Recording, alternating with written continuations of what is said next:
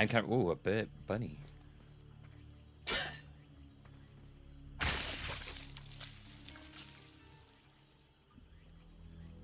Whoa, what? Are you humping the dead bunny?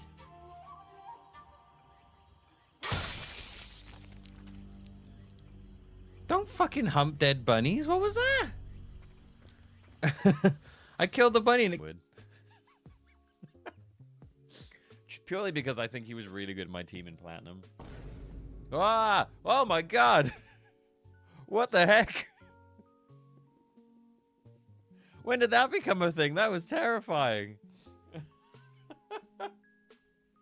That scared the shit out of me.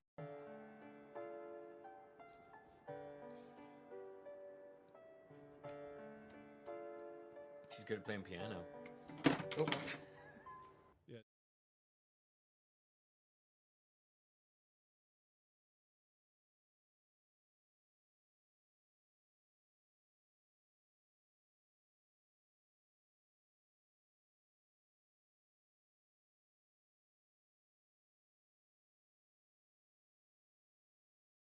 Yeah. Jesus, man, that like did everything. Kids, do you see a suspicious triangle? It's like a kids program. I just can't find it anywhere. It's behind you. Behind me? No, behind you. Behind me. Oh, there it is. Thanks, everyone. I couldn't have found that without you. And you know what that's taught me today? Friendship really is important. So don't forget, next time. Friends. Friends,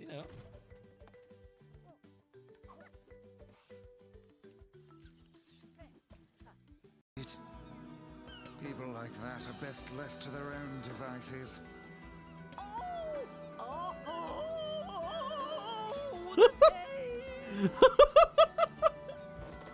Wow. Holy moly. She's laying it on thick there. What's wrong? My illness has returned. It must have been the shock of seeing this rude floating book. Rude? Book? Now see here, madam, I'll have you know. Oh, I'm in so much pain.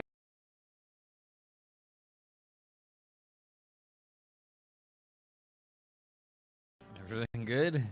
I'm very sorry. My big head got in the way. He's got. Look at the size of this man's shoulders. Why don't you use the same move against me? Actually, you can use as many moves as you want. Come on, hold nothing back. Banjo, stop. You keep making things happen on the screen when I go What have you done to the camera? Yeah. Why is it now? What have you, Banjo? What have you done? Ow. Ow. Ow. I don't understand how you've done this. How have you done that?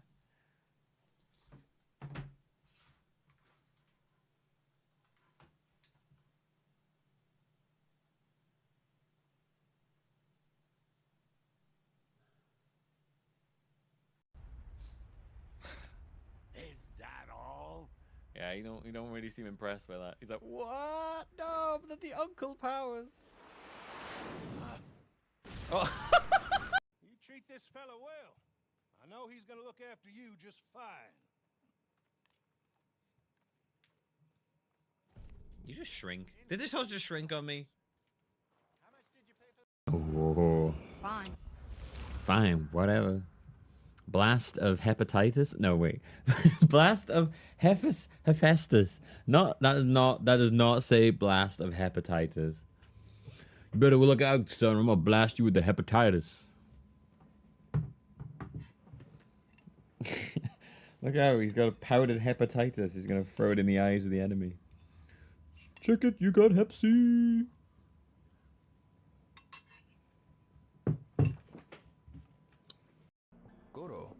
What's groovin', bro? What's groovin', bro? Have you seen any of the mad angels No, around? bro. Whoa, bro! Like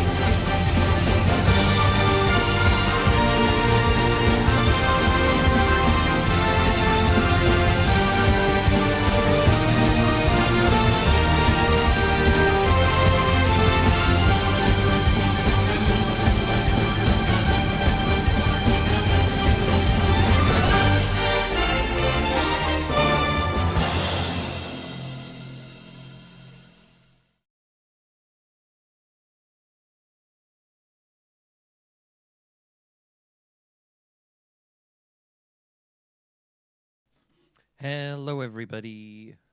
How is it going? Oh, okay. Hang on a moment.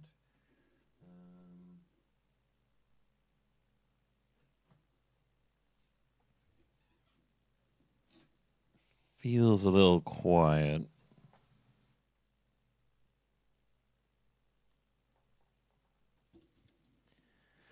Now, why have I done that?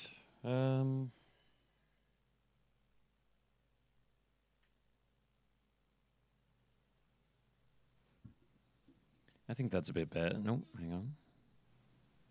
Is that a bit better? Yeah, there we go. Okay. Hi, everybody. So, hello, Twitch. Hello, YouTube. I am doing something a little weird today to see if I can kind of have a better saved quality over on YouTube. But if it comes at the cost of the Twitch stream quality, I won't do that. So let me know over on Twitch if anything weird happens. And also, I will keep an eye on the YouTube one. Because YouTube ends up saving... Because YouTube is where all the streams get saved, like, in perpetuity, forever, since Twitch only temporarily saves them.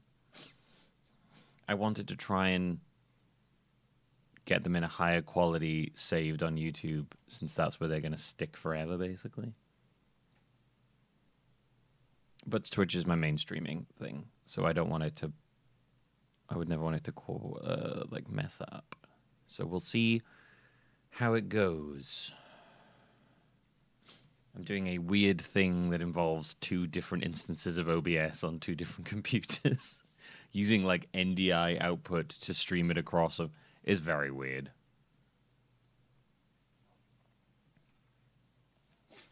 It's a whole thing.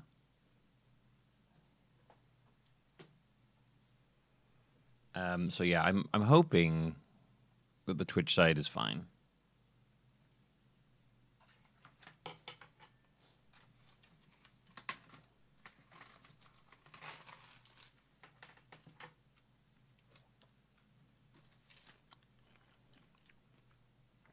And I'm hoping the results are that the VOD will look a bit better. I don't know. I guess we'll find out. I am streaming crazy style. Crazy style. I had this idea the other day and I was like, ooh, how would I was like, what if I had OBS running on my streaming PC and then a separate one on my gaming PC, and each one of them was going to a separate thing, rather than my streaming PC trying to handle outputting to 2 at the same time and having a bit of an issue with quality. So, yeah, I don't know. We'll see. We'll see. Maybe this will make the Twitch quality better? I don't know. I don't know. Anyway. Today is Crimeathon Day. I need to get the mobile thing up. I was debating before just doing the DS version, because the mobile thing is a bit finicky and jumpy at times. But I think we'll probably be okay.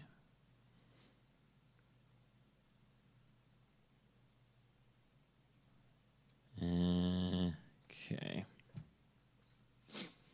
Bum bum bum bum bum bum bum bum bum. Oh, clicky, clicky, very clicky. Foot.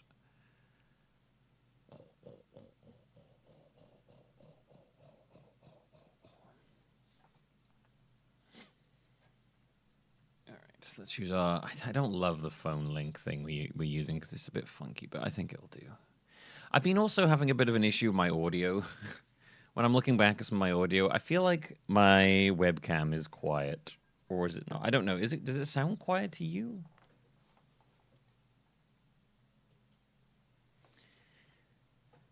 I have no idea. Or is it actually okay? And it's actually nice and loud?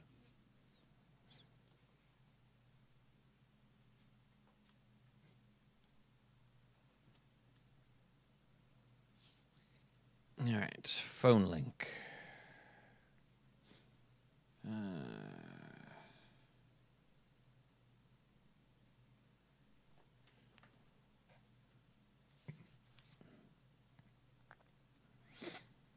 Open up Pandora's box.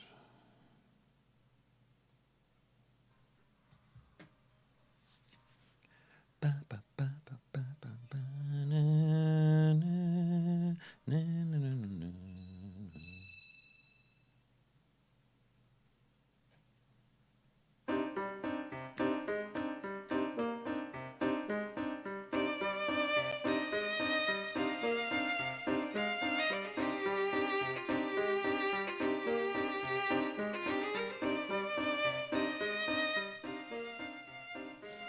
I always use the audio to boost or lower. Oh, okay, well that doesn't help. Right.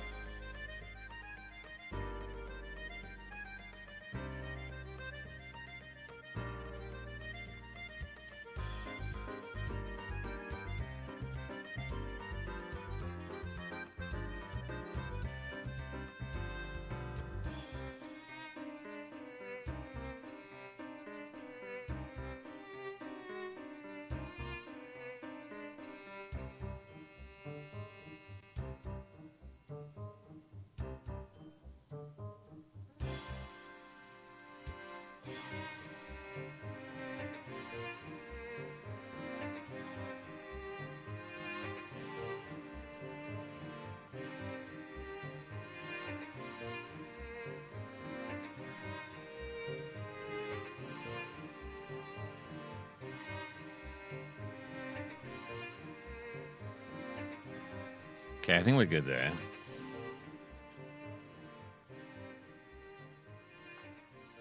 Be warned that if you want to watch this back, watch it back on YouTube because Twitch mutes the shit out of this game.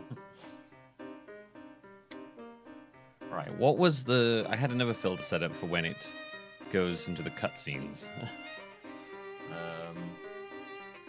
Yeah, that was it. Okay.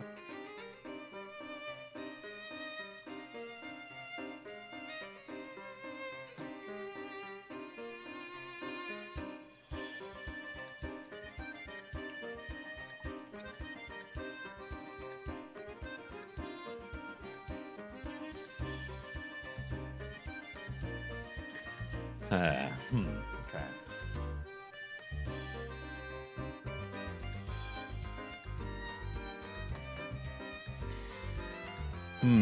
Okay, Barrow. Right. Like I said, let me know if anything goes weird with the footage. We are doing some experimental shit today. I think today will be fine because it's going to be very chill. But,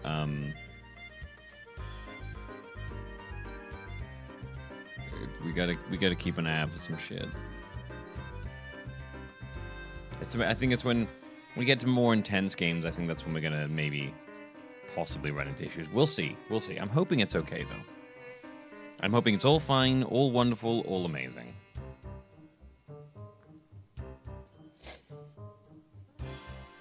Right.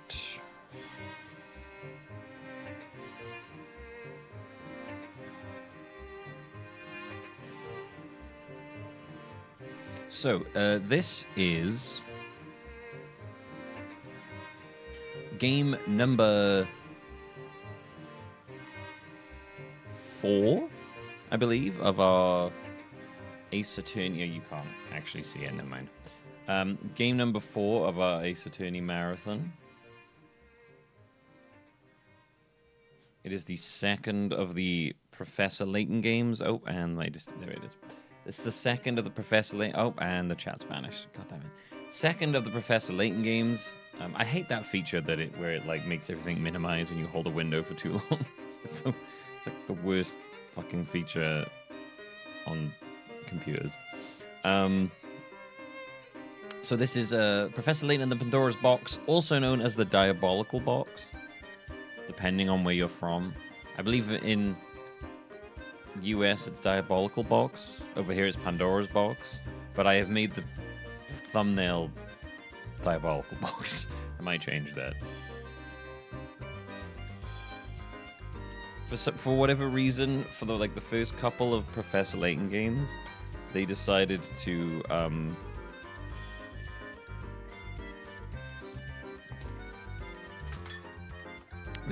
change the naming scheme.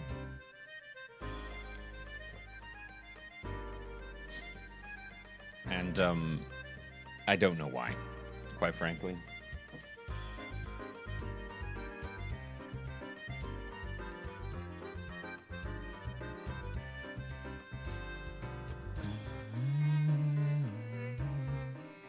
All right, let's do it.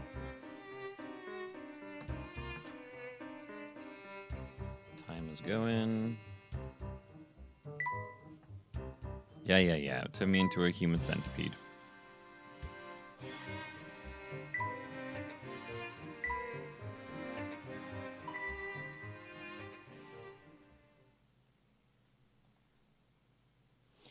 Enter my name.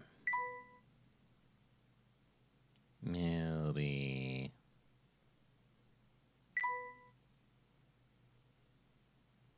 This one.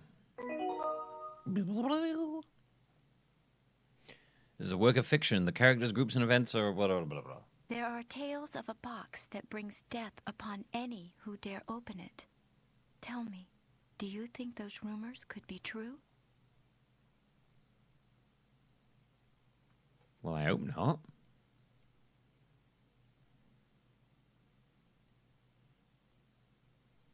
Oh, let's turn that off, shall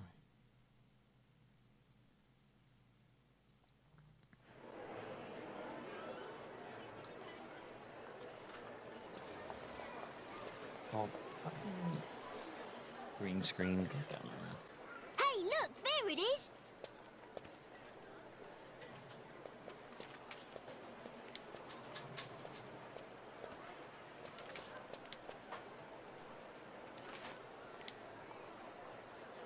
It's cheeky.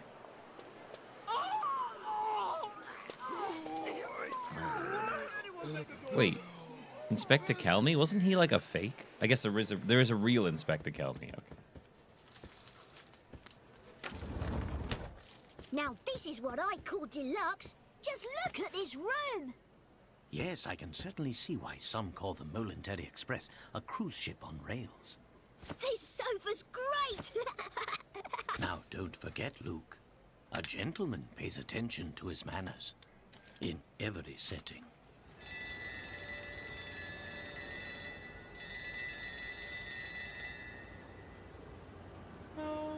Professor Layton, manners and gentlemanliness.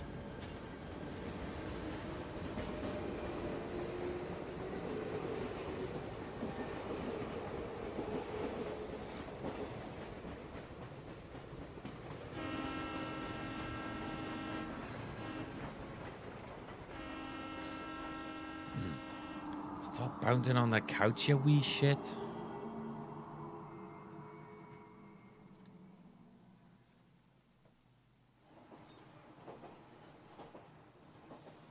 So what's the story behind this Elysian box, anyway?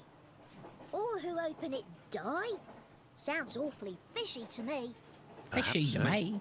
But we've seen it happen with our very own eyes. The answer is out there, Luke, but I just need to find it. We will. I know it.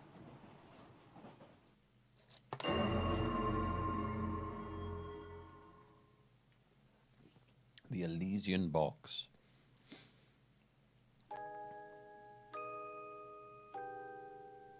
To my dear friend, Milby.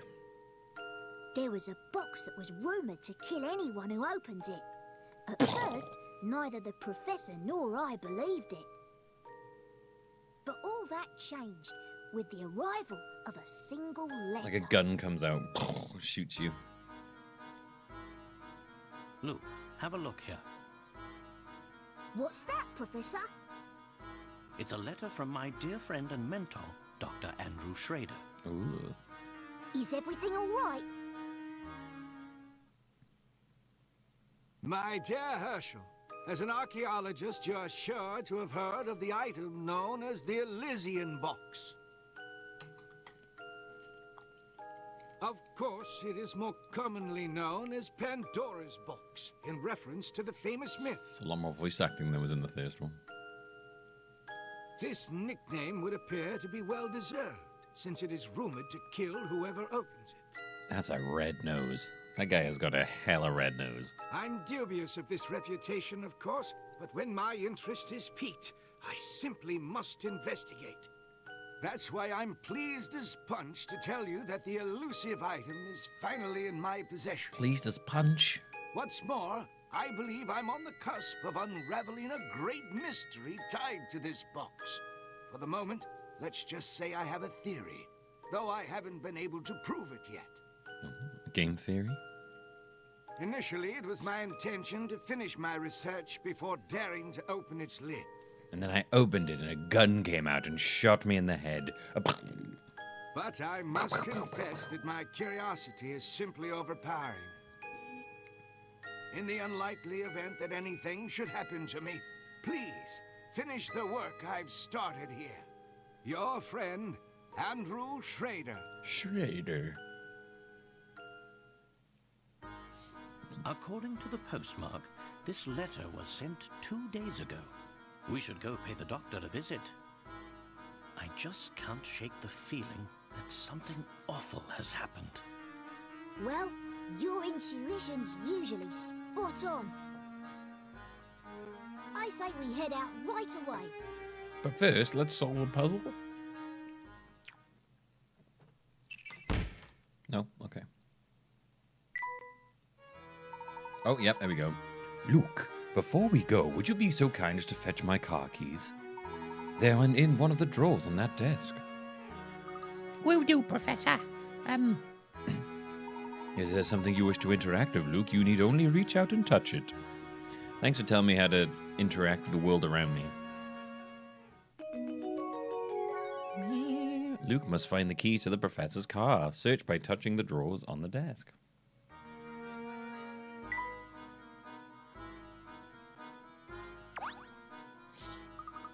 Oh, hey. Oh, here they are, Professor. There we are. Many thanks, Luke. Now let's get moving.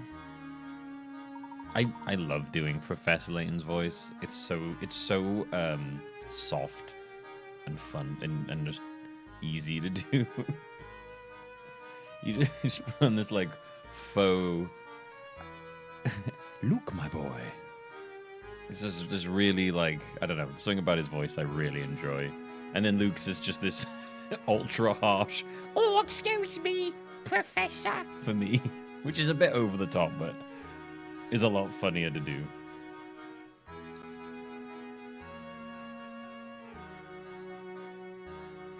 So how interact with strangers, reach out and touch. You do know how to move about, don't you, Luke?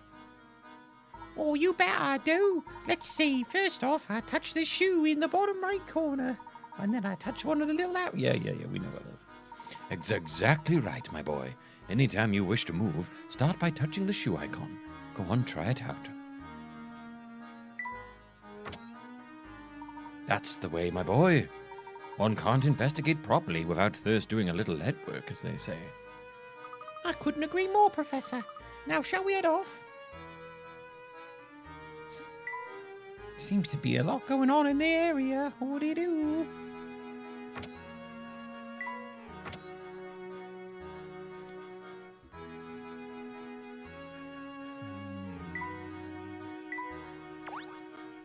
Luke, before we set out, it'd be wise of us to confirm the location of the doctor's flat. During one of his visits some time ago, he was kind enough to leave me a map to his home. The map itself, however, is a rather unusual piece of cartography. Look here, Luke. Why can't people just send normal maps, man? What is it? Like, send me a regular map, you crazy person. Oh, how clever. The map itself is a puzzle. Professor, do you mind if I take a crack at it? I just know I can solve this one.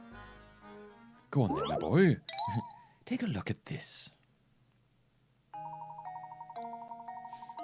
Several pieces have been cut out of the middle of the map to Dr. Schrader's home. Complete the map by sliding the pieces and inserting them in the right places. It may sound simple, but don't forget that you can move or remove pieces, including ones already in the middle of the map.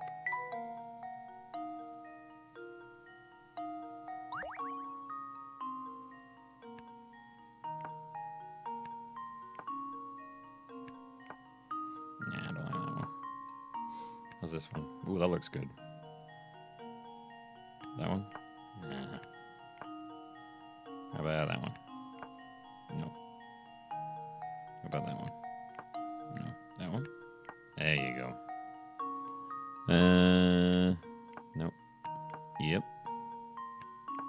Yep. No. There you go. Just leave it to me. Yeah. Layton's apprentice strikes again. Somebody call the ambulance. I'll be there. I gotta solve this stupid puzzle, apparently.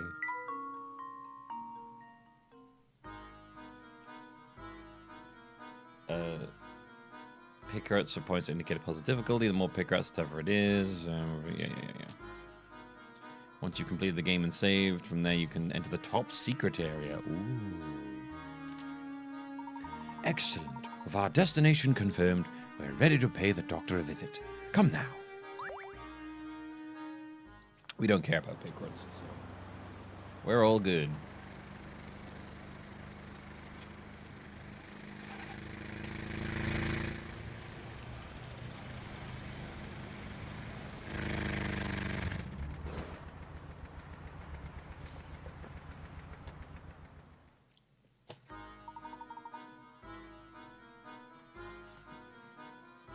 I do believe we found the doctor's building. But which flat is it? That, I'm afraid, I don't know. We'll need to solve the puzzle. Sorry I'm late. Traffic was hell and I got stuck doing a Sudoku with a small child. A tiny Cockney child. Nobody knows why we hang out together. Everyone's always like, what is your relationship to this boy? Come to think of it, the letter I received did mention something about this place. Honestly, I'd be so mad if someone sent me directions to their house and it was in the form of a puzzle. Find Dr. Schrader's window from the details in this letter. In the morning, I often wake up to the sound of music drifting in from a nearby flat. Looking out, I spy a flag fluttering gently outside my window. Take a single sip of my tea and turn my attention to the morning sun. Not many flats in London have a view of the sunrise anymore, you know.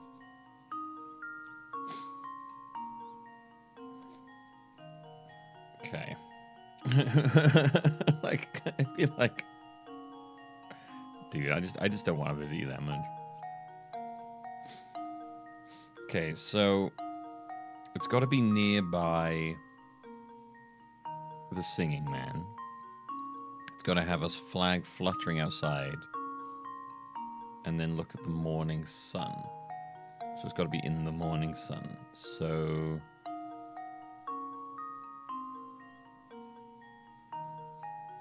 I would assume it's the blue one, because that's not a flag. That's the one with the white one to the right of the guy is closed. So I would assume it's this one. And now to test my theory. Huh. Wonderful. Tell me where you fucking live, goddammit. Stop sending me puzzles. Unless I'm mistaken, I think we've found his flat. Now follow me, Luke. We're going up. I nearly forgot. Before we leave, let me remind you how to use this trunk. Open the trunk. Yeah. Touch an icon to use it. Save progress. Touch the puzzle icon. Solve puzzles are marked with a tick. Let me solve the way back. Okay. So just touch the trunk icon whenever you need to access it. What's this? Hello there, mister. Never seen you around here before. Want to hear something useful? Alright, see that post box over there? Try touching it with your finger for me, will you? Oh. Brilliant. That's a hint coin you found there. Ever been stuck trying to solve a puzzle? It's times like those when I bet you'd fancy a hint, yeah? Well then, when that happens, you can trade in those shiny hint coins. Okay, thanks. We know about this.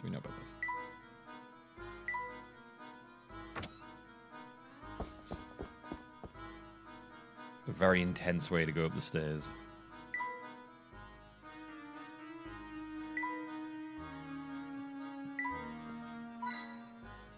In coin. This is Dr. Schrader's flat, I'm sure of it. Dr. Schrader, are you home? It's Herschel Layton, and I came as soon as I read your letter. Hello, are you there? Doctor? I don't need anyone in there, Professor. What if he's... This is no time for idle speculation, Luke. We must get this door open first. It seems to be locked. Oh, without a key, there's no way to get in. Ah, of course. How could I have forgotten? These keys were enclosed in the envelope along with the doctor's letter to me. Oh, he can't even give us the fucking keys. Quick, Professor, let's try him on the door. Huh? That's strange. He doesn't seem like any of these keys work on the lock. Luke, don't you see? The doctor has set us yet another puzzle to solve. Honestly, at this point, I'd be like, it's just not worth going to visit you anymore, man. I've had a hard day of work. I just want to pop over and say hi. Which of these keys opens the door? Use your finger to move the keys and find the one that fits the lock. Careful observation of the shapes on the key is required to find the right one. Right.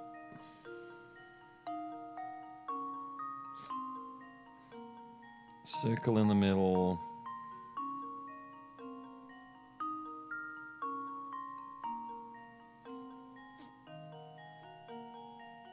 And then... But that's got... Oh...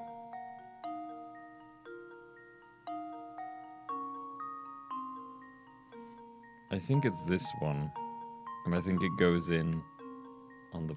No.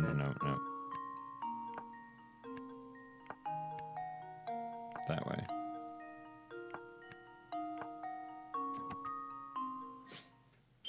It's a backwards key. Let's see if this works. That was almost too easy. When a wellness check turns into the crystal maze. That's right. How long did it take you to realize that the grips of the keys could also be inserted into the lock? This little lesson about the dangers of making assumptions should serve you well. Do.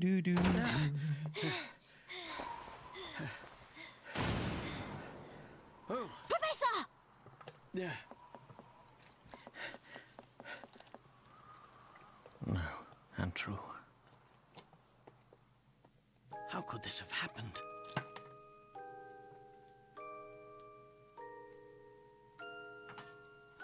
This is terrible, Professor. Yes, it is. Do you suppose the Elysian box did this to Dr. Schrader when he opened it? I honestly don't know, Luke. But that can wait. Right now, we need to notify the police. Of course, Professor. What do we have here?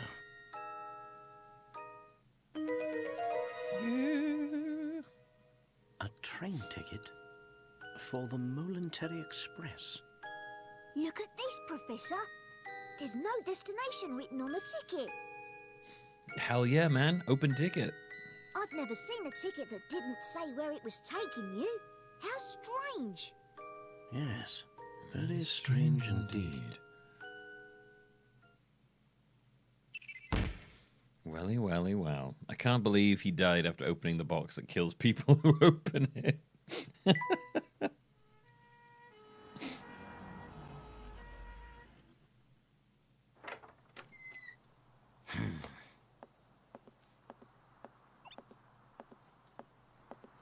Excuse me. What? Huh? Hey, it's you! Well, Inspector Chelmey's the name. You two found the body, did you? Oh, No, Luke, let him go. Luke, stop that. That's his face. Listen here, Luke. Show yourself, imposter! Oh my gosh, his face doesn't come off. He's the real thing. Just like, oh my god, this child is trying to rip my face off. What the hell? What in the blazes? That's my face, not some piece of taffy. I'm so sorry, sir. I didn't mean it. I was sure we had another imposter on our hands. What in the world is this child talking about? I swear, young ones these days have no manners. Oh, I forgot to have my little background up.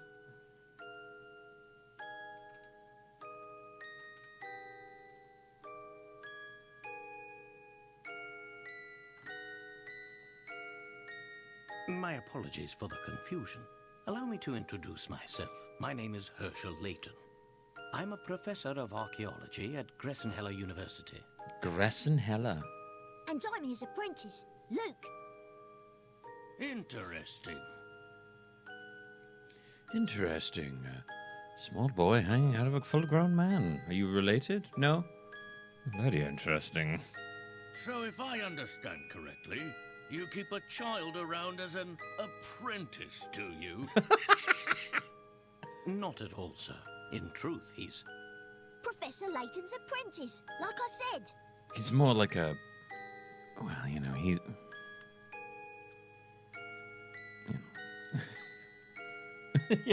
You know, he needs special attention. Well, it's really none of my concern. I have a crime scene that needs my attention. Clear a path, will you? But of course. Luke, not a word about that ticket to the authorities, all right? You got it, Professor. Yes. Let's see. What do we have here? A murder? No. Or was the crime self-inflicted? Inspector, I should tell you that the door was locked before Luke and I came in. I see. So this door, the sole entry point in and out of this 8th floor flat, was shut tight. Then the doctor was holed up in here, completely apart from the outside world, yes? Mm-hmm. That being the case, yes, I'm sure of it. The old gent must have suffered a heart attack. What? How did you come to that conclusion, sir? Use your noodle, laddie. What other explanation could there be? Oh, clearly a ghost killed him. It's true that the flat is on the 8th floor and that the door was locked, Inspector. But he was also opening a box that kills you when you open it. I'm sorry, what? What are you talking about? Still, I'd hesitate to say that this room was completely closed off from the outside. Is that so? Please elaborate. Isn't it obvious? Maybe to you. There's something quite unusual about our crime scene that's been overlooked. Eh? It's as plain as the nose on your face, Inspector. Why don't you just fucking tell me, Layton? I suppose you academics think your fancy degrees prepare you to play detective, eh?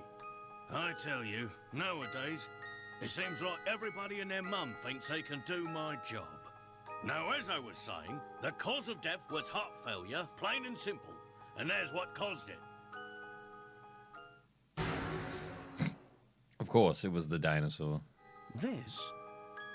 It's a scaled-down model of a Kronosaurus, if I'm not A mistaken. Kronosaurus. Is that a time-traveling dinosaur? I reckon that ugly mug will give anyone nightmares. Here's what probably happened. The old fellow turned on a light, took one look at the beast, and then keeled right over. But this is the doctor's own home. Why would the bones he put up himself scare him? People have a way of becoming forgetful with age. Not that you'd understand, boy. Well, you're right about that. I don't understand it at all. Mr. Layton, was it? Layton. No? Ah, yes, Layton. Mr. Layton, what do you think? The scenario you paint certainly isn't out of the realm of possibility. But, considering the lights were off when we entered the room, I don't think we've found our answer yet. What about the fact it was daytime and you could see it anyway? Oh, really? Furthermore, look around you, Inspector. Doesn't anything strike you as odd? What do you mean, Professor? Study your surroundings, Luke. I'm sure you can see it too. Tell me what you mean. Given that the doctor's flat is on the 8th floor and that the door was securely locked, you might think there was no way in or out of this room. However, a single suspicious detail provides a clue as to what went on here. Look in all 4 directions and examine the room carefully. When you think you found the telltale detail, circle it with your finger. Be sure to circle only one object or else your answer won't count.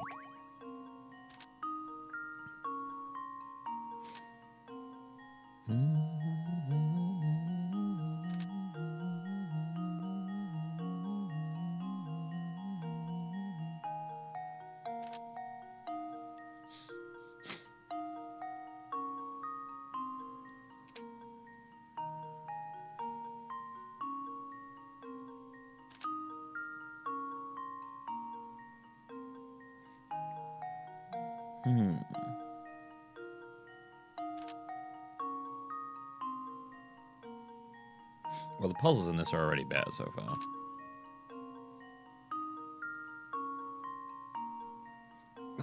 That's because he's a smart person, Barrett. Is that inlaid into the no?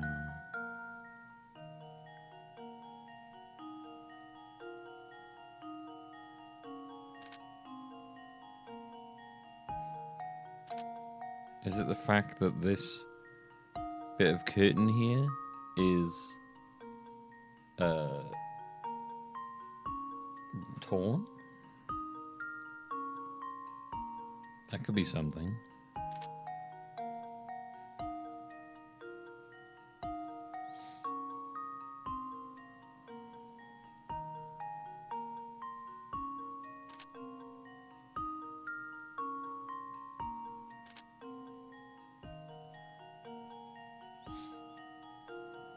Let's go with that, shall we? I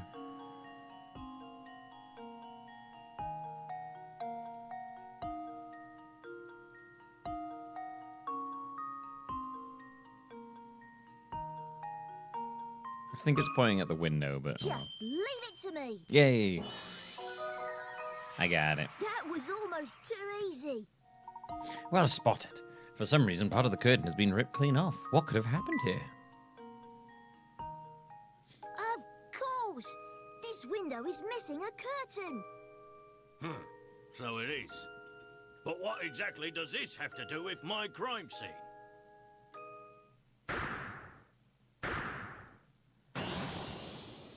Wait, what? It means someone exited the building through this window. And I'll bet they're our culprit. Are you telling me they tight-roped across a curtain? Piece of curtain fabric?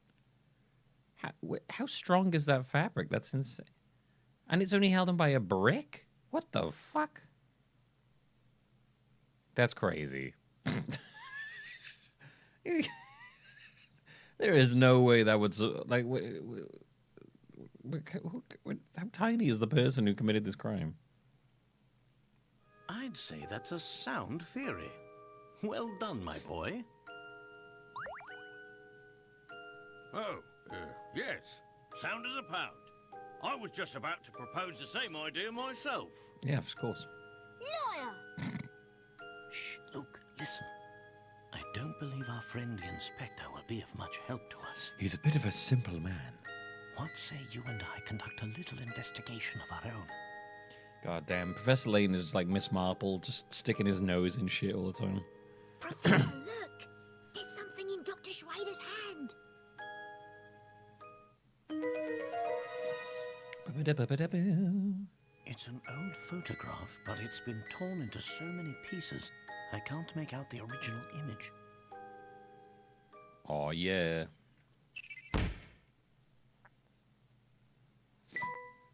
Hey, what's the big idea?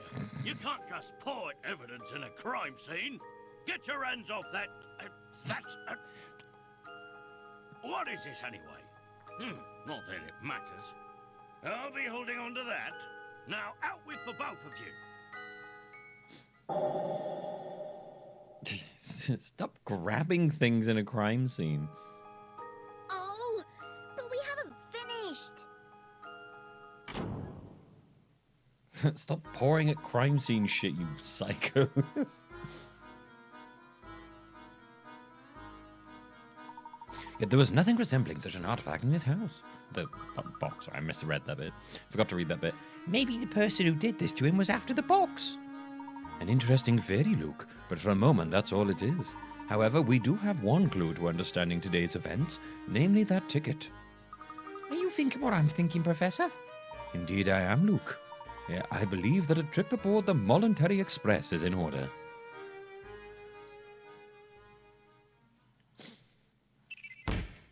So many mysteries. Do you suspect we'll find... Oh, sorry. Do you suspect we'll find the key to unlocking the mystery on this train? Dr. Schrader did his best to point us towards the Voluntary Express, should something happen to him. Sure as a fog on a London morning, I know this train will lead us to the answers we seek. That was a nice phrase. Professor Layton and Luke sped away from the city, unaware of the secrets that awaited them down those iron tracks.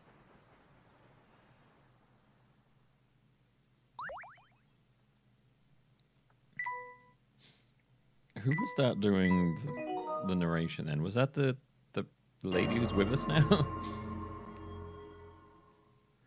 The legendary Voluntary... Is it called the Voluntary Express because the train kind of looks like a mole?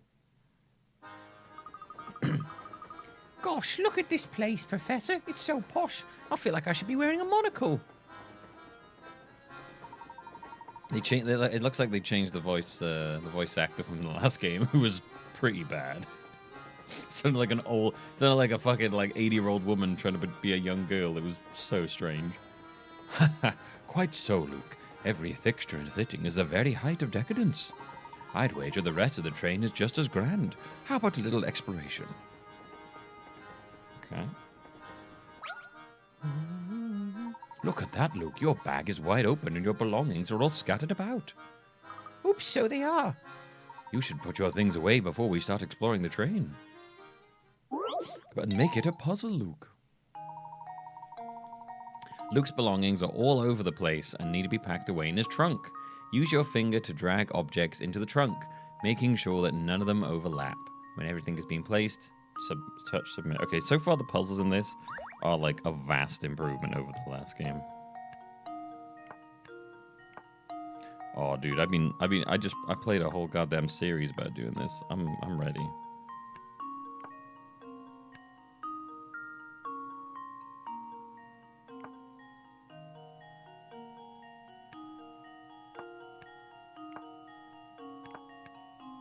Can we turn him around? No, we can't. Okay.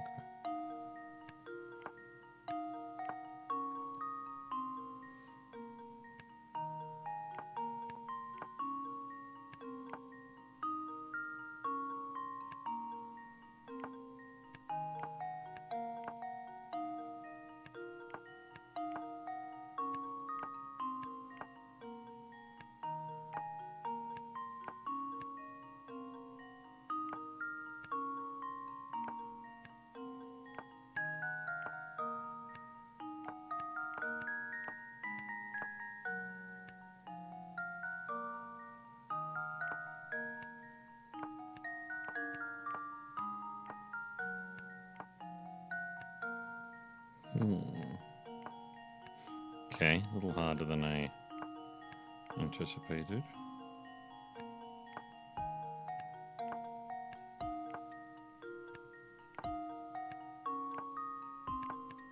Doesn't look like I can shuffle things around either.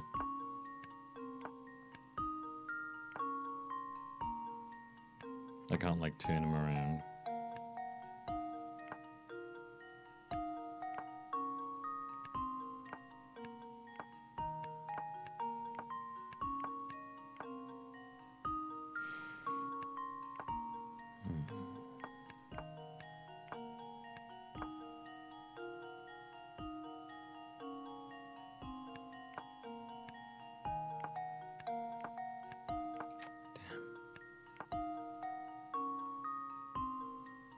Oh, missed that.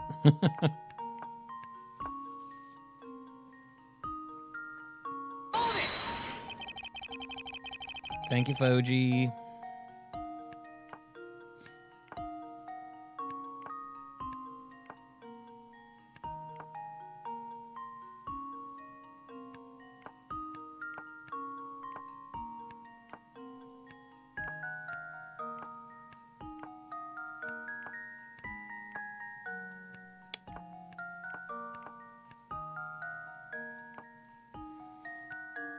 Son of a bitch.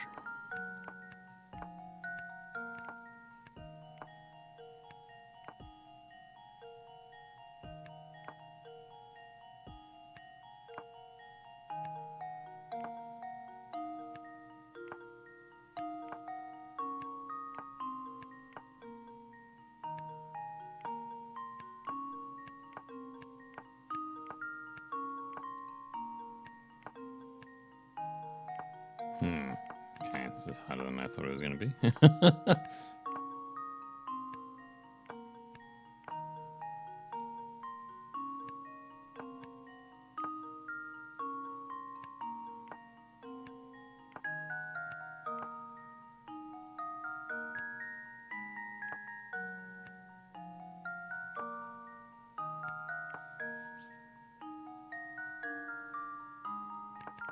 Yeah, I'm pretty sure I can't turn them. No, I can't.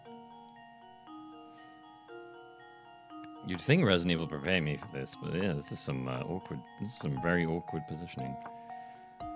Okay.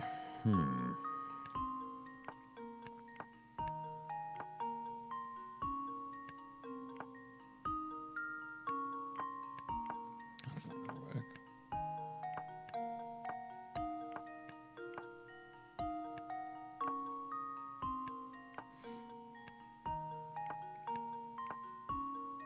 There are some crazy awkward shapes in this.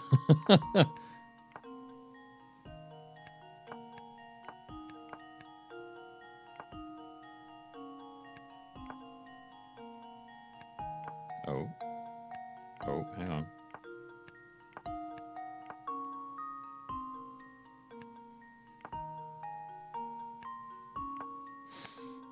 Dude, what the hell, man?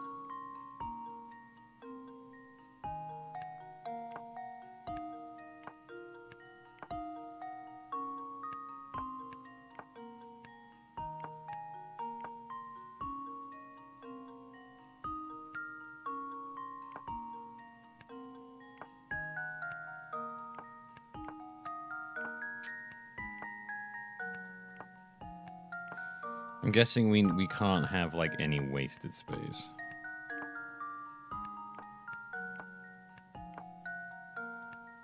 That feels like it works there.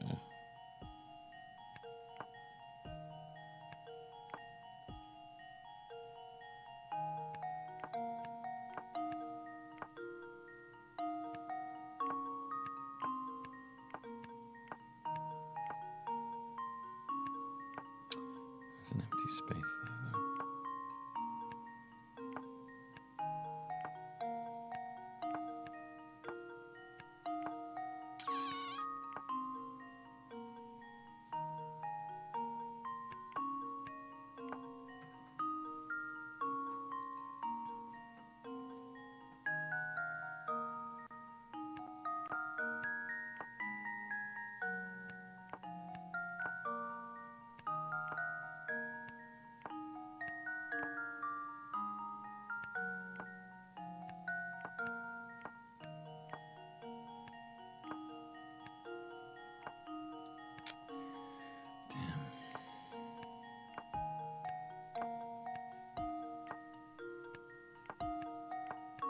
Something like that.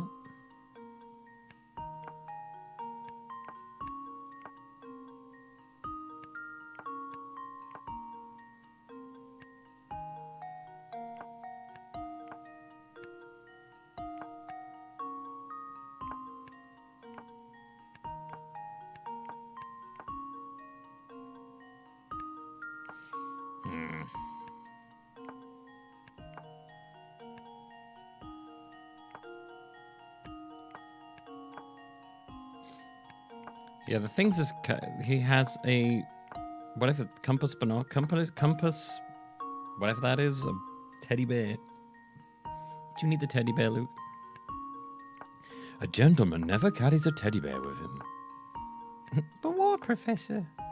I don't know. I just made it up right now.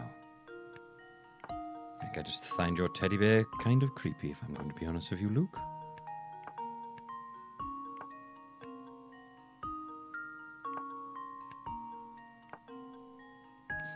A bag of candy. A bag of candy. Ooh.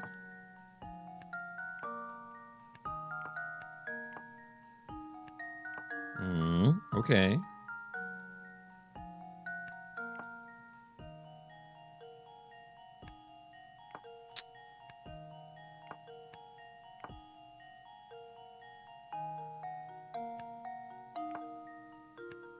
Oh, dude, son of a bitch. Oh.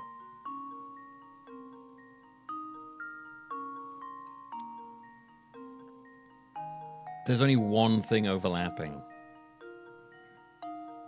How do I solve this? What is this? This has got to be like nearly there. Like, what can I shift here to fix this?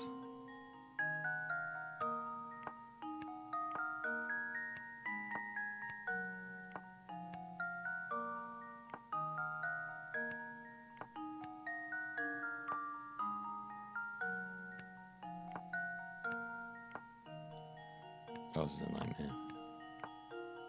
That's like so close.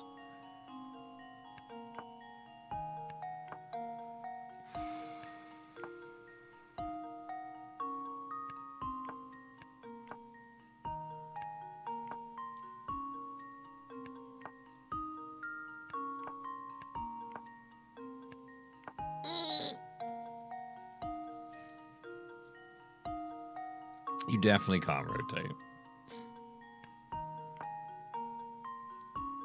Dude. What? Fuck.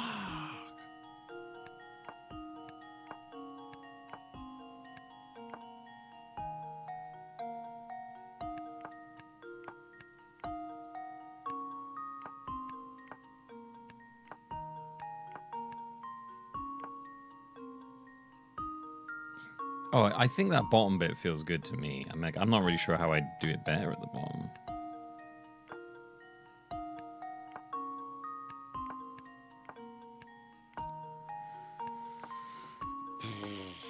How would we, like, oh man, how are we gonna...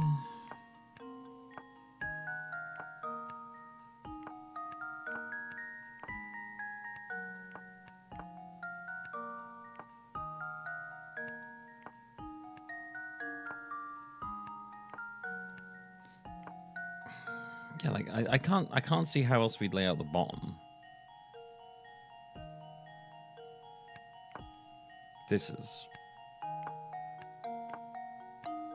difficult and a little oh, dude, come on. Oh.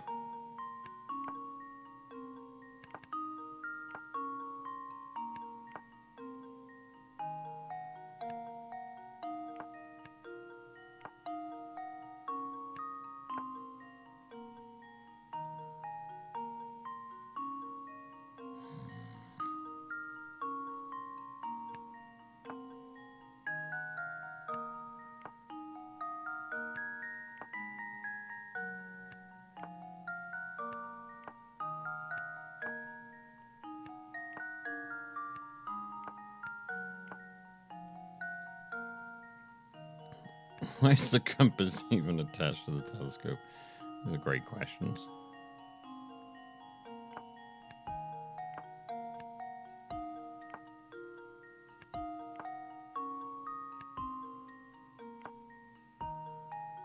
These things that you own, Luke, they're so strange.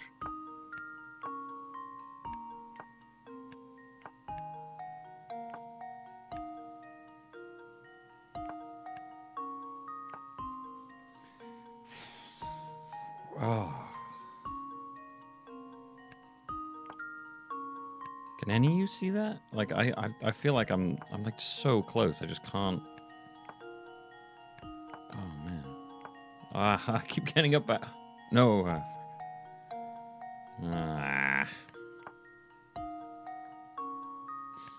Like it feels like I might be too attached to this bottom bit. Maybe that's wrong.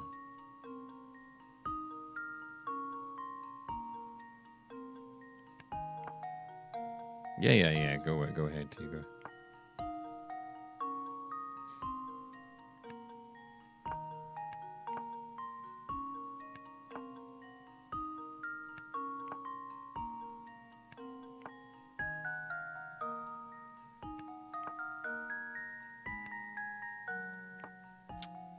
Dude, this fucking thing.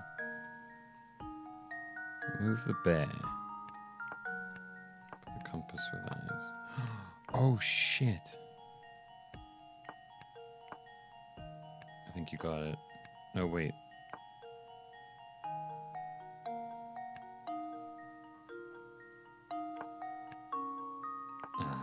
Wait. How do I... This boomerang is awkward as shit, man.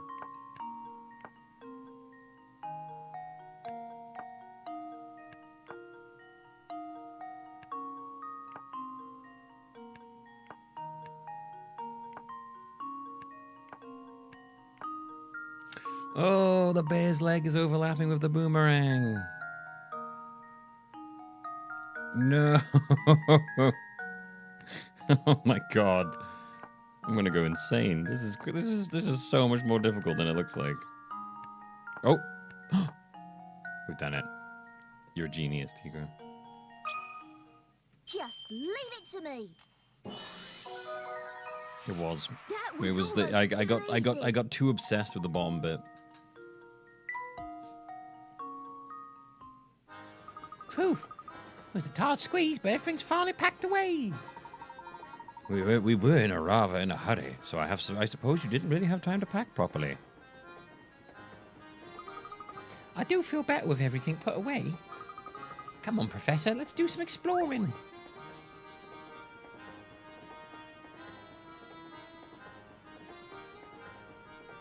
So when you move the bear and the bow down. Yeah, I got too obsessed with where I was. Ugh, Professor, the sugar's covered with ants. Oh dear, I have to remember to get sugar from IT elsewhere. Curious though, isn't it? How did they get there? Speaking of ants, try this one on for size. That was a real weak link there. Busy ants work tirelessly carrying food back to their nest. One such ant was returned with food when she bumped into an acquaintance in front of the nest. What are you playing at? Didn't you notice that you took the longest path back to the nest? Think about where you're going next. Knowing that the ant can never travel on the same path twice, can you trace the route the returning ant walked to get to her nest? Oh, we had this before.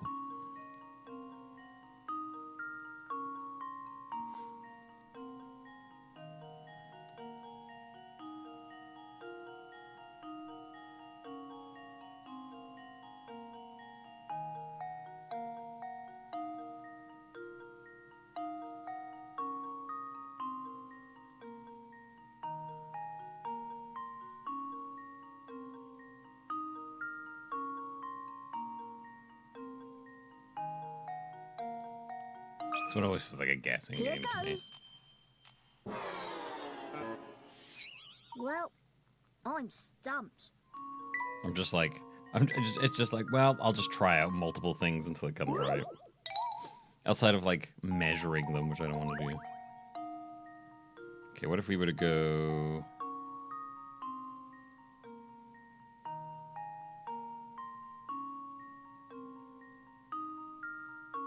Is that longer? Let's see if this works. Oops, that wasn't right. That wasn't right. That was incorrect. That was for you. Okay, so if we were like...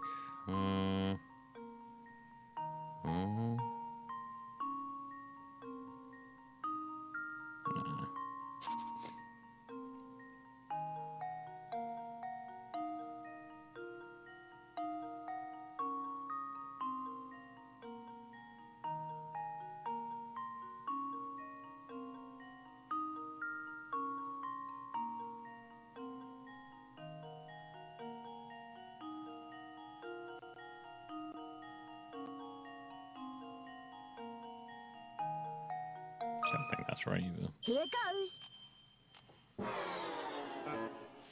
Oops, that wasn't right. That wasn't right.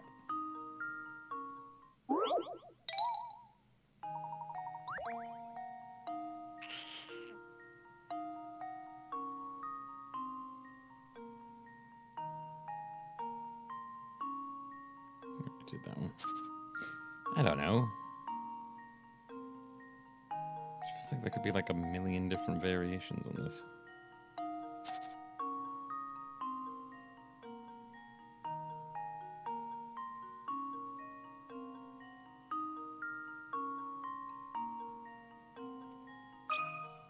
Just leave it to me.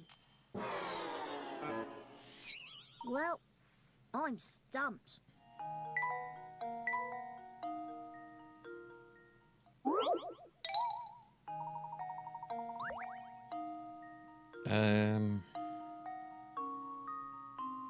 I don't know.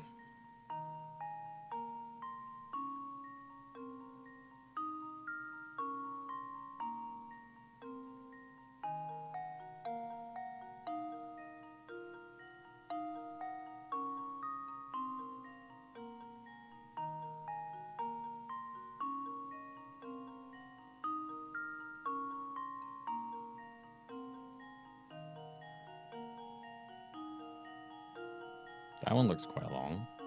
Did I try that one yet? Here goes. Yay! Yeah, that one just feels like That was almost too just easy. trial and error. You're like, it could be the longest, but it might be longer. You've got it, my boy. Well, I'm not a fan. Well, I'm no fan of ants in my sugar. You have to admire their craftiness and work ethic. Maybe it's because even the sugar on the Voluntary Express is extra fancy. I'm sure those ants are genuine sugar connoisseurs. First you get the money, then you get the sugar, and you get the women. Remember, Luke, we're here to find the Elysian box, so don't get too sidetracked. You have to tell me twice, Professor. Now, why don't we start by investigating the train?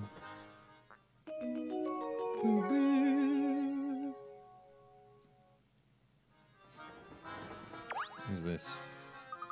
I hear the rooms at the front of the train are super duper fancy. The doorknobs are made of gold. But no one's allowed in except for really rich people. So, misters, are you really rich? Because if you are, you can go in the super duper fancy rooms. Super duper fancy rooms. That's none but the extremely wealthy can enter.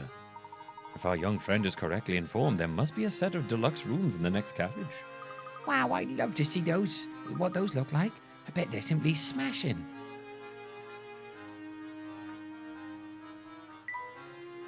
So did we come out of here? Right, so that's where we came out. What's down here? Yes, I suppose these accommodations will do. I do hope my darling boy will be pleased. That reminds me, I believe it's dinner time for my sweet baby. I'm off to visit the dining car. That's amazing. Off to the dining hall. Gosh, that woman was just the top I'd expect to see on the Voluntary Express. Talk about rich and flashy. Quite, this train is full of many well-heeled patrons, like the woman we just met. Diddling time. Diddling time! We must watch our deeds and words here. A formal setting demands formal manners, don't you think? Absolutely, Professor.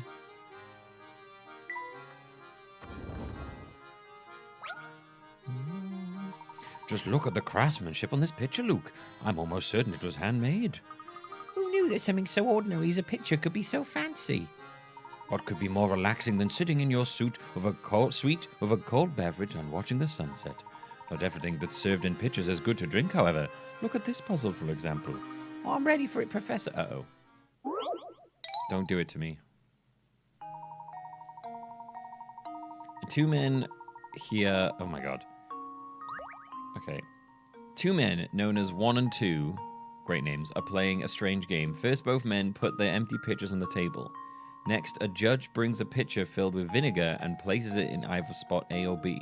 The judge then starts shifting all the vinegar from one pitcher to an adjacent pitcher. Over and over.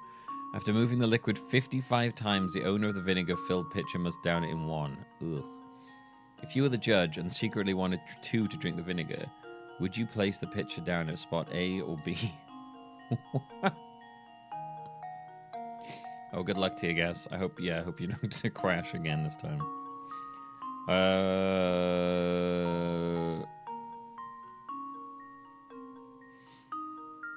After moving the liquid 55 times, the owner of the vinegar-filled pitcher must down it in one.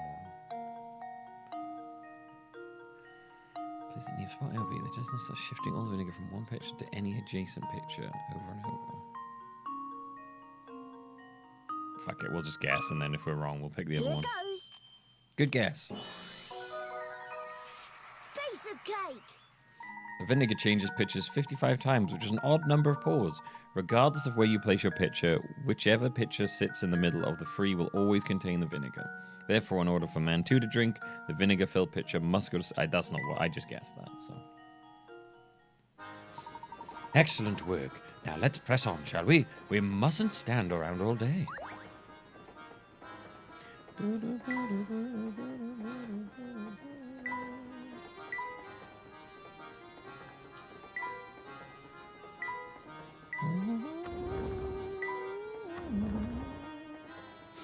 Fancy.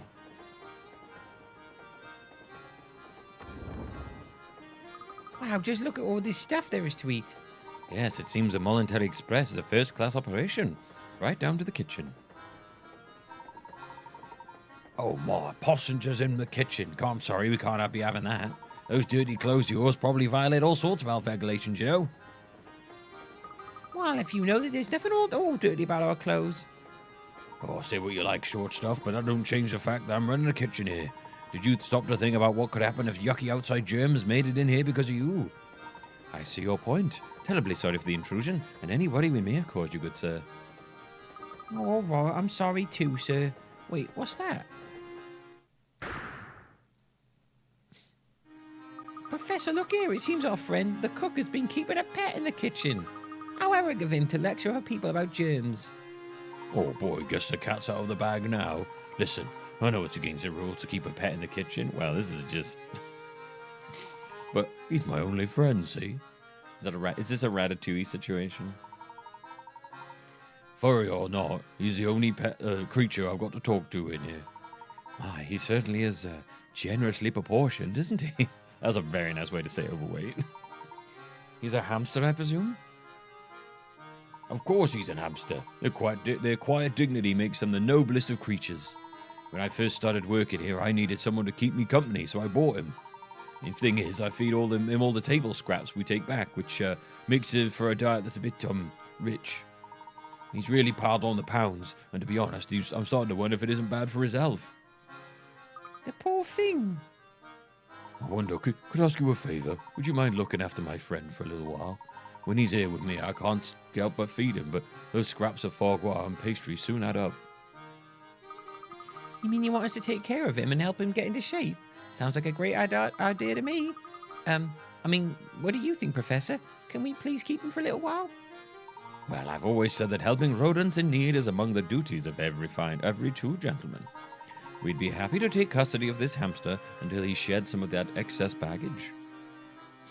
Oh, thank you very much. It's a real weight off my shoulders. And off his waist, hopefully. The hamster minigame. You can check on the hamster by touching the hamster's icon. Okay. Oh, and one more thing. Since I won't be seeing the little fella for a while, could you give him this apple? He loves them so. Oh, I'm going to miss my furry friend. Please look after him. Don't worry, he's in good hands.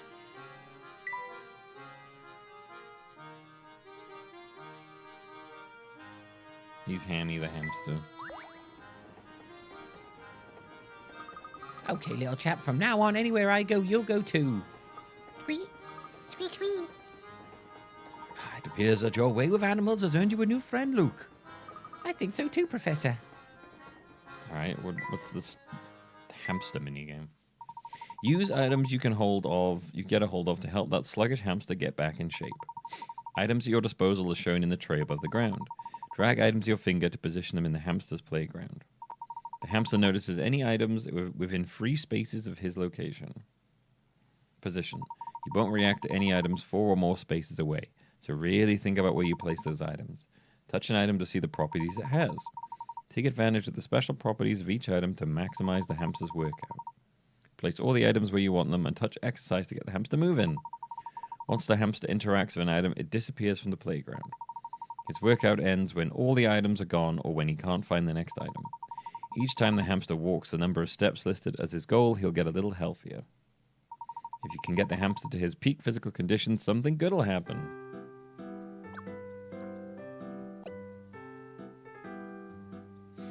We're going to need more than just the apple for that. Because he's a chunkster.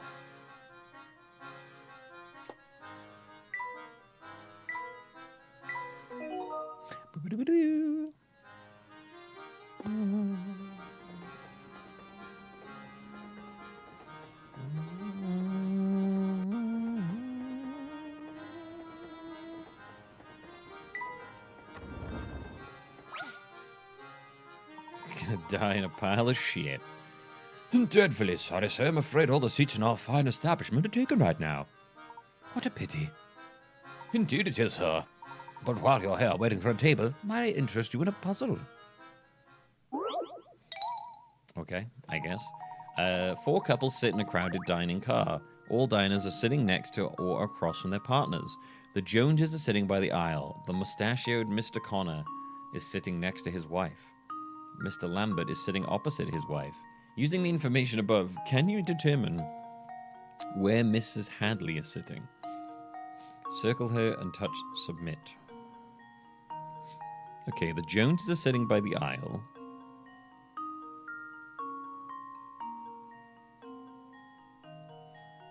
The mustachioed Mr. Connor is sitting next to his wife. Okay, so A and B. So the Pringles man in the top corner here. That's the Mo Connor. So they're a couple.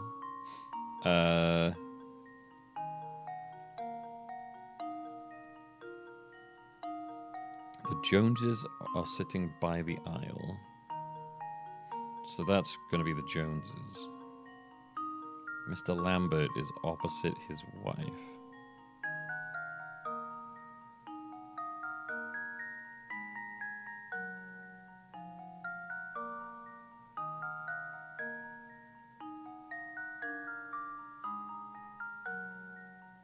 Oh, unless, like, they're not facing each other?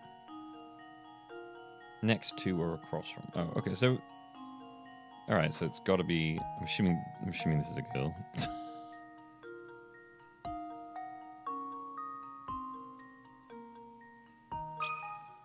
Consider this puzzle solved.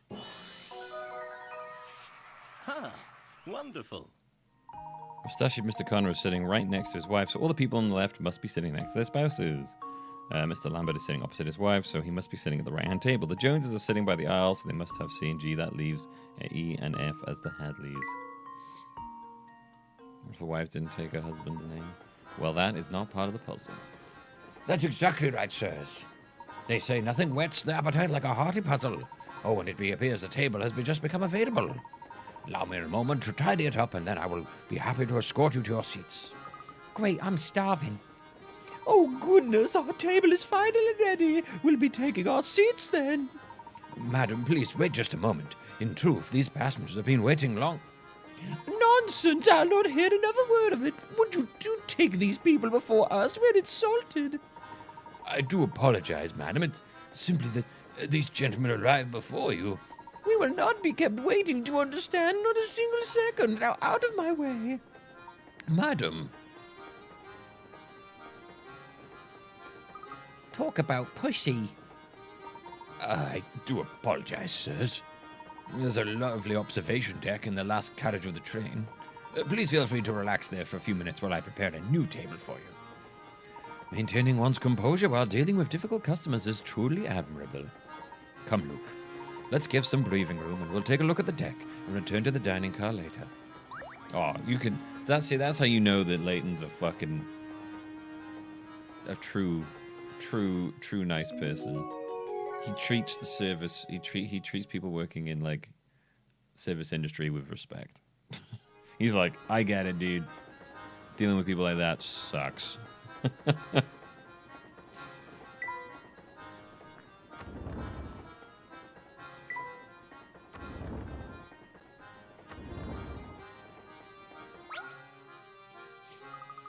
Welcome aboard, sirs. May I interest you in a refreshing beverage or a sumptuous snack? Thank you, but I don't think we need any snacks right now. Of course you don't. And I put on my best smile for nothing. Most passengers eat in the dining hall. It's so ritzy, I can't say I blame them. With competition like that, it's hard to sell so much as a cup of tea. I'm so bored. I've got a little while until my shift finishes, so help me pass a little time with this puzzle, would you? Alright. Piles of pancakes. Here's a tasty puzzle for you. Can you move the pile of pancakes from the blue plate on the left to the red plate on the right? Wait, though, it's not as easy as it sounds. You must follow these rules. You can move only one pancake at a time. You cannot place a pancake on top of another one that is smaller than itself. You can use the middle plate and move the pancakes as many times as you like. Okay. Let's do it. Little one there, that one there, that one there, that one there, that one there, that one there, that one there. Just leave it to me. Piece of cake. I nailed it. Puzzle is a variant of the famous Tower of Hanoi, a puzzle invented by a French mathematician all the way back in 1883. Wow, check out the brains on you, kiddo. So listen, our next stop in this dinky little two-cow village called Dropstone, right? There's like nothing. Oh my God, she's that. There's like nothing there. I wish we could just stop somewhere more exciting for a change. But I guess that's a working job for you. Sometimes you just have to deal with crippling boredom.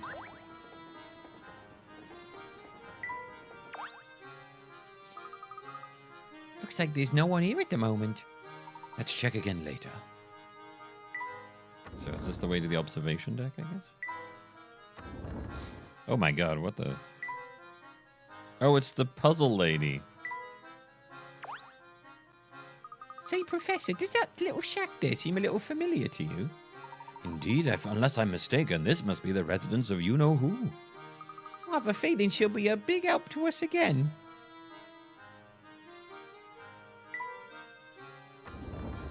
How on earth has she managed to carry... What the fuck?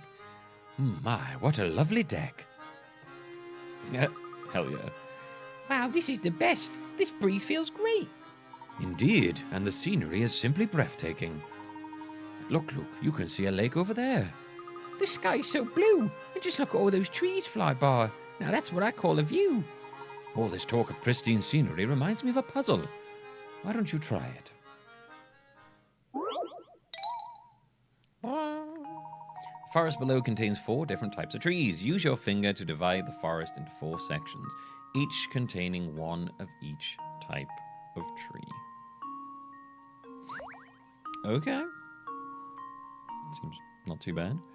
So how many different types of trees are there? There are 4.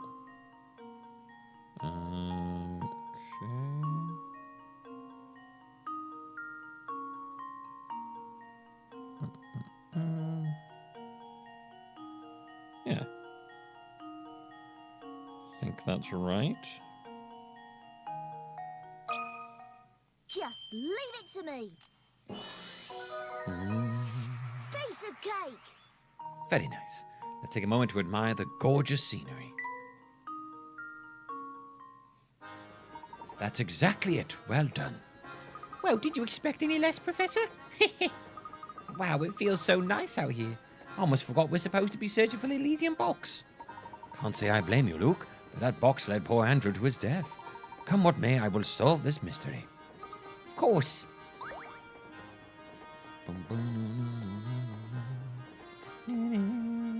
I think we finally have a good grasp of this train's layout. It's high time we began our investigation proper. Okay, Professor, let's get to it. We decided to begin our investigation of the train. Oops, there's a bit of paper on the floor. Look at that. Someone's left some rubbish on the deck here. Some people have got no manners.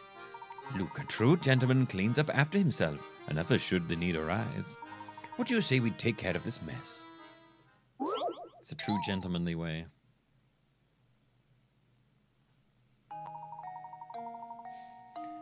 Put that rubbish into the bin where it belongs. Move the blocks obstructing your path and slide the rubbish into the bin. Okay.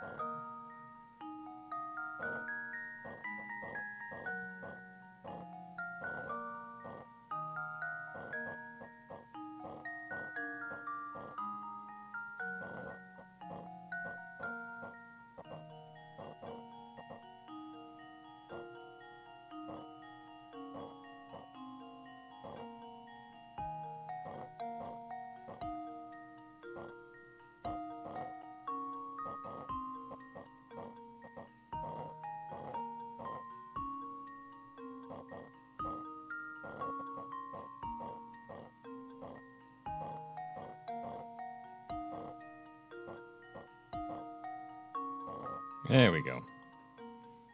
I probably made that. I probably made that a little harder than it needed to be. Huh. Wonderful. Yeah, let's take care of this. Oh my god, why are there so many blocks in the way to the bin? What's going on with this bin? Now there's no litter cluttering up the amazing view. Wonderful, isn't it? Keeping a place tidy really brightens it up.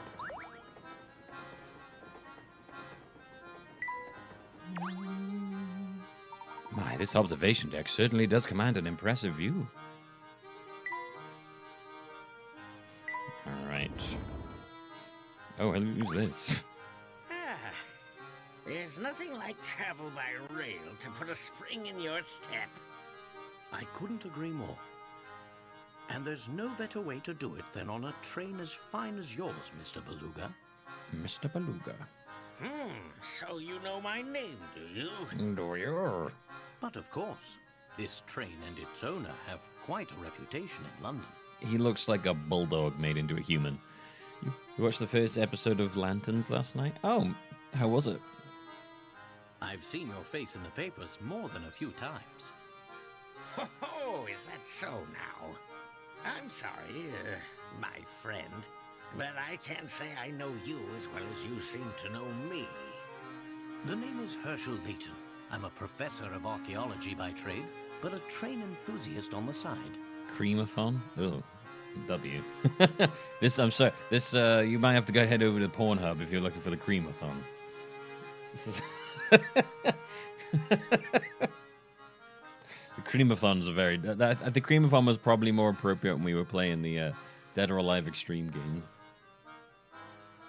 I've heard tales of this train's grandeur, so I decided it was time to experience it firsthand. Like, speaking of which, I'd have my own personal Crimeathon, I think. Well, isn't that something? It certainly is a pleasure to meet you, Mr. Layton, was it? I'm goon maxing during my Crimeathon. Oh my, just look at how late it's come. I really have to run. Do enjoy your time aboard.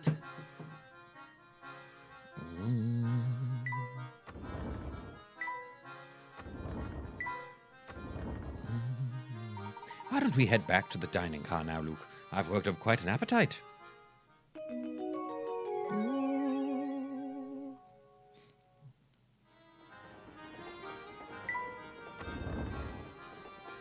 Welcome back, sirs.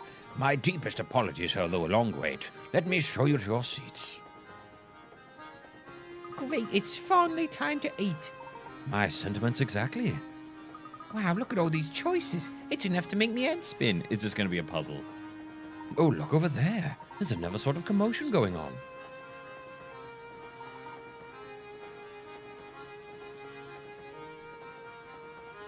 You should call this hearty cuisine. I'll call it slop. AI slop. Are you telling me you serve this to our customers? I'll make up some more right away, sir. Fair. Get that mess out of my sight this instant. But of course, I'm very sorry to have displeased you. And another thing. Look at these vases in the picture. Talk about tacky. Replace them immediately. But sir, that piece is a quintessential work by the world-renowned. Oh, I don't care about if the Queen of England painted it. Replace it and be quick about it. Of course, sir. I'll start making the arrangements immediately. Isn't that the man we saw earlier? I don't think I've ever seen anyone so bossy. And loud. That was indeed Mr. Beluga. It's a shame that picture wasn't to his taste. I think it's marvelous. Speaking of pictures, Luke, I have a most intriguing puzzle for you. No, Professor, I'm trying to eat my food.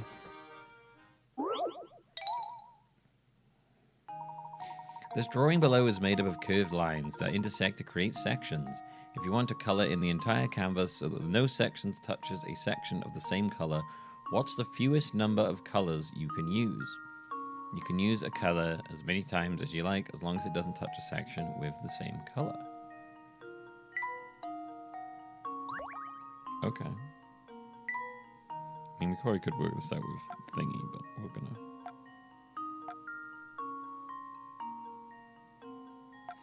Okay, so let's say we painted that a color. Then the two colors next to it would have to be... Use the colors many times you like, sometimes touch a section. Now, do the tiny corners count as sections? Because I'm assuming they do.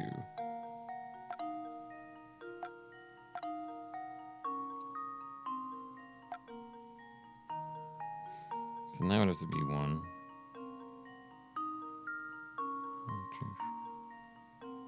Because then we did. If that's the case, we need at least 6 colors.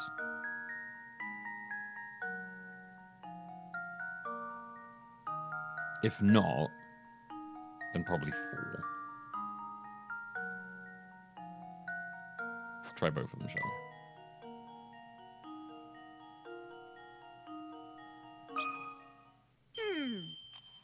Let's see if this works.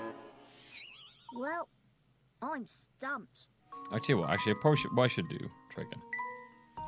I should go for the one with the most things connected to it and just go from there.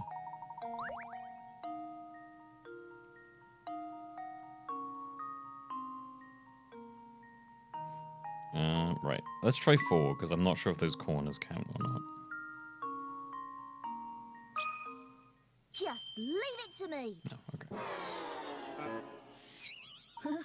Looks like I botched that one. Looks like I botched that one.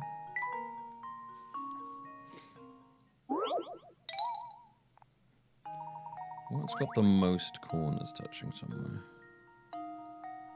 Like if I'm assuming that one has that it can't be of any part, so then let's go off of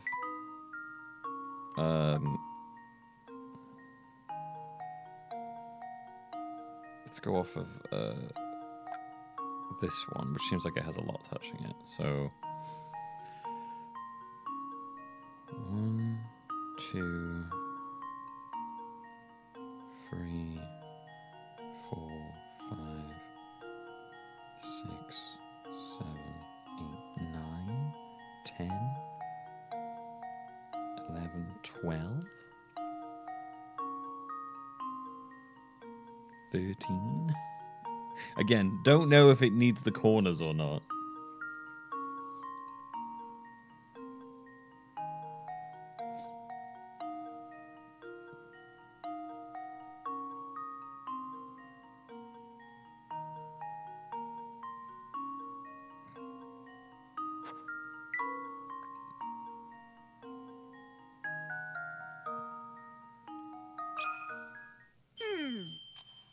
Let's see if this Okay. works. I don't think it needs the corners. Looks like I botched that I one. think it might just be because I was wondering if like the tiny little corner bits, count. So I don't think it's that. So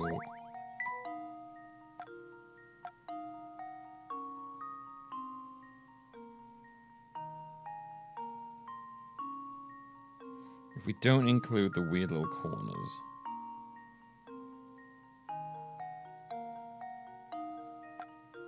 then it would be 1, 2, 3, 4, 5, 6, 7.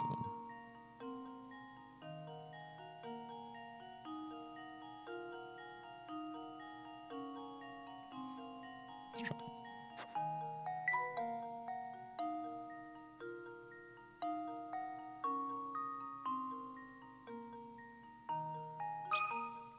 Just leave it to me. Oops, that wasn't right. No, it's saying that you just the same color can't. It's saying that the same color can't touch itself. That's what it's saying.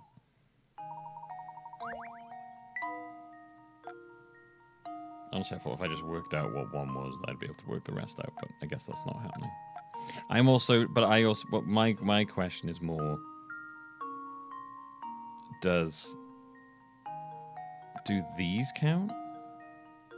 Like these segments? I don't know.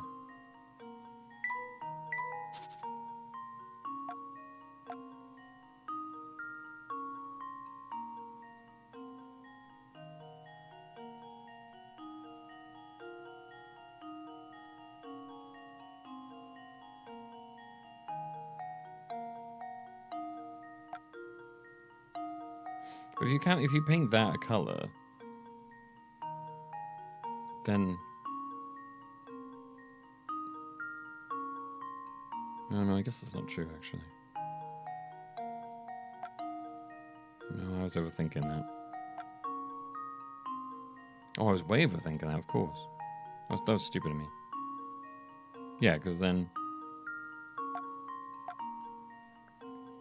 you could have blue there. Oh my god. Blue there. And then blue there. Yeah, for some reason in my head, I thought it all had to be different colors. And I don't know why my head did that thing where it decides that there's a certain way to do it. Yeah, so it's free.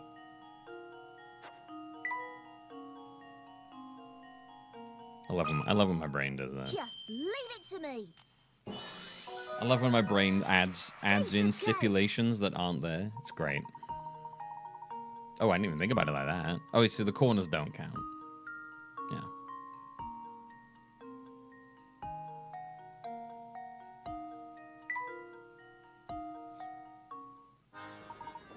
Expertly solved, Luke. After a puzzle like that and a filling meal, I feel a rest is in order. Let's retire to our room. Hello there, sorry to interrupt your game, but there's something important you should know. As you progress through the story, some puzzles will disappear. These puzzles then move to Granny Riddleton's shack. Or a strip of paper.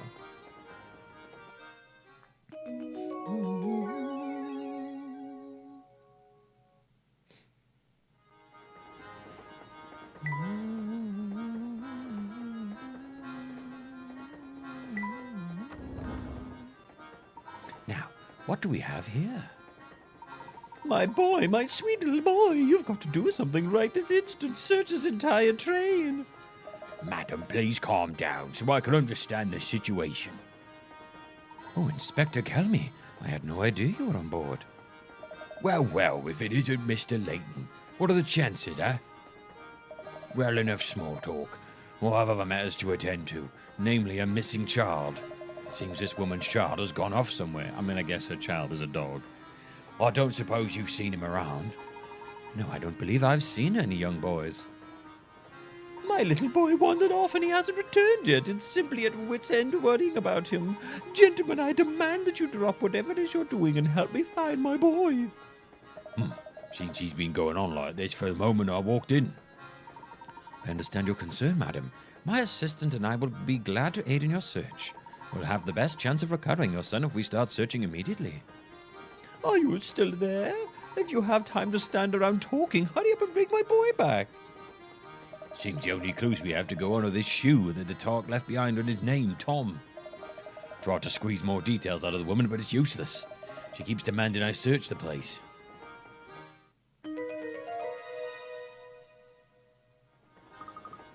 Is this one of Tom's shoes? It's positively tiny, ain't it? Yes, I find it quite curious myself, Luke. Very puzzling indeed. I don't think children with feet that size could even walk. Indeed. It's because a fucking dog, dude. You think a posh lady like that's going to have children she cares about? You think anyone like that is going to actually give a shit about their kids?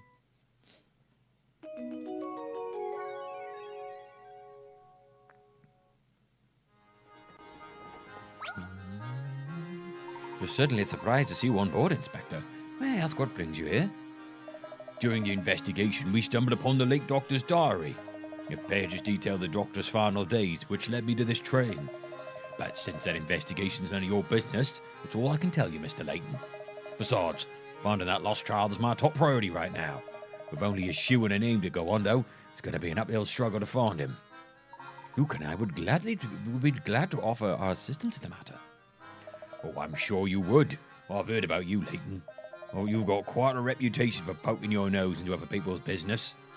If you want in on my case, why not show some of your famous powers of deduction by solving this puzzle? He is a very nosy man. Oh, fuck, I hate this already. I see numbers. A woman in a shoe shop pays for a £30 pair of shoes with a £50 note. The salesman doesn't have enough change, so he goes to the shop next door to break the £50 note. Returns to his shop and gives the woman her change. A while later, the shopkeeper from the next door storms into the shoe shop, and it turns out that the note he gave her was a fake. The mortified shoe salesman gives the shopkeeper 50 from the till to apologize. Neither the customer nor the shoes she took are found. In total, how much did the shoe shop lose?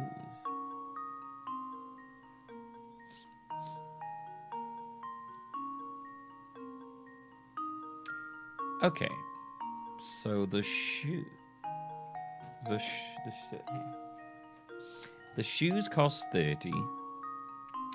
They paid for 50, but we didn't have any change. So we went next door and exchanged that.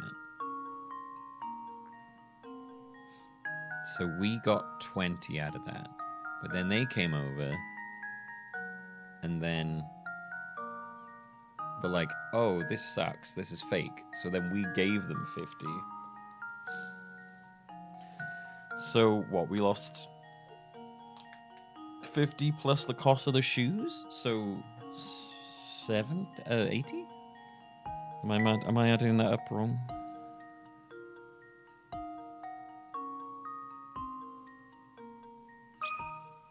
And now to test my theory. Nope, apparently I'm wrong. Oh, my. This one is quite formidable. I really thought I was right there.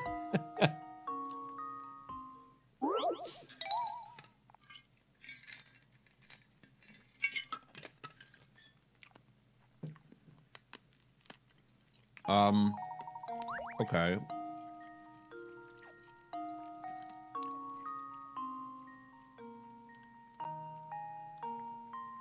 Maybe it's 60 if we minus the 20 that we gave back to them?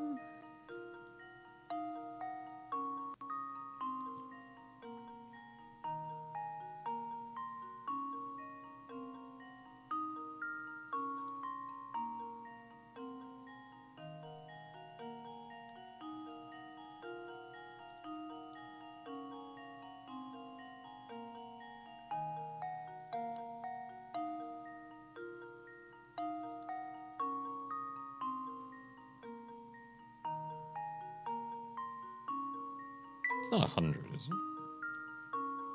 I'm just typing in numbers now to see if any of these random things in my head are correct. To test my theory. Okay, then 60, right?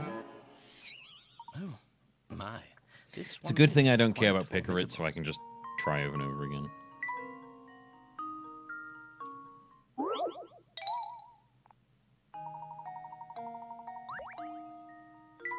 Okay, let's try 60. Is that the answer? Consider this puzzle solved. Well, don't say it like that and then say you're wrong. My, this one is quite formidable.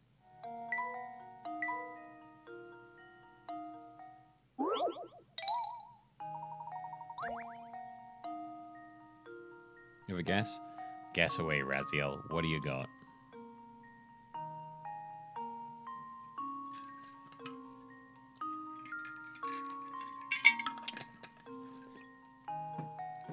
Is it 20? You think it's 20? Is that what you were guessing, Raziel? Raziel?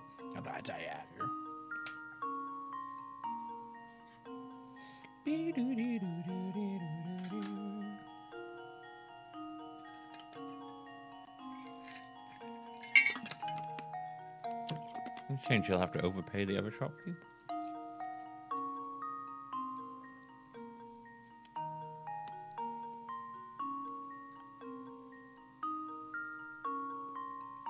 I think if he doesn't have change, he'll have to overpay, so it's something like 130 or something stupid.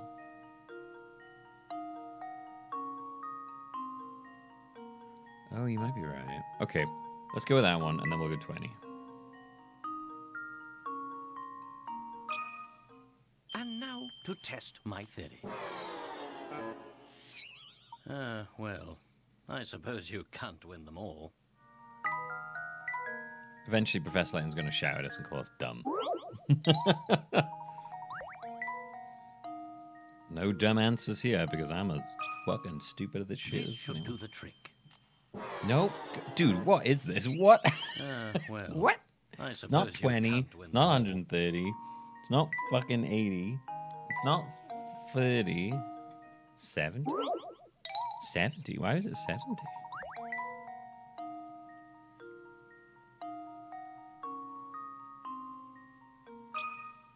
Consider this puzzle solved. Nope. Well, I suppose that's one. We are all terrible at this, apparently. We're all very bad at this.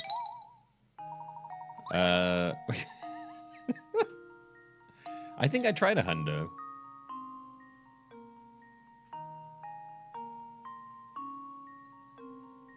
Yeah, I did try 100.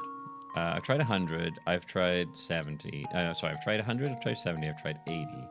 I've tried 60. I've tried 130.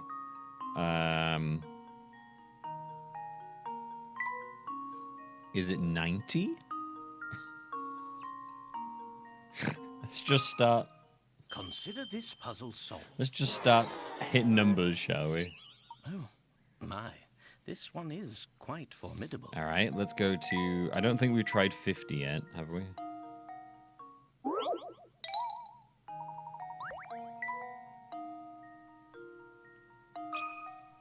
And now to test my theory. It's 50. The answer's 50. What? And there we have it. How is it 50? The shoes a customer's made off with cost 30, and the change the salesman gave her cost him 20, bringing his total losses to 50. Oh, okay. The salesman received 50 of real money in exchange for the fake note, and gave her 50s when she's going, no, the last two transactions cancel whichever out. Oh, okay. We're all very stupid, apparently. That's a trick question. He actually just lost his whole business. Seems your fame isn't entirely undeserved. I would say it is quite undeserved after that. Nevertheless, this is my case, so I'll be searching for Tom alone. Conduct your own search if you like, but don't get your hopes up.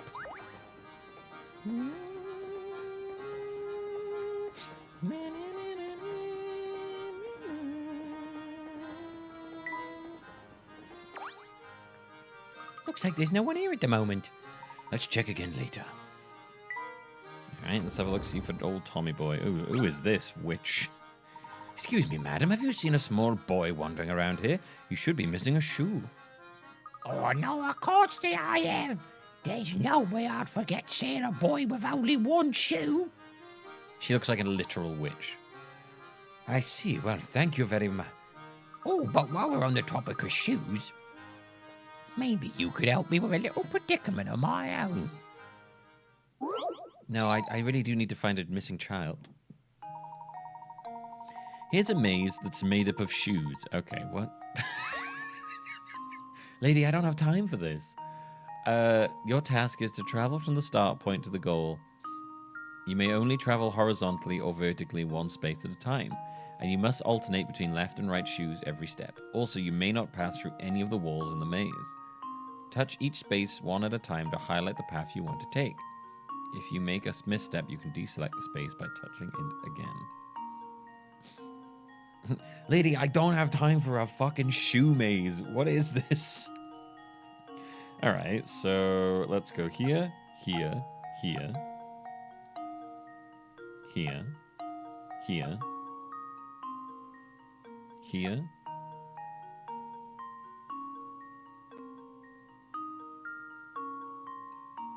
Here. Nope. Here. Oh no, that's not work. Alright, I already stuck myself there. Okay, so we'll go there, there, there, there.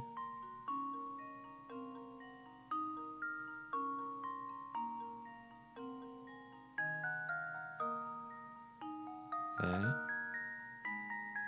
There. Nope. Okay, if we go there, there, there, there.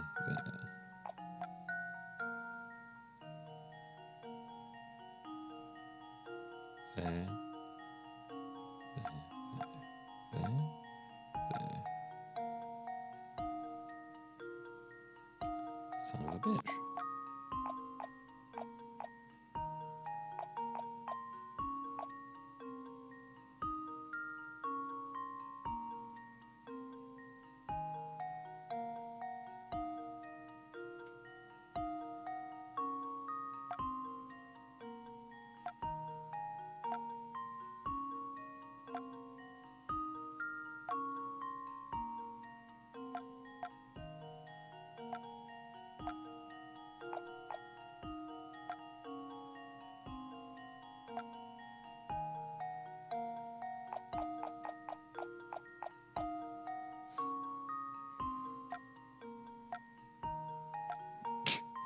Lady, I literally cannot look for your fucking shoe maze right now.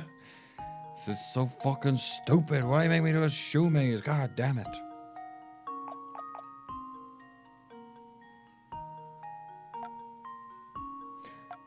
Now, Simmond, a gentleman never removes his shoes in public, for his stinky feet will kill all those around him.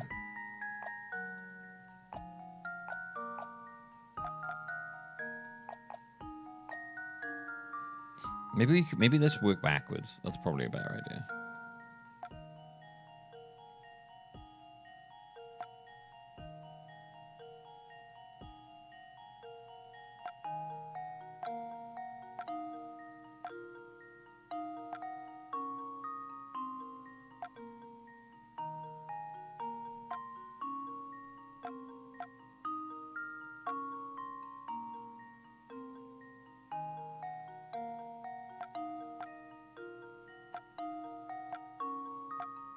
I think that's right, right? Right, left, right, left, right, left, right, left, right, left, right, left, right, left, right, left, right, left. Nice. Way easier if you work from the This end. should do the trick. So much easier if you just go from the bottom to the beginning. And there we have it.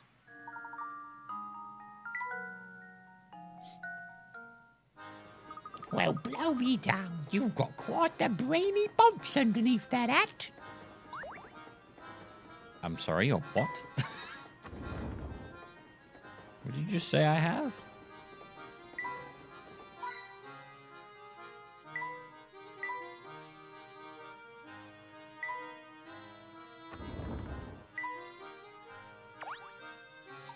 Oh man, I am dog food. What's the matter, mister? Oh, wow, hey. Okay, so I snuck into my... I'm sometimes going to give people accents that aren't British sometimes, because it's easier for me. I snuck into my uncle's room and borrowed his camera, right? The thing is, I dropped it. I've been trying to find all the pieces for like an hour, but I've only found one. It's quite the predicament. Oh, yeah, and if word gets around to this wrecked camera, I'm going to catch major flack from the boss man. Whoa, brain flashing coming. Dig this. I'm going to give you this busted hunk of junk. You do what you want, just get rid of the thing, will you? Okay, catch you on the flip side. What? Hey, come back here.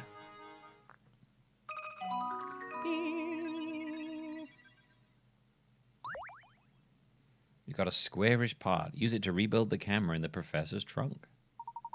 The camera operation has been added to the trunk. Reassemble the camera from broken parts. Okay.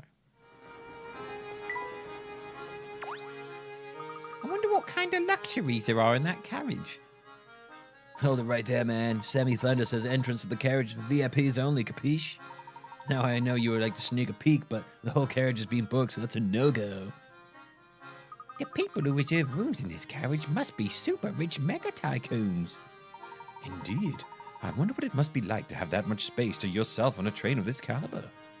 Well, for now, I suppose you'll just have to keep wondering, eh, Professor? You poor shit. Yes, quite. Shut up, Luke. That was very mean of you.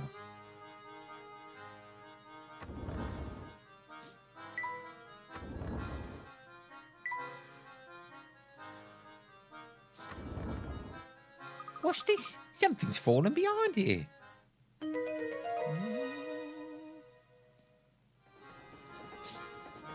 It appears to be a cap of some sort, but I don't think I can reach it from here. Maybe the cap belongs to Tom. We certainly shouldn't rule out the possibility. Oh, wait, since we're on the subject of caps, you ever heard this one, Professor? Luke, I don't have time. We're trying to... Okay. I'm just trying to find a missing boy, Luke. You should... A teacher has everyone in her class close their eyes. While none of the students were looking, she slipped caps onto their head. Okay, everyone, open your eyes and look at your friends' caps. Whoever sees 4 or more people wearing red caps gets a red balloon. And whoever doesn't gets a blue balloon. And whoever, in a class of 10 children, how only some got a red balloon, but how many?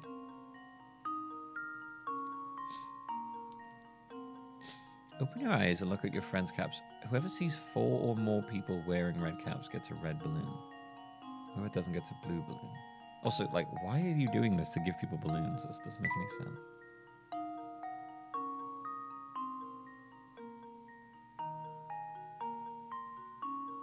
What? Hang on, okay. My brain is like, everyone gets one. And that's like... the actual trick here is that some of them are blind. Assuming that all the kids can all see each other.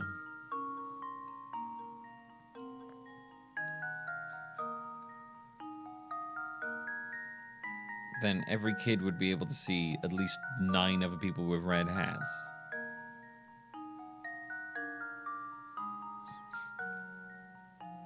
Am I misunderstanding that?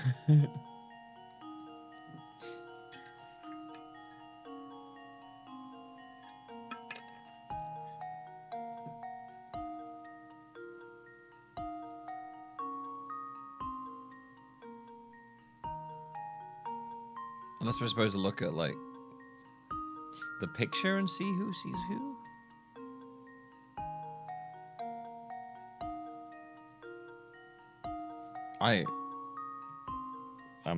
I mean, like, I'm just gonna write 10. Because I don't understand how 10 people don't. I know this is wrong.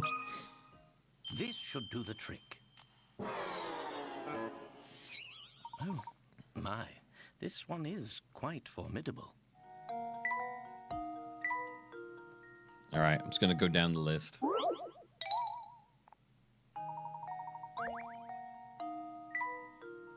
Well, I can't wait for the game to explain this to me because I don't understand this one.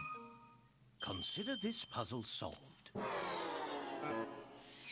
Well, I suppose that's one possibility eliminated.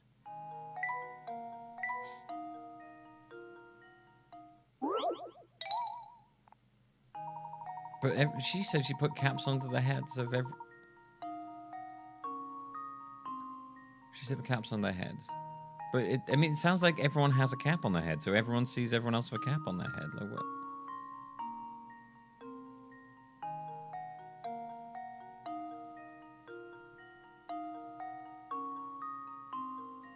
Doesn't make any sense to me.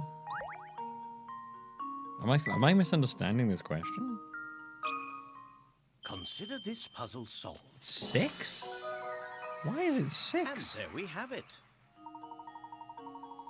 You know that only some of the children got red balloons. If 5 or more children were wearing a red cap, every child in the class would see at least 4 red caps and get a red balloon, so it must be fewer than 5. What? Okay, I don't like that question. That question feels like a trick to me. So it was like, by the way, they went over it. Okay, I don't like that question. Drat, I was sure I could stump you with that one. Better luck next time, Luke. I've got a whole chat of Twitch to help me. We'd better return to searching for the lost boy. All right, yeah. Let's get back to that. Now you mention it, how do you suppose Tom managed to worm his way into such a tight space? Good question.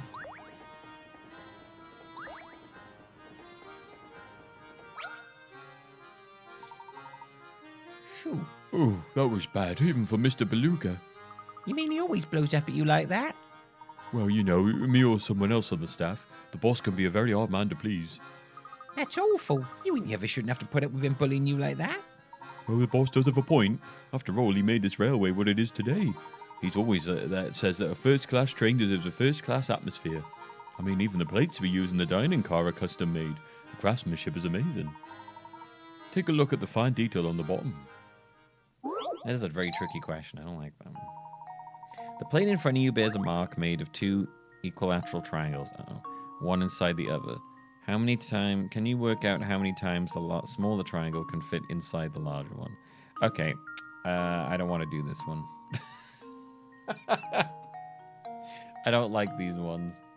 We literally had this last time and I've already forgotten what it was.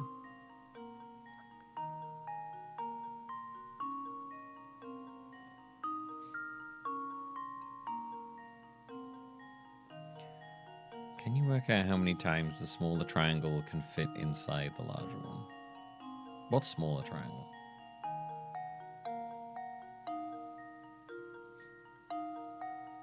Oh, the little one there. 4? I think I can do this about maths, because you'd be like, meh, meh, meh, and then a 4th one. I think the answer is actually 4. If it's not 4, I'm going to kick off. Just leave it to me. Good. Piece of cake. You start using the word equilateral, my brain starts drifting away. Gosh, you got an eye for this kind of thing. No, as they say, I'm sure Mr. Beluga will find a reason to complain about these plates too. I wouldn't be surprised. I suppose rich people can just afford to be picky.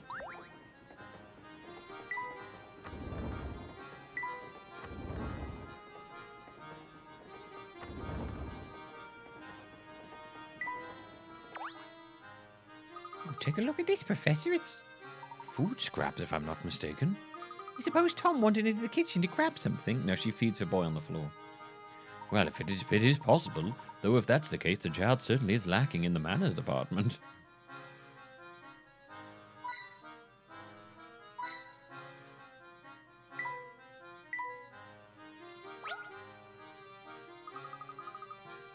Wow, that flower vase looks like it cost a pretty penny. Lovely decorations really do wonders for a room, don't they? Doubly so in the case of flowers. Tell me, Luke, what do you think of flowers like these? Crazy daisies. Now for something on the flowery side. On the free pictures labeled ABC, one is actually the same as the picture on the far left.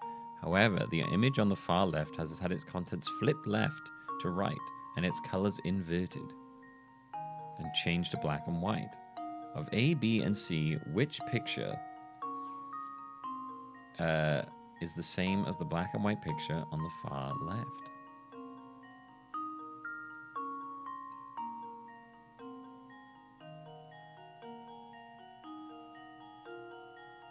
Right, well, it's not C,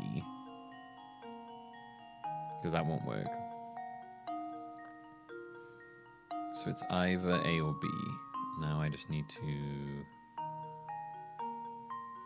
work out. Ah, it is A. Here goes. B had a Layton's apprentice B had an strikes extra again. dot on it that the A didn't have, and then C's had the wrong colors to invert. Nice job, but not all puzzles are such a breeze. Anyway, let's keep moving for now.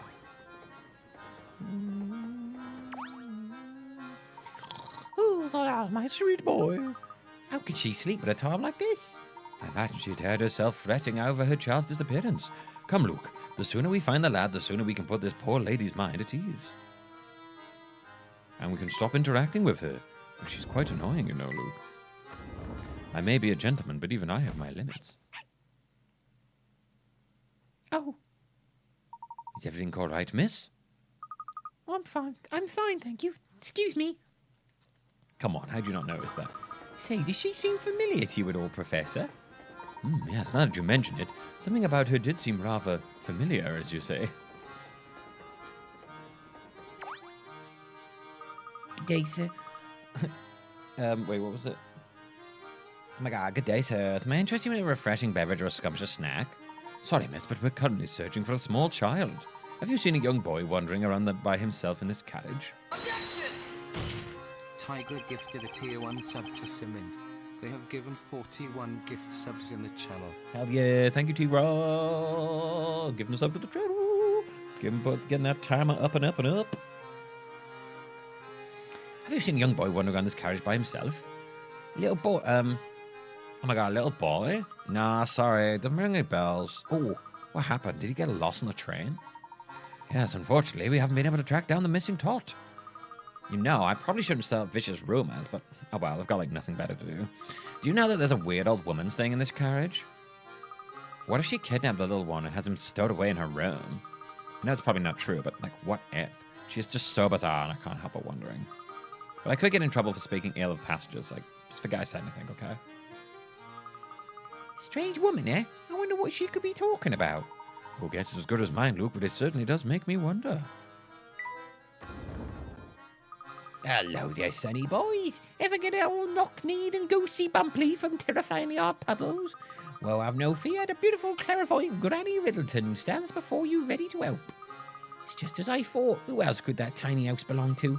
Hey, wait a second. What you doing here?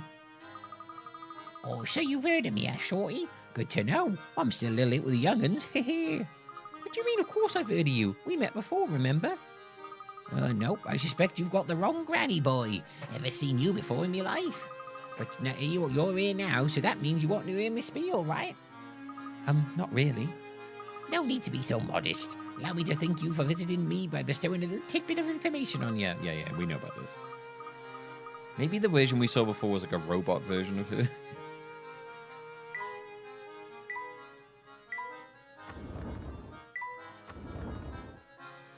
Who's this guy?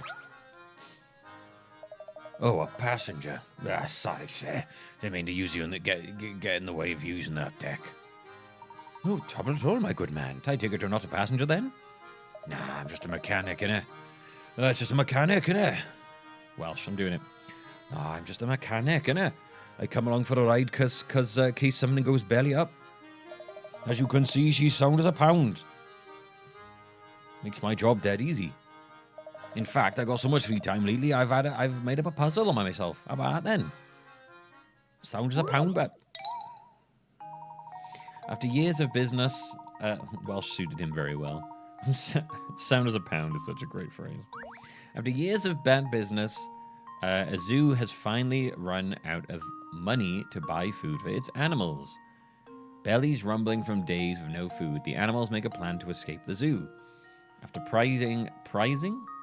Isn't it prying? Okay, sure. Prizing open the rusty bars in their cages, all the animals attempt to find their way through the maze-like paths. Maybe prizing's the plural of prying. That makes sense. All the animals attempt to... You know what? Now I'm just curious.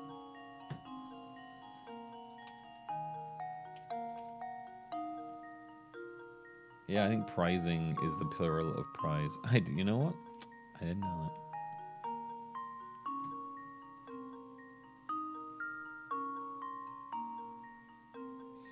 Fascinating.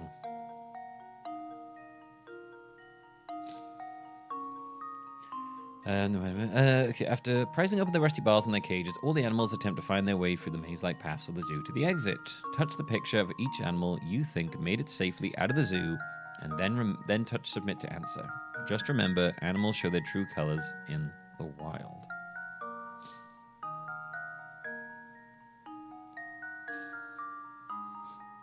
Okay, so we're saying that, like, some might get eaten.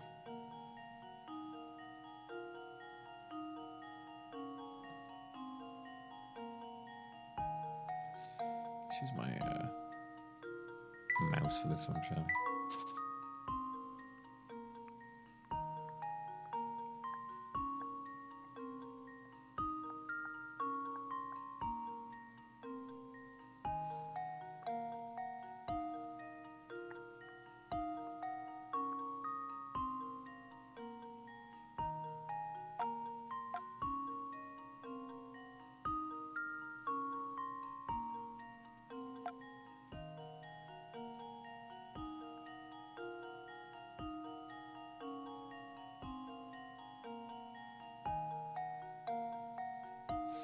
Oh, interesting. The panda actually can't get out. Okay.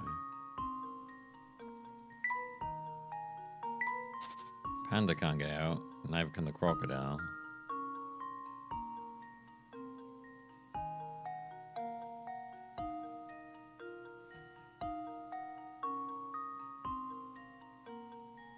You know, it might be easier if I just go from there.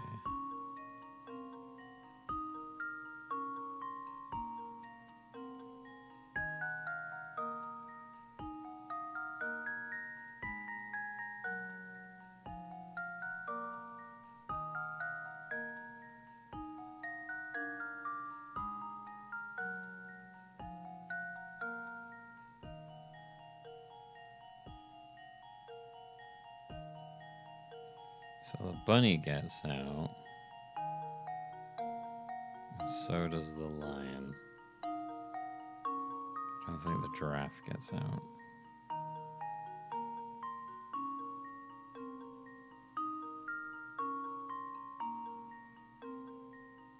Okay, so it's probably just the lion, because the lion's probably going to eat the bunny.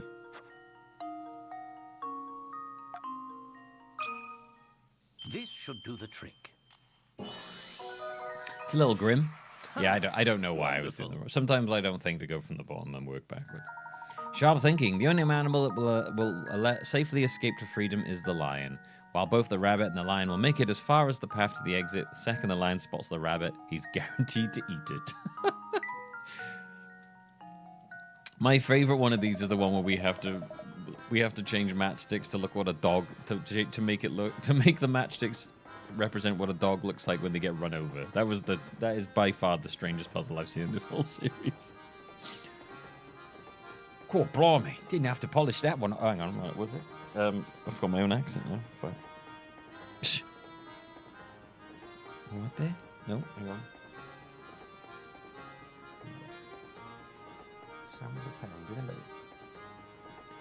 Pound in about. Blimey, you did not polish that one off quickly, but it's back on the drawing board for me. I literally, when I start doing accents, I get lost. my voice, everything gets sort of getting like mushed into one in my head, and I can't remember how to talk in different things.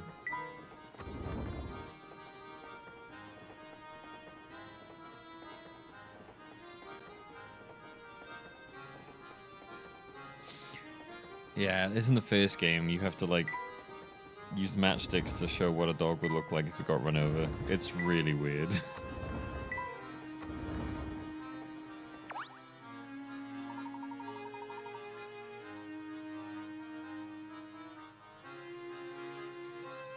Oh no, I know what accent he was, Tigra. It's the fact that I literally just can't get back to it in my head. I remember how I voiced him. I remember how I voice a lot of them when I'm doing the game. It's that like when I try to do it again, I can't because I'm doing so many. They all get mushed up in my head. It's really weird. Excuse me, sir. Have you seen a little boy of a missing shoe crawling around?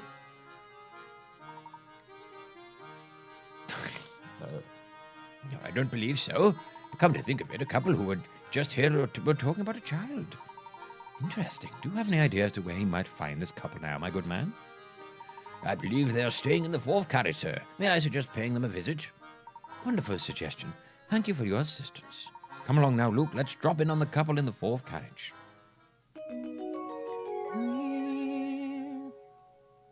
Yeah, my head gets a little like fuzzied when I'm starting doing a lot of voices, and I'm like, I don't know which one I need to do right now.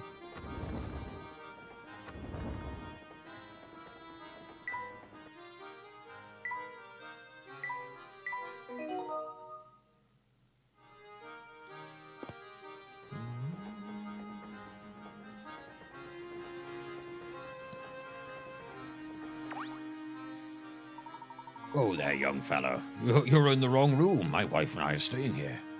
We're dreadfully sorry to intrude, sir, but we're searching for a lost little one. Did you happen to see or hear anything pertaining to this?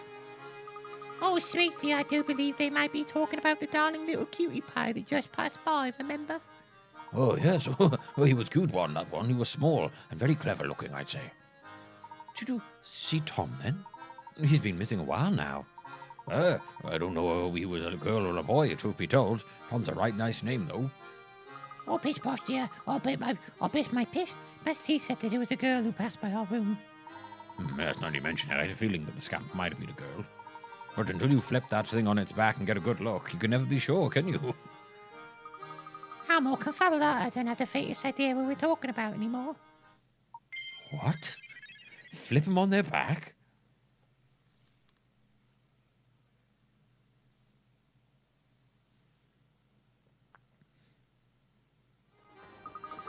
I hate to say it, but it looks like that hot lead turned just cold, Professor. Hot lead, sorry.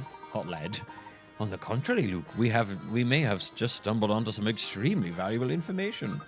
Flipping them upside down. What do you mean, Professor? You'll see. First, let's return to the scene of Tom's disappearance.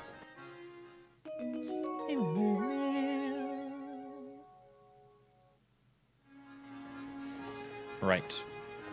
I heard a bit today about people doing streams that they basically need 15 minutes per hour streams to wind down and get back into normal mode instead of monologuing streaming mode. No, that sounds like a very specific person thing, Zarek.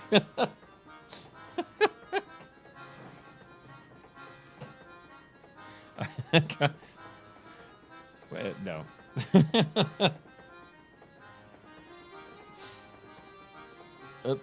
That sounds like something for someone in very particular. I can't say I've ever experienced that. Especially not 15 minutes per hour streamed. If that was the case, I'd need like a solid fucking 3 hours to get over it. I can go from doing this to dead silence to other things on the fly. Although I don't like dead silence when I'm done streaming, to be fair. So, I'm sorry I couldn't be of more help to you. It was nice talking with you, though. Let me give you a puzzle in the road. Where did you hear that, Zarok? I genuinely have never heard anyone say that. People are playing at a communication game In this game, one player has to get their message across to 7 other people. It takes 1 minute to pass along the message, and each time the message is spoken, it can only have one recipient.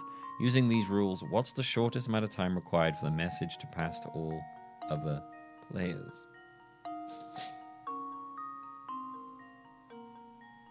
Short amounts of time? 8 people play once the message across to 7 people. Takes 1 minute to pass along the message. Each time the message is spoken, it can only have one recipient. Okay.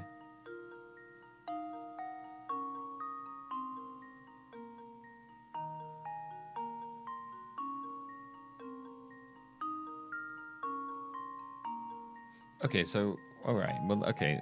But that doesn't say the multiple. So if, like, they said to them, and then they said to them.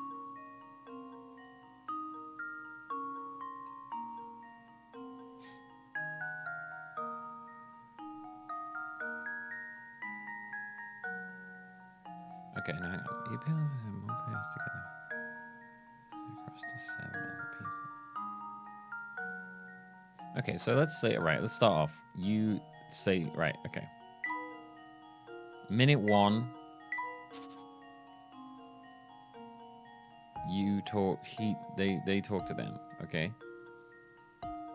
On minute 2, they talk to them, and they talk to them. And then on minute 3, it's done. So it's 3 minutes.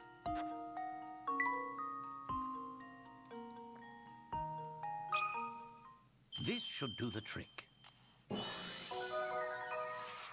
Huh. Wonderful. It's one of those ones they don't specify the rules.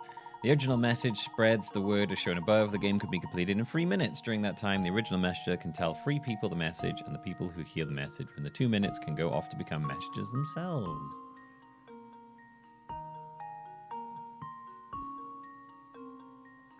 When an emergency arises, information network structured in the above fashion can help get the word out fast. Some podcasts where a dude is a journalist kind of figured, I guess. I found that true for himself. Oh, okay. But that leads me to another question. I did a solo trip for 3 months, and at some point just started narrating everything out loud while on the road. Do you tend to self-talk when alone? Oh yeah, I've always self-talked. I've self-talked long before I started streaming. I talk to myself all the time. That's one of the reasons I was like, I could probably do this, because I do it anyway. I don't sit in... I very rarely sit in silence. I will quite often narrate to myself. And that's like unrelated to streaming. I did that before I started streaming. So that's why I don't really I don't have like a sort of cooldown period. That's just my default. It's funny when I'm playing with friends. Like I'm monologuing about stuff. Where I'm like having a conversation with them while we're playing a game, and they're like and winning, and they're like, dude, I can't and play the game at the same time. That was weird. OBS just disconnected and then reconnected. Is the YouTube stream still up?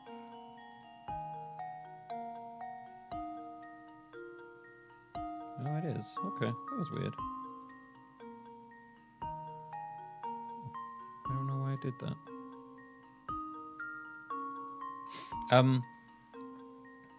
Yeah, I'll like be chatting about. I'll be monologuing while playing a game about stuff we're talking, and then like we did it when we were playing like Smash Bros and Mario Kart specifically, where they're just like, I can't have a conversation with you while I'm doing this because I'm concentrating on trying to win.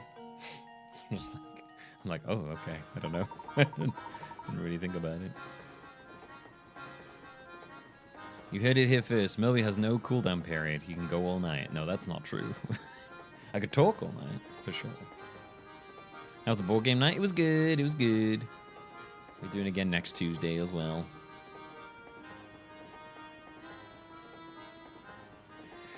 Yes, sirree, that's the answer. A pair of sharp ones, the two of you. I'm downright impressed. Still, I don't get your hopes up about finding that little boy. He could be anywhere. Good, I said to my husband, sometimes he can be a little negative without realizing it. I, for one, am cheering for you. Best of luck finding that little one. Okay.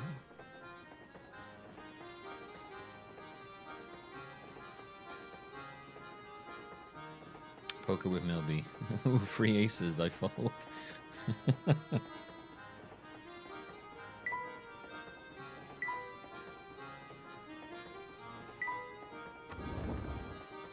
Ah, Inspector.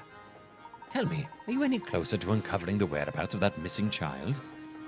So you two are still flipping furniture trying to find that tyke, are you? Do you mean to say that the child has been found? No, not at all. What I'm saying is that child is no longer on this train. I've asked everyone aboard, but no one gave me an answer that suggested they'd seen the lad. That led me to the conclusion that the poor child either got off the train or fell off of it. Fell off? Yes, it's entirely plausible, given the way the children left him in amok. When you combine that with their oversized heads, you've got yourself a recipe for disaster. Oversized heads. I'll contact the railway police at the next station, so feel free to give up on your search. You really catastrophized this. Just a moment, Inspector. The windows on this train are very high, and every exit is manned. Given the situation, don't you think it's unlikely a child could have made it off the train unnoticed? All right, I'll Uber you. So tell me, Layton, where do you think this exclusive ankle-biter's got off to? That I can't say, but something tells me we may have been barking up the wrong tree. Oh, there's just no reasoning with you. Fine, keep playing detective. Nothing will come of it, I'll tell you.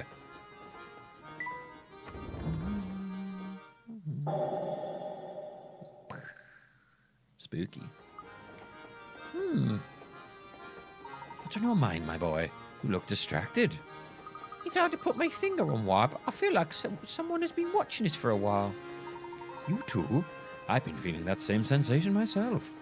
Do you think that someone might be tailing us? It's certainly possible. Keep an eye out for anything unusual.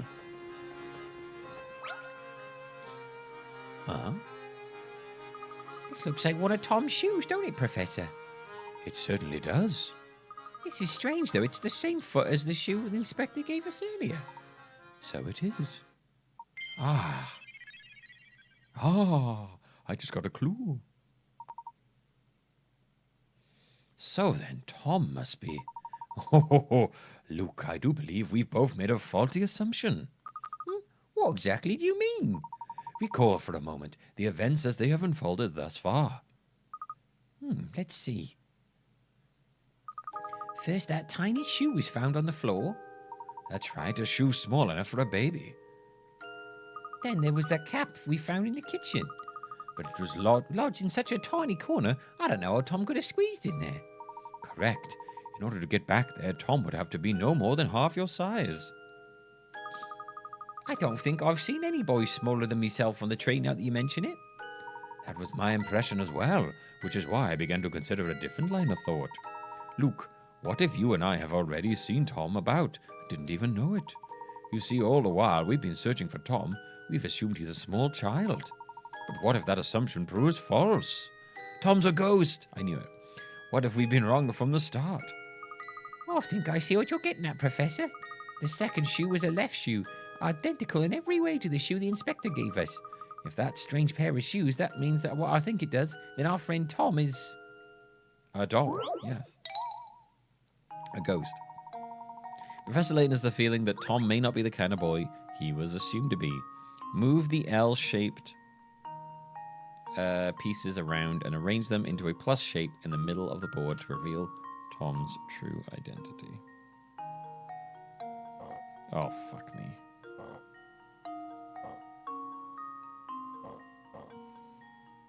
Why are you making me do this game?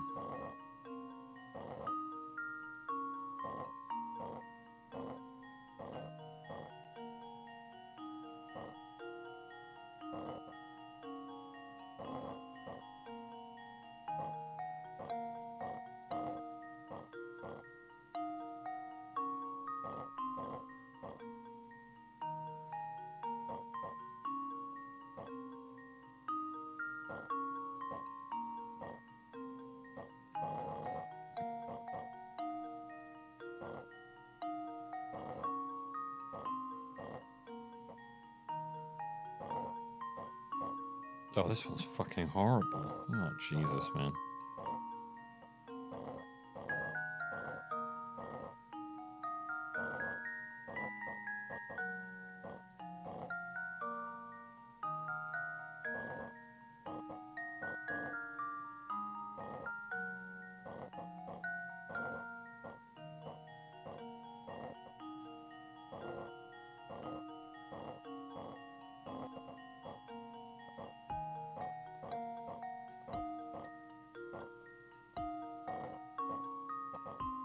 Oh my god, this might be the worst version of this I've ever seen.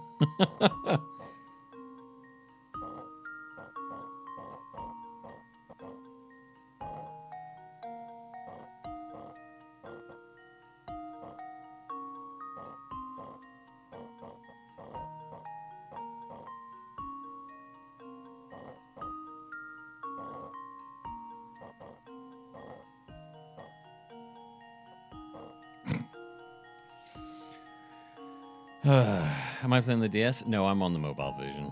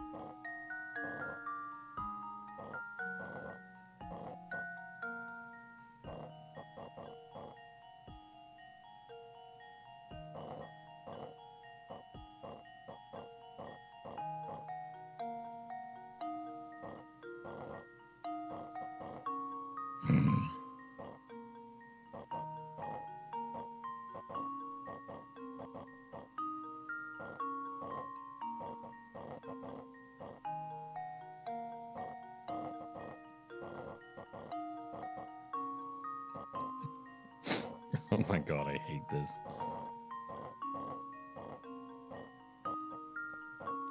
I fucking hate these puzzles.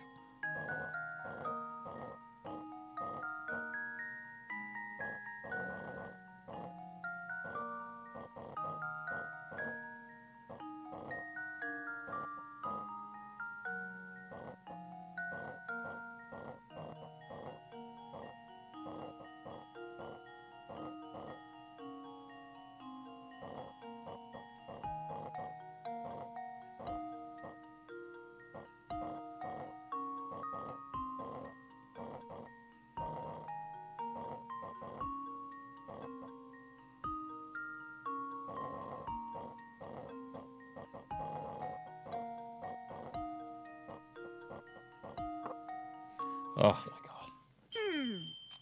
Let's see if this works. That was almost too easy. Oh. God damn. Luke, my boy, you could have just said the word dog. You had to do a shuffle puzzle. Oh my god.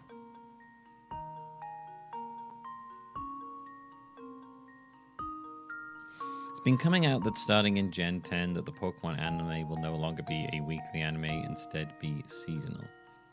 Interesting. I don't really know what that means, but okay. In terms of anime. I didn't realize it was weekly anyway. Tom's a dog. Do you recall the girl we saw holding a small dog? I suspect that small dog was our friend Tom. So if we track down that girl, we'll find Tom.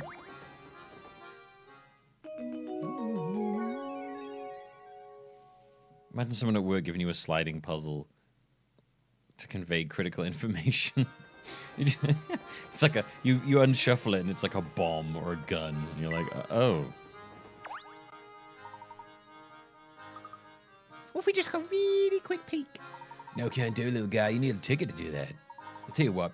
Your pal Sammy had found there's a puzzle that'll take your mind off that door. Check it. Okay, well, I guess we're puzzling then. Sammy Thunder. A number of people are on a train at the first station. The train pulls in. Oh, fuck, I hate this already. Into 1/6 of the people get on board.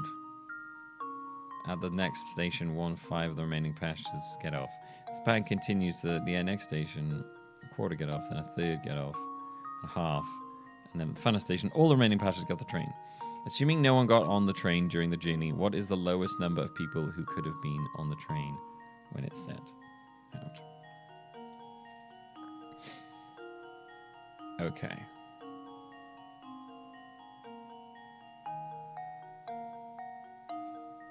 Guess we'll work backwards. If we start at 0, and then... Okay, let's say that it was like 0, and then 2. So then half get off. So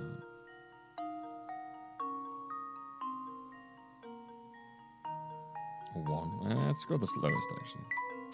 There's 1, and then 2.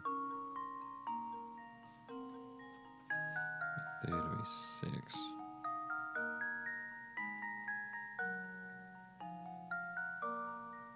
And then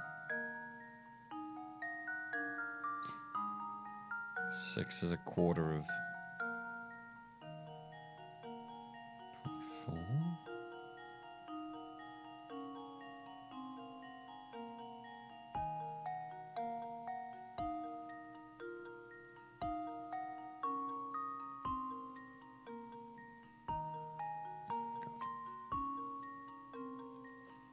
Calculated. I'm probably overthinking this.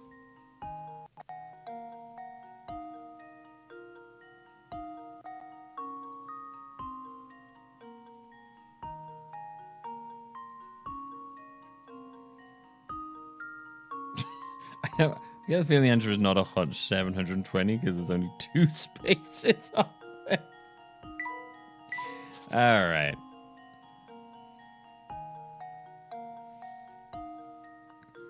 Taking a guess, I can't write 720. Yep.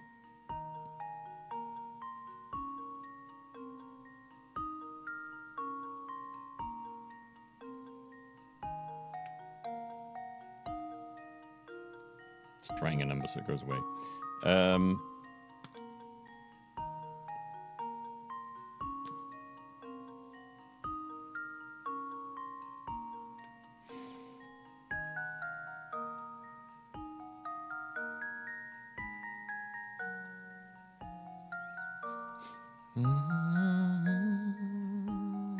It's basically doing less episodes of the Pokemon anime a year. I mean, maybe it'll be higher quality then.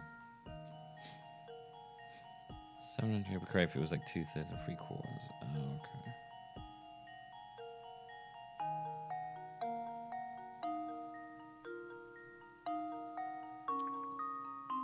I don't know.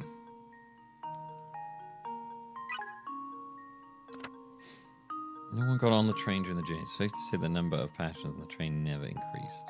Yeah, I know that. Since 1/6 of the passengers get off at the first number, you know the number must be divisible by 6. Start by choosing a number that's divisible by 6 and see what happens. The principle by which this puzzle is solved should become evident. Okay. I mean, it makes sense. Alright. Let's go with 30.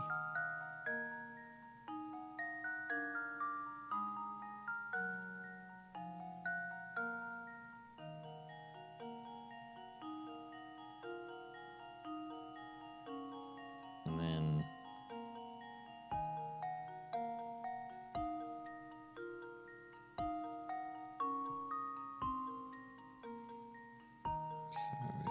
that divided by 5, which is 6. So it'll be 30 minus 6.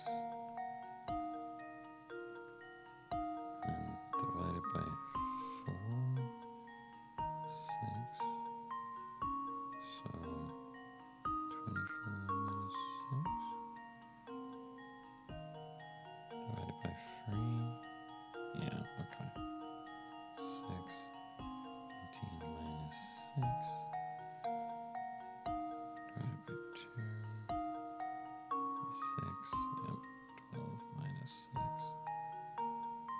Okay, it's 30.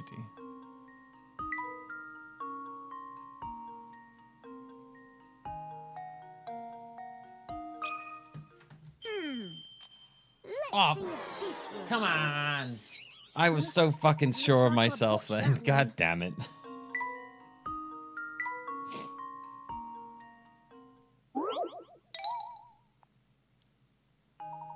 Okay. It's less than 6, apparently. Less than 30 is the minimum. I was so sure of myself then. I was like, yes.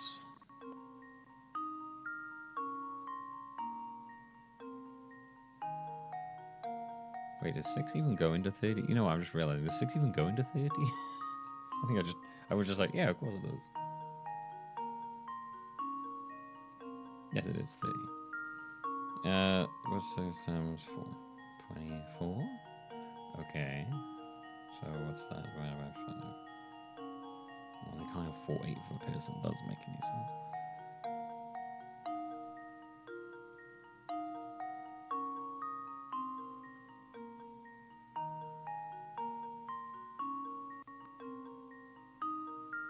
I have no idea.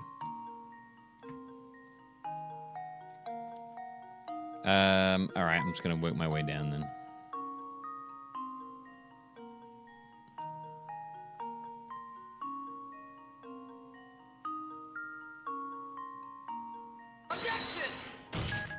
Fractions are just the worst. I would have thought it'd be 30, but I guess not.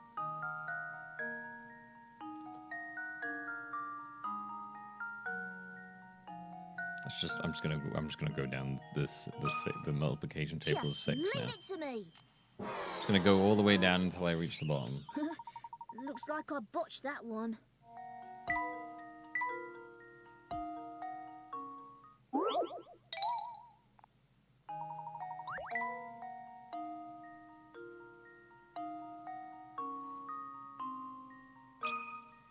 Here goes.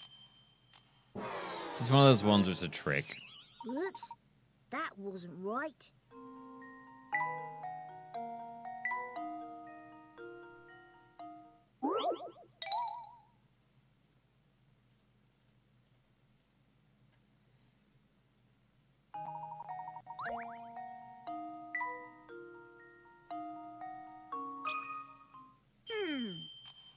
Let's see if this works. Looks like I botched that one.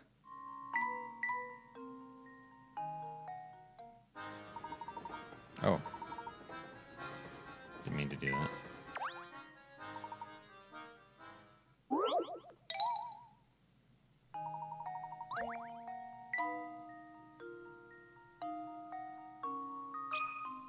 Here goes.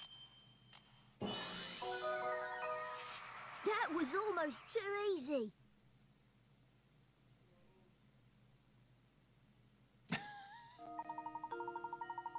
Wonderful.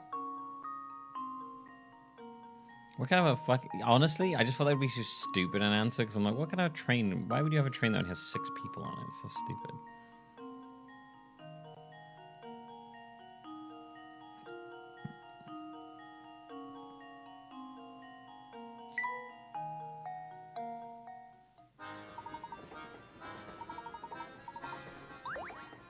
No, I should have done, in fact, and that is just gone from the bottom of the times table for 6 and worked my way up. That would have been a better idea.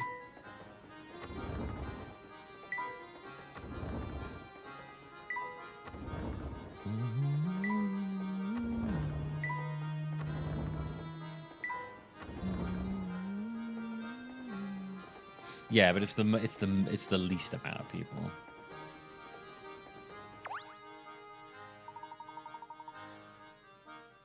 So it couldn't be 60.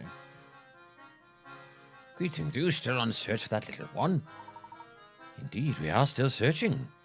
Then tell me, sir, have you any chance seen a young lady with a small dog pass by? Ah, now that does ring a bell. Yes, I believe she was headed towards the back of the train. Is that so? Thank you, sir. You've been most helpful.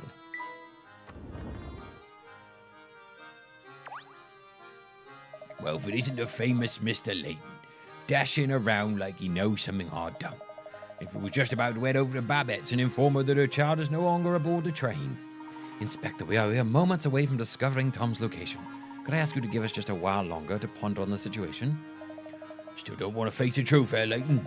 Oh, and since you're so intent on seeing as Bapnep is napping right now, I'll wait a little longer. The moment she wakes up, though, I'm taking my fight into her. Got it? If you want to prove yourself right, bring the boy back before that. Understood. I plan to do just that, Inspector. We better find a girl with a dog as quickly as we can, Professor. I don't know why he didn't just say, hey, it's a dog, by the way, dude. That's why you can't find it. Look at that. You've managed to solve at least 12 puzzles. I applaud you heartily. I can't see how I could dislike a couple of ardent puzzle solvers like yourself. Let's be pals, eh? Okay.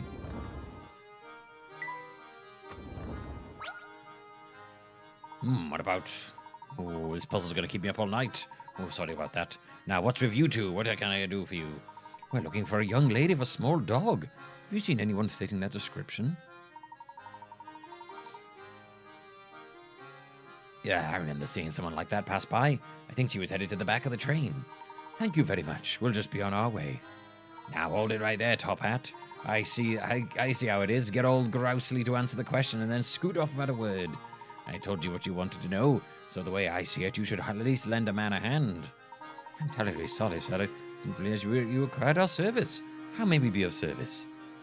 A friend gave me this puzzle because I love art, but maybe you'll have better luck with it than I've had. Fancy giving it a go?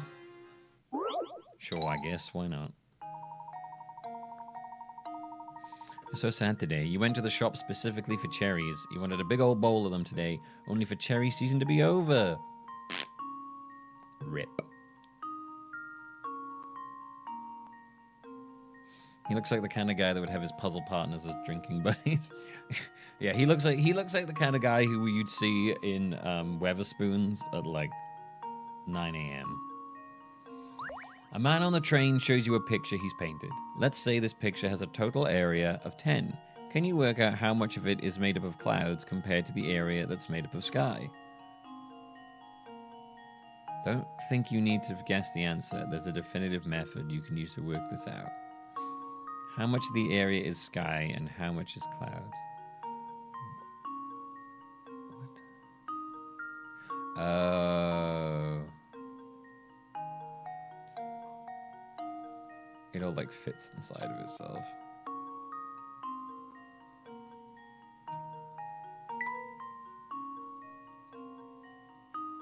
Goes there.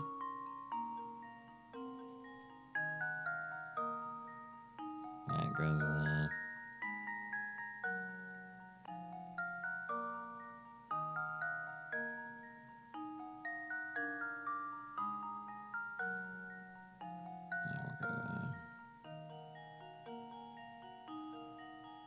Yeah, okay, it's like 50-50 then.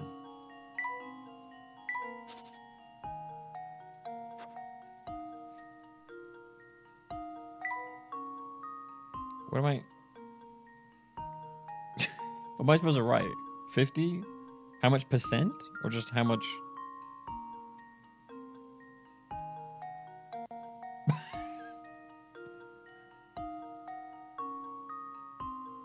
Oh, did it say... Oh, it said total area is 10. Sorry, I misread that bit. Yep, I get it. I was like, wait, how much... What? Well, I suppose that's one possibility eliminated.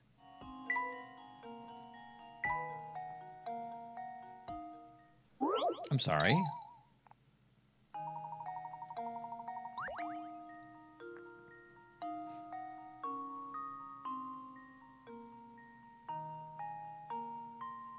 It all fits in so neatly, though.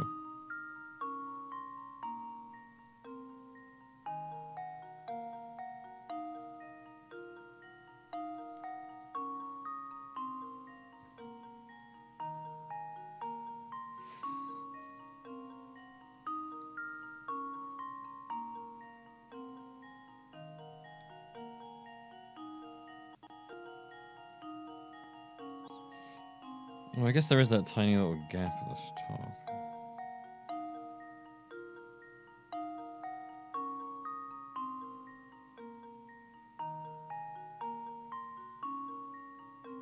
Oh, I didn't even realize that it's cut into squares.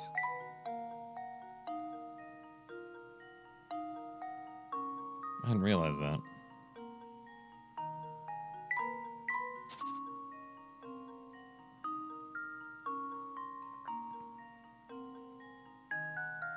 That would go right. So that would, those two would, that would be white. That would be sky.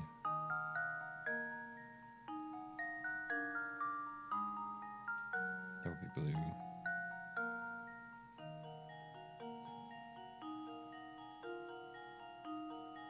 That would be sky. That would be blue. That would be sky. That would be sky.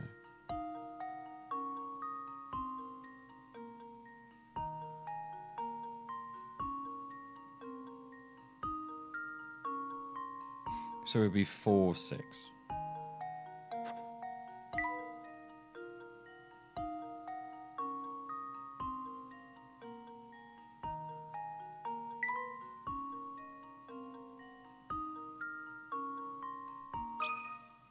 Consider this puzzle solved. Oh, for fuck's sake. Are you kidding me? Oh, my. This one is quite formidable.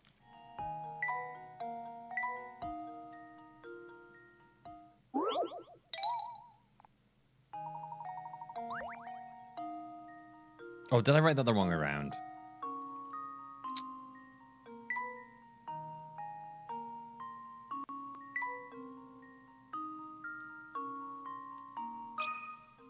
And now to test my... Yeah, I hadn't realized the different boxes were different colors then. A true gentleman My fault. leaves no puzzle unsolved. Yeah, okay.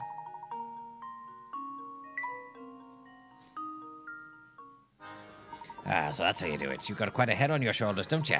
Now, as for that girl you were asking about, she's probably on the observation deck behind me.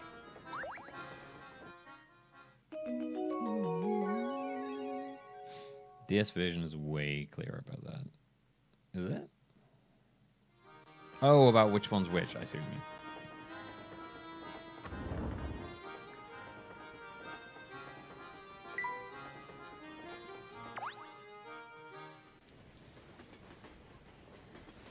Excuse me. Hey,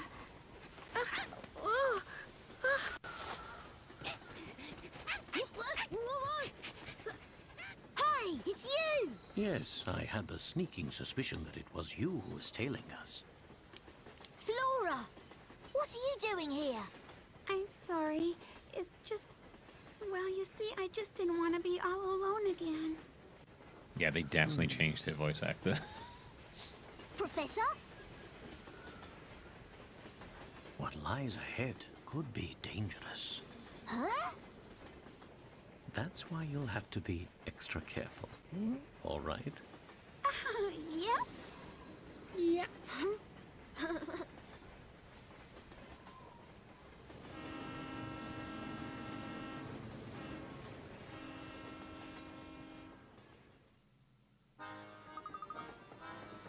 Of course, the dog we saw earlier.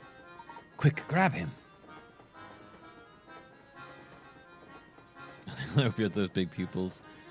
Yeah, everyone apart from Layton, who's got his tiny little beady coal eyes. Yep. To think we were chasing after a dog all along. Oh, right you are, Luke. Now let's get him back to his owner. Do you mind if I tag along with you? Of course not. Come along now. I didn't realize she was in the other games. Flora is now traveling with you. Your traveling companions are shown on the bottom left of the map. No, actually, no, I did know that because I did artwork for her. Never mind. Never mind, I forgot I knew that.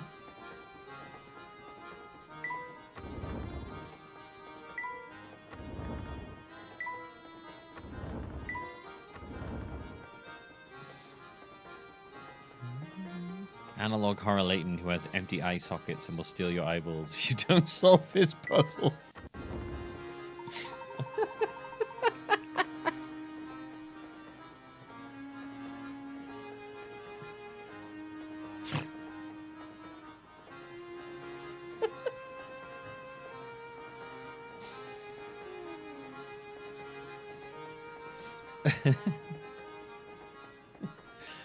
Now, Luke, solve this puzzle.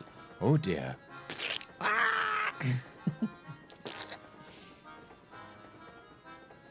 Layton and his collection of eyes. Oh shit, that's really good.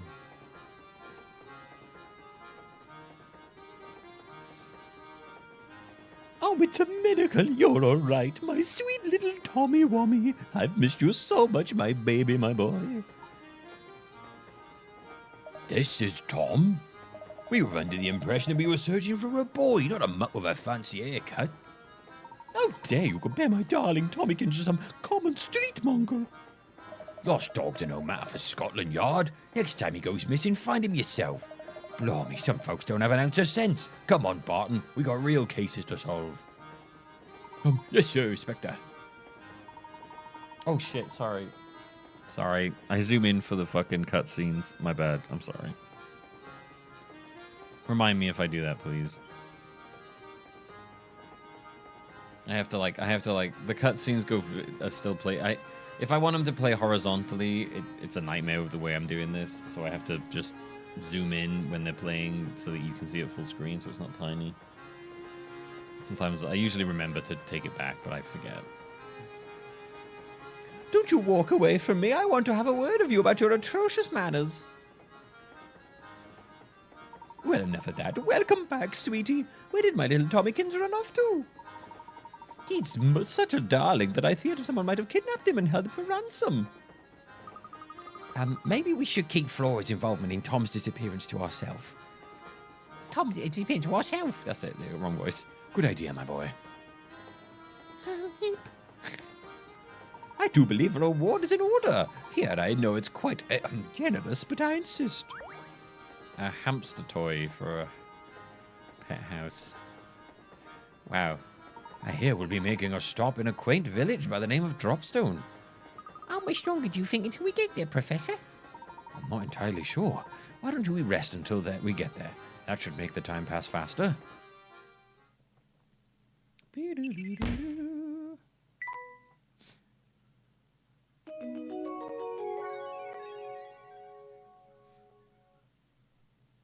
Did you consider putting the crossover as a final game? Yes, but there's like, I believe some of the tech stuff they use in the crossover is then brought forward when they do stuff later on in the Ace Attorney games. So I didn't really want to shove it at the back,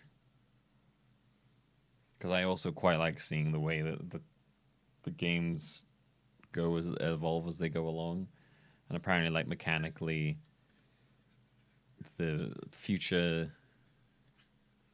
Ace Attorney games after that took quite a bit of inspiration from it for some of the stuff they do.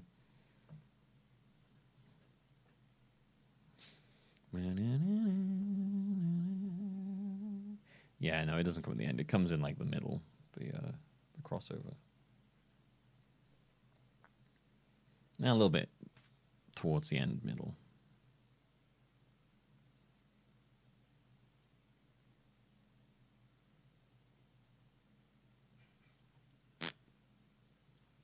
It's like non-canon either way, so it doesn't really matter, to be fair. But yeah.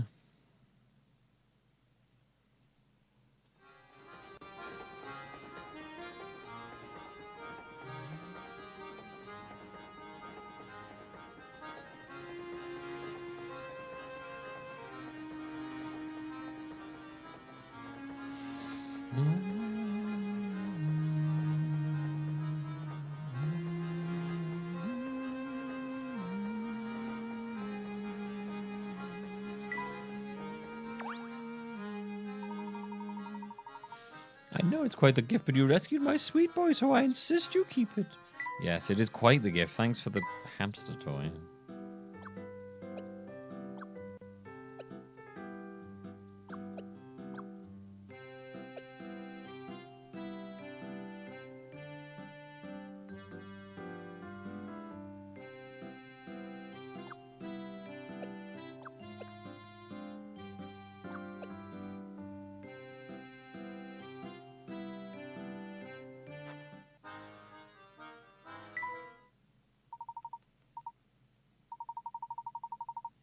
god, putting the camera back together. Jesus.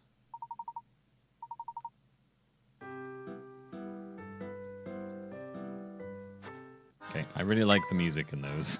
So it feels like I'm in an elevator.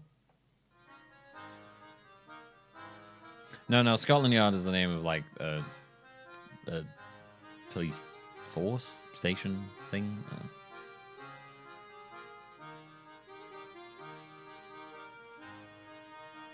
Yeah, headquarters of London Police. There you go. Can remember then. Say, Flora, where have you been hiding all this time? Well, until I found that little dog, I've just been relaxing in my room. Really? You've got your own room? Sure I do. It's the middle one in the third carriage. Wow, you do know that's the room right next to ours, don't you? You were just a wall away from us, and I never so much as suspected you were there. It would seem that my powers of observation are rather rusty. You. My word. Why has the train stopped? What's going on? Samuel, you dolt. What did you do this time? Hey, boss man, chill out. There's like a broken train, like just sitting on the track. So we can move that thing out of the way. We're not going anywhere, man. Then get your rear gear and move it now. I won't have your laziness tarnishing the Molinettery brand. But trains are heavy, man. How am I supposed to move it? I will not hear excuses, especially from a layabout conductor who barely earns his keep. I don't care how you do it, just get it done. Hi, baby. A second chat.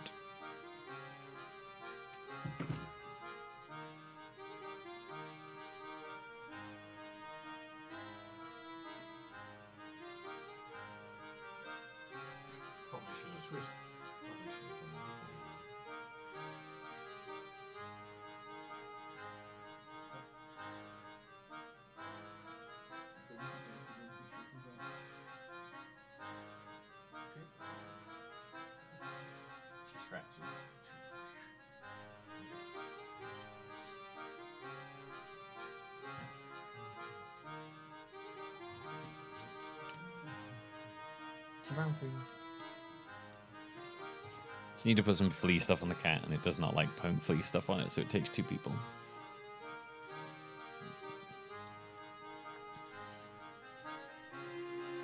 Okay, dude, I'll give it a shot. Just turn it down a notch, Uncle.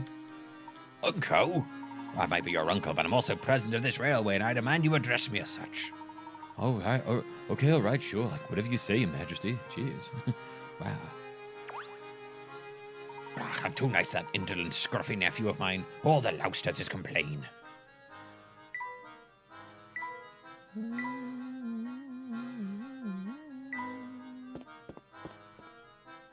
What seems to be the what seems to be the problem here? Oh, sorry, Mr. Manager, Mr. Passenger. See, there's this giganto freight train parked on the tracks, and it's blocking the way. Clearing the tracks is going to take some time, so sit back with something fizzy and wait. I see. Can I lend you a hand? For real? Oh, yeah, that'd be, like, way helpful. You think you can find a way to move the train blocking the tracks so we can, like, get moving? Step aside now. We're not going anywhere until that train moves off the tracks. So we can get this train out of the way. The Monterey Express ain't going nowhere. This is already way better than the first one.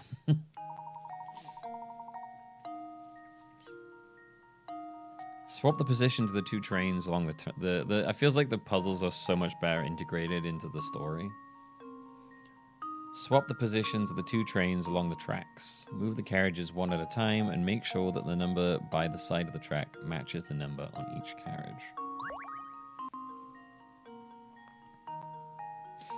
Swap the positions of the 2 trains along the tracks. Move the carriages one at a time and make sure that the numbers by the side of the track match the numbers on each carriage. Okay. Okie dokie.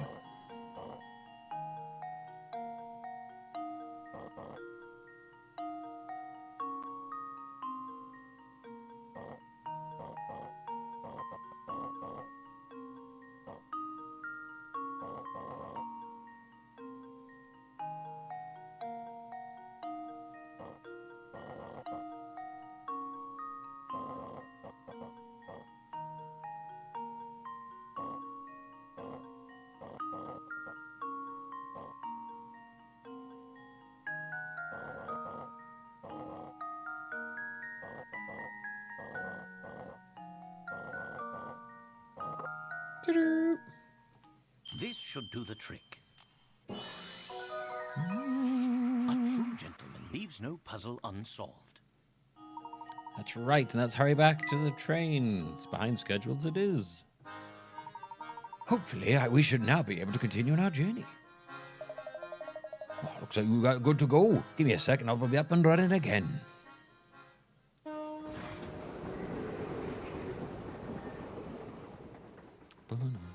We're finally moving again.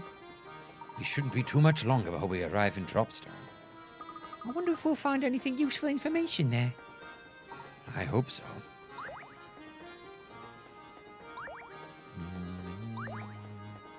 Yeah, I feel like the way this flows is so much better than the first one.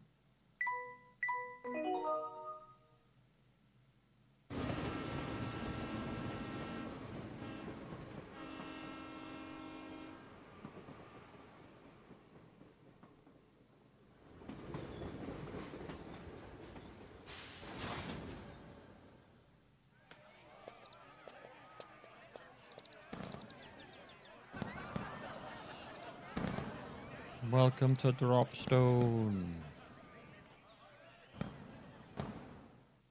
The country of village of Dropstone.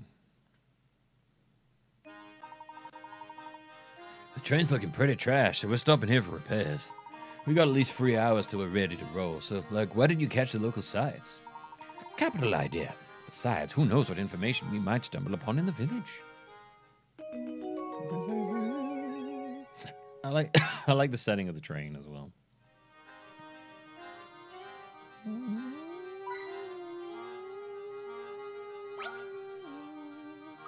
Look at this poster, Professor. Yes, it's quite lovely, Luke. Oh, but there's something quite odd about the picture. Huh? What do you mean, Professor? Train stations are an especially good place for dramatic farewells, aren't they? Below is a painting of a man and a woman bidding each other a tearful goodbye. Somewhere within this painting, however, is a single unrealistic detail. Find and circle that detail.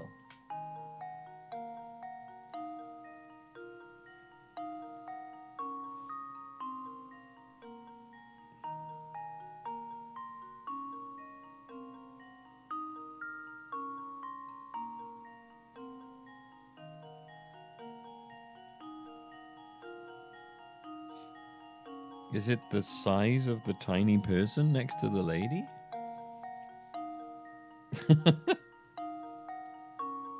Like, what's going on here?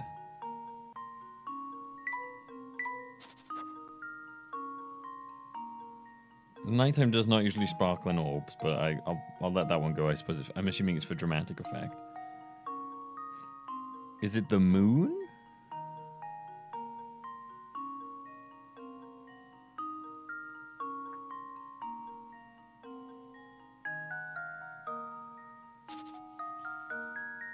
Can you open a train window like that?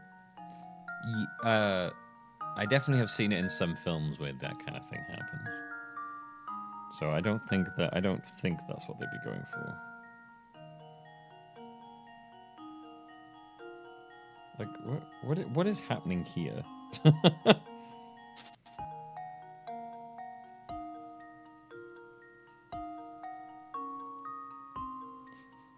Maybe it is the train. Maybe it is the train window.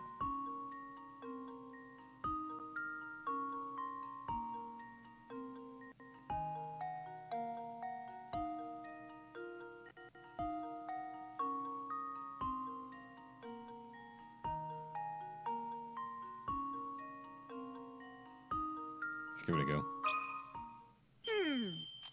Let's see if this It was the train window. You're right. piece of cake. Where the man in the painting opened the window as shown above, the frame would go through the roof. Oh, right, yes. Because otherwise the thing would go through the roof.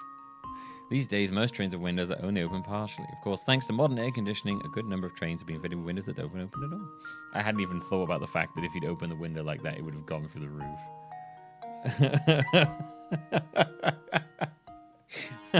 I did not think that way. That wasn't what you were thinking either. It works out, yeah. That's not the way I'd thought about that. I was thinking like, well, I guess maybe it's like it's a bit of a silly way because it's just gonna every time you open up, it's just gonna immediately close. I knew there was something strange about that picture.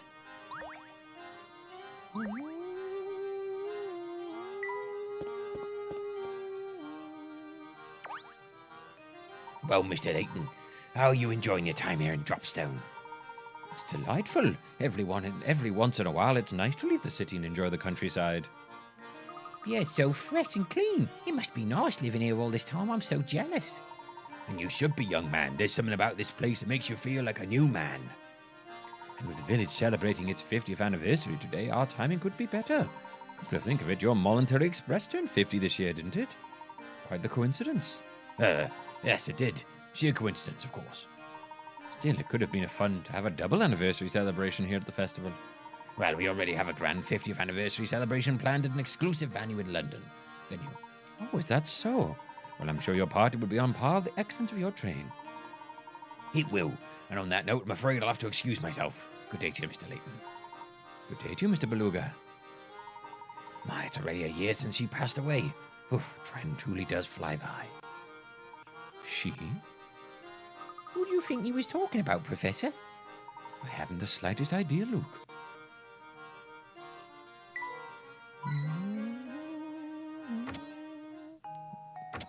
There's that freaky witch again.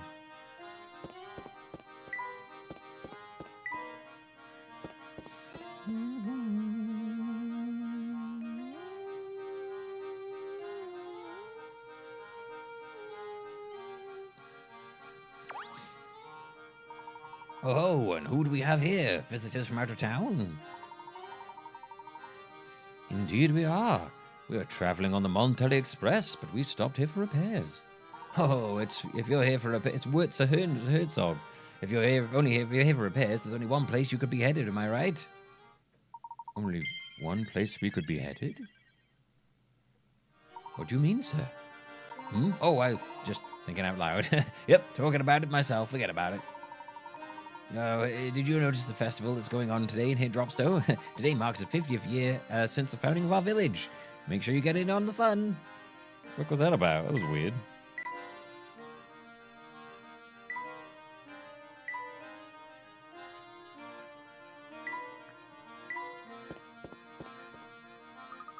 Wow, look at all the stuff here is to do. I've never been to a festival before. It's wonderful. Oh, that's right, Flora. I'd forgotten how you grew up in that one little village. Well, now's a chance to make up for lost time. Let's explore. Yes, let's. Where should we go first? Oh, let's go look at that booth over there. I want to see what they've got. Wait for me. You two watch where you're running, or you're liable to crash into something. Oh, for fuck's sake, the Puzzle Satan's back? Fucking Puzzle Satan.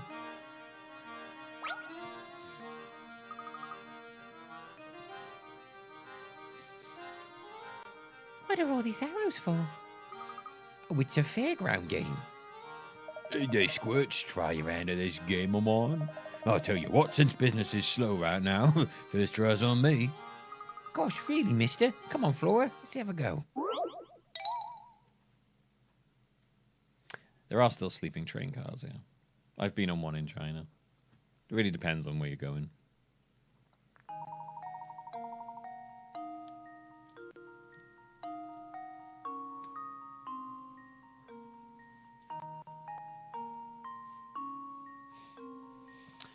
Professor Layton, crazy we're getting New World of Steam sometime in the future. Yeah, that game feels like it's been delayed so often.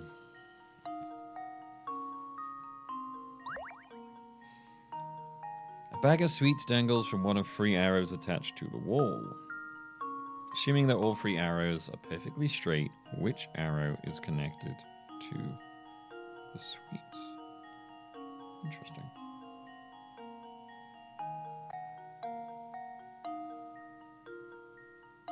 I would assume it is B.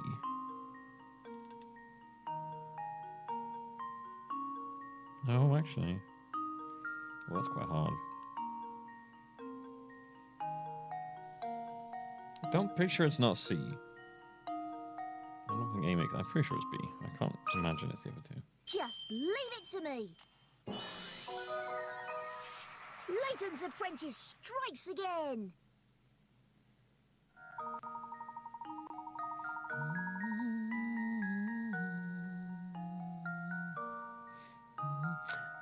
Yeah, the only Layton I've ever played before her C is the first one.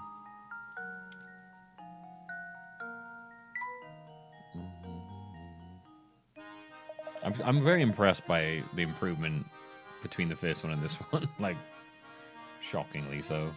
It might not see that, like, I'm happy. Give me baby puzzles all day, man.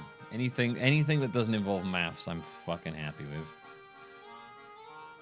Like, yeah, I'm already like way more engaged with this one than the Curious Village. Nicely done, Shorty. Here's a little something for that fine performance. Really? Oh, gosh, thank you.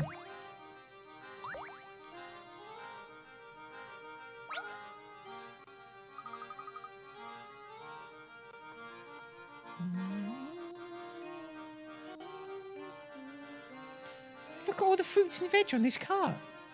Probably belongs to a person running that little stand. Oh, but it looks like one of the wheels is dented. That must make it difficult to move. Yeah, I bet it's a real pain. Oh, but you know, that reminds me of a puzzle about a dented wheel. I always imagine these as like Family Guy cutaways.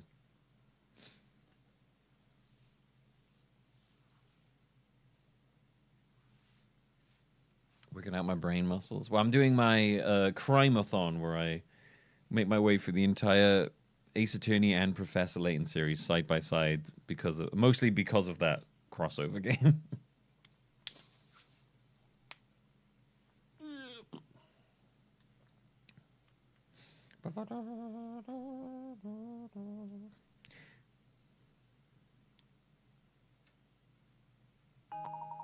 In the back of the train yard, there's an old warped wheel lying on the ground. I was saying that this one is a lot better already, with the puzzles seeming at least connected to the game. The last game, it would just be like, here's a puzzle, and you'd be like, what the fuck has this got to do with anything?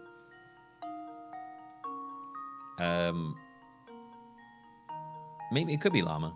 Maybe the delay of the game was to do with... I mean, it might have to do with their dabbling of AI stuff, and probably, no doubt, firing people, realizing that doesn't help with their stuff, having to rehire people. It could be a lot of things. There's been all sorts of delays for that game. I believe also... I think World of Steam is the first Layton game without the old puzzle master, if I'm correct. The guy that used to do the puzzles is dead now. And I think he did the puzzles for all the games, apart from the newest one. And maybe the spin-off, the 2 spin-offs. But I think all the main lines, I believe it was the same puzzle master. Yeah, spin-off, but the spin-offs are not including those. I think he was the one behind them all, but I think he's dead now, so I think it's a different team taking over the new one. So maybe it's possible that they just weren't... Maybe the puzzles they were getting weren't up to snuff. I don't know. Could be anything. Right. Back at the train yard, there's an old warp wheel lying on the ground. As shown below, while no longer functional, the wheel is interesting, because when rolled on a flat surface, its axle traces a funny pattern if you look at it from the side. Of the five diagrams below, which one depicts the actual path of the axle? Interesting.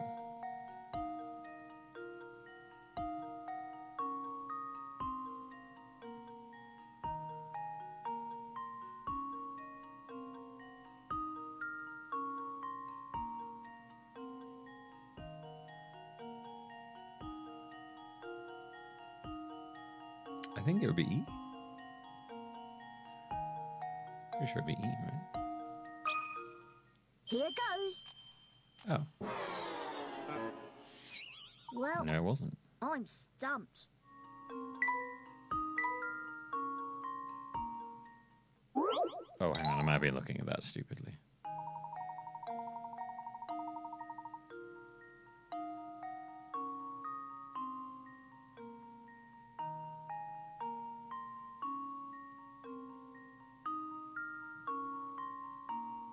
Oh, the axle, so... I guess maybe it would actually be D, now I think about it. Because I'm guessing that... Because if that's the axle, it wouldn't be... in my head, I was like, the whole thing turns. I was like, well, that would be an insane axle. It would be D, wouldn't it? Just leave it to me. Nope, okay, never mind. I'll just work my way through them all until I get it right. That one. These are some of my favorite ones because you can just keep pressing them. It's great.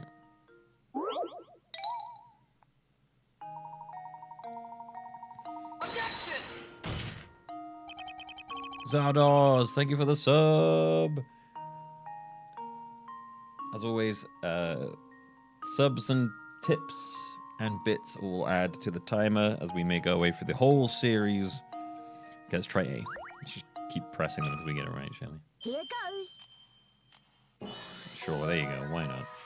That was almost too easy.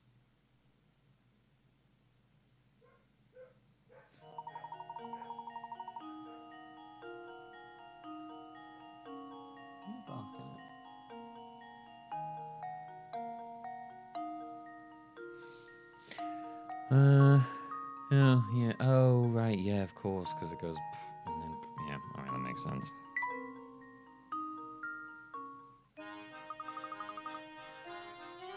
I have hint coins. It's called chat. Oh, I don't really care about the pickerates, so I'm all right. That's right, Luke. You sure worked this one out quickly. You've got any more puzzles? I've got answers. I'm impressed if you knew a puzzle like that. I've never heard that one before. Well, I try my best to impress the professor.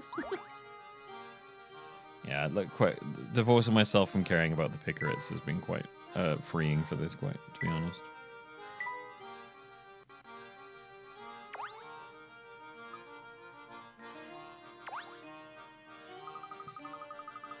We're doing some top secret festival prep back here, so you can't come in yet, okay? Okay.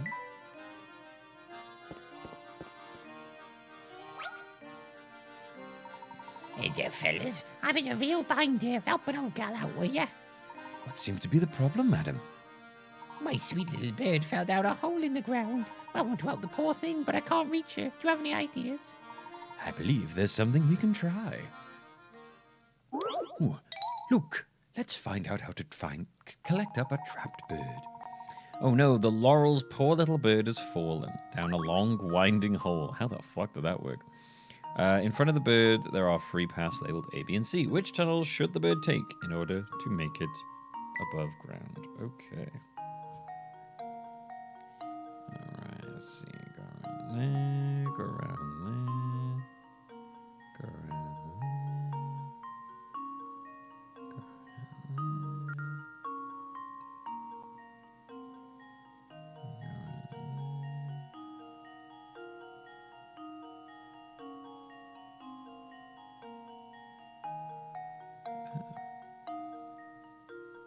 Wait, what?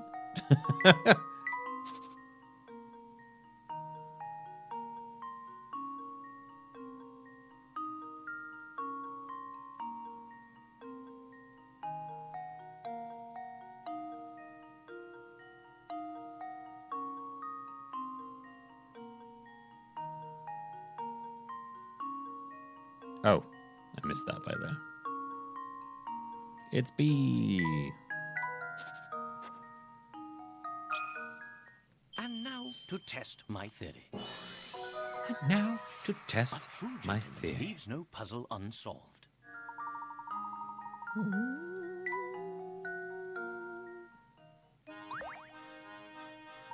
There's my little birdie. Oh, I was worried she'd be stuck down there forever. Wish I had some way of thanking you properly. Oh, I know. You could have this lovely tea set. The tea set minigame.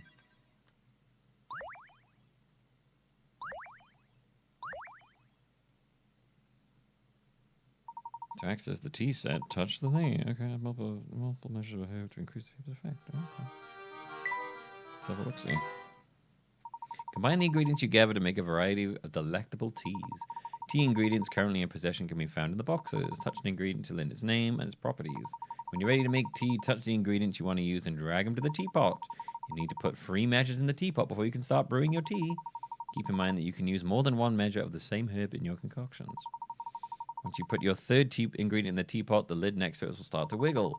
Place the lid on the teapot to start brewing your tea. If your creation turns out well, it will be added to your list of tea recipes.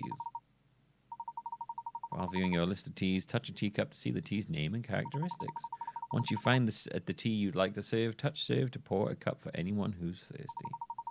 There are 12 recipes in all. Try to discover as many as you can.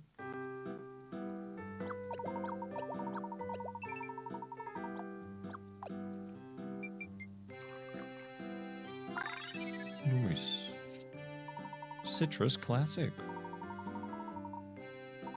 Hey, since it's nice and light, I should be able to have anyone who would happy. It should be. I'm sure just about anyone would be happy to have a cup of tea. Yes, I myself am partial to its lovely fruity aftertaste. Refreshing and pure, great for the skin. So if I added that, does that do anything?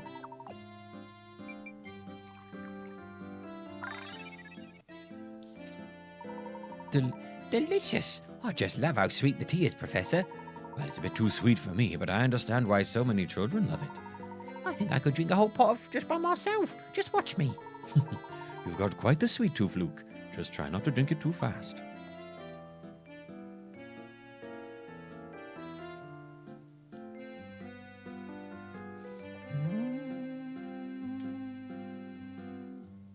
As I've said many times, W, the quality of it is not my issue with generated AI.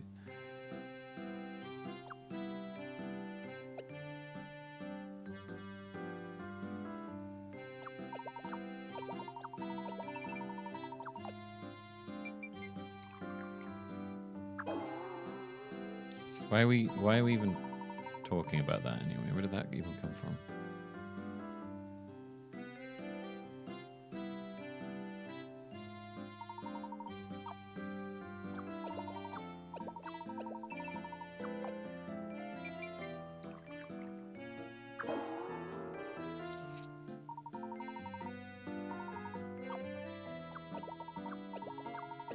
It seems like it's putting in all the same ones.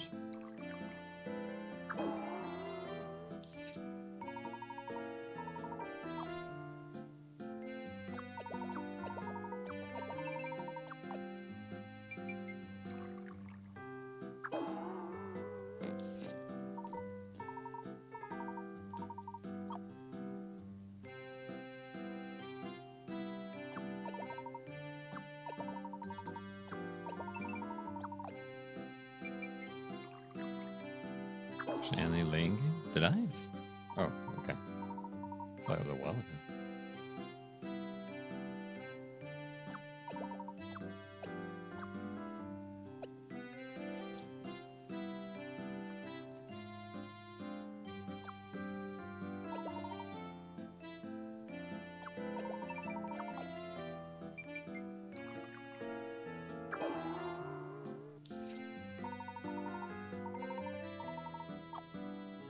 Why does it say helpline?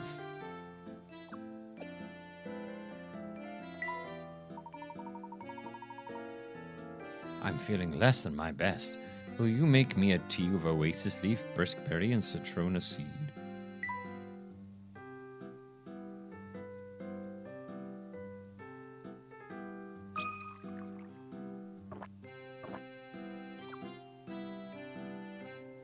This is splendid, Luke. This is truly testament to the restorative power of tea. Okay.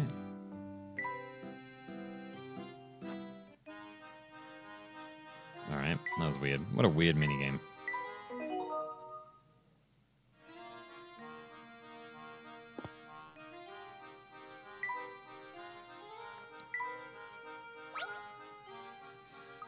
Look at this crazy-looking tree, Professor. It's all warped. For a structure like that, it must be quite old. I wonder how long it's been there. Oh, look, our little conversation reminded me of a puzzle. I know. Care to hear it? Why not?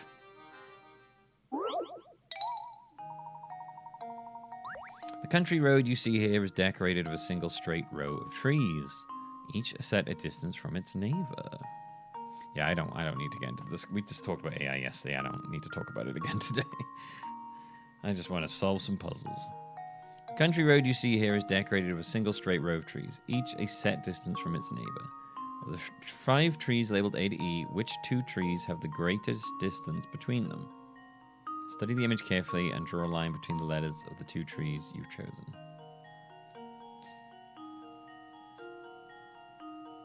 Right.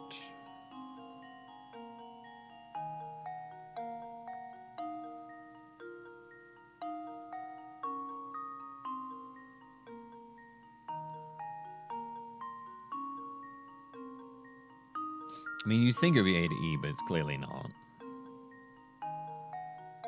I guess we have to take into account the fact that there's, like, height differences, I guess? So would it be, like, D and A?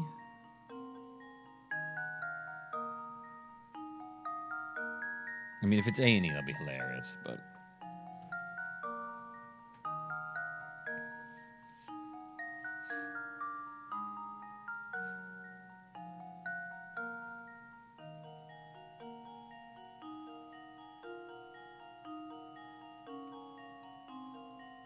Feels like A to E is like way too obvious.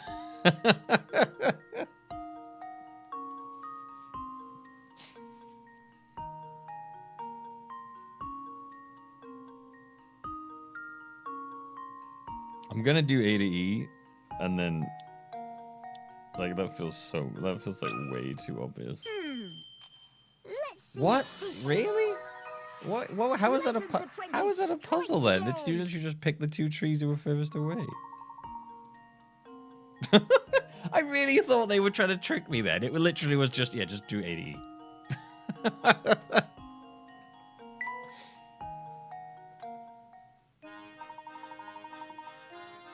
I've done nothing but look at my phone. I know. It's pretty disgraceful of me. Yeah, I was literally just like, no, can't be. Perhaps I should have prepared something a bit more challenging for you, Luke. Well, we save that for next time. For now, let's continue our walk about the village.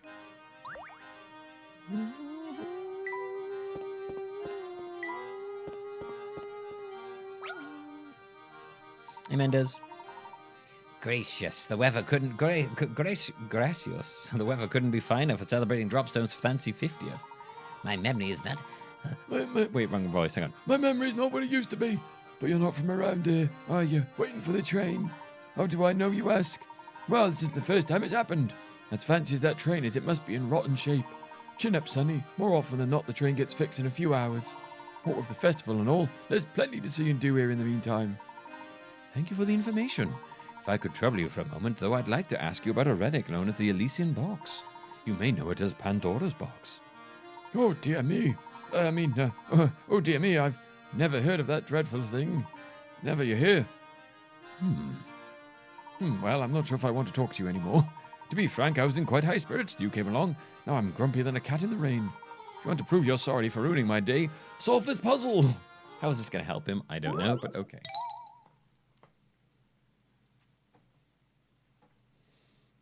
Watch me play the fishing VOD. That game is really fun, Mendez. Like, I was shocked at how much I enjoyed that game. It's got just like a really fun, like, simple gameplay loop to it. Really enjoyable. Highly recommend. The Tobey Maguire Spider-Man games. Yeah, those games are so fucking badly voice acted. It's hilarious. They're like atrociously acted. But it's like really funny bad. Not like you're like, this is amazing. Like, this is so good. A pro golfer has the amazing ability to consistently putt distances of 3, 5, 7, and 11. Strangely enough, though, those are the only distances he can putt. Currently, our golfer stands on the green with his ball 20 meters from the hole. What's the fewest number of strokes he can use to get the ball into a hole? It will roll over to the other side. Assume that if the ball is hit further than the distance remaining to the hole, it will roll over to the other side without going into the cup. Okay. consistently put this decision free. So I'm assuming it means like if he's at 3, 5, 7, or 11, he can just get a hole in one. Oh, I see. You can only put 3, 5, 7, and 11. Right. Okay. Anything else, it fucks up. If he tries to put 1, he'll just like put it 12 or something. I get you.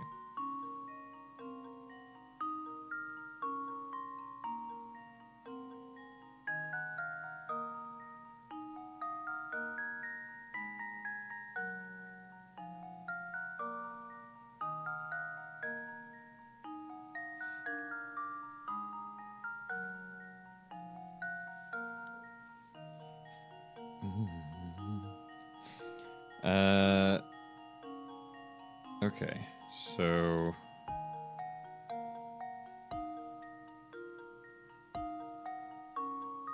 all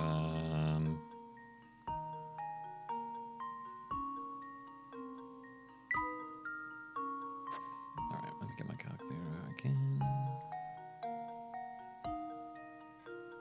By the way, is everything okay with the stream on the Twitch end? Doesn't mean like any weird artifacts or visual issues, have there?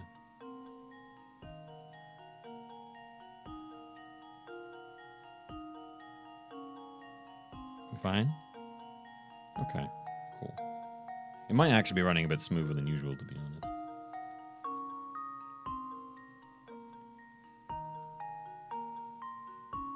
Okay. Audio's fine? Like it's not like out of sync more than usual. I've just been doing something different today that involves running 2 separate instances of OBS. I have one running on my stream PC and one running on this PC. And they're both streaming. One's streaming to YouTube and one's going to Twitch. And it's getting... I'm like using NDI to send one to the other. It's... I'm attempting to stream in 2K on YouTube so that when YouTube uses its encoders afterwards, it encodes it in a higher quality, because anything below 2K, it shoves it on this shitty encoder. If it goes usually above 2K, it goes on a better one.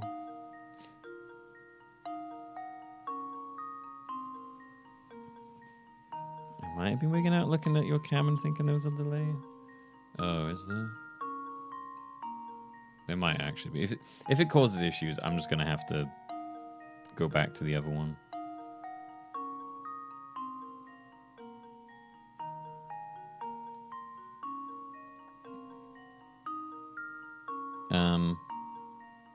Yeah. Well, I don't know.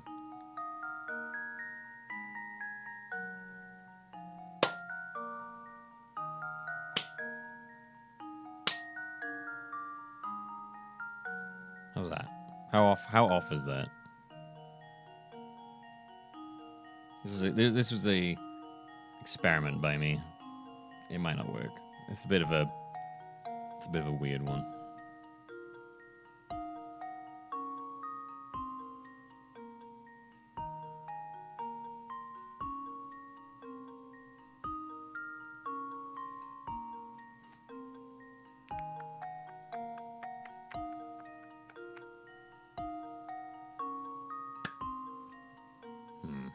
Is it the same with the... I mean, the game's kind of always like that because of the capture card. Can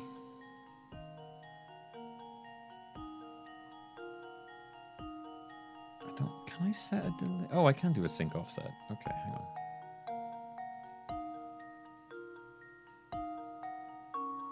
It was...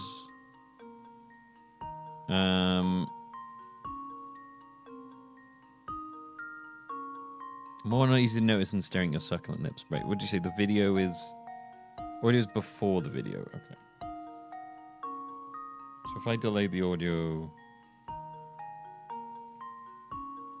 Okay, how off is this?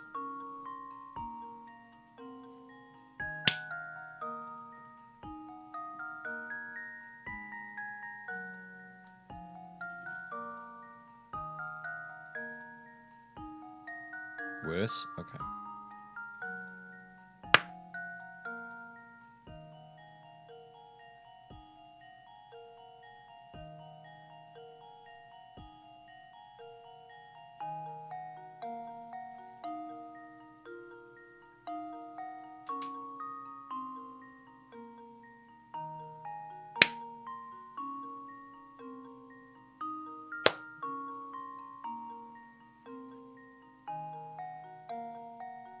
How's that one?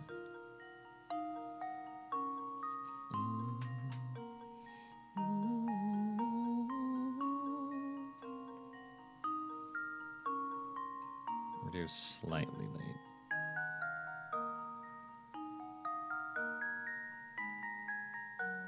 Okay, let's try.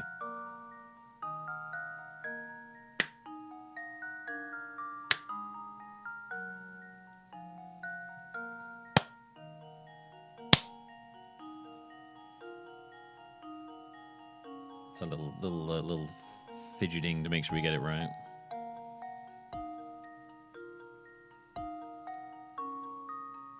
So the audio is late behind the. I would say make sure that you're watching on Source if you're on Twitch. Otherwise, it's gonna be really fucked. If you're not watching on Source, if you're watching on Source right now, I want to hear from you. If you're not, I can't help you. Not being on Source causes all sorts of issues. So the audio is now too. The audio is now too early or too late?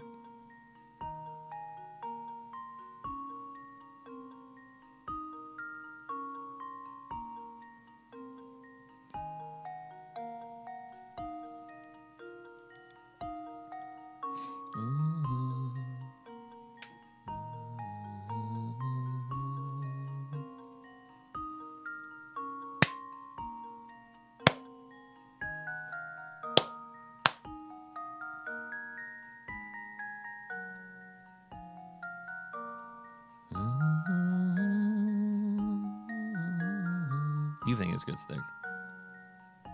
Seems good to you. Seems good to you. Okay, that was. It's about minus 3 milliseconds.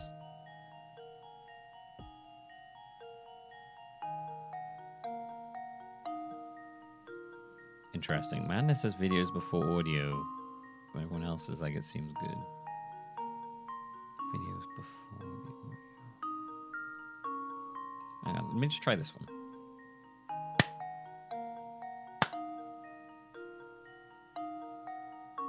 Well, you actually like do audio for a living though, don't you?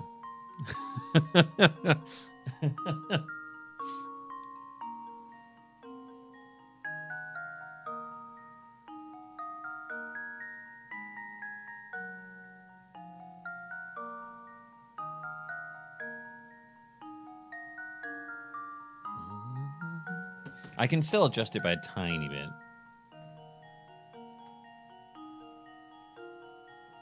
I've got like at the moment it's -2. It might be better on -1. Like this might be good. Hang on. Let's try this one.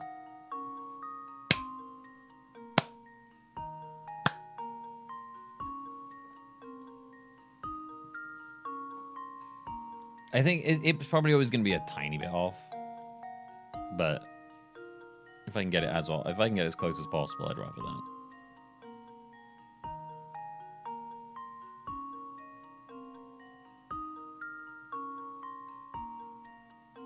That seemed good. All right, I guess we'll do that for now. I'll check the VOD. Unfortunately, I can only do it in like certain increments. Like this is -1 or -2 basically. They're the only options we have.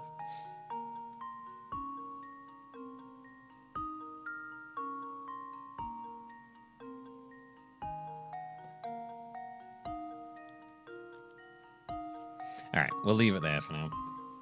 I will check back on the VOD and see how it is. Right, what were we doing? Oh, right, yes, calculator. Got really distracted then. Mime.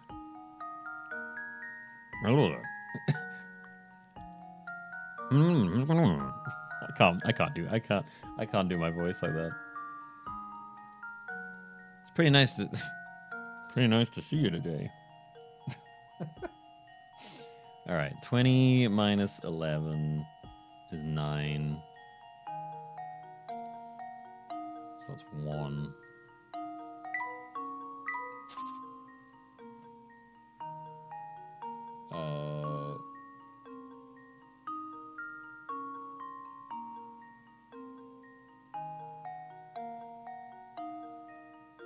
9 minus 5 is 4.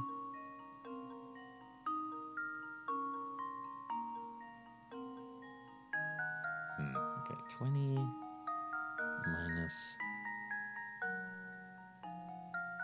5. I mean, you could do it in 5 strokes. You just hit 5 every time.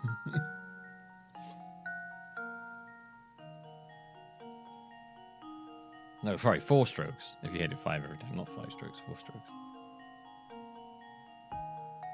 So 4 is my current minimum.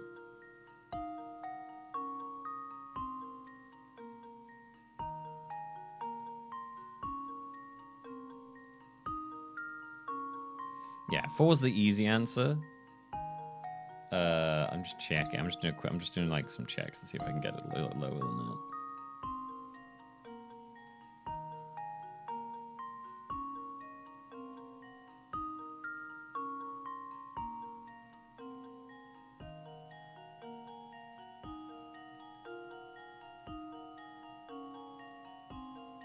Gonna do lower than 4. Yeah, well, let's go 4. Let's see if we're overthinking it again. Consider this puzzle solved. No. Interesting. Well, I suppose that's one possibility eliminated. Remember, this is a pro golfer we're talking about. He can do some pretty amazing things. What the fuck does that mean?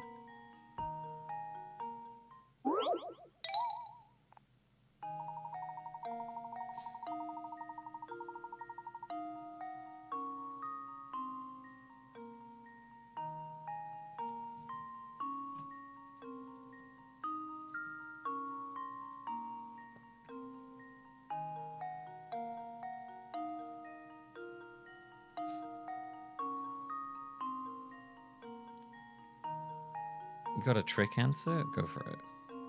What, like, what, yeah, obviously this is like a trick question. What the fuck, what are they talking about here?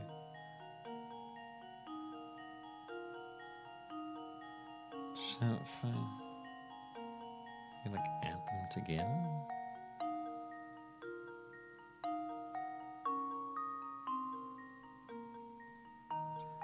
Is it free?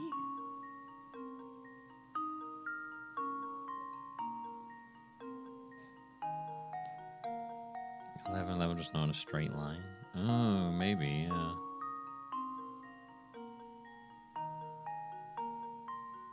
That'd be really funny.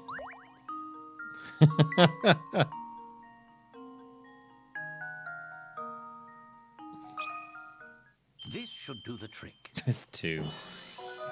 What the fuck, man? And there we have it. If your friend, if your friend, the pro golfer, puts 2 diagonal shots as shown above, he can sink the ball in 2 shots. That's so fucking horrible. That's so shitty. He's like, yeah, I'm just gonna do a triangle, bro. What are you talking about? Oh my god, I hate that. That's the ticket. Very nice. You've a good head on those shoulders, Sonny. Mind you, you'll need one to wear that hat.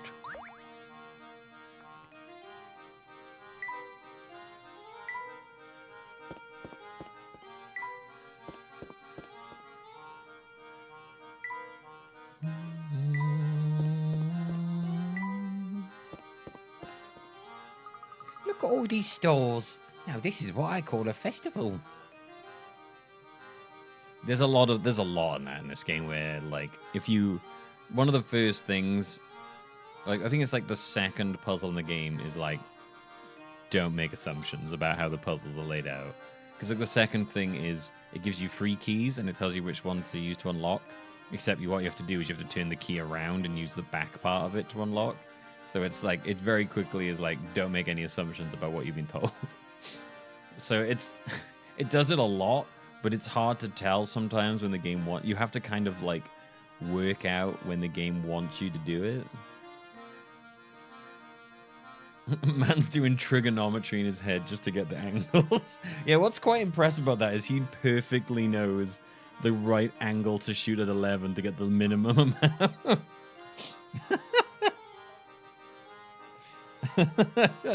He's like, Sitting there like perfectly working out every angle he could possibly be.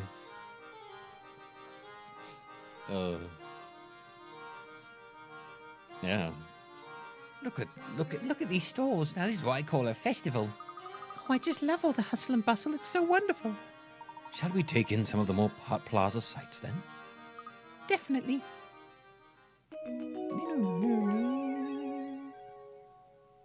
Yeah, he'd fucking good at pool. A pool beast he'd be.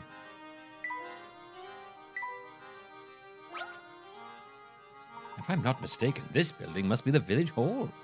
Yep, it looks like it's closed for the day. Well, they probably wanted to give everyone a chance to enjoy today's festivities. Look, this reminds me of a puzzle set in front of a village hall like this one. Care to give it a go? You know I do, Professor. Look, you should do a puzzle because I told you to. These people at odds with one another are running for mayor in the upcoming town. Oh shit, is that Puzzle Satan in the middle? That might be Puzzle Satan. They're all locals of the town, which has a voter population of 40. In order to win, a candidate must get more votes than any other candidate. If each of the 40 votes casts a single vote and every vote is recognized, what is the fewest number of votes a candidate needs to secure victory? This feels like a trick again. You didn't take into account that they cheat.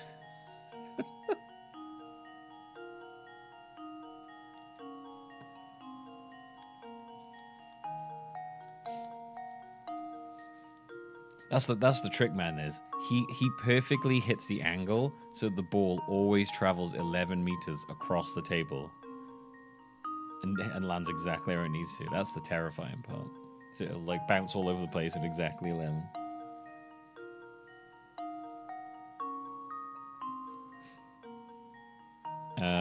Okay. Each of the 10 votes is cast a single vote, and every vote is recognized. What's the fewest number of votes a candidate needs to secure a victory?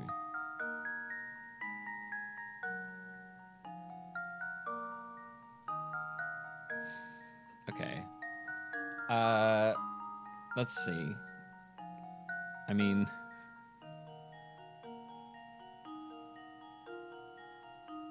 so everyone casts a vote. What's the fewest amount of votes?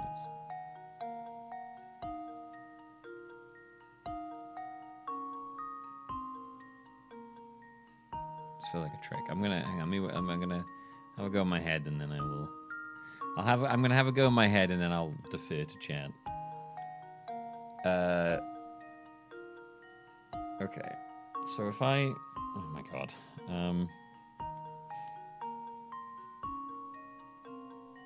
You have to, I feel like I have to make a lot of assumptions here, like that everyone can. Okay, I mean technically, right? Technically, it could be one because what if all the other ones spoiled their votes?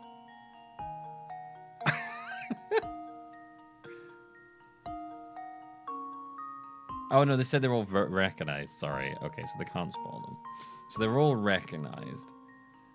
So, I mean, if everyone voted for what is that divided by 3? Oh, because you can't divide them exactly by 3. I guess 14, but I know that feels wrong.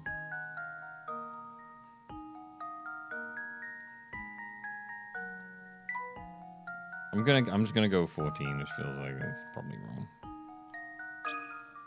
Just leave it to me. Well, I'm stumped. Okay, so obviously it's not 14. All right. What are they saying? People at odds. 3 people at odds with one another are running for mayor. They're all locals of the town, which has a voter population of 40. In order to win a candidate, must get more votes. In each of the 4 votes are cast, a single vote, and every vote is recognized. What is the fewest number of votes a candidate needs to secure a victory?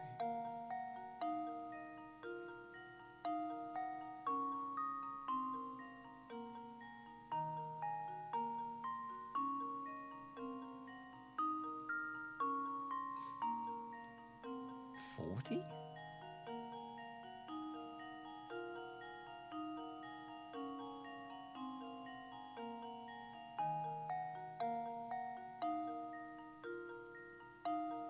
39?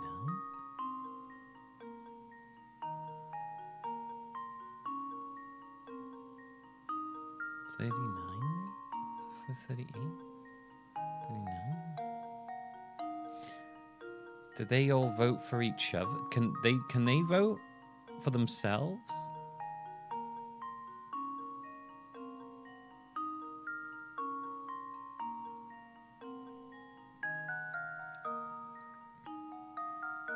Yeah, does this count their own vote?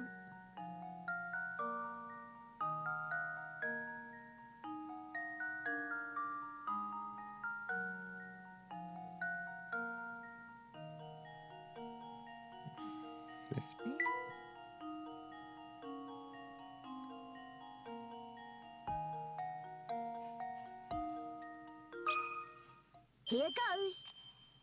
No, it's not that one. Whoops. All right. That wasn't right. What's your ideas, chat?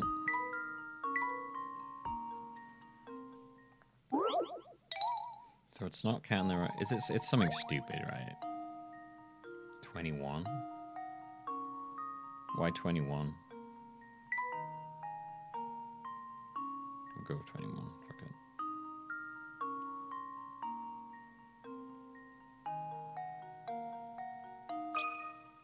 Just leave it to me. No, not 21. Whoops. That wasn't right. 2. 2. Cutsville people are eligible to be voted for.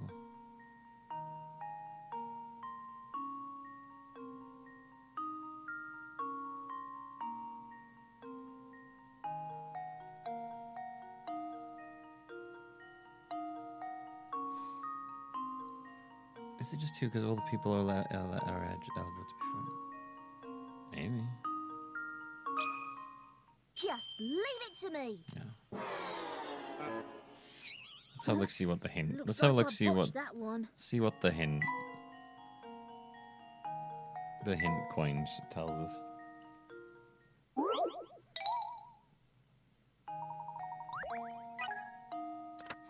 Think about how many votes be cast in the town, excluding the free cast by the candidates. Okay. The free candidates themselves also have the right to vote. Of course, since each of them wants to win, you can take it for granted they will vote for themselves. Well, yeah, didn't we take that into account? It's 13 then? Yeah, I guess we went the wrong way. Here goes.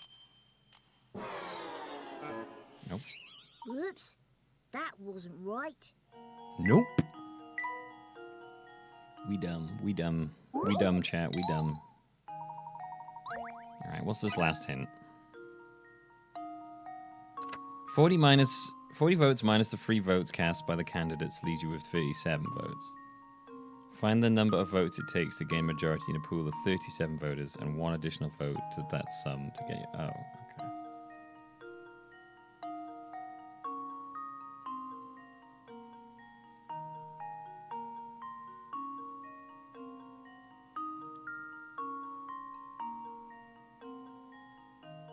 Doesn't that make it 13?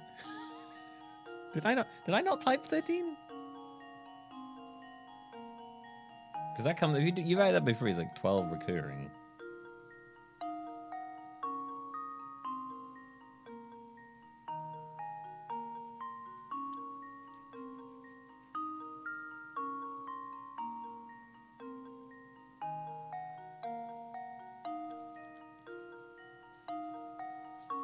What have we picked so far?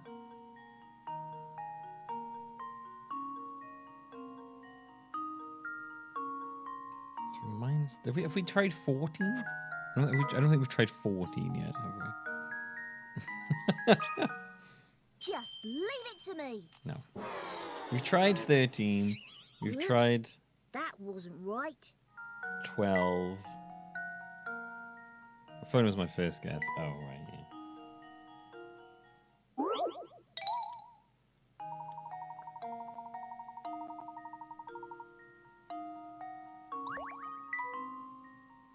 Did we try 12?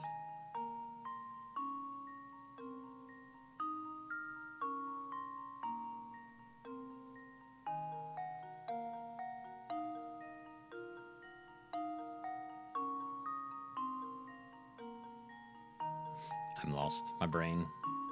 My brain. My beautiful brain.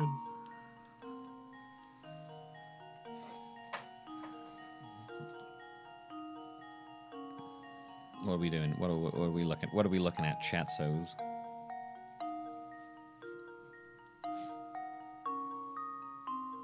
You can try 19 if it's your right. Okay, let's go that one ago. I think we tried 19.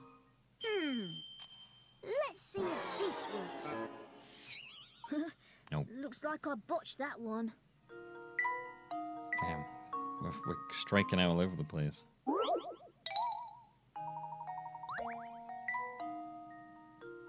$18. Here goes. Oops, that wasn't right. 12.3. I can't do 12.3.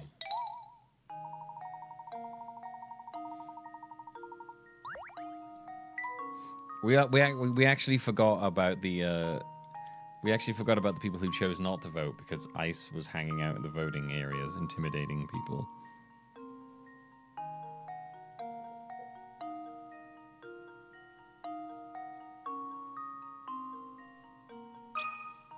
Just leave it to me. 20. The answer is 20. Piece of cake. The winner needs at least 20 votes. Since each of the candidates dislikes the other two, they'll probably all vote for themselves. 40 votes minus those 3 votes leaves 37. The winner will need over half the votes, or 19. Add the winning candidate's personal vote to that, and you get 20. Even if another candidate gathered all the remaining 18, that wouldn't be enough. Alright. I'll take the game's word for that. No judgments here, by the way, chat. I'm fucking dumb as shit when it comes to this stuff. So, like, I can do, like, the puzzles. I can do puzzles this in, like, a second, some of them. When it comes to shit like that, I'm out. Well done. Now we really should get back to investigating the village. We'd all lose. What's that show? Are You Smarter Than a 12-year-old? We'd probably all lose. And the 12-year-old would teabag us, and we'd be like, no. Oh, parting with one so dear to her heart is even more painful than the tightest wig. When she was a child, I used to read to her until she fell asleep. She looked like an angel. Oh, nothing cuts so deep as separation's knife. Oh. Cripes, I don't know about that. Well, I've never really given it much thought. Oh, fret not. I was not expecting one as young as yourself to fully understand my malaise. Don't mind me. I'll just excuse myself now. You think he got dumped? Actually, he seemed sad in a different way, didn't he? Let's not pry too deeply into the private affairs of others, Luke. It's not becoming of a gentleman. You're right, Professor. Layton strikes me as the kind of person that would, like, deck a reporter. But in a very gentlemanly way. It's fine, and I admire you for daring to do puzzles on stream. It's brave. It's okay. I think I surpassed my... I think I slightly went past my ability to feel too self-conscious about my own intelligence a while back.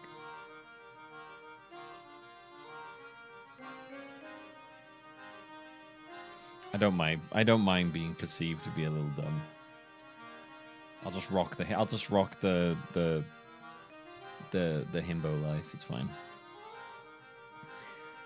Hey fellows, pleasure to meet you. My name's Albert, and I'm Beautiful, Dropstone's #1 fan. Oh, you're Beautiful Dropstones. I thought you said I'm beautiful. I heard you've been running around Dropstone asking questions, but you haven't talked to me yet. If you solve this puzzle, then I, the king of Dropstone trivia, will answer your questions. Boys Club. Just a locker room talk, bro. Below is a wheel of male and female portraits. Select a portrait, and counting that portrait as 1, move 6 portraits either clockwise or anti-clockwise, and cross out the last of these 6 portraits. Repeat this pattern starting from the next available portrait, always moving in the same direction. Remember to skip the ones you crossed out. If you start at the right portrait, you can remove all the women in the wheel. Why do I want to remove the women? Leaving only the 6 portraits of men behind. Which portrait is this? You can move clockwise or anti-clockwise.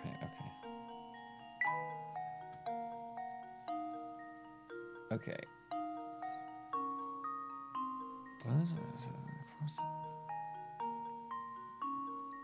So I'm counting that as one. Move six portraits. Like, okay.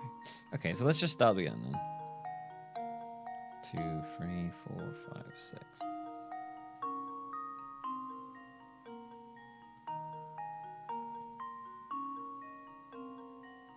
1, 2, 3, 4, 5, 6. 1, 2, 3, 4, 5. Okay, we can't do that. Why do you hate women so much? 2, 3, 4, 5, 6. It doesn't work there.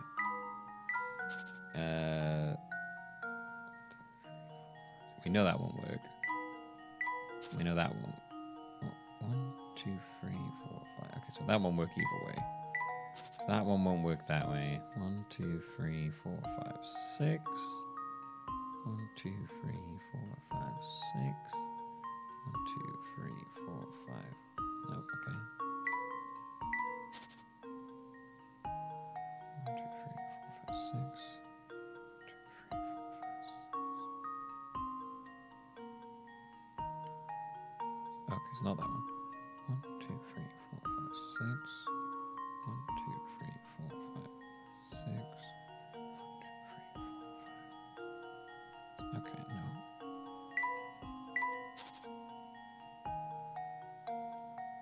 1, 2, 3, 4, 5. No, okay. 1, 2, 3, 4, 5. 1, 2, 3, 4, 5, 6. 1, 2, 3, 4, 5, 6. 1, 2, 3, 4, 5, 6. 1, 2, 2, 3, 4, 5, 6. No. 1, 2, 3, 4, 5, 6. 1, 2, 3, 4, 5. No. 1, 2, 3, 4, 5. No. 1, 2, 3, 4, 5, 6. 1, 2, 3, 4, 5, 6. 1, 2, 3, 4, 5. Jesus.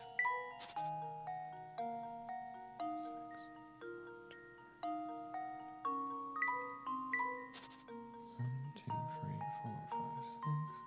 1, 2, 3, 4, 5, 6. Jesus Christ. 1, 2, 3, 4, 5, 6. 1, 2, 3, 4, 5, 6. 1, 2, 3, 4, 5, 6. 1, 2, 3, 4, 5, 6. 1, 2, 3, 4, 5, 6. 1, 2, 3, 4, 5, 6. Thought I had it then.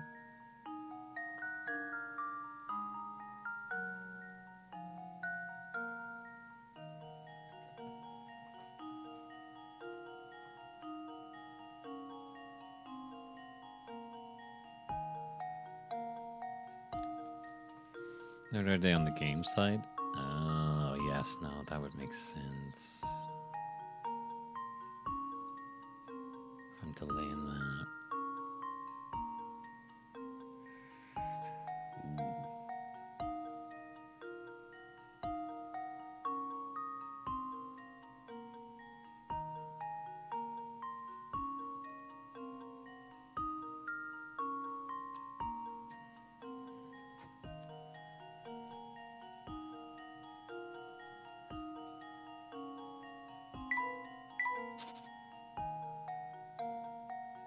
One, 2, 3, 4, 5, 6.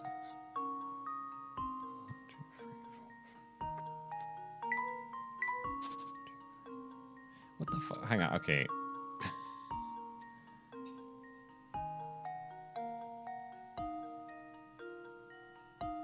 Wait, do you... Can you move anti-clockwise, clockwise? Can you just change it every time? Or do you have to keep it... Yeah, you do always move the same direction. Okay.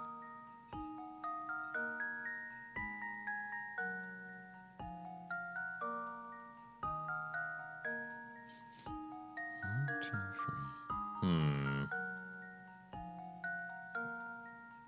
I think I might have miscounted somewhere. Because I feel like I just went around the whole thing. I couldn't get it, and I didn't get it.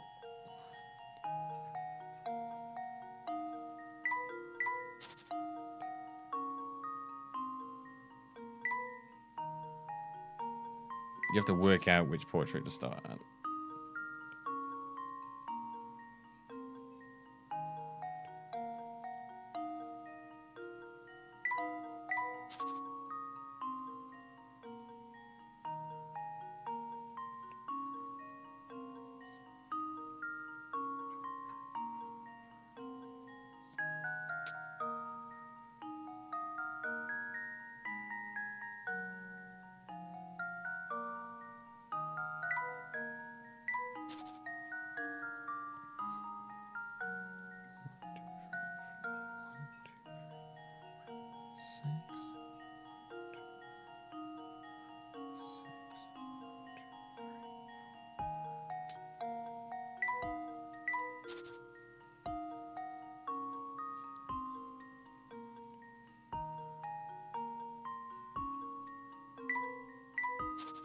None of those for you.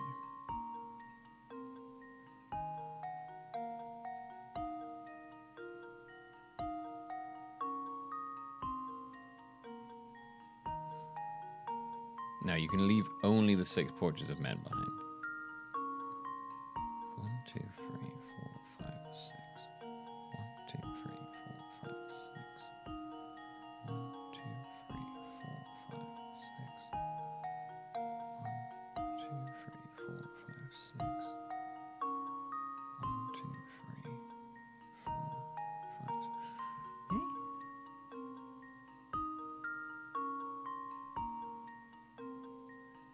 I can get like really close on all of them, then not.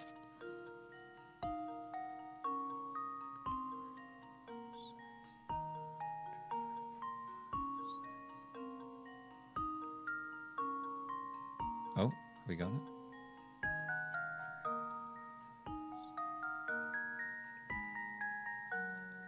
Because it was him. I guess I miscounted.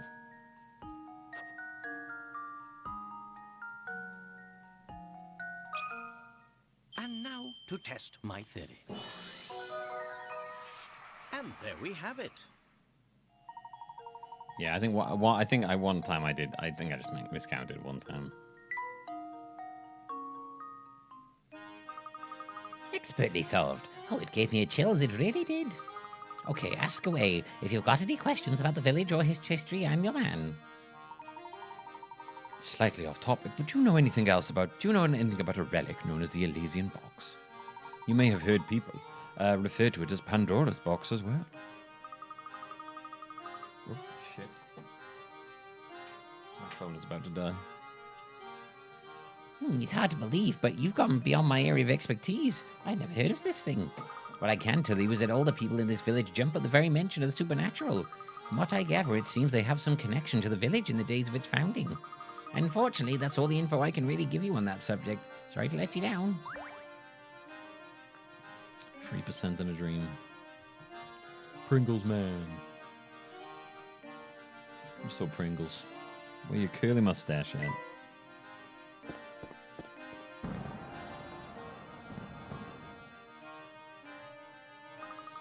Wow, look at these gigantic cow balloons. It looks like the villagers are setting up for livestock competition. Livestock competition? That sounds like fun. It is until they shoot them in the head. Yes, I'd certainly like to see the competition myself, but it doesn't appear quite ready to start yet. While we're waiting, can we go see more of the village? Certainly, we can return later when the competition commences.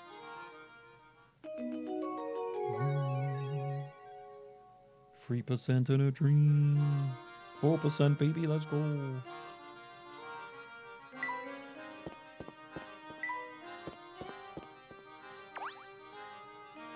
I never forget your face. I don't know of any of yours. You must have come on the Voluntary Express. That's the voice he has. Since you're new to town, let me clue you in on a few key facts about Dropstone. I know you're interested, so don't act all bashful and reserved on my account. Listen, if you only know one name in Dropstone, make sure it's Mr. Anderson's. Not only is the man swimming in money, but he basically runs Dropstone. But it's a top bloke who treats everyone with respect, even the postman. That'd be me, by the way. You can tell a lot about a man by the way he treats his local postie. But even nice guys like him have troubles. He spends all his time worrying about his daughter. That reminds me, I saw a pair of unusual characters head up towards Mr. Anderson's house. They said they were policemen from London, but something about them seemed awfully fishy to me. 2 people, huh? Are you referring to Inspector Calmy and his assistant? Calmy, you say? That sounds about right. He said he was here on official police business and needed to see Mr. Anderson. You think there's a connection between this Mr. Anderson and the Elysian box, Professor? Well, it seems that Mr. Anderson serves as the head of this community. It's only natural that he'd know about who and what passes through this area. He's a big fish, all right. You're bang on the money about that. I mean, even the owner of the Mollentary Express stops in to pay him a visit when he's in town. Yes, I bet those 2 officers have been waiting on that, been waited on like kings at Mr. Anderson's as we speak. But enough chit-chat. We've got a festival going on now, so go and have some fun. Okay.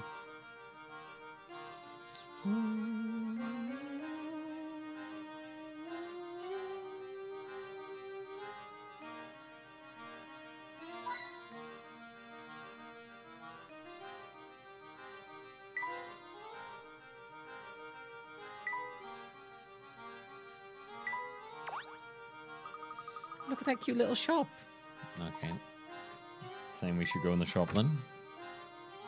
Oh my god, that person's head is terrifying. What the fuck am I looking at?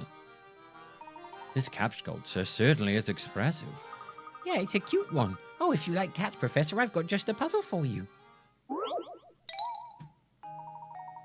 Oh, we've had this one before. One of the free color pictures, A, B, or C, is the same picture as the black and white. One displayed on the far left. Can you find which one? Only difference is the pictures on the far left have been flipped and left to right, and its colors inverted. Yeah, we had that, this one. Okay, let's have a look, see.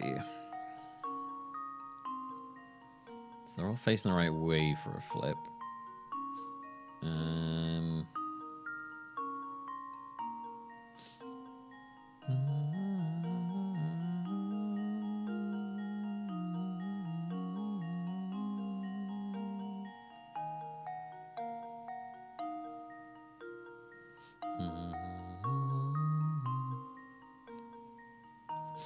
Let's look for something out of place.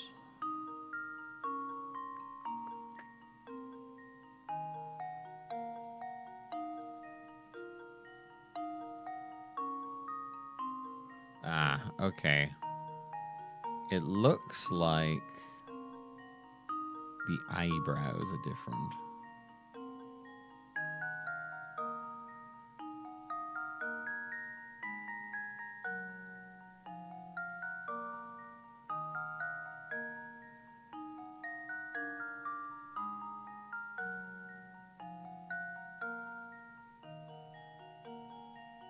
I think it's B. Consider this puzzle solved. Huh. Wonderful. Beautiful. Well spotted. B is the picture you were looking for. The cat's eyebrows and A a pattern. Okay, cool. Wonderful. We love it. You make it look so easy. This person's face is terrifying me. What on earth is happening here? Greetings. I don't think I've seen you around these parts before. May I ask your name? Of course. My name is Herschel Layton, Professor of Archaeology at Gressenheller University. Archaeology, okay.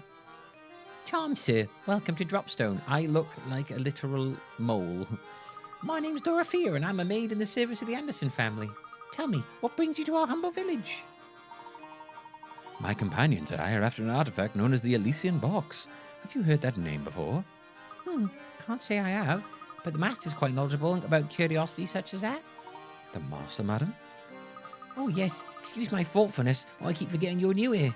You see, I venture there's not a lot of single resident of our village don't know about Mr. Anderson. I see. Well, if it's possible, we'd be very grateful for an audience with Mr. Anderson. Normally, I'd say he'd be glad to receive you, but lately he's been preoccupied with his daughter. I don't mean to pry, but has there been some issue between Mr. Anderson and his daughter? Well, yeah, just between you and me and the wall, his daughter's been secretly planning a trip alone. secretly planning a trip alone? Hoping she's not planning to run away. What's worse is the masters have started to suspect something is going on behind his back. After much discussion, we servants have decided to give her a warm send-off. So you're in support of allowing this girl to go off on her own? Why is that? Okay, I don't mean to pry, but I do want to pry. I want to pry a lot. Because the purpose of this trip is to fulfill the wishes of the young lady's mistress's late grandmother. Sorry. I see. May I inquire as to what those wishes might have been? Well, I myself have only heard scraps of the story from other people, so can't say much. But whatever the request, it's one of them. What the young mistress seems to feel is extremely important. Oh, look at that! Here I am gossiping away when there's supper to prepare. Please excuse me, Professor Layton. Need to get back to work. Wait a second. Oh, rat, she's gone. Is it just me, Professor, or does that sound like Mr. Anderson's daughter is planning to leave home? If she is, doesn't it seem strange to you that the family servants are cheering her on? Yes, very. And think about the consequences should Mr. Anderson find out what's been going on. The servants must have a truly solid reason if they've resolved to keep a secret like this. What could it possibly be? I'm getting the feeling Dropstone isn't as ordinary as it looks. You're not the only one, Luke. But enough speculation. Let's go and explore more of the village. Okay, Professor.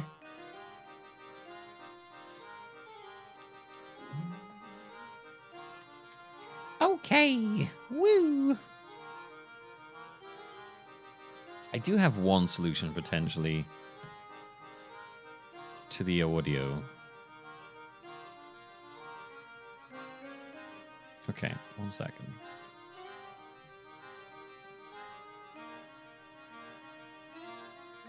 Right. So now things will be really off. But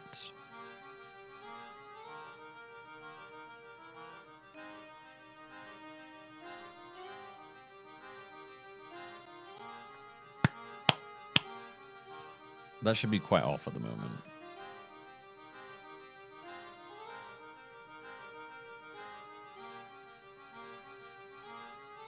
Or is it fixed? If I fix that, that would be fucking hilarious to me.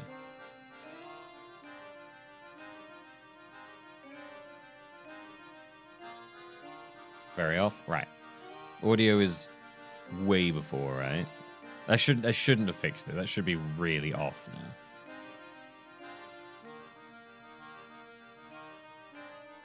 Way ahead. Okay.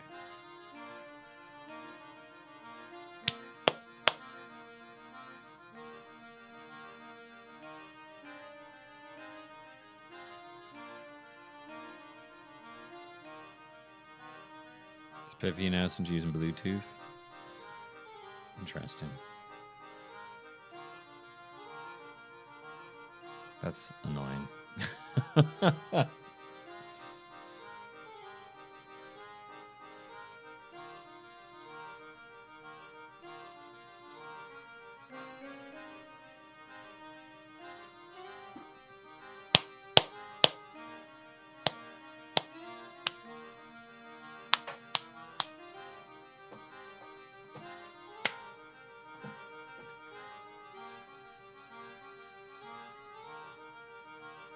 Still there? Okay.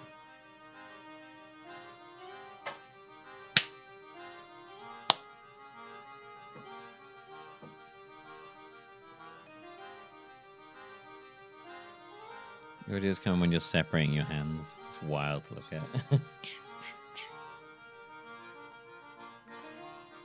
So the audio is still really ahead.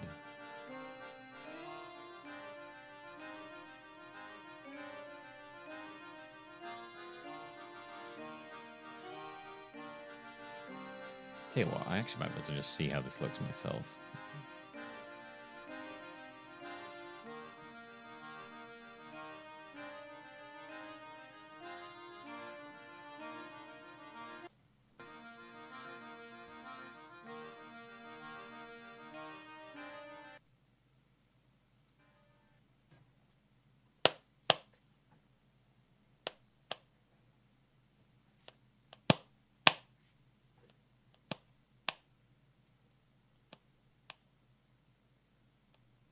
Oh, this is gonna be confusing. Oh, this is gonna be confusing.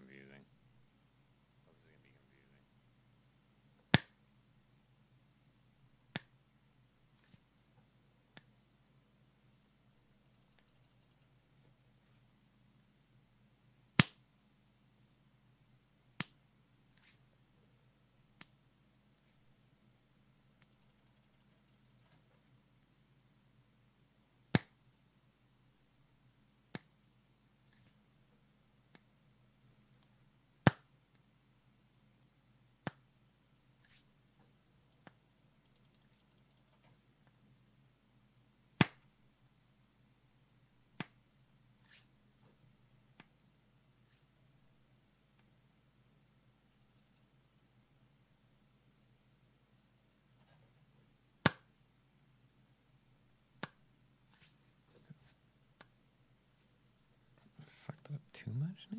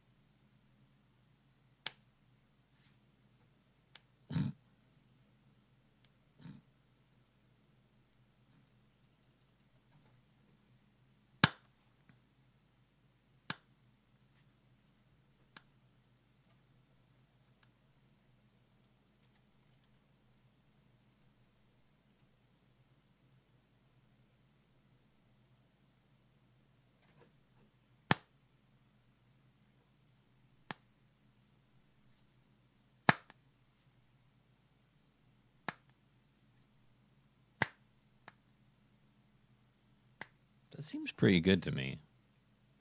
That seems pretty good to me. Seems pretty good to me.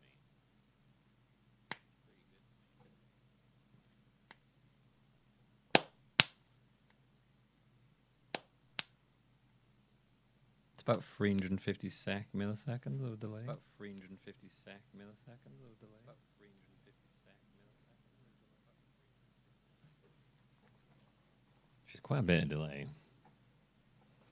Hey, Millie, what do you think? You think it's pretty good? I think it's good. Hey, Millie, what do you think? You think it's pretty good? I think it's good. Thanks. Hey, Millie, what do you think? You think it's pretty good? I think it's good. Thanks. Hang on, let me try that again. Hey, Millie, do you think that's pretty good? Let me try that again. I think it's good. Millie, oh, thank you. Do you think that's pretty good? I think it's good. Oh, thank you. Do you think that's pretty good? I think it's good. Oh, thank you. No, I don't know how I timed that right. No, I don't know how I timed that right. Oh, what? Recursive Milby, let's go. Oh, what? Let's go. Recursive Milby, let's go. Oh, what? Let's go. Recursive Milby, let's go. Let's go.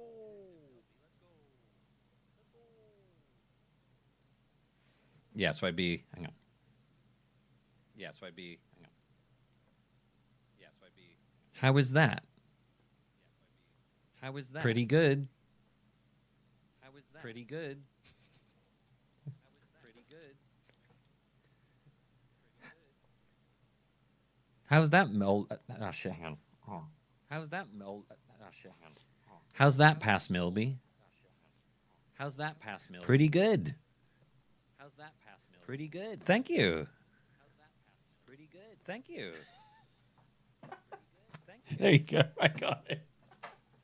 There you go. I got it. There you go. I got it. Okay. That was fun. I enjoyed that.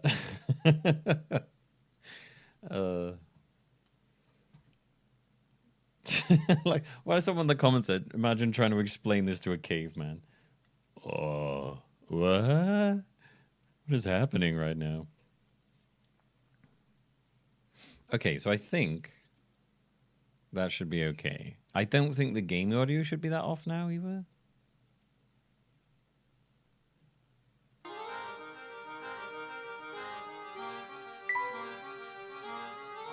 Right?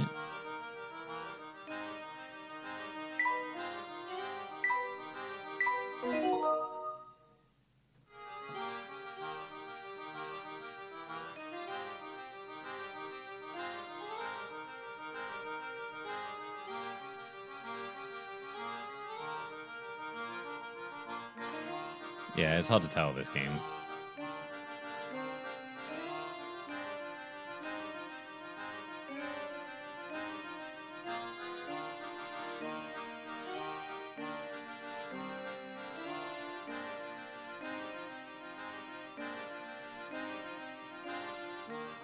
What would be a good sound sync thing?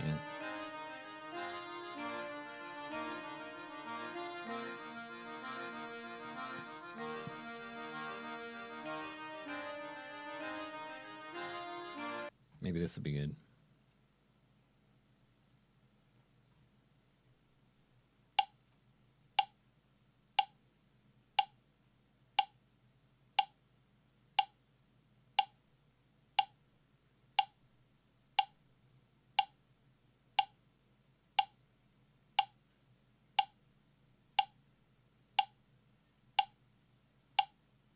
Seems fine. Okay, cool. I think we may have solved the issue I was having then. There's always going to be a tiny delay because of some issues with the capture card, but there's that weird delay that just builds up over time sometimes, but that's an issue I've never been able to solve. All right, that was fun. I enjoyed that, everybody. that was great. This is how Doctor Strange streams. I love it.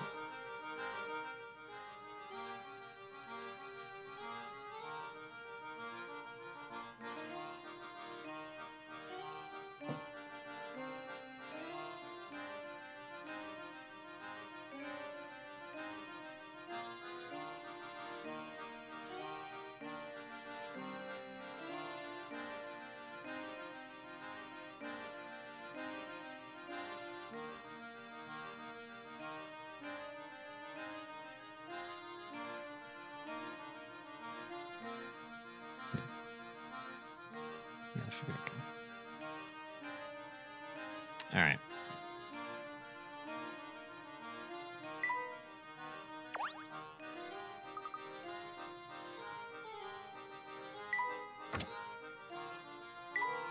Audio delay is such a fucking pain in the ass. Hi there. I'm a world traveller, but I'm stuck here until I can score a ticket on the Malta Express.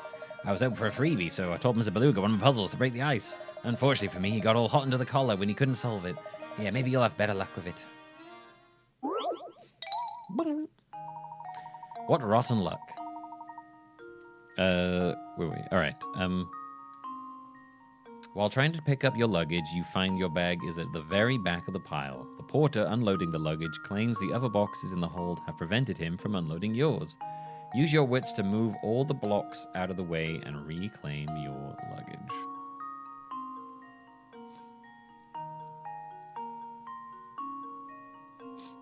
Audio is a mess. Audio is something I've had to struggle with my entire time streaming. Right. Trying to pick up your luggage, you find your bag is at the very back. So which is my bag? Oh, that's the bag. Okay. Boy, they love these puzzles, don't they?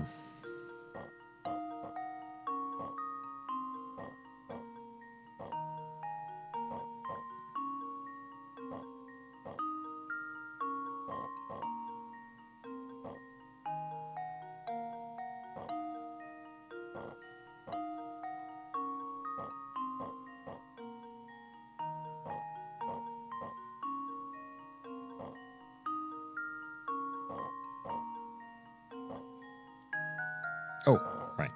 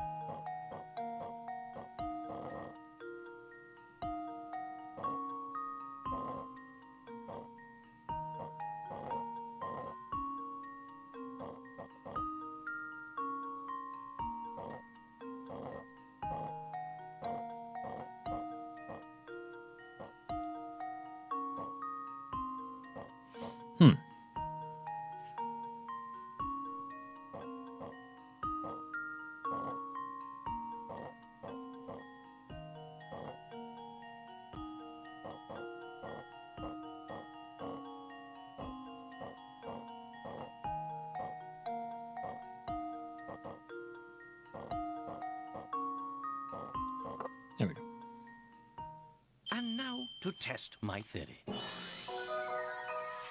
A true gentleman leaves no puzzle unsolved. It's worse in the videos ahead because you can really delay video. Yeah.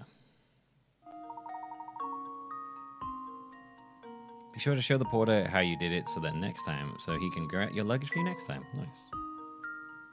I don't think he'd appreciate me telling him, like, how to do his job, you know.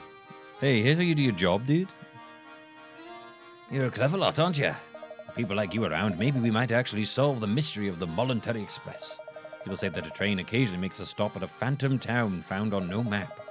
Could this just be a wild rumor? Or who knows? An uncharted town? Wow, I wonder if that's true. Knowing this game, it probably is. Wow, look at the size of that mansion. I thought he was talking about the tiny building there.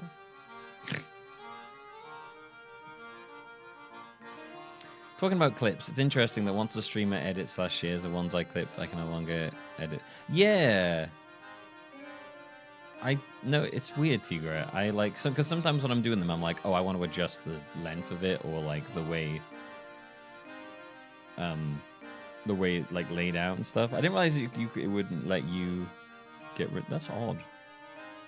Because sometimes weirdly enough, when I did it, it would switch it to me as being the one who made it, and I was like, well, no, I didn't make it. I just adjusted the one someone else did. Very weird.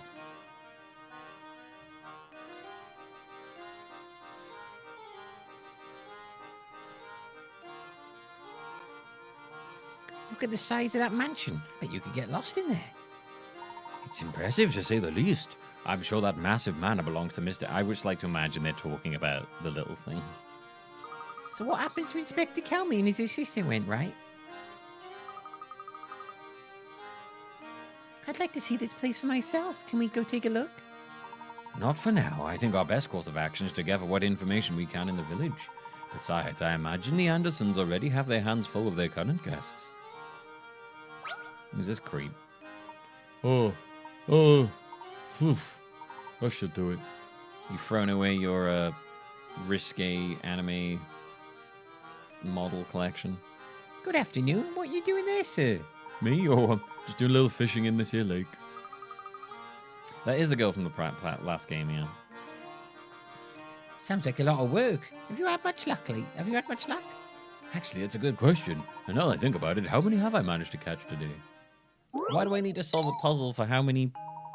Okay.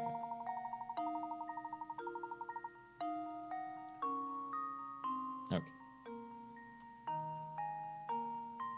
Why do I need to solve a puzzle for how many fish he's caught?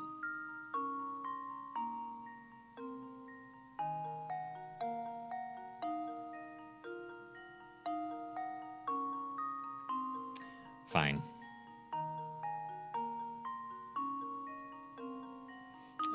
Right. A large net has been cast out into a pond to catch some fish. The pond's surface is small, but it's actually wider underwater, so parts of the sunken net are no longer visible. Assuming there are no tears in the net and that the whole rim of the net is constructed of a single length of rope that ends on the shore, how many of the fish visible in the pond will be caught when the net is pulled out?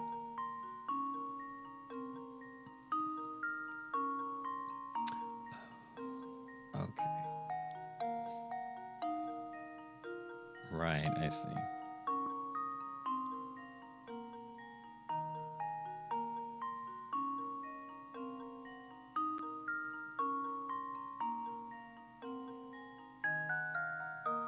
It's a little difficult since we don't know where they go underwater.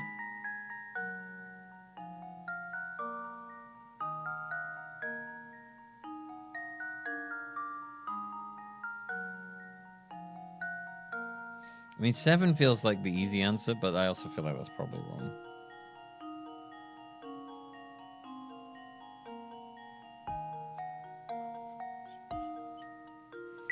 Give it a go.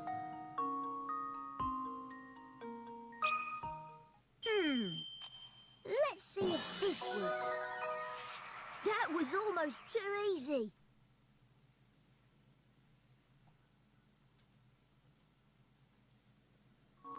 Oh. It was that easy. Oh, what a haul. Tonight I feast like a king. It's a good thing we were there to tell him how many fish he caught, or he'd just sit there staring like an idiot into space.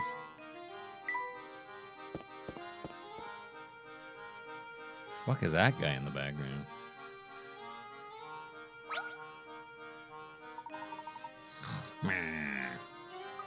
Professor, I think this chap here has fallen asleep. Judging by his uniform, he must be a security guard. I certainly don't approve of sleeping on the job. Perimeter secure. Let's confirm identity by solving this puzzle. I don't know, man. This world is crazy.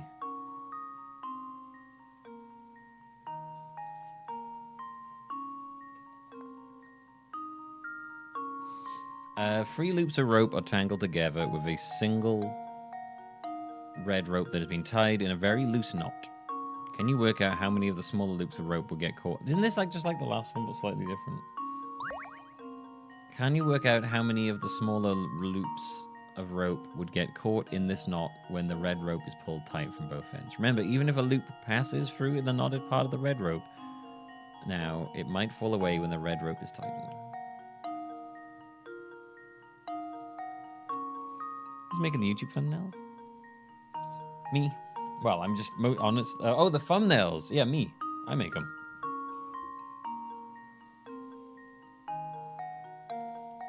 I make them. I was making them in Paint. Now I'm doing them in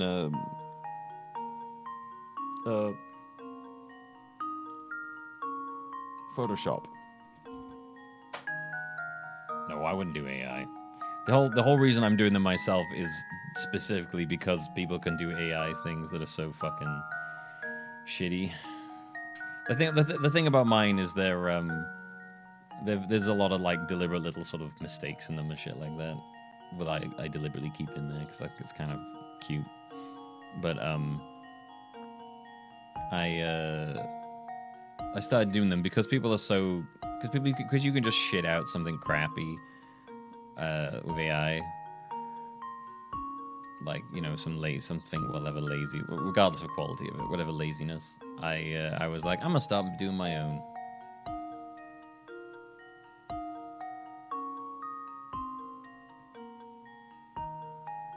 Yeah, no, I'm gonna jump around as I go. Eventually, I will invest in a tablet for drawing, which will make it a lot easier.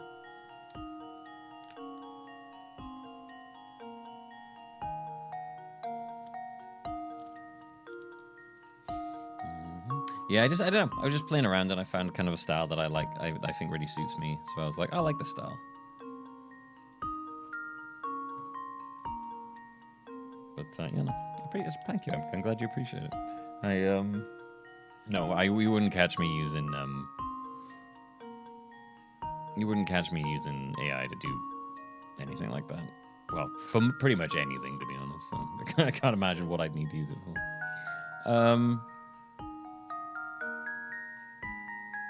No, I do the outline first, and then so what I do is I do the outline first, and then when I've got the layer of that, I do a layer underneath of it where I do the sort of scribbling underneath, and then whilst trying to avoid the lines, so it leaves that sort of weird, that sort of empty black space between them, basically. I'm not a big drawer, no, to be honest with you. I used to scribble when I was a kid. I used to make like stick figure fight pictures. But I think I started doing it during the Resident Evil marathon when I was just kind of, I don't know.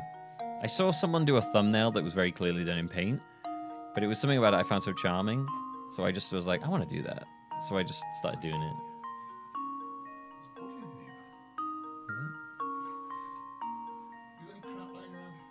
you mean? Oh, like that. Oh, but you mean like sweets? Yeah. No. No. You're wanting something.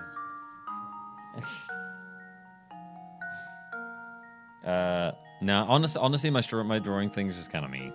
It's kind of the thing I do on my own to chill out. I like having a YouTube video going while I do them.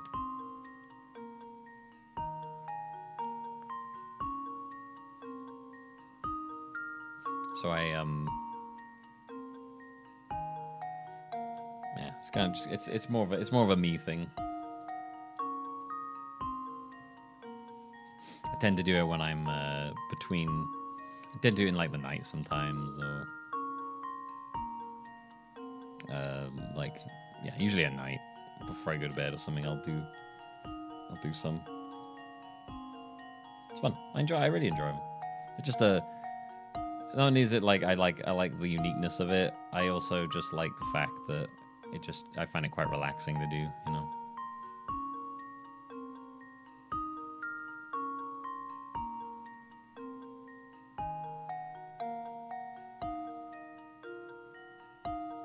Yeah, I've enjoyed it.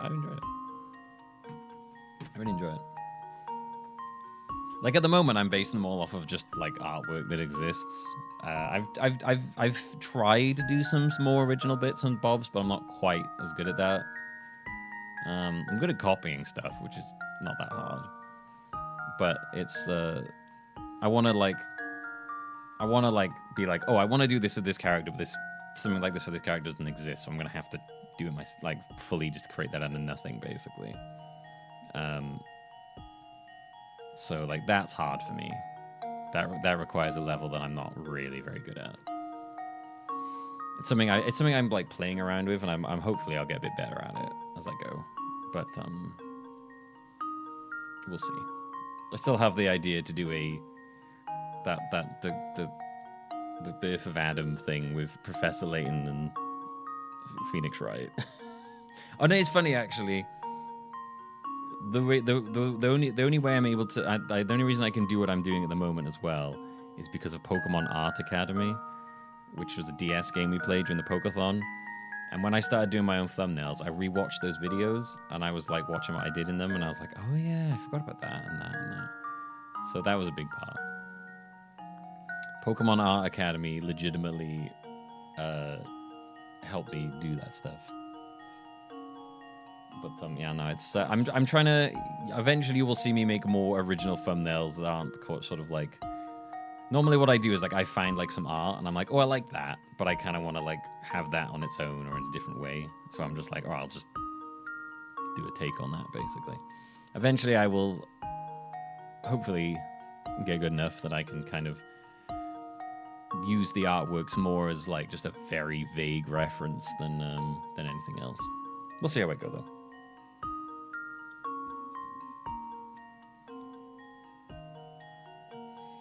We'll see how things go. Yeah, it looks like a crazy little filter, doesn't it? Okay, I don't know. I enjoy it. Every now and then I add a random Milby thing to it, like some sort of rainbow hair or a rainbow thing in. Right, what was I doing? I got very distracted. Thank you, everybody. Yeah, like you can see that the first ones where the original thumbnails I wasn't super trying hard at, and then like I kind of eventually was like, you know what, I'm gonna make more of an effort. I wanna make an effort, but I don't want to make so much of an effort that it becomes a chore. I always want it to kind of be a bit scruffy, because I think that's kind of like what gives it that, oh, this is by a person kind of thing. So that's like that. I never want it to be too perfect. I kind of always want a scruffiness to it.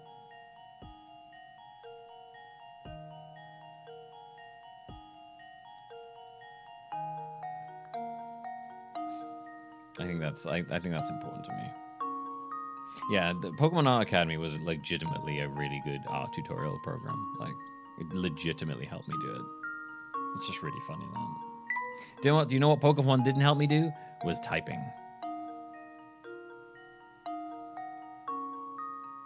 I get that feeling, but for me, it'd be more of a pride thing. When I try too hard, it's hard to distance. I could see that, but I think for me, it's like, I think it's like I like those little fuck-ups because I know that's uniquely me. Do you know what I mean? I'm like, yeah, I know.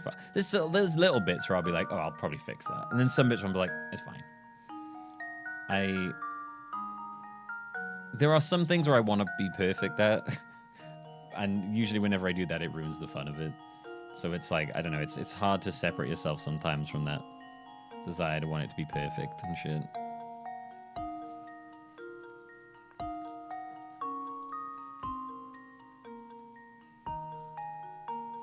Right, sorry, this music is driving me insane. I wasn't paying attention. Right, so how many knots do I... What was the question? I'm just gonna... So 3 loops are... can you work out how many of the small loops of rope would get caught in this knot?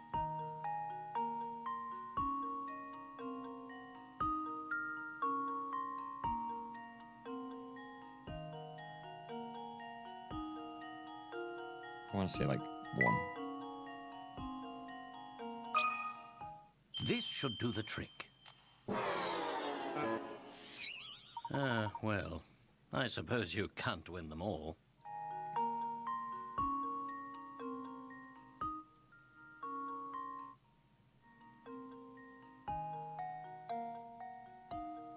Yeah, I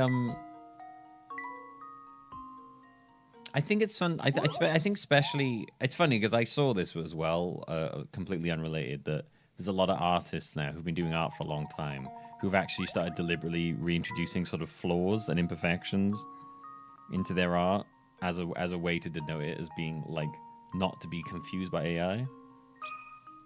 Consider this puzzle solved. I'm just going to keep going up in numbers because I can't be asked to solve this one. I suppose that's one possibility. So, like, a lot of them have kind of been finding ways to... For ages, been kind of striving for this, like, perfection, this, like, really perfect sheen. And now, like, because AI can pump out these, like, sort of soulless perfection things... And now to test my theory. Then you can, like... People are like, you know what? I want to add back in the flaws. You know? I suppose you can't win them all. Not that AI is flawless, but there's like a you know, there's like a sheen. You know what I mean? There's the kind of thing that the flaws an AI introduces are like too many fingers. This puzzle solved. Well, I suppose you can't. Well, all of those AI generated checkers are all nonsense. Every single one of those checkers doesn't work. That's all fake nonsense, that shit.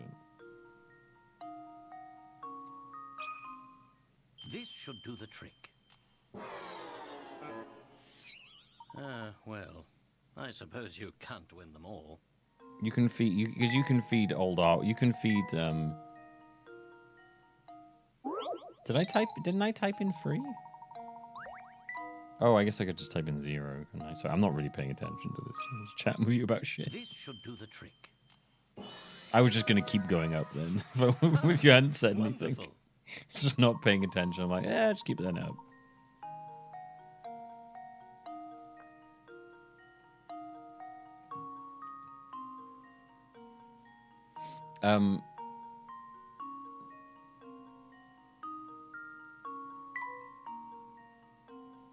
Yeah, I've not heard a single. I don't trust any of those AI checks ever. Every single one I've ever seen, people will put in stuff that they know isn't AI generated, and it will almost always be like, yeah, because all of that it's all AI checking them, and yeah, I wouldn't trust. I personally wouldn't trust a single one of them.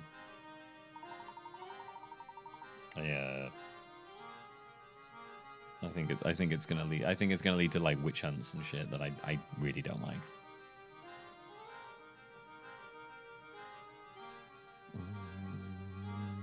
So I really don't like it when people just start randomly going around being like, oh, that's AI, and then I'm like, this is starting to feel like very like witch hunty. I really don't enjoy it.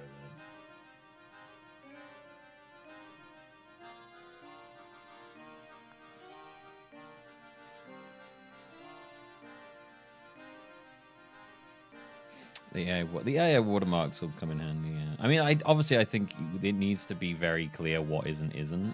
I think that's super important, so that people can make informed decisions. And I really don't understand people who don't want that shit to happen. If you don't want people to be able to tell if your thing is done by AI, I'm very suspicious of you. I'm like, why? If you think it's so good, why? And it's because you know people will react badly to it. So, I mean, you know, maybe that says something. But I legitimately, anytime someone is like, I don't want that stuff, I'm like, okay, well, I don't trust you. I can't trust you at all.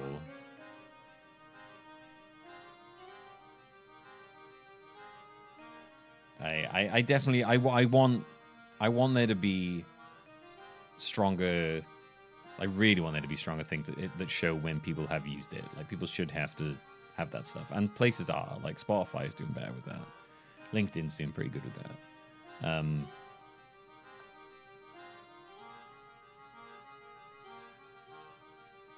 I also want it better because I don't like people running around randomly accusing people of that stuff, because it just gets very uncomfortable to me. But yeah, if you're trying to deceive people with that stuff, then yeah, I'm like, okay. If you're gonna use it, just admit you used it. Don't pretend you don't.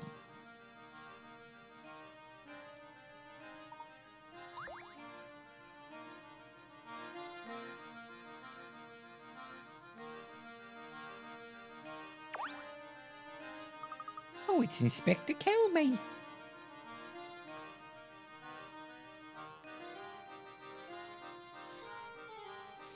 I'll let him remember the word for us.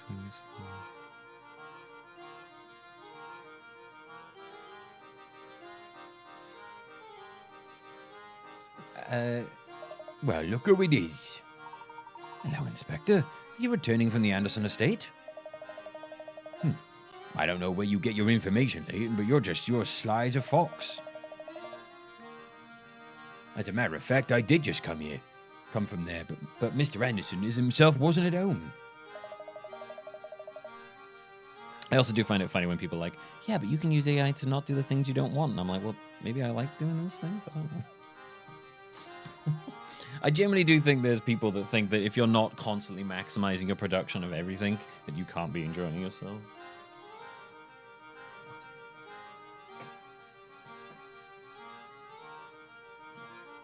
I'm assuming these are the same people who min-max games and do min-max live. I'm just like, no, I've always been a journey guy, you know.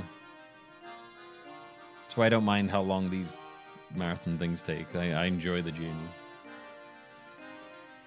Seems he's off presiding over some livestock competition or other. A likely story, I'm sure. I'm curious, have you found a connection between Mr. Anderson and the case you're investigating? Not that it's any of your business, but perhaps you can be of help. I've heard rumours that he tried to find the Elysian box in the past, so I went to talk to him. But when I got to the house, the butler told me he wasn't home and that I should leave at once. Can you believe it? Mind you wouldn't be surprised if he was just pretending not to be at home. I went out of my way to go up and see the man. Least he could do was offer me a cuppa. Why would Mr. Anderson be interested in the Elysian box in the first place? It's anyone's guess, Luke. We won't know more until we can ask him in person. In that case, I suppose we should head over to the livestock competition Mr. Anderson's judging. Fine. Let this barren ship roll around in the mud of his precious cows. We shall be elsewhere. As far as I'm concerned, the whole thing's nothing more than a frivolous distraction for the rich. I can only assume his obsession with the box stems from the excess of time and money on his hands. If you see anything that might help in the investigation, report it to me straight away. You hear? We're always happy to cooperate, Inspector. Now, please excuse us. Fine, off you go. Come along, Barton. We got work to do. Oh, yes, sir. I really enjoy doing the voices for this game. It's very fun.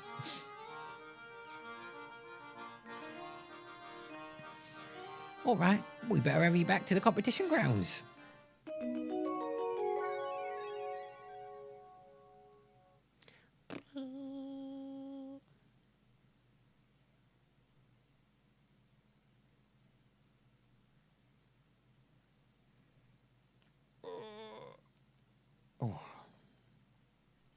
I had a thing the other day with, I think I was watching something on Instagram.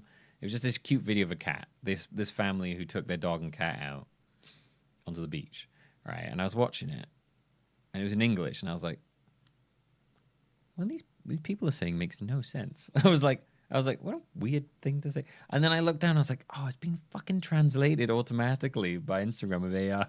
And I put it to its default, and I was like, oh, that makes so much more sense. Because like some of the things they were saying, and I was like, what the fuck? Doesn't make any. I was like, the video is cute as fuck because like they've taken their dog and their cat to the beach and it's running around. The video itself was real. It was translating it because I was like, what the fuck? There was something just so weird about it. And then I was like, oh, it's auto-translating it. It was so fucking weird.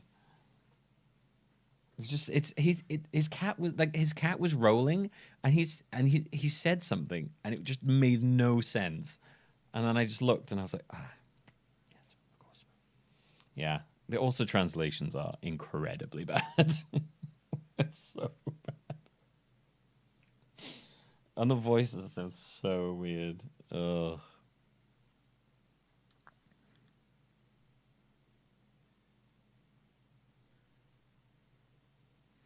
I get why they're trying to do auto-translate, because translation is very time-intensive, obviously. But automating it is not the solution, because it's just bad. It's just really bad. There's a reason why, like, you know, localization, all that stuff exists. You know, who wants to watch that? Oh well, I mean, the people that are making those decisions don't give a shit about that. It's time and efficiency to them. Like I said, you know, a lot of those people, these are people who believe that if you're not maximizing output and efficiency, that you are failing. You know, everything should be maximizing output and efficiency.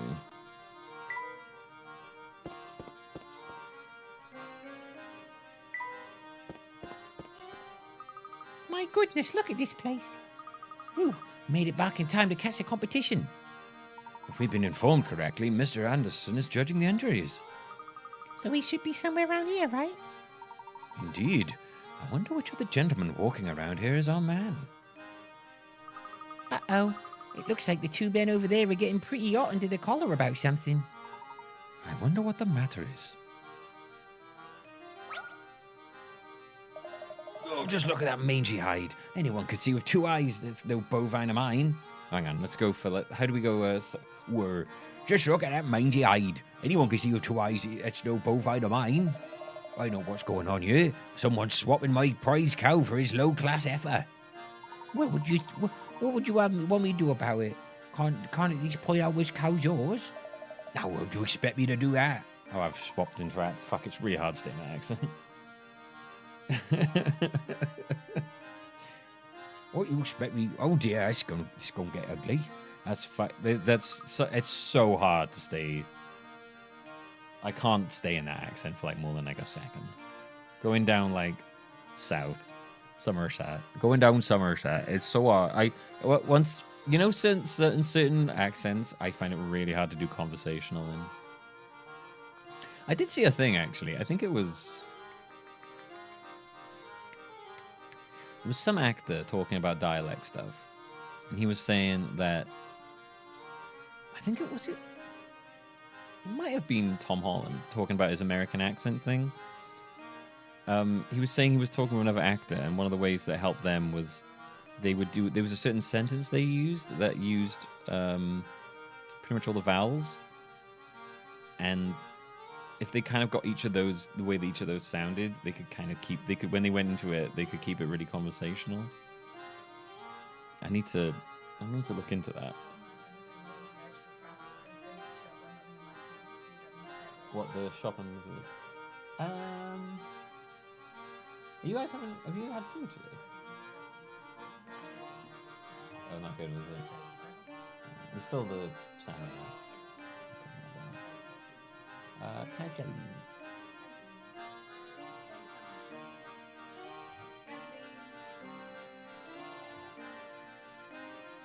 What's wrong, mister? This fella's at sea, he seemed convinced someone swapped his prize cow for another cow. I'm telling you, that ain't no cow of mine. My girl is perfect form, orange to tail. See what I mean? When it comes to me doing like voices, my excuse is always just imagine that I'm not doing an impression, I'm doing an impression of an impression, so I'm too removed. So if it sounds bad, that's why. I'm not actually doing an impression of that voice. I'm doing an impression of someone doing an impression of that voice. That's my get out of free card. Tom Holland is very good at not sounding British. It's very impressive.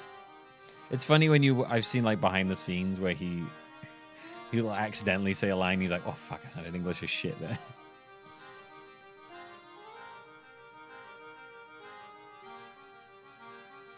It's very funny when you see him, like, accidentally fuck it up when he's doing it.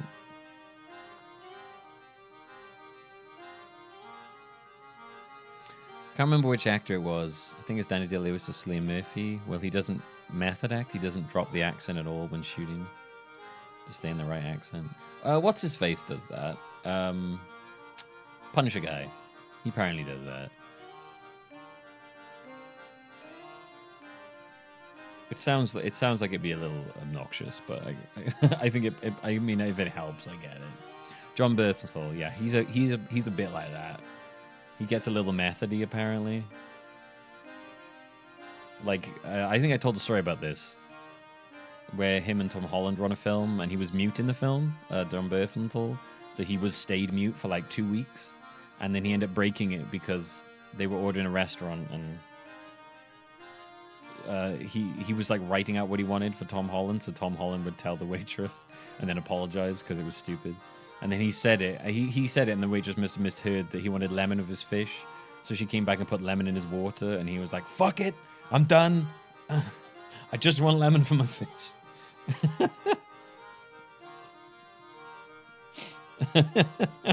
Which I love that. Like, that's a great story. Fuck it. I've done 2 weeks of science. I just want goddamn lemon on my fish. I'm sick of this shit. Yeah, Tom Holland and John Bernthal have done something like 5 or 4 films together in a year. So they're apparently like best mates. I didn't realize that John Bernthal helped Tom Holland out with his original Spider-Man audition. Apparently, like I had no idea that. Fascinating to me. I didn't realize they were like that good friends.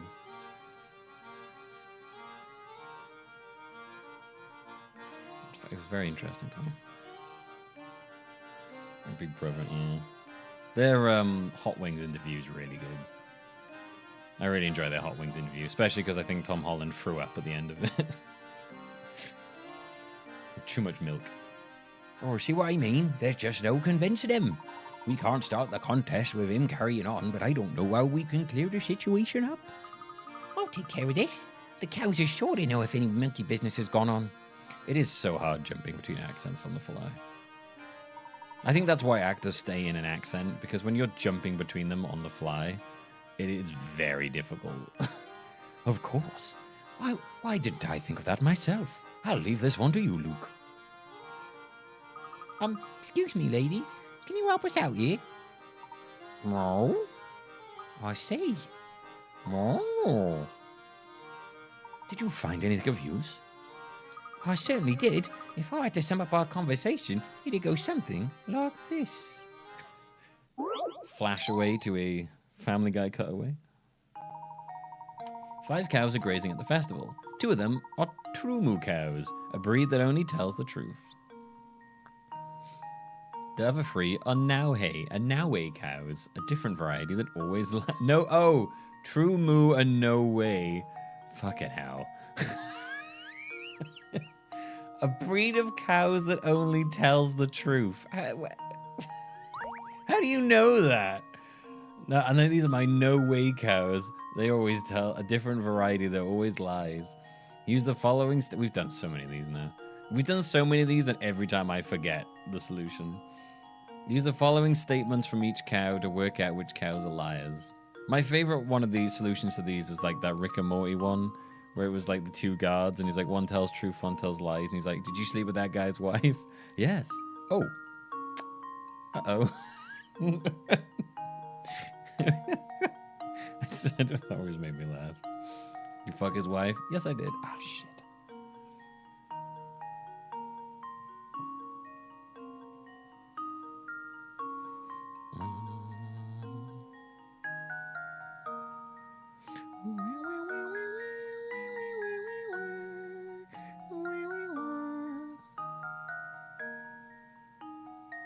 No way, cow.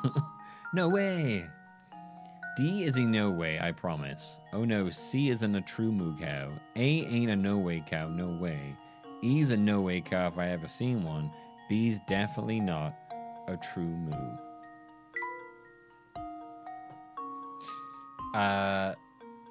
D is a no way, I promise. When they ask for credit card details, that's a good one. Okay, so what are we trying to work out now? For each cow to work out which cows are liars. Okay, so we have to work out which ones are liars and which ones aren't. Okay. So we just need to work out which three of the liars. Oh,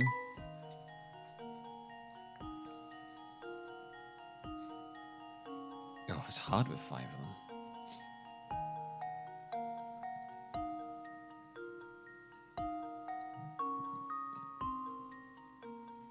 One solution in D is to kill one and ask the other if he was dead.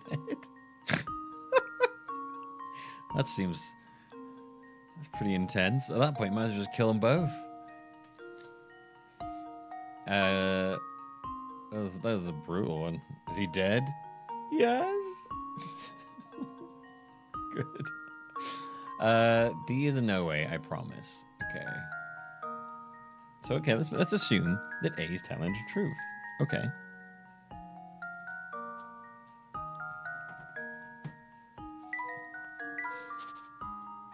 Right? So that would mean that D is a false cow. Right? Which means that D saying that E is a no way if I've ever seen one would mean that E is a true cow.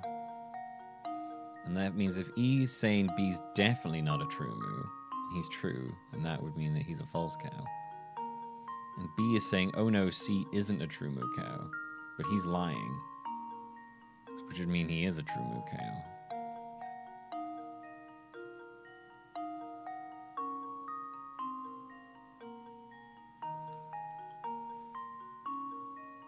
Which means he is. So if he's saying, oh no, C isn't a true moo cow, so then he'd be like, oh no, he is. Oh yes, thank you. Thank you. Okay, so A can't be a true moo cow then. So let's say A is a false one then. Which means if he's lying, then that would mean that D is a true cow. And if D is telling the truth, then E is a false cow. And if E is a false cow, he's saying that B is not a true moo, which means it is a true moo. And B is saying C isn't a true moo, which is true, so it's a false. Okay, so it's A-C-E. Nice.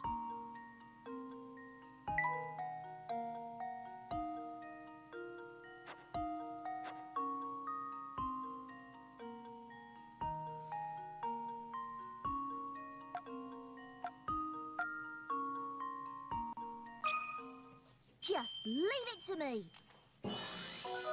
That might have been the most coherent. That might have been the most coherent, best way I've worked one of those out in a while.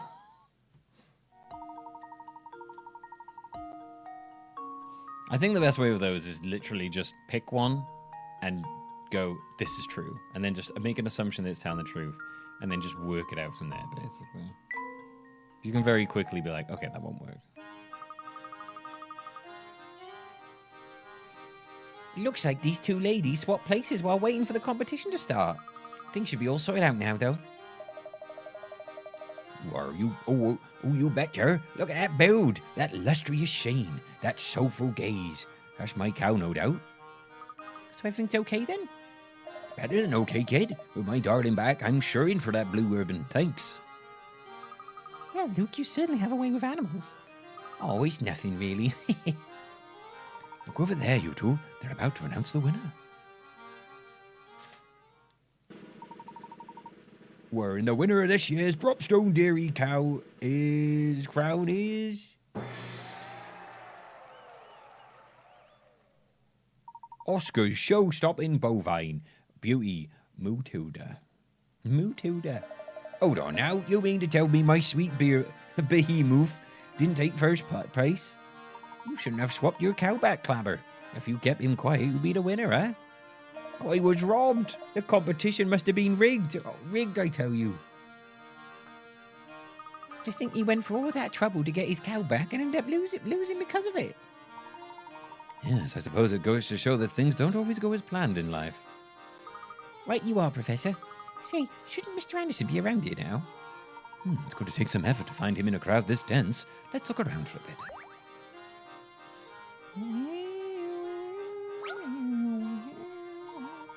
You ever heard that old saying that clothes make of the man? Well, from the look of you, your duds, I'd say you got your act together. So try this puzzle on for size.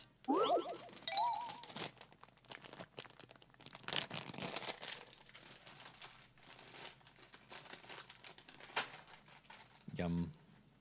Oh. A, B, and C each started off with shirts and trousers of the same color. Okay.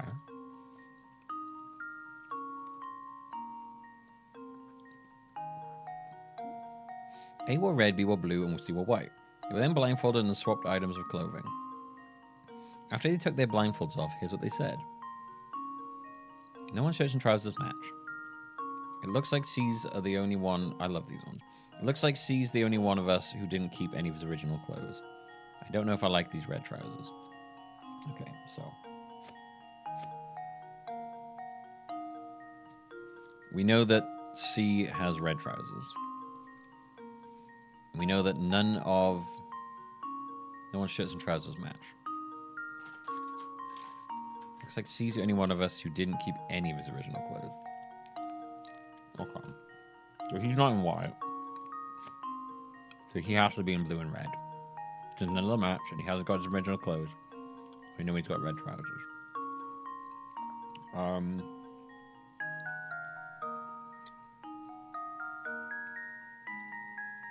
Everyone else kept at least one bit of their original clothes.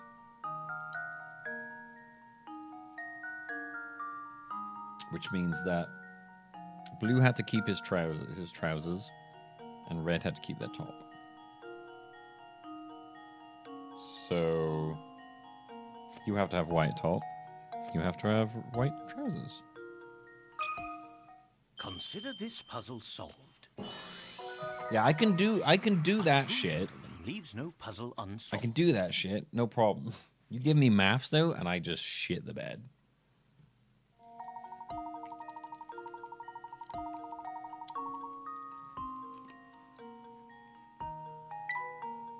Or things that look like math.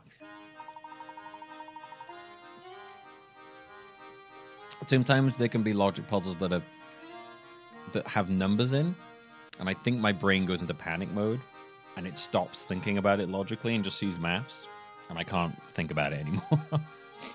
So real, I don't know what is up in my brain with that, honestly. It's like maths dyslexia or something, I don't know. Gonna start working puzzles into dates to test for potential partners. Oh, I like that. I like that. You can do that with like paying for food or like who sits where. There are 2 seats. Your date turns up and be like, well, put a top hat on. Well, date, it looks like there are 2 seats in here. That reminds me of a puzzle I thought of one time. You just sit there like, she's like, what's happening right now? Are those guys swingers? Is that where their clothes are mixed up? Maybe. Shirts and trousers that don't match are the epitome of tacky. That's fashion rule number 1. Rule number 2, no one can pull off sequins. With that Swiss suit of yours, you're golden. No swanky nightclub will turn you away. I guarantee it.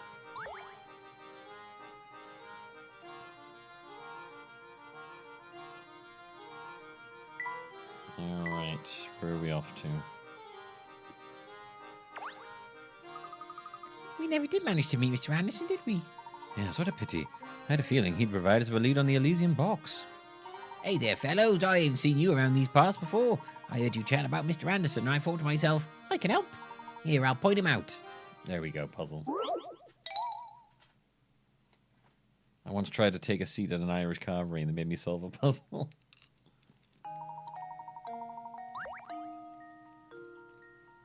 The puzzle was, where's the front door? And then when I walked through it, they locked it behind me.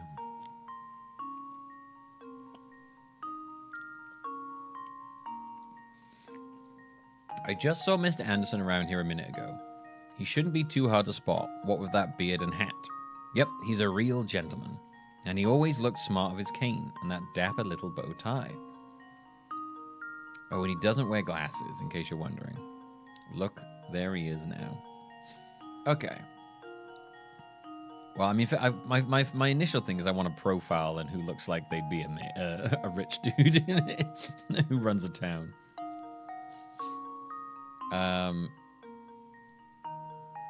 It shouldn't be hard to spot with that beard and hat. Is that puzzle Satan in the background again? So he's got to have a beard. So not you. You have a mustache. I don't recognize that. Not you. You don't have a beard. I really don't know about you.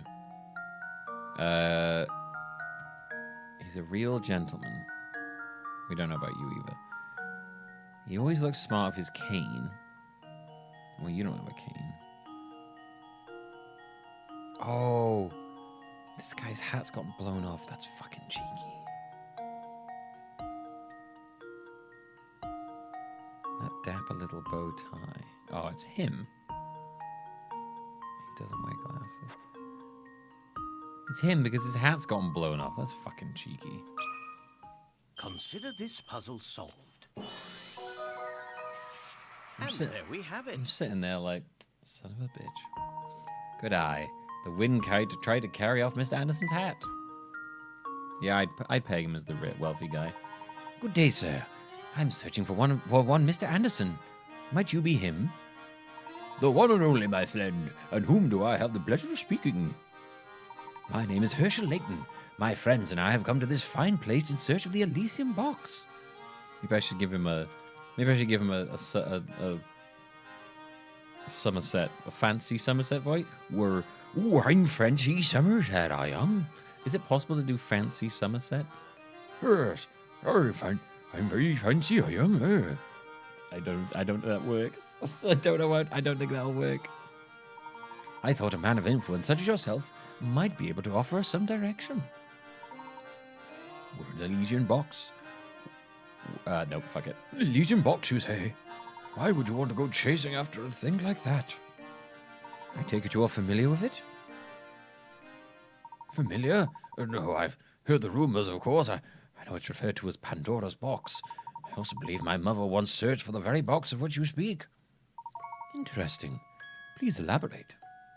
Well, my birth mother died when I was very young. The mother I speak of is actually my mother-in-law, Sophia. She founded this village way back when. The kindest soul I've ever met. Sharp, too. I married into her family, but she treated me like her own flesh and blood. Since I never knew my own mother, I suppose it'd be fair to call Sophia my real mother. Even after my wife passed away, Sophia continued to treat me as one of her own. I keep changing his voice. Sophia looked high and low for that box, but she never could find what she was looking for. So she made efforts of her own to search for it? Fascinating. Tell me, where might Sophia be now? She left us last year. In her last days, she spent a lot of time holed up in her room writing. Sadly, I never found out why she was so intent on getting her hands on that box. I see. I'm sorry for your loss. Thank you. Well, my mother may have known something about the subject, but she's gone now. Now you know as much as I do. I regret that I couldn't be more help to you, sir. Not at all, Mr. Anderson. I've learned a great deal from our conversation. You have my thanks. Oh, but one more thing before you go. Please take a look around you. These picturesque hills, these happy people. Dropstone has been blessed with so much. Sophia built this place from scratch into a village full of warmth and camaraderie. It looks like a very picturesque little cartoon UK countryside town. Dropstone must never be allowed to wither and die like so many of the villages. After all, this place owes its current prosperity to the many sacrifices she made. Forgive my rambling, sir. Once I start talking, I sometimes have trouble stopping. Enjoy your time in Dropstone and be well. This is another weird town full of robots. Looks like that was another dead end. I wouldn't say that, Luke. It would appear this village is inextricably linked to the Elysian box. I also find Mr. Anderson's choice of words interesting. I wonder what he meant by sacrifices. Well, that is something for us to ponder later. For now, let's make our way to the station. All right, Professor.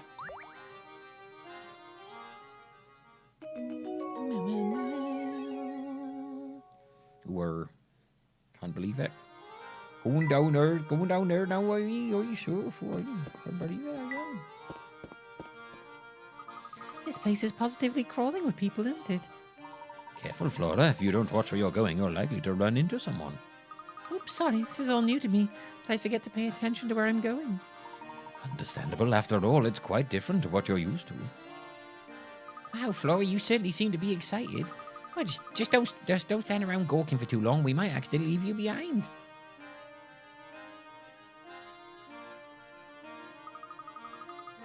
Wow, what's that? Oh, and look, there's another one over there. Huh?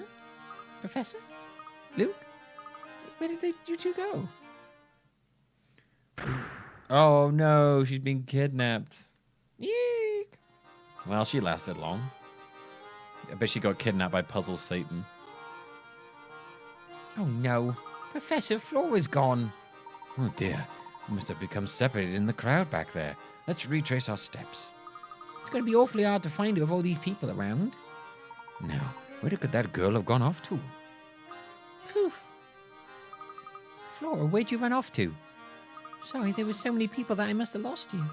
I turned to look at something, and before I knew it, you two were gone. Well, I'm relieved you two found your way back to us. With so many people around, who knows how long it could have taken us to find you. I'll be more careful from now on, I promise. Although, you know, I had a few interesting things while I was wandering around there. No? What did you hear? That a man named Romy was asking around about the Elysian box. If we can trap him down, maybe we can tell us something we don't know. I heard from one person that he's been wandering around near the station. That is interesting news. Let's head to the station and see if we can find this Romy. Good on you, Flora. That's some top-notch intelligence you gathered right there. Oh, it was nothing. Okay, so is she like a clone now, or what? She been cloned? Someone pretending to be her?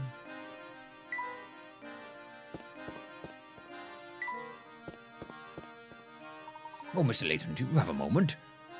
Certainly. How may I be of assistance? It seems you've done a great deal of investigating today.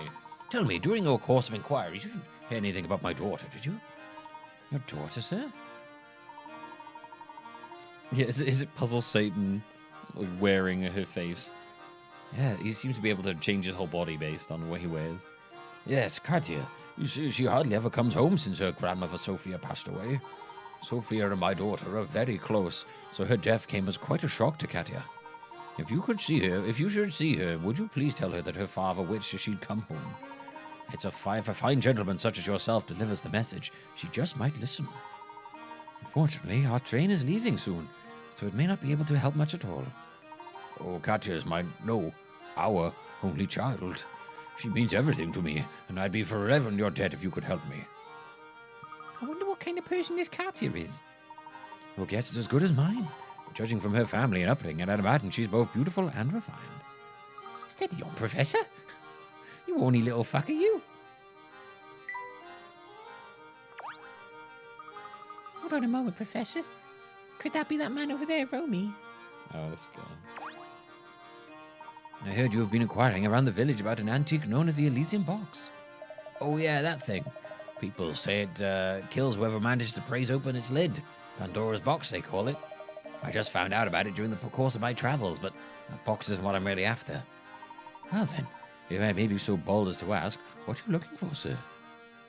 A phantom town that's nowhere to be found on any map. A place only the chosen may visit. The only way in, I hear, is on the Voluntary Express. That train and its many mysteries have been the subject of my research for years. From what I can tell, this artifact you're after, the Elysian box, is also tied to that town. Wow. So when we set out for it, how do we get there? Yeah, that's the one detail I haven't managed to pin down yet. Maybe you whisper a password when you're on the train and whoosh, the track goes in a new direction. Anyway, it's probably something like that. I'll just have to keep searching until I find a way in. Interesting. Thank you for your time. Professor, did you hear that? I think we finally got a new lead on the Elysian box. a bit early to celebrate, but it looks like our journey on the Montel Express isn't over yet. All right, you two, let's start making our way towards the station. Okay, Professor.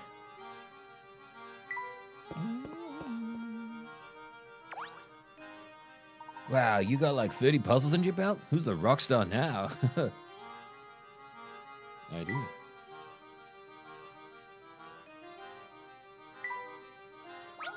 Oh, I see, that's like the check-in thing. How's that festival treating you, dudes? Pretty righteous, huh? This train ain't ready to move quite yet, so while you're waiting, I'll lay this sweet puzzle on you. Sammy has 8 chains of 7 links each. He wants to connect all these chains to make a necklace. The jeweler says that it will cost £2 each time he opens and closes a single link. Oh, God.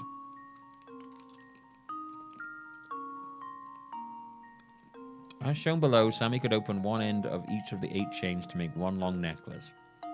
However, that would cost £16, and the truth is that there's a cheaper way to get the same result. Using the cheapest method possible, how much will it cost to make the necklace?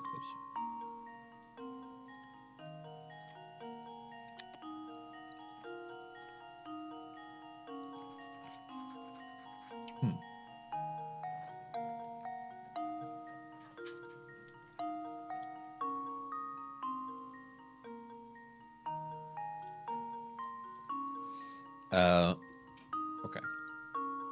I could open one end of these 8 chains to make one long necklace.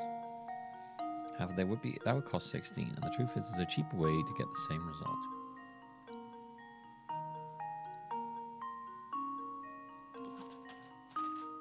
Also, who the fuck's charging £2 to open and close a single link?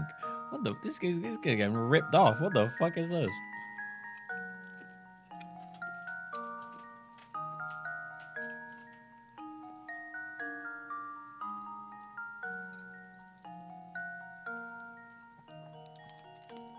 Okay. We wouldn't need to open one end of each of them.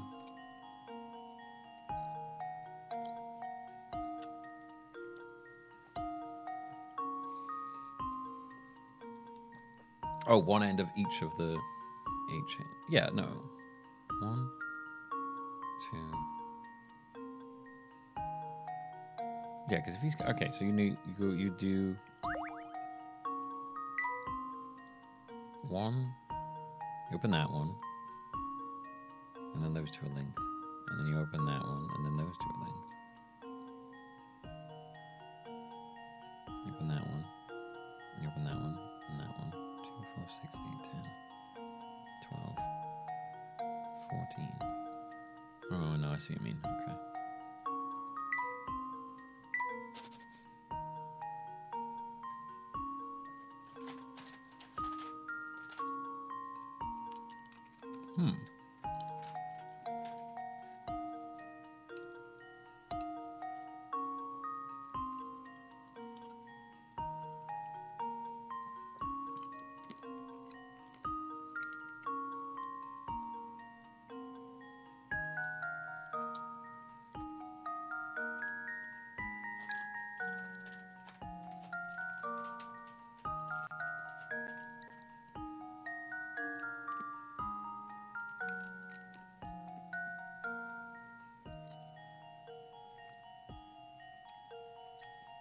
Huh?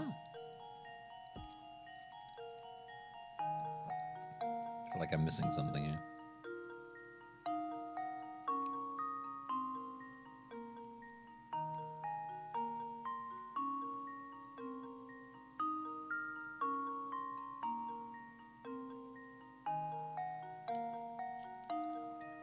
So what's the trick here?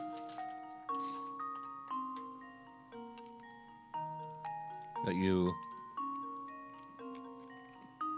open.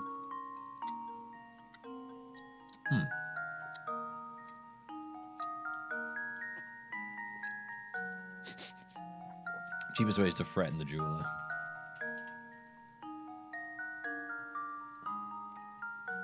Couldn't he just do it himself and it cost him nothing?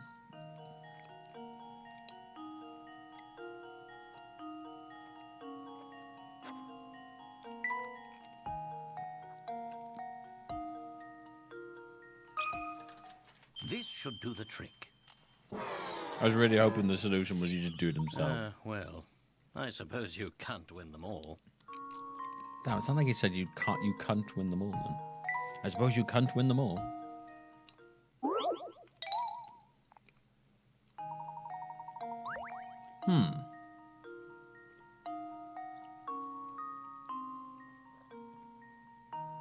Right, let's get a hint from the game. Number of links in each small chain is a crucial clue that will help you solve the puzzle.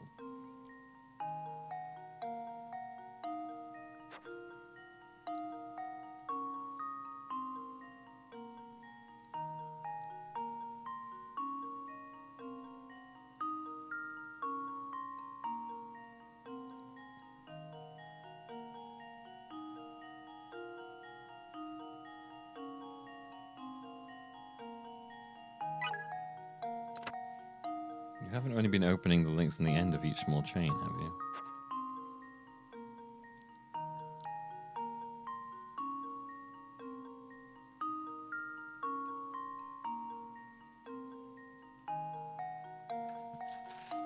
Well, it's not going to look like a necklace if you stick. What?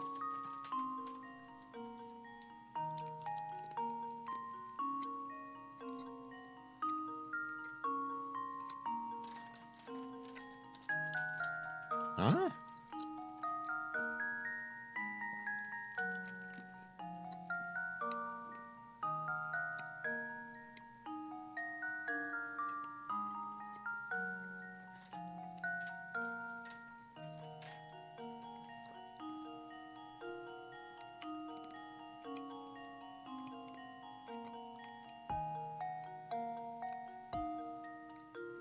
I do not understand this.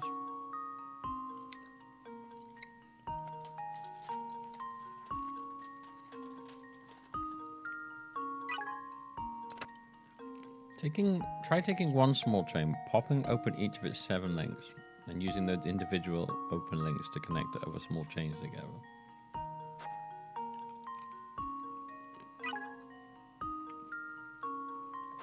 Oh.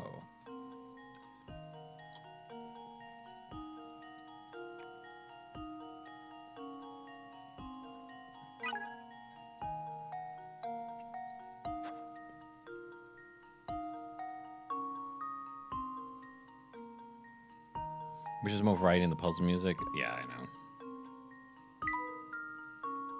Same. Big same on that one. So... the cheapest is £14?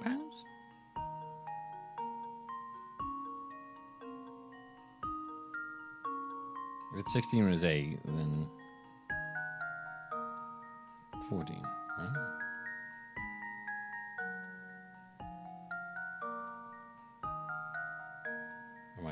Am I mad in that wrong?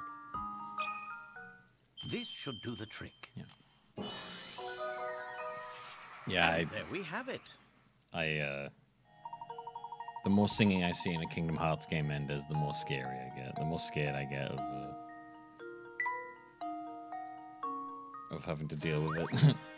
I have little to no faith in Kingdom Hearts anymore. The Monster Express is back in business, baby. Get ready to ride, folks. Hey, you guys better hurry back to your seats, because this train's ready to rock. Ready to rock. Ready to roll. Oh, goddamn, there's a lot of puzzles there. Mm-hmm.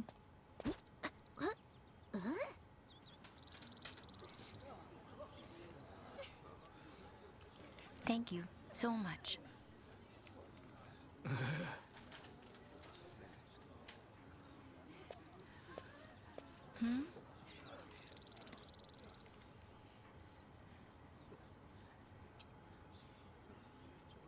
Layton's checking out those big eyes. He wants to steal them.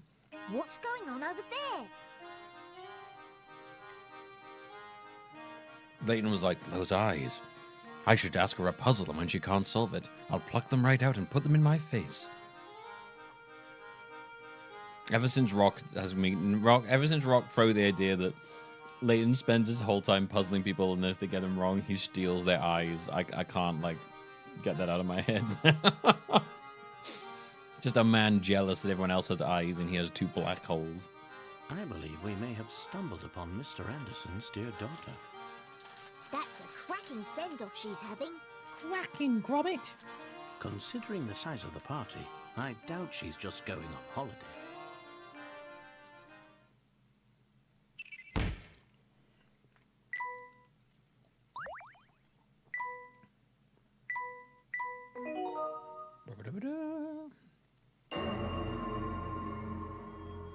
A diverging path. He's an enriched horror.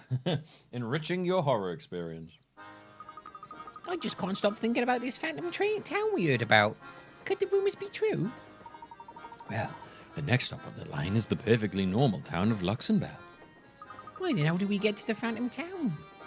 That's an excellent question, but I don't have the answer, Luke. But if the Voluntary Express does indeed head for parts unknown, the crew will know something about it. Get out of here, Fly.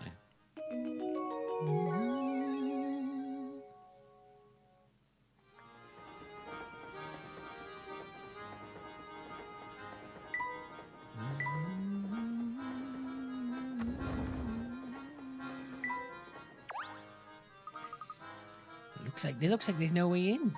I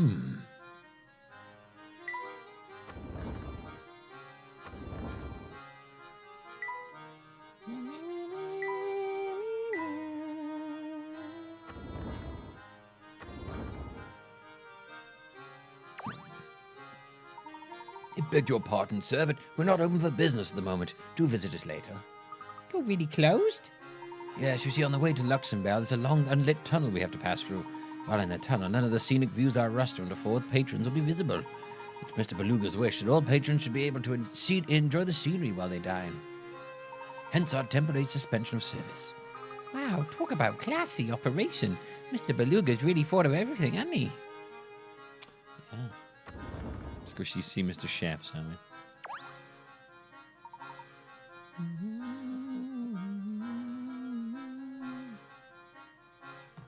He's just a gentleman, Mendez. You just don't understand how wonderfully gentlemanly he is.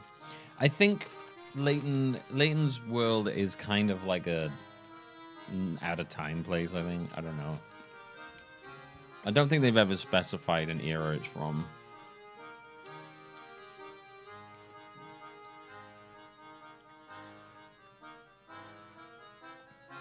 And the world this exists in, his top hat suits the entire vibe for me.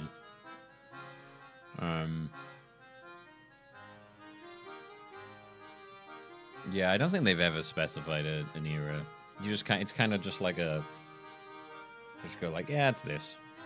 Technology jumps all over the place because there's robots. Like the last game had like mechanical robot people, so and like fucking Eggman spinning, little copter thing. It's one of those things which is like, meh. How's my guy doing? I knew he'd be tough without him around, but I didn't realize how lonely I'd get. Is he happy at least? Don't you worry, he's doing great. He'll be as fit as a fiddle before you know it. That's really good to hear. Don't let me down, okay? I'm actually about to close up the kitchen and rest until we get to Luxembourg. Most of the train shuts down for the leg of the trip, so you might as well go rest in your room.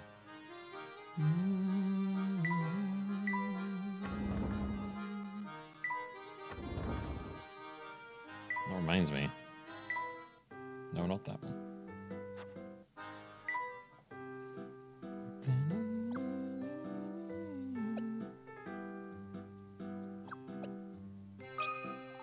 Got any snacks around here? Oh my god, he Don't talks. hold out on me.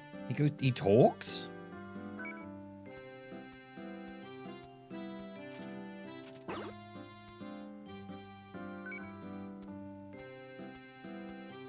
Got any snacks around here? Don't hold out on me.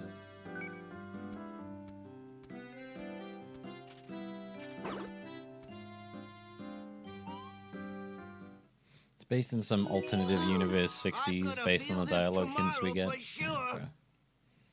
But considering it's an alternate universe with different tech, it could really be whatever. Yeah, it gives me kind of steampunky vibes occasionally.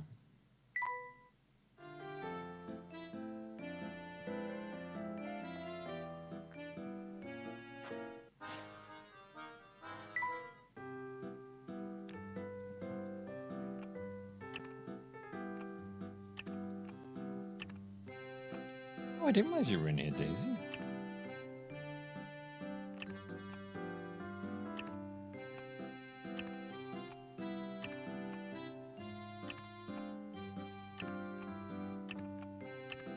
I'm just trying to move it. God damn it.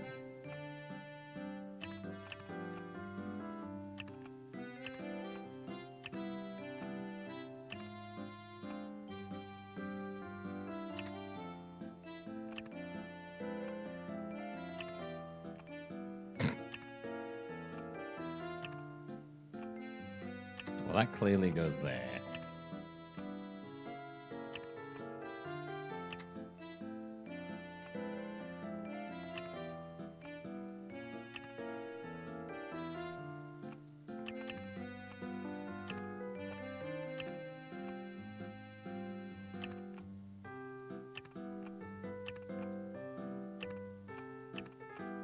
I would say that goes there.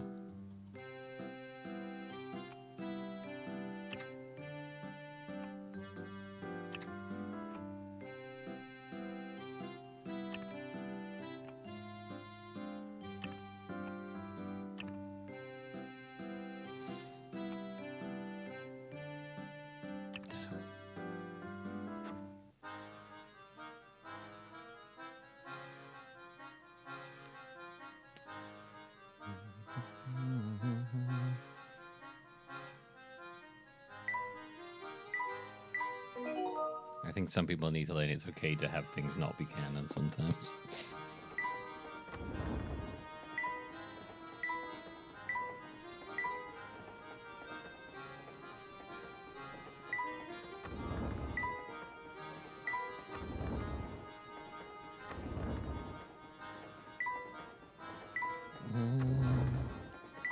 She's got all the puzzles there if we ever run into a situation where we need to do puzzles. Finally time to get down to business. It's been ages since I got to do some real work. What do you mean? Wrong voice. Coldplay. What do you mean? Didn't you just finish? Oh, fucking hell. Oh, shit. You got the thing. What do you mean? Didn't you just finish repairing the train? Sort of, but... Oh, fucking Jesus Christ. But sort of, but before I can kick back, I gotta do... Oops. Nothing. Things are good.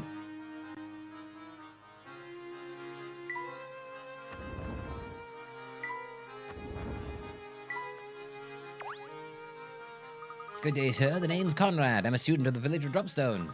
I'm headed to Luxembourg, so it seems we'll be traveling together for a while at least. Hey, have you heard about that long tunnel on the way to Luxembourg? When the train passes through it, every light on board is switched off. Stranger still, once the train nears the tunnel, all access to the deluxe carriage is cut off. What the fuck? What if someone needs to go to the toilet in the dark? Something very weird might be going on if they shut off access to the deluxe carriage. Of course, it all makes perfect sense. Why didn't I see it before? Luke, I think I worked things out quickly to the deluxe carriage. I'm right behind you, Professor.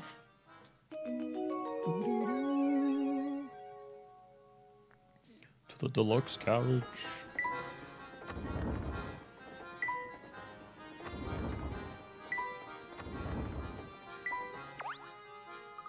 Here we are, the deluxe carriage. Something's written on that sign on the door. Actually, it appears to be a puzzle of some sort. I have a hunch that if we can solve that puzzle, we can gain access to the carriage. Solve this knife crime, Layton. Oh shit, thank you, Madness. Solve this knife crime. Luke, why?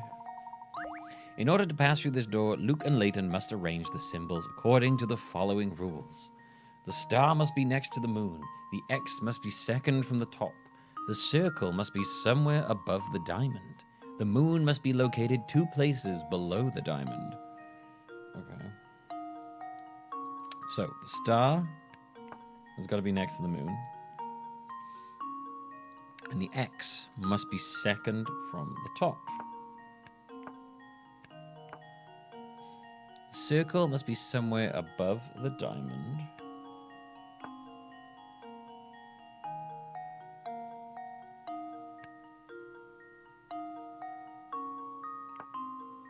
Makes sense. The moon must be located 2 places below the diamond. That makes sense, right? X second from the top. Circle's got to be above the diamond. Star must be next to the moon. And the moon's going to be located 2 places below the diamond. Consider this puzzle solved. Layton, I have the one riddle you cannot solve. What year is it? No.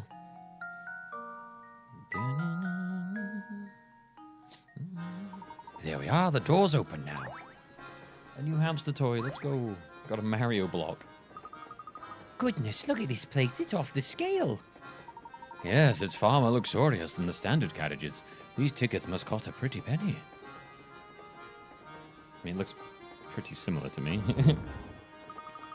Oh, Professor, this room is just breathtaking. It looks literally exactly the same. The carpet's a different color. And 1.5 times as big as our room to boot. Plus, look how super squishy this sofa is. Whee! Come now, don't jump on the sofa. It's not very gentlemanly. Look, remember that discussion we had about how gentlemen should act in front of ladies? Wow, you're right. He's so squishy. Whee!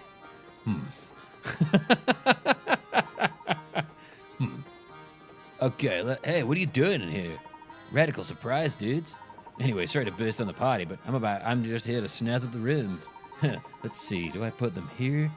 Negative, Sammy, that's no good. Hey, you there, smart-looking dude. I mean, you, man. Me, good sir?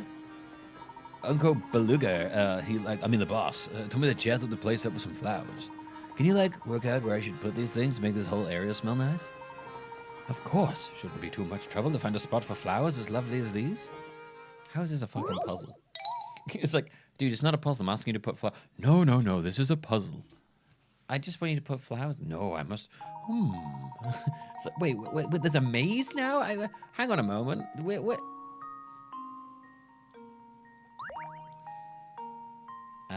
So the puzzles can be a little out of order sometimes, and you can skip a lot of puzzles. So we haven't actually beaten 57. We've beaten 38. But then all the puzzles you skip they get sent to the puzzle wizard, the puzzle witch, so you can just do them whenever. How's it going, Easy?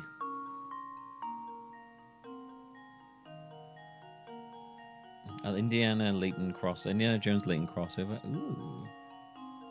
I want to see more Professor Layton. I want to see Professor Layton in a fighting game. That'd be great. He'd gentlemanly beat people's asses. There's nothing like fresh cut roses to boost your spirits. Can you help Sammy freshen up the whole carriage with their fragrance? Touch a square of your finger to place a rose. The fragrance of each rose reaches 2 squares in all directions, but can't penetrate walls. If the fragrance of 2 or more roses overlap, the resulting smell will be overpowering, so make sure to keep your roses spaced out. Touch an existing rose to remove it. Okay.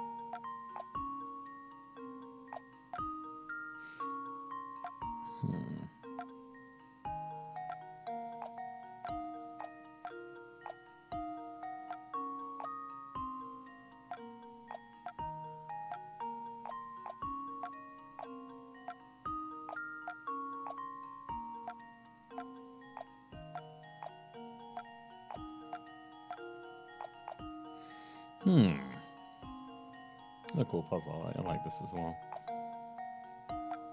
Oh, hey Daisy baby, where you at? Hang on a minute. Daisy.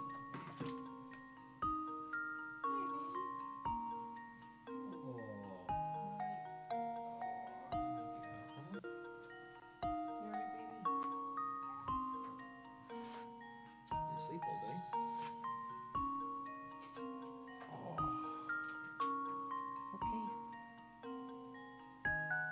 Sleep all day, haven't you, huh?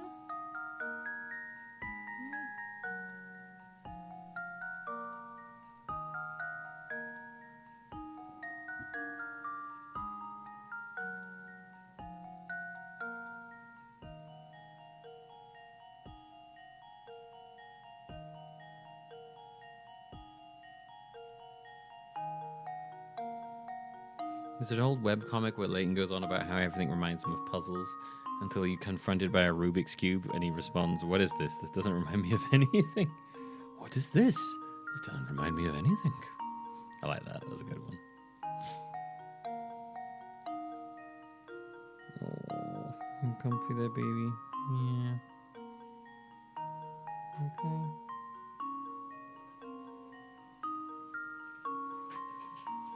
Look at the baby. Oh.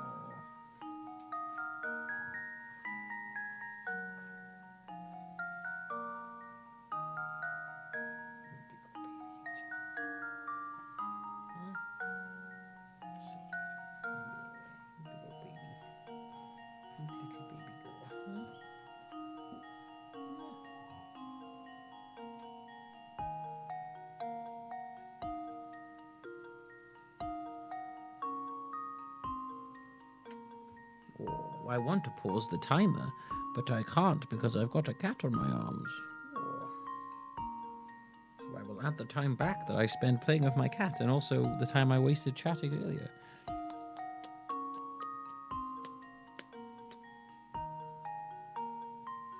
Okay.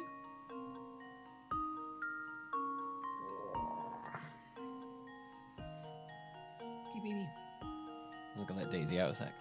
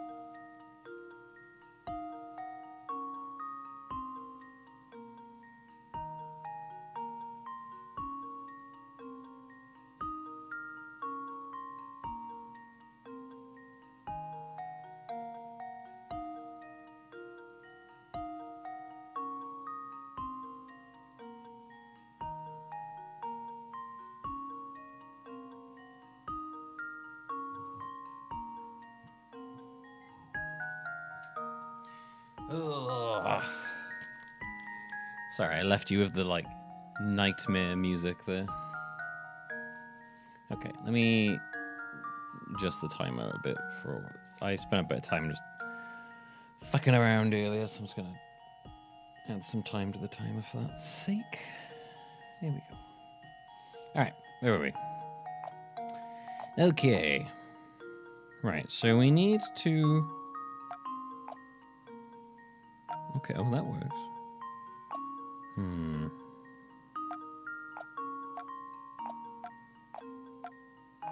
So, that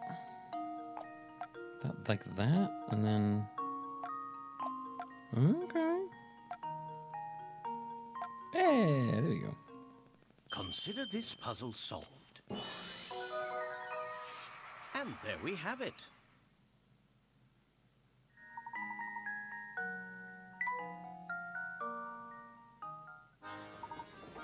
Yeah, how's that?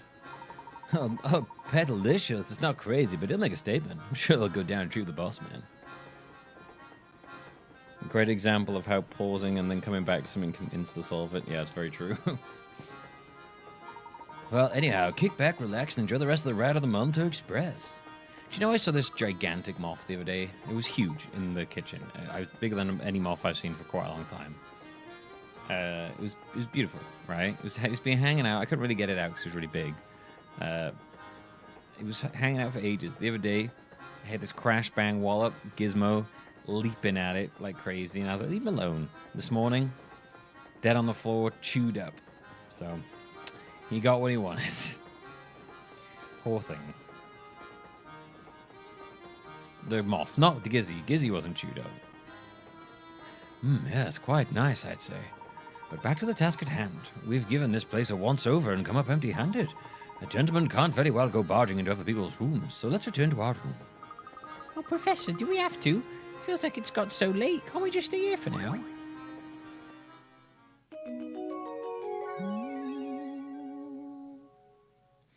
The moth reminded me of a puzzle.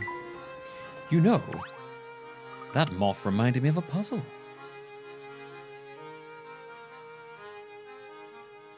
Was it a big moth that chewed up the cat? It's the strangest thing. All of a sudden, I'm so tired. What's the matter, Flora? Oh, gosh, all of a sudden I'm sort of sleepy too. All right, you two, this is no time for jokes. Oh dear, I'm suddenly quite tired myself. Oh my god, we've been drugged.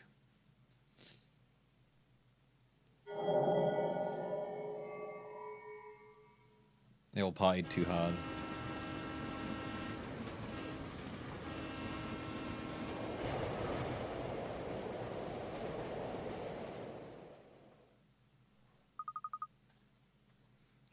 What's going on out there? Am I dreaming? Two trains pass in the darkness of the long tunnel. Move them around so that each locomotive ends up on the opposing tracks, while keeping its carriages in the same order. The only carriages that don't need to end up on the opposing tracks are the number 2 carriages of both trains.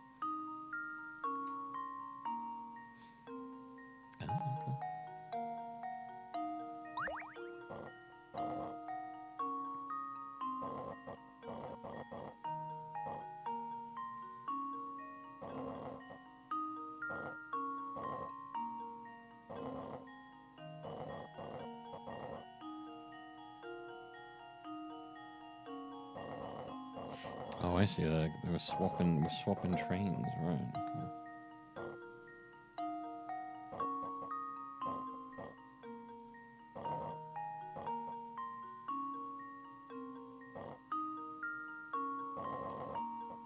Use my mouse. It's very hard to use my finger for this.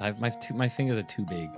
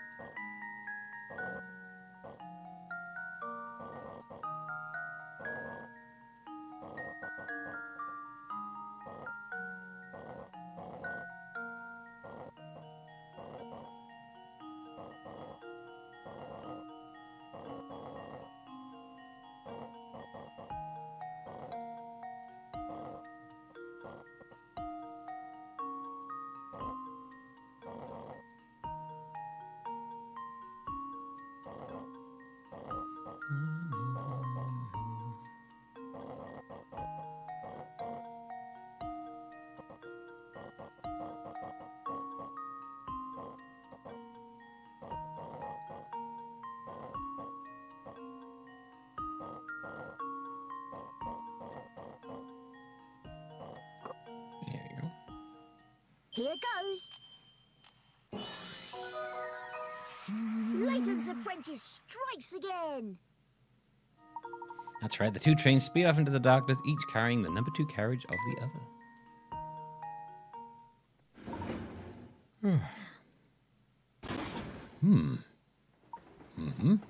My word, I must have fallen asleep on the sofa. How careless of me. Do you know what happened in that tunnel, Luke? Sorry, Professor, but I slept through the whole thing too. And I had the strangest dream. In my dream, part of the Monterey Express switched tracks while we were in the tunnel. Yeah, one of those trains is bound for a track that... Oh no, there's 5 people strapped to the track. Fret not, there's a lever, Layton. Switch tracks? You mean to say one of the train's carriages is now riding different trails? It might not have been a dream after all. If one carriage did split off from the train, it would no longer be bound for Luxembourg. Maybe that carriage is how you get to the Phantom Town. I'm beginning to suspect that you're right on the money, Luke. I hope that Phantom Town isn't as creepy as it sounds. I'm gonna get that mouse out of the way. Everybody get ready to rock. The next stop is Frozen's. Come on, passengers. Let me hear you scream. Frozen's, eh?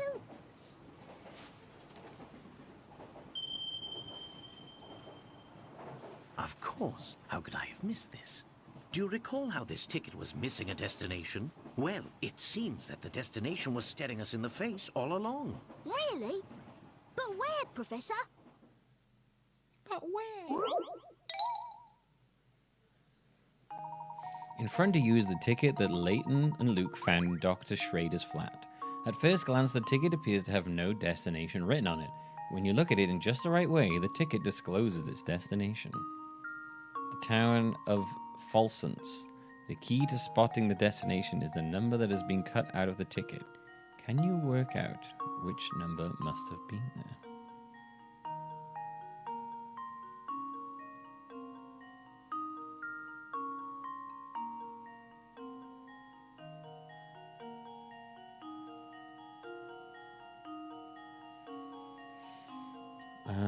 Okay.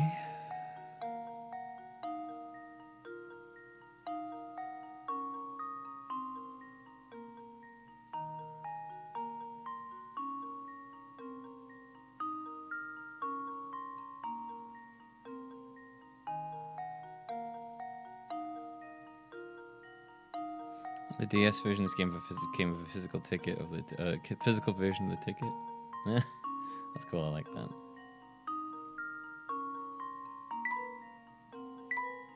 Ah, you can zoom in.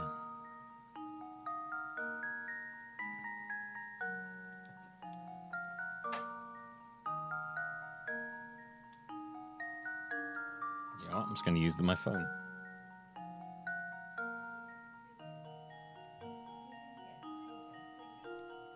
Daisy. She's yowling, is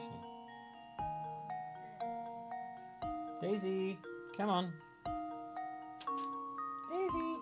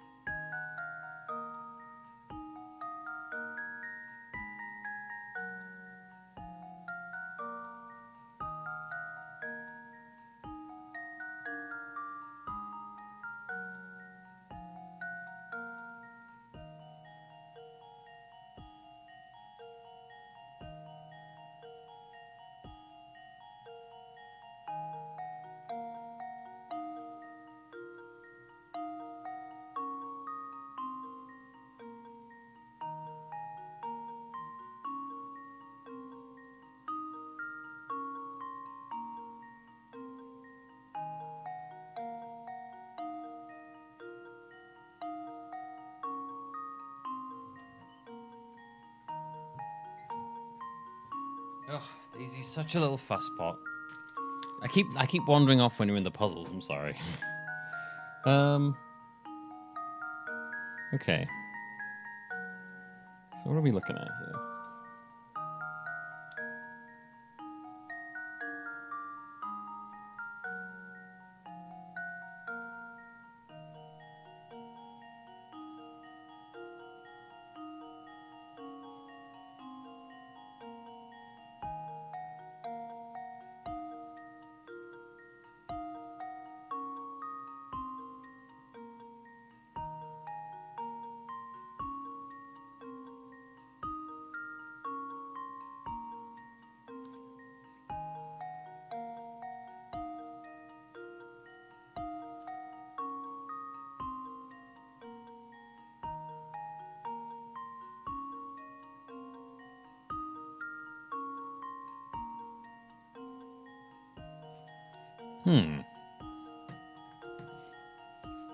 Is it to do with the numbers on the top and the bottom?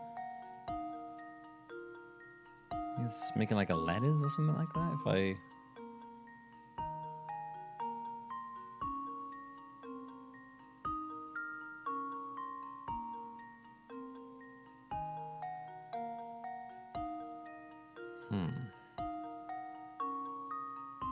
So what if we combine...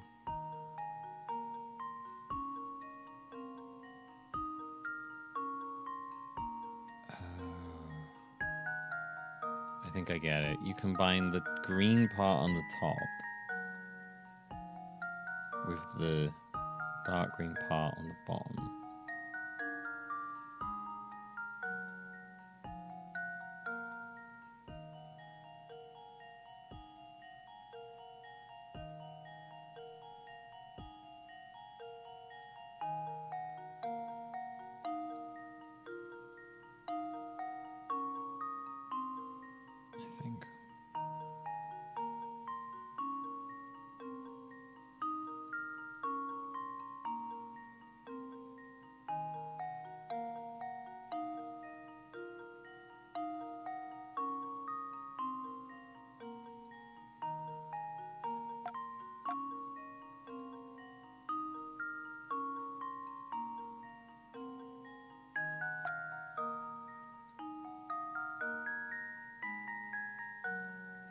Okay, so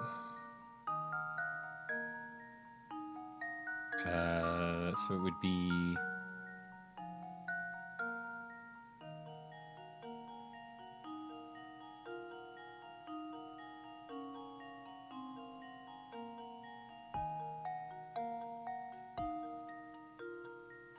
two?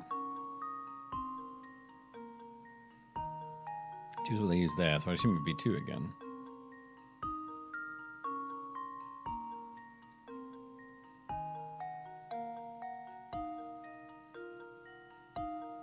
Could be one.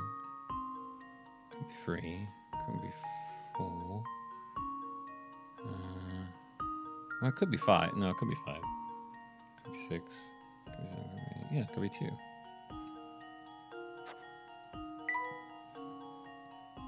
Cool. All right. This should do the trick. Huh. Wonderful. Wonderful. Yeah, nice. If you fold a ticket as shown and line up the two sets of numbers, they form the letters that spell out falsants. We're just built differently in Puzzle I get World. it. I suppose that means we've almost reached our destination. Yes. Whoa, this is strange. When did it get so dark? What do you mean?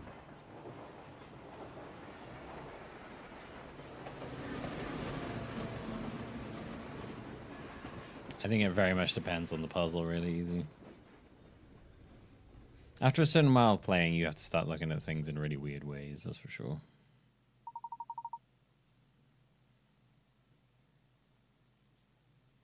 I think some things make more sense to some people than others. Like, if you show me maths, I'm literally just a child, like, drowning in the sea. I do believe we've arrived at the next stop. But I don't see Flora, Professor. Where could she be? Hey, you two. Glad to see you're finally awake. Flora, where'd you get off to? I'm sorry, but the carriage was really stuffy, so when we stopped, I went outside for some air. You went out alone? Are you crazy? It's dangerous out there. Who knows what kind of oddballs could be lurking around? Oh, well, I'll be more careful from now on. What is going on with her? Oh, shit, sorry. Sorry. Sometimes I forget to unzoom it. Let me know when I do that. Watch your tone, Luke. A gentleman always remembers to treat a lady with kindness and respect. Now, since we're all back together, why don't we get off this train and see where we are?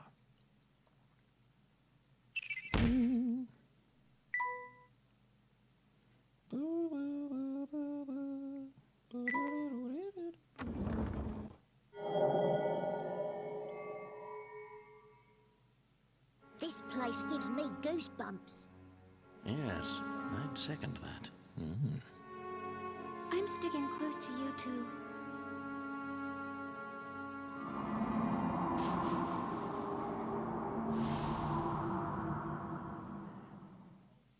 Oh, these must be pictures of the town. Indeed, and old ones from the look of it. Judging by their condition, I'd say they're at least 30 years old. Wow. How'd you know? Oh, that's right. You're an archaeologist. Of course you'd know. No, Luke, it just says right on them. Now, Luke, don't tell me you actually forgot. Well, we'd best press on. That was a weird thing to say.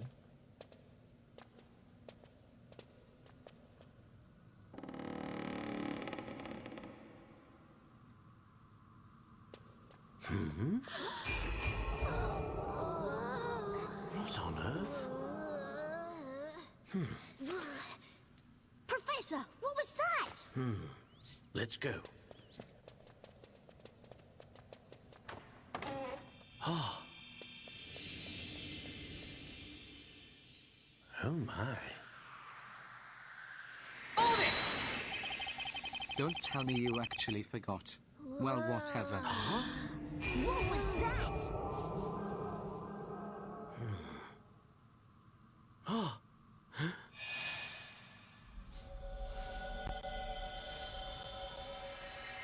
They're just having what is going on here? a real weird trip. I don't know, but it's strange.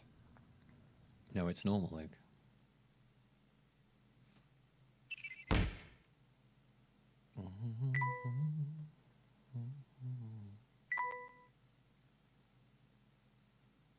Following rumors of the Elysian box, the Professor, Luke, and Flora set foot in a strange town.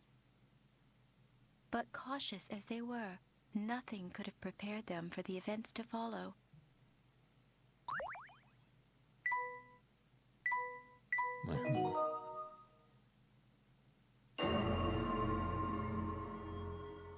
Muted alert?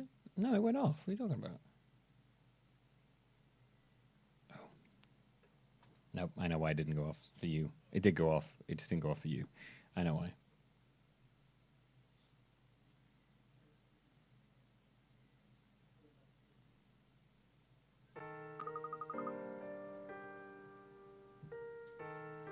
So, was that Life of the Pi? You love these games? Yeah, I played the first one when it was on the DS, but I never really played any of the others. So this is the Phantom Town we heard about, huh? It's like something from an horror film. I find the place unsettling too, but we mustn't let us keep us from our investigation. Who knows what kind of valuable information we might find here about the Elysian box. Oh no, please, don't munch on my Elysian box. Oh, fancy running you into you here. Hello, howdy, hi, and all that. It's the postman? Hey, you're... The postman, yep. I've got post to deliver here, but it's always dark when I come, so it takes forever. No wonder the people here always seem so on edge. Well, that's all the more reason to bring to me, for me to bring a little sunshine into everyone's life with the post. Wow, you deliver letters all the way out here? I certainly do, and I have a schedule to keep while doing it. So on that note, I'll be off. See you around. It would seem our friend the postman works a very, very wide area for delivery. How can he cover Dropstone and Folsom in a single day? Every single day? The two towns are so far apart. It would be simply impossible. You may think so, Luke, but our world is full of inexplicable phenomenon. This may be one of them. Well, this is but one of them. I suppose so. It's pretty weird, though, isn't it, Professor?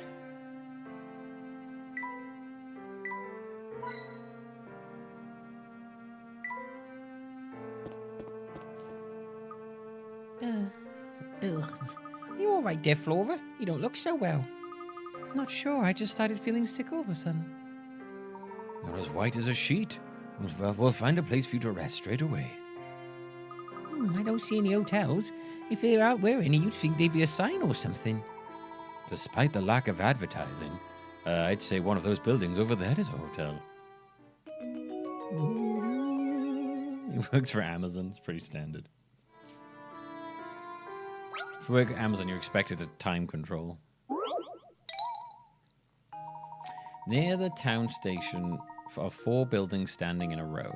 One of these 4 is supposedly the local hotel, though it lacks a sign. Even so, if you study the area carefully, you should be able to tell which of the buildings is the hotel. Can you work out which of these 4 buildings is the hotel? What? What?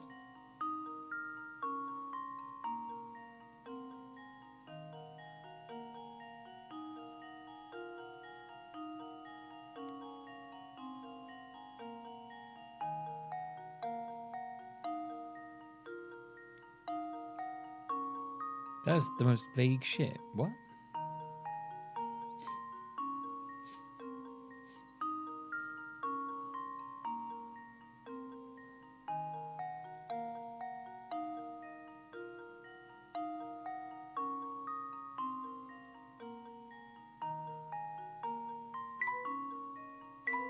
Do I need like extra info for this one?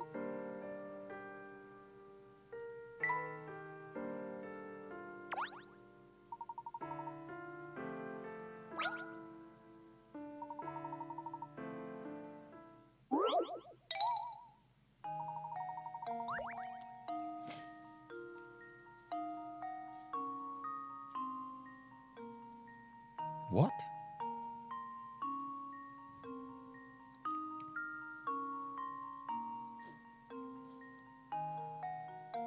How the... what?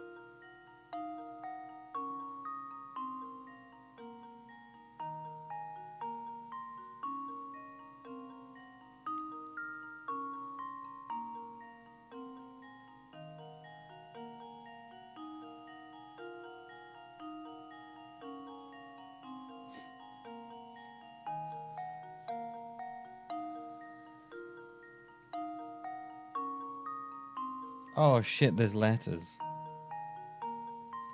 Look at the red one. Hotel.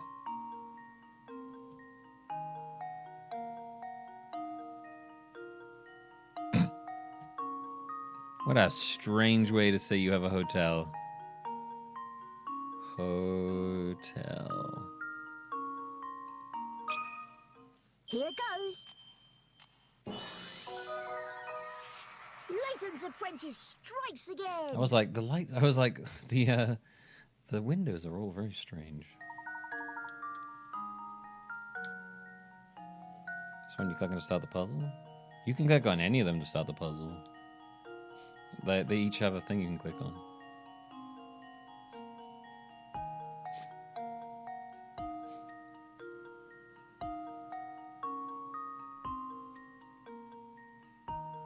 The first time I clicked on it, I clicked on a different one. The second time I clicked on this one.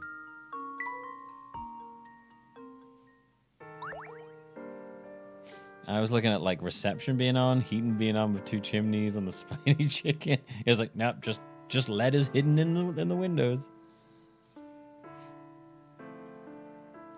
That's true, yes. I can bring it quite close. I can look a little closer with my phone.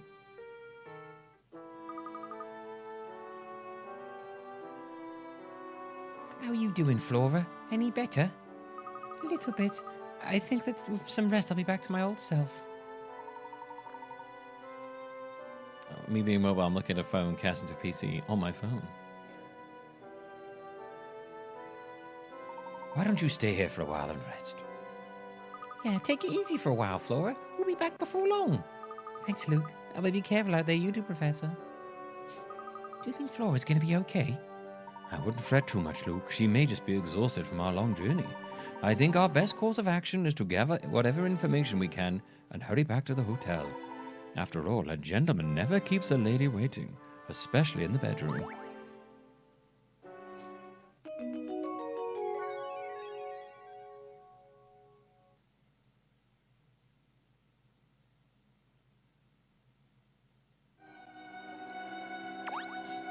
Man's wearing a fez. Good evening, sirs. I do hope the young lady traveling with you feels better soon.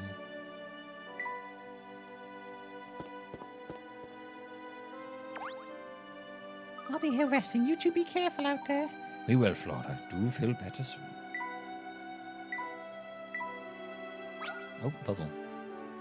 What an elegant flower. And it smells so nice.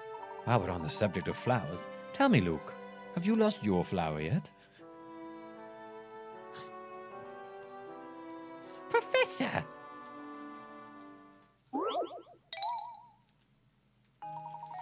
Nothing smells quite as sweet as freshly cut roses. Can you fill the room with a delightful frick? There's something really funny about being like unspeakably crass with Professor Layton's voice.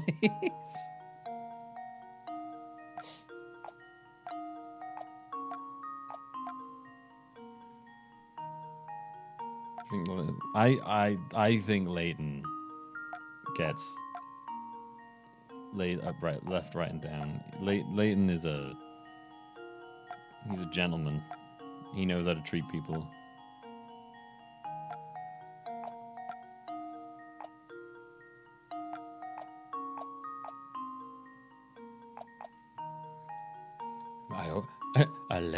A gentleman never finishes first, Luke. I guarantee you he's like a fucking beast in the bedroom.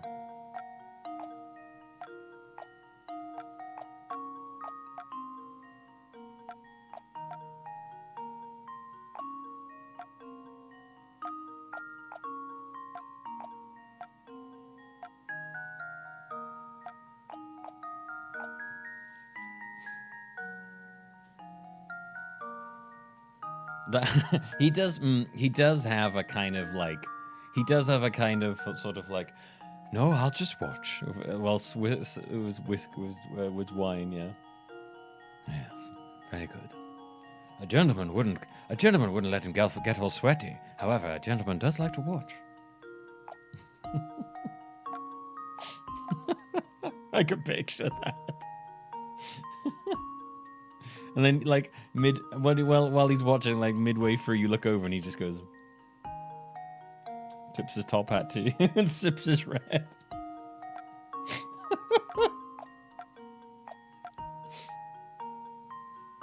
Okay, I'm loving Cuck Layton. Cuck Layton is great.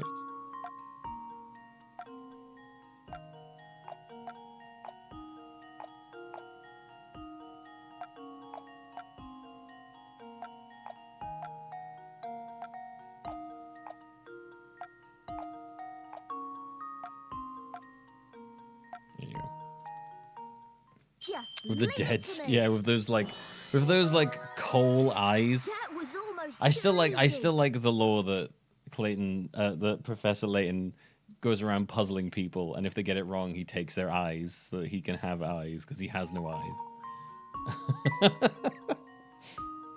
He's like a grim reaper of puzzles. There we are. What, that takes care of that puzzle. Nothing creates a feeling of tranquility in a room quite like a fresh bouquet. I'll say those flowers in the Monterey Express deluxe rooms really relax me. Ah, yes. The ones that the conductor placed in the rooms were very soothing. Of course. It's so obvious I can't imagine why I didn't think of it till now. What do you mean, Professor? Luke, think back to when that train carriage switched tracks. Can you remember anything? Well, honestly, I don't remember much. I've dozed off during all that, so everything's a bit foggy. Of course it is. The sudden sleepiness we experienced was no coincidence. Furthermore, I don't believe it was mere chance that we awoke upon our arrival in Falsons. No, I'd say our little nap was part of a larger plan. What plan would that be? Were I to venture a guess, I'd say Sammy's roses contain some kind of extra ingredient. Which sent everyone to sleep so that one of the carriages could switch tracks. Precisely, my boy. I'll wager that only those riding in the deluxe carriage were taken away to Falstons.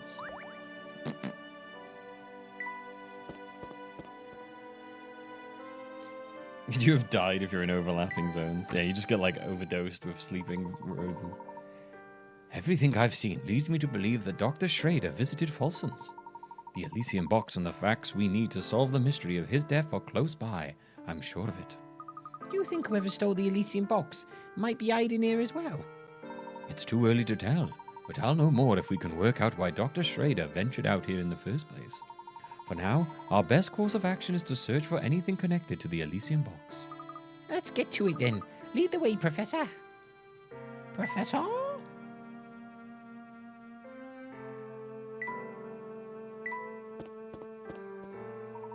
Mark my words, Samuel. It's here in town, I can guarantee it. You're to scour every inch of this place and bring it back to me as soon as you find it, okay? Oh, come on, Uncle. Do you really think it's everything people say it is? I don't know. It kind of sounds like a load of baloney to me. Oh, your ears playing tricks on me. Am I playing tricks on me? I could have sworn you just told me my information was wrong. You're in no position to be lecturing. No, okay. No need to blow a gasket. I'm going. What do you think Mr. Beluga and the train conductor were talking about, Professor? That's a stripper cop? Yeah, he's one of the hot cops. Oh, did you, sorry, T-Gas, did you watch Spider-Man? I didn't see if you said anything. I think I feel, I don't know if you were like, it was good, or if you died on the way again. I didn't make it again. This time, the cinema blew up on the way. It would appear that they too are on the hunt for something. Look, Professor. It'd be great. You like sit down in the cinema and then the reel eats itself and you're like, oh my god, are you kidding me?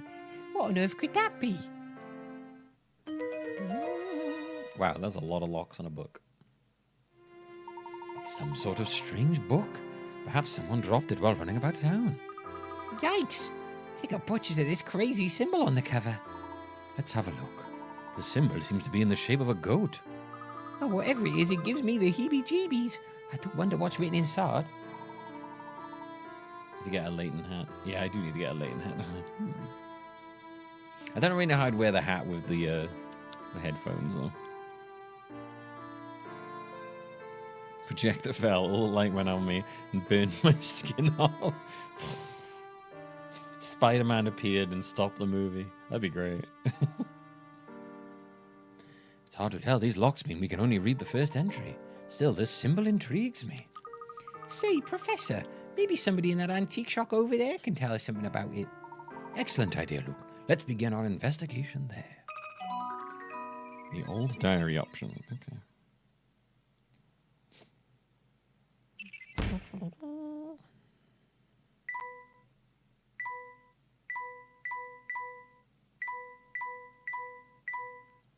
Oh yeah, we never did get those pictures back from Tell Me, did we? Headphones are reaching around the entire hat. That would be actually incredible. That'd be an amazing bit. He's here. Inspector Kelmy, where did you come from? Took the words right out of my mouth, laddie. Wasn't expecting to see you two in a place like this. After some field work in Dropstone, I was able to deduce that this town and the Elysian box are linked. Dr. Schrader had stockpiled quite the stack of research on the Elysian box. The criminal I'm in pursuit of more than likely not killed the doctor to get his hands on the box. So instead of chasing the man, I decided to chase the box. When I find it, I'll find the culprit. Wow, that's a solid bit of reasoning there. I didn't think Inspector Kelmy was that sharp. What did you say something, lad? No, not a word, sir. Good, because I've got no time for idle chit-chat. I've got a murderer to catch and get back to London. Come along, Barton, we're leaving. Oh, yes, sir. Off he goes. Aren't we all just chasing the box? Oops. The box of life. Oh, good day. Are you out shopping for anything in particular? I apologize, but we're not here to shop today. There are a few things we'd like to ask you about. However, firstly, there's this book we found. We're also wondering if you'd ever heard of an antique known as the Elysian box. Oh dear, here we go with that box again. You know, you're the third person to ask me about it today. The third? Those two detectives you saw were just asking about it, and half an hour ago there's a young lady. She seemed interested in knowing whether anyone had been searching around town for the box. Can you describe this young lady? She was quite the beauty. She wasn't local, but she had a face that seemed somehow familiar. That was the worst fucking description I've ever heard. So you just told me she's hot, and then that she's in local, and that she had a face that seems somehow familiar. Wonderful. Fucking useless. Ah, and the officers as well. They said they were here on an official police investigation. I tell you what, I've told everyone today. I wish I could help, but this Xbox you're after is news to me. I've only ever heard of the first Xbox. I don't know what an Xbox 360 is. One of my customers, I forget who, mentioned something about the box having quite a history behind it. If the thing was ever in Falsens, it could have been in the Herzen Museum. I suggest you check there. Where might we find this museum? Just look for the big building in the middle of town, on the north side. The museum houses a wealth of documents celebrating the history of our town. That is all extremely useful. Thank you for the suggestion. We'll be sure to pay the museum a visit. Oh, before you run off, did you mention that you'd also found a book? Yes, that's right. Please feel free to take a look at it. Quite an unusual construction for a book of its age. Lovely work and very rare, I'd say. Would you happen to know anything about this symbol on the book's cover? I was just about to comment on how familiar that symbol seems, though it has no significance I'm aware of. I must confess what drew my eye to the book was its locks. Old gadgets of this sort always fascinate me. Its construction is very basic, so you might be able to open the locks of any old key you find. Just any old key. As a matter of fact, here, why don't we see if this one does the trick? Think it is my way of thanking you both for showing me something interesting. Many thanks, my good man. I like how fucking Layton was holding his hat and the other guy was holding his glasses. There's like having a piece of clothing hold off.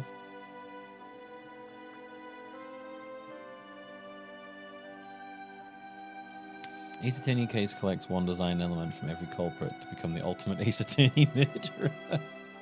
I like that.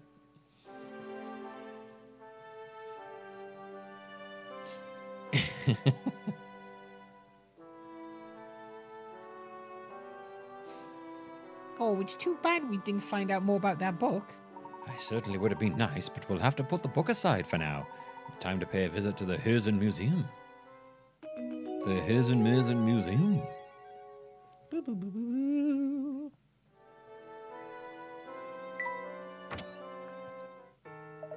Well, I've heard about you, Missy. Well, I know you've been asking around about that box. Oh, but I just... And before you say anything, I don't care who your old man is. No one's above the law. In my eyes, anyone out chasing the Elysian box moves to the top of my list of suspects. No, you got it all wrong. I'm sorry, if you wouldn't mind. What is it, Barton? Can't you see I'm in the middle of something here? Yes, about that, sir. The criminal we seek killed a man to obtain the Elysian box, so the villain should have it already. If the young lady was our culprit, she'd have no need for the ask around about the box, in my opinion, sir. Oh, is that so now, Barton? I don't recall ever asking you for your analysis on the situation. Terribly sorry, sir. Please forgive my momentary lapse in judgment. I'll be going now. Barton, get back here this instant, you pilchard! Hey, that's the girl we saw at Dropstone Station. Yeah, the one you wanted to steal her eyes, remember, Layton? What was her name? Katie? No, that's not it. I believe you're thinking of Mr. Anderson's daughter, Katia. Yeah, that's the one. I wonder what she's doing here.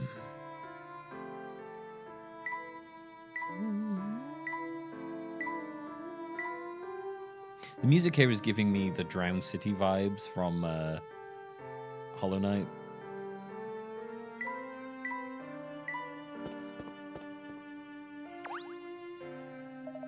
Oh, fuck this guy. Hey, now there's a couple of mugs I've seen before. Hey, I know you. And I know fate, because that's what brought you to me, and that swanky tea set of yours together. Wait, have the robots from that town started escaping? Now that we're all reunited, I say we celebrate with a cup of tea. Want us to make a tea for you? That's right, Whippersnapper, but nothing fancy. A cup of Citrus Classic will do the trick. So easy to make, even a baby could do it. A baby with a magic tea set, that is. Anywho, all you need is some Oasis leaf. Yeah, we already have all that.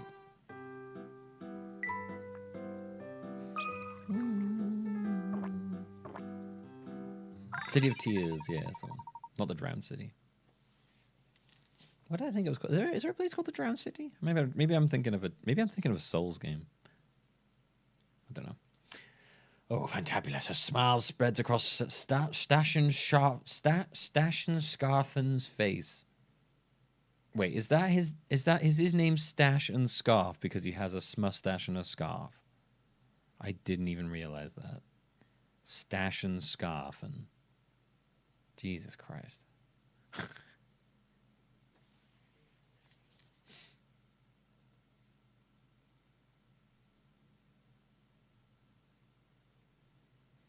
My top cases in Ace Attorney?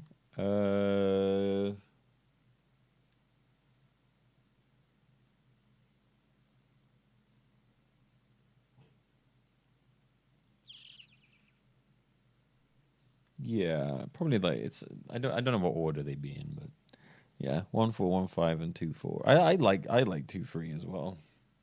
Not the top, but I don't mind it. Yeah, not a bad cup of tea you make, Shorty. Of course, you wouldn't have pulled it off without my expert direction, so don't get cocky. You know, this town is filled with thirsty folks. You got a tea set, so the way to see it is your responsibility to help people. If you manage to help everyone out with a tea break, good things will happen. This I promise. Gosh, Professor, what do you think? How much good can we really do with just a cup of tea? Only a fair bit, Luke. A gentleman never underestimates the power of a hot cup of tea. When you put it like that, I suppose it couldn't hurt to spread some happiness. Hey, you yeah,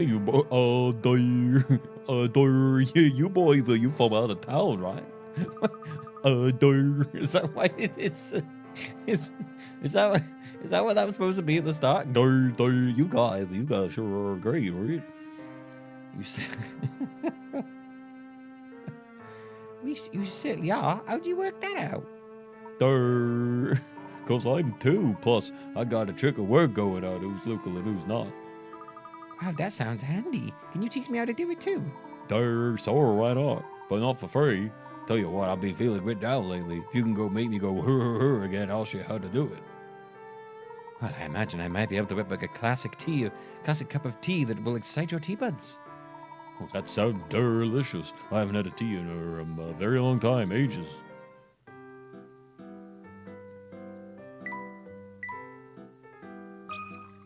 Do you like Citrus Classic? Everyone just likes citrus classics. Hur, now that's the stuff, I tell you. The classics really are the best. That goes for tea, too. We've held our end of the deal, so spill the beans. How do you tell outsiders from locals in this town? Oh, it's a piece of pudding. Just get up real close and give them a sniff. Seems like our people from our town smell like roses. Well, that makes sense. I see.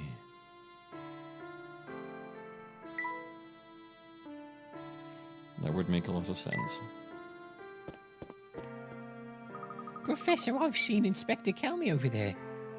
No need for alarm, Luke. He's likely just gathering information about Dr. Schrader's case. It seems that he's finally worked out that the key to solving it lies here in Folsons. Maybe the inspector's almost got a grip on the situation for once. So let me confirm. This here is... Oh my god, is that Donkey Kong? What the fuck? Let me confirm. This here is the man you witnessed asking around about the Elysian box. No doubt about it. What the fuck? It looks like Donkey Kong wearing like a human skin. Oh, banana. Yeah, the man in the photograph is the one. I'd remember that face anywhere. Well, That seals the deal, just as I suspected. My instincts are never wrong. Move along now, Barton. We're moving on. Oh, yes, sir. Right behind you. That character is fucking terrifying. I hate it. I want it out of my face immediately. Sorry, sir, but I can't let you in like that. We got a dress code, see? No shoes, no shirt, no entry, no shit. Now, if you'll be so kind as to hand me your hat. Very well. You're saying that we can enter if I give you this hat. Oh my god, give him the hat. Since Felix has requested that you hand over a hat, can you find another hat buried in the pattern below? The hat you're looking for will be the same shape and size as the black one shown below. You may or may not be facing the same direction as the example hat. Oh god, these are so hard.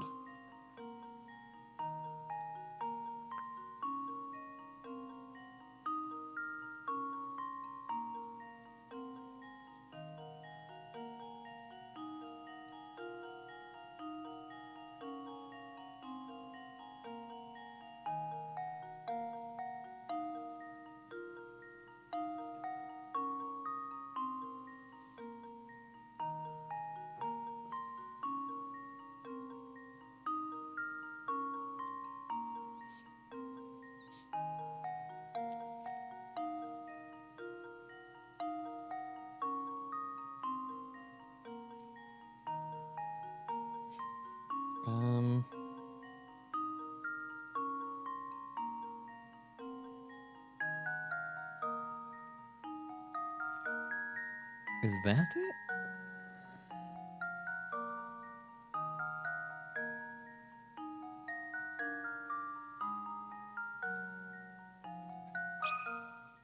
This should do the trick.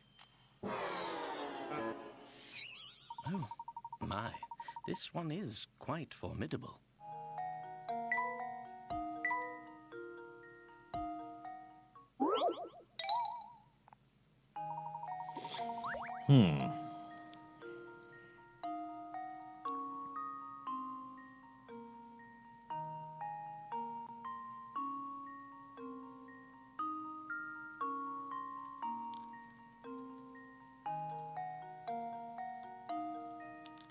I might have done this. The outlines can be a little awkward in this sometimes, so I might have just done it wrong. I think it's a bit too long on one side than it is on the other, maybe? Let's have a look, see if it's up for another one. If you spot one, give me a shout.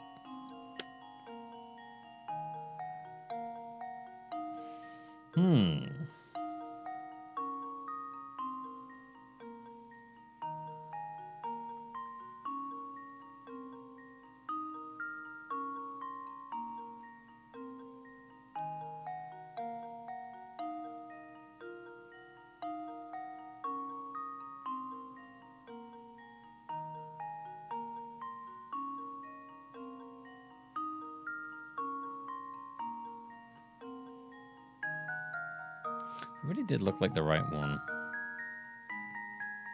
Bottom left facing right.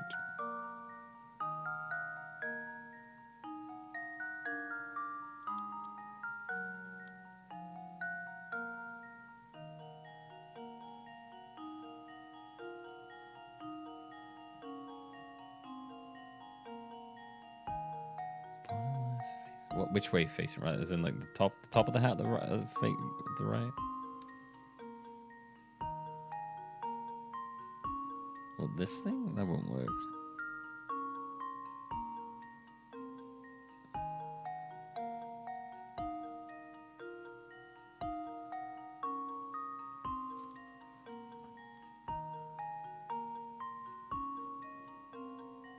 Oh, like.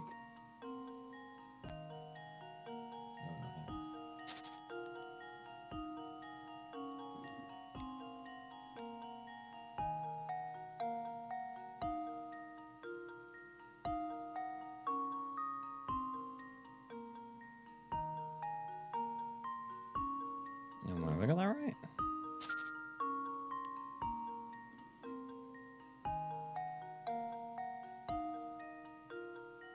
I've lost it now. I think I saw what you meant, and I can't see it again.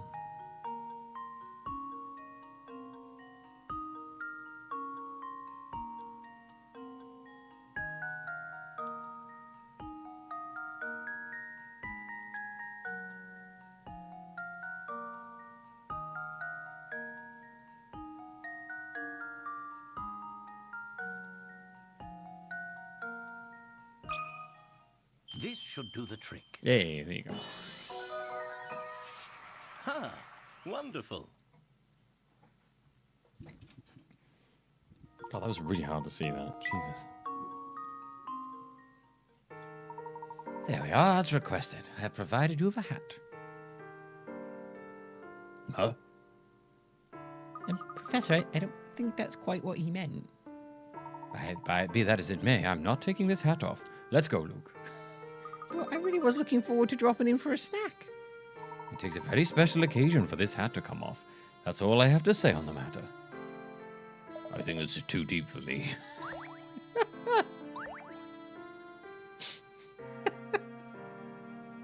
Does he take his hat off? It's like a fucking, like, ancient, like, ancient squid tentacles come out.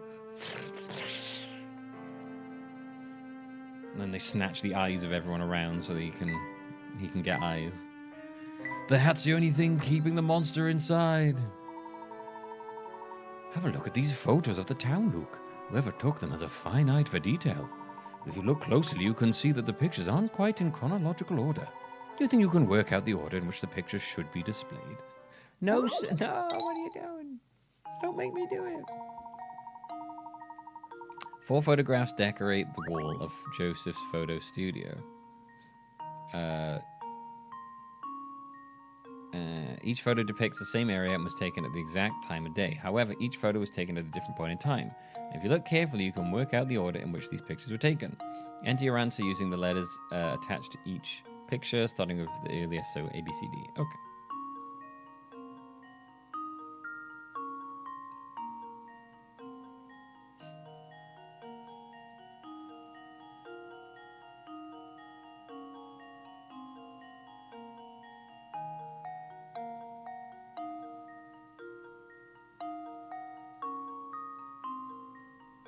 Okay, so I think A's the end. And then it's B-A, because, like, B's got, like, a crack in the window, and then A's got an even bigger crack in the window. And I guess the door color faded over time? But I don't know if it's C or D that goes first. Oh, it's C.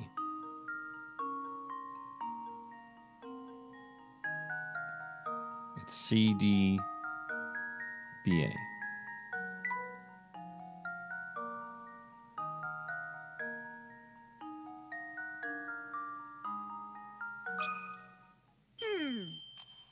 Let's see if this works.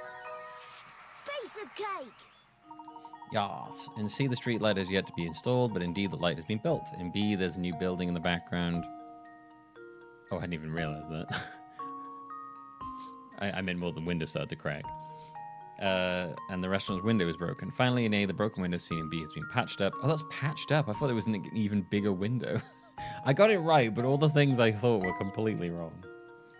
CDBA, compact disc badass. There we are. If these photos are any indication, Folson's has quite a rich and lengthy history. Entirely in this one area. Cool. With enough of these pictures, I bet you could see exactly how the town was developed. You bring up an interesting point, Luke. But if these photos are that old, why do they look so new? Now that you mention it, I suppose they do look quite new. Photographs this old normally show some signs of deterioration. I wonder what method this studio uses to keep these photos so immaculate.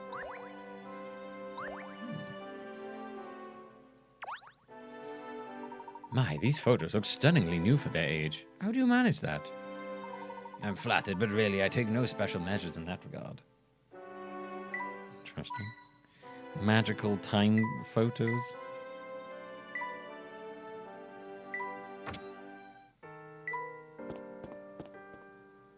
Is that a dog? Is that a dog wearing a diaper? He doesn't appear to be in a very good mood, Luke. Let me see if I can find out what the problem is. Hi there, fella. Good heavens, Luke, are you hurt? I don't think he's in the mood for a conversation right now. Indeed, let's find another way through town. Passing through here seems rather difficult.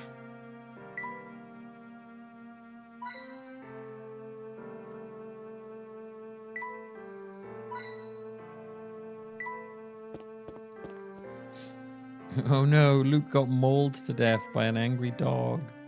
No. Layton's gonna have to just find another random child to join him. This must be the museum. The gate's shut tight. It must be closed. I was hoping we'd find some useful information inside, but there's no sense in standing around waiting. For the time being, let's continue our investigation elsewhere.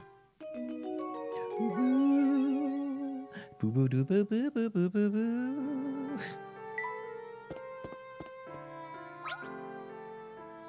Greetings, strangers. Let me guess, you've come here seeking fame and fortune.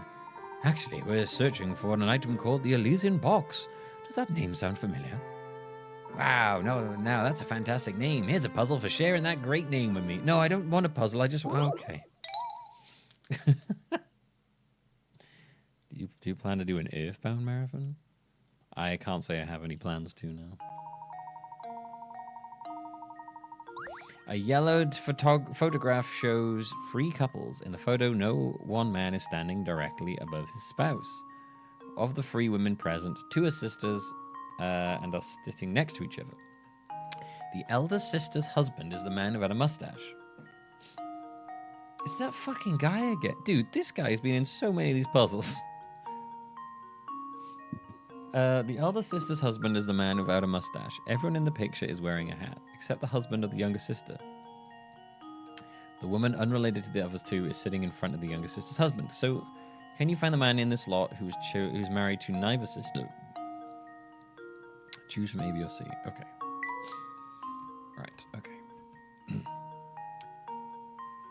In the photo, no one man is standing directly above his spouse. Okay. So none of these above are married. Of the 3 women present, 2 are sisters. Okay. And are sitting next to each other. Okay. Let's just assume E and F are sisters. Let's go with that. The elder sister's husband is the man without a mustache.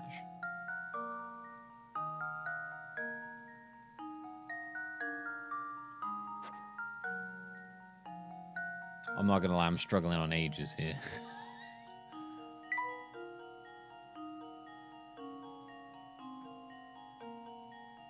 The one without a mustache. So you're married to old.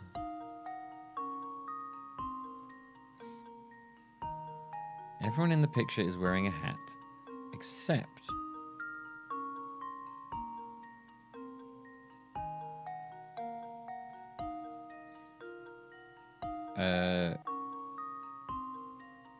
the husband of the younger sister.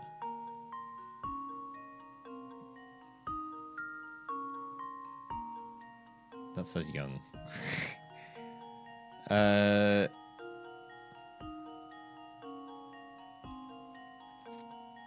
woman unrelated to the other 2 is sitting in front of the younger sister's husband.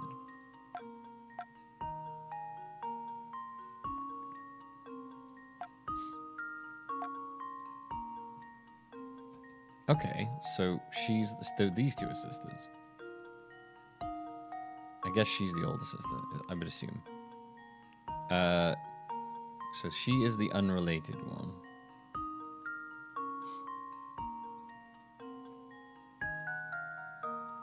And he's married to the old, he's the young. Can you find the man in the lot who is married to neither? Oh, it's B. What the fuck? That's a very easy one. Consider this puzzle solved. Literally tells you the thing. Ah, wonderful.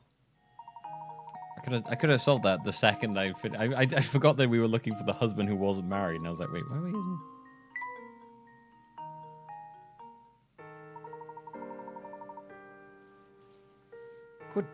Good job. And good luck finding that whatchamacallit. You know, the thing with the great name. I bet when you open it, a genie pops out and grants you a wish or something. Nifty.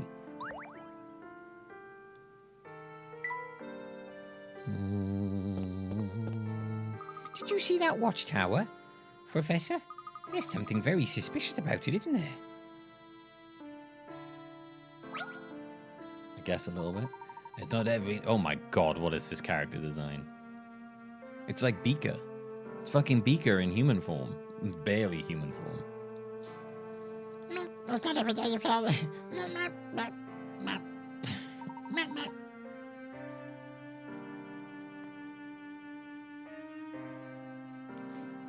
Yeah, that was a weird puzzle, that one. Yes, in a way, we're not here to sightsee. We're searching for an antique known as the Elysian Box. Have you heard of it? No, that's the first I've ever heard of it. I wish I had some information for you. Oh, I can't let these visitors our great town go away empty-handed. Hey, here it's not a key ring, but please take this puzzle of mine as a souvenir. Terrible souvenir. Fucking awful souvenir. Take it back. 5 shapes are arranged in a sequence, but the 4th shape is missing. Use the 4 visible shapes to determine which of A, B, or C should be inserted as the 4th shape in the sequence. Okay.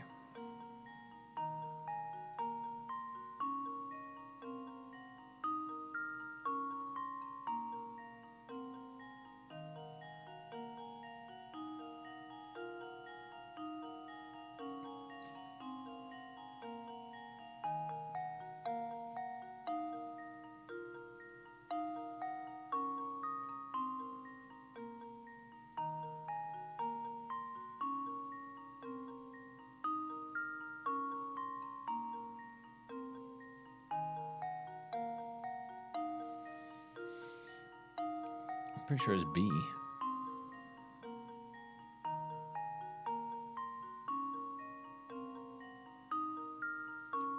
I think it's the same thing turned in different directions.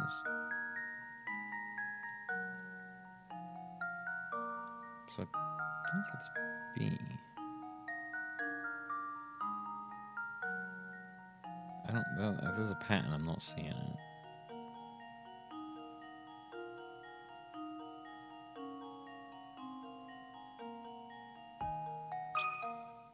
This should do the trick. Okay. Huh. Wonderful. That's right, B's the answer. The numbers hidden in each shape determine the sequence of the order. Oh, that is not what I was going for. I thought it was the same shape rotated. I got that right by accident. Oh, no, I was right. When you turn each shape 90-degree clockwise, a number becomes visible. Oh, no, you're not turning the shape. Sorry. I thought they meant you turn each shape and it... The one, I'll be honest with you, I'm questioning the 1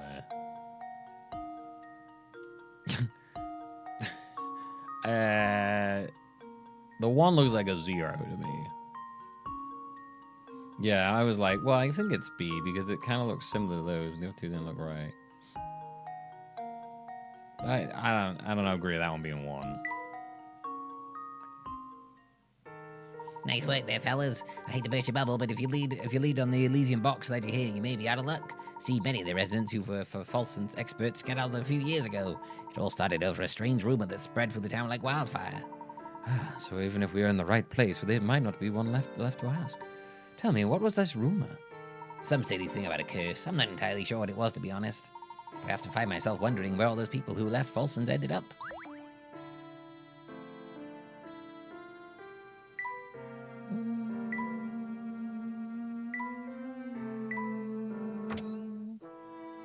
Wow, that man is shifty as fuck. Would not trust him with my daughter if I had one.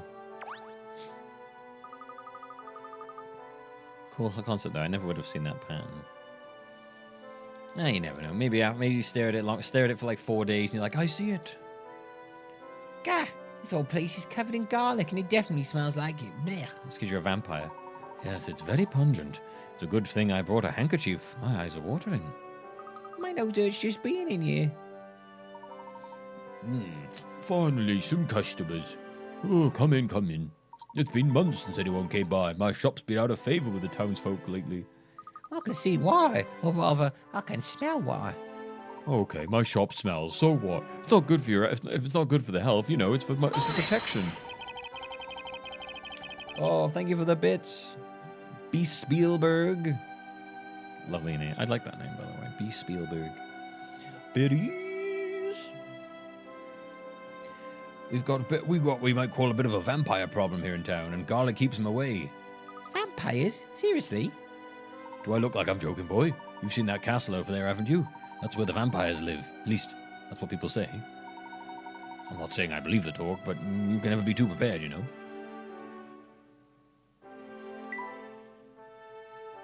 We never looked at the old diary, did we? I met the most enchanting girl at the ball we held last night. These parties are all usually a complete bore, but her presence changed all that. As the Duke's son, the unfortunate reality is that most people are overly polite and fawning toward me. But this girl is warm and real, and treated me like she did everyone else. It was very refreshing indeed. I do hope to see her again. I had the great fortune bumping into the girl from the ball again. Today she's the daughter of some fancy lord or another, and it shows. Her intellect is matched only by the grace she displays. To be honest, I'm quite taken with her, and I've already started courting her. However, I fear that father seems less than pleased with the idea. Interesting. Oh, thank you, Beoblue. Thank you. Oh. Alright, let's see if we can get this fat hamster to do a bit of exercise.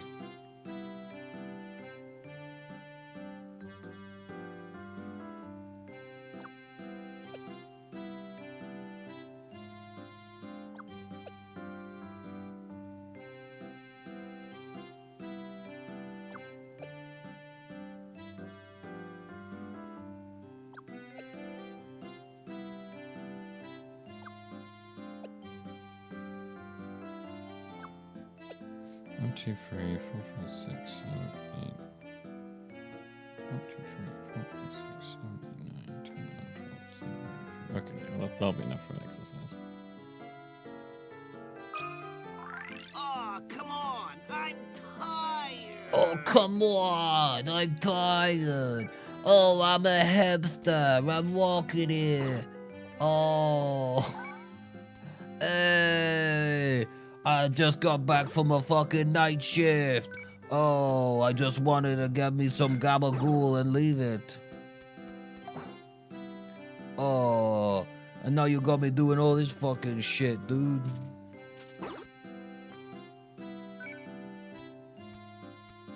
What is this fucking shit? I'm starting to look pretty good, huh?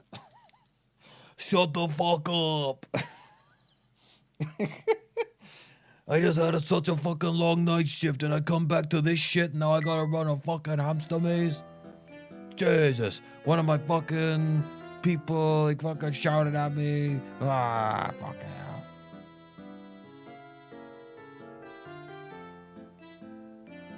Oh, he lost? Oh, no, he went down. Wait, did he get less? Oh, no, he's going fine.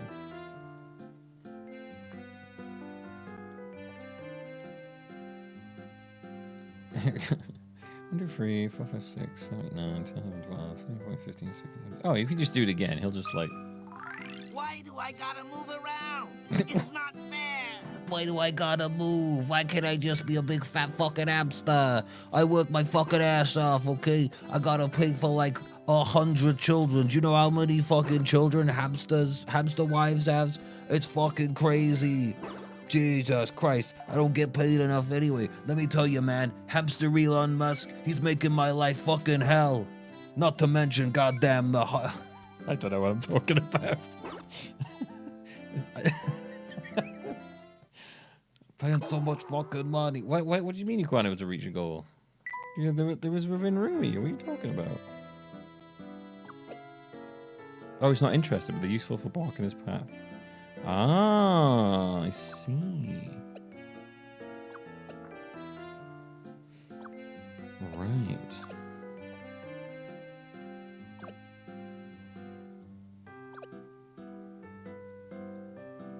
Causes him to run directly. He runs into something. Oh, so we can just kind of get him to like.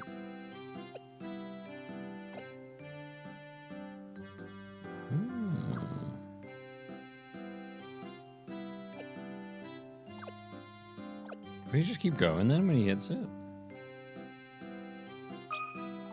Got any snacks around here? Don't hold out on me. I'm a fucking hamster, dude. God damn it.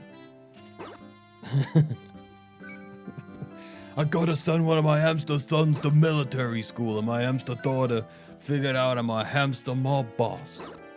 Ugh. Fuck me, I'm so fucking fat. Oh, Jesus. Oh, I'm so fucking out of shape, I hate myself. That's it, I'm losing weight next time.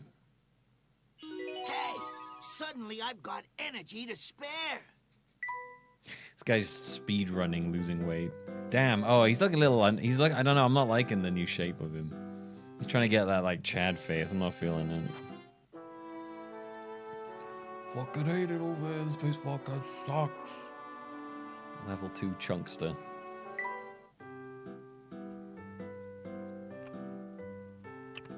Let's do some more camera fixing, shall we?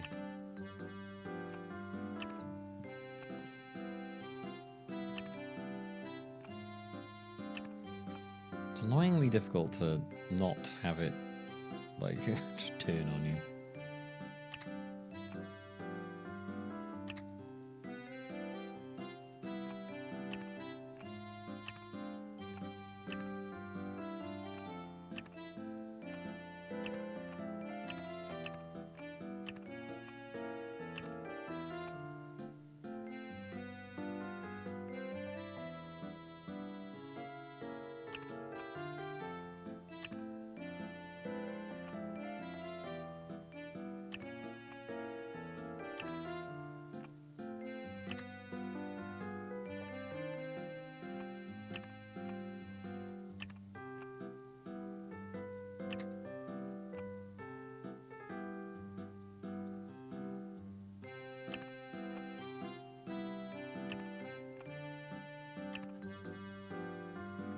Right?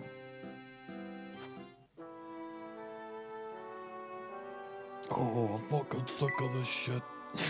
I just love the idea of this just hamster who just like works really long hours and he's just fucking fed up. That's it, I'm fucking done. Do you know how hard it is to keep my hamster family and my hamster second family going? People tell you you shouldn't have a second family when you're a hamster, and they're fucking right. I got 200 kids now. Jesus Christ. Do you know how much it takes to put 200 kids through hamster college? Selling my body off to hamster cosmetics research. I like Hamster World. You see that watchtower, Professor? There's something very suspicious about it, isn't there?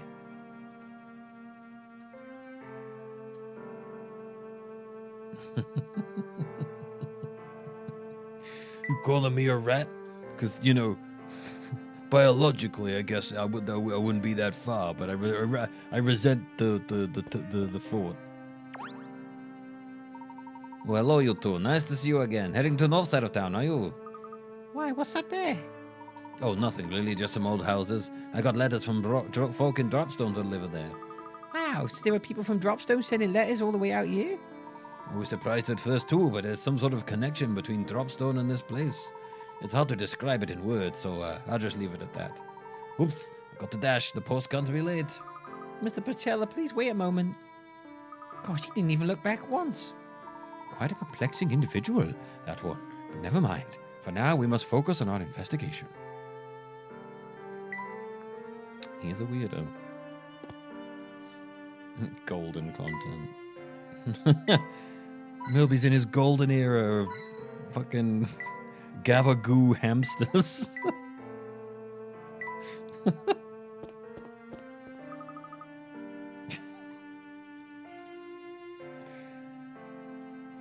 I like The Sopranos, but it is just all hamsters. What are you saying, hamster Polly Walnuts? You're saying hamster big pussies that actually a rat? That's the worst, man. All right, let's go to the tower. You pointed it out enough. Gah! Whoa! It scared me, Professor. What's making that awful racket? I don't know, but I think it's coming from right above us. Quick, Luke, up the stairs. Before that, though, let's click on everything. Oh, there's garlic everywhere. Maybe there are vampires here. I want to suck your blood. Blah.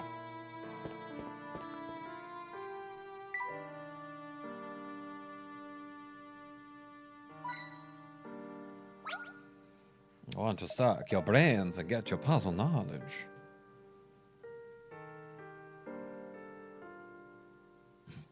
I go to my 9 to 5 and I just keep running and running, but the wheel don't go anywhere.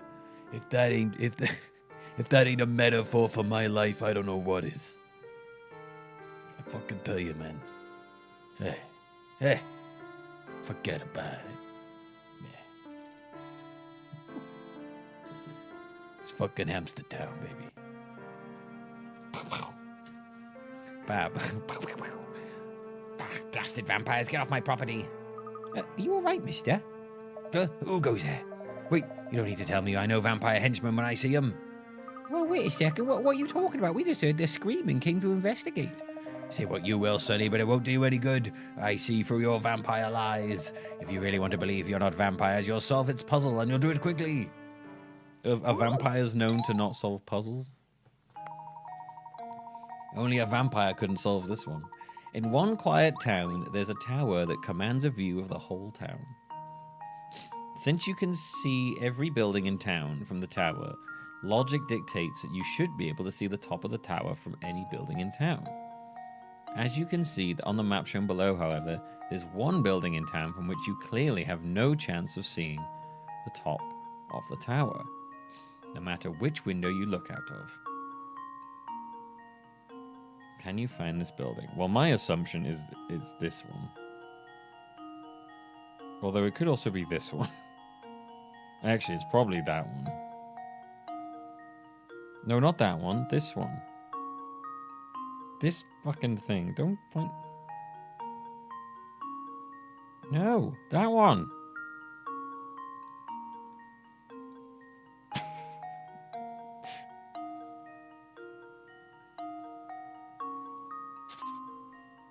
Oh my god, if it's a tower itself, fuck this game.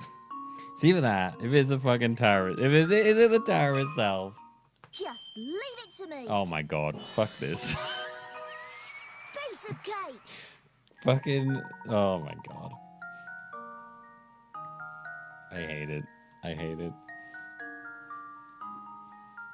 Come to me on the day of my hamster's daughter's wedding. Oh, we just become hamster godfather now. From inside the tower, there's no way to see the... Oh, well, okay, well, we know that. Pretty good for a vampire. Unless you're not one of the bloodsuckers underlings after all. If that's how it is, then listen to me when I tell you you'd best keep away from the castle over yonder. Is that a pirate ship? It's the nest of one of the most fearsome undead creatures around. A real, live vampire. A real vampire, you say? Don't make me say it again. Okay. Over my dead body will any daughter of mine marry a gerbil. Daddy, no!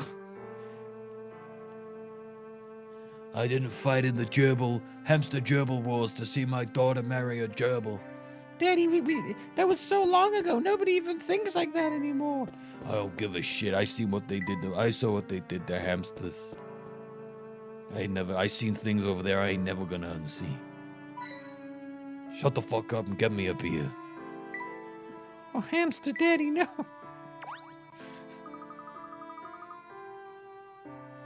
Can't vampires counting rice smith? Isn't that like for specifically like those was it Chinese or Japanese vampires? The ones that do the little hoppy dance. I thought that was like more specifically those things. This place gives me a bad feeling. Who knows what could be lurking down that path? From what I can see, it's just an expanse of wilderness. Let's leave it be for now. What's the fucking vampire's castle, man? What are you talking about?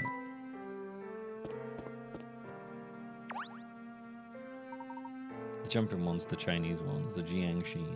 Yeah. Jumping around like, boo, boo, boo. That's always so fucking funny to me. It's like the least intimidating thing they're good to do. Maybe it's really intimidating. Like, oh my god, he's just hopping at me. Huh? Did you see what? The ghost, of course. One floated by all oogity boogity, swear. Try, I must have missed it. That's the 12th time today he's flown by. Must be the best spot for ghost watching. I've been here for hours and it's all just fascinating. I'm utterly captivated. I'm sure it's all very exciting, but would you care to take a break and have a cup of tea? I think you're having a mental break. That sounds great. I screech like a banshee every time I spot a ghost, and boy, is my throat sore. But if I'm going to take a tea break, and let's make it a mysterious one. Ooh. That means I'd like something sweet and kind of unusual.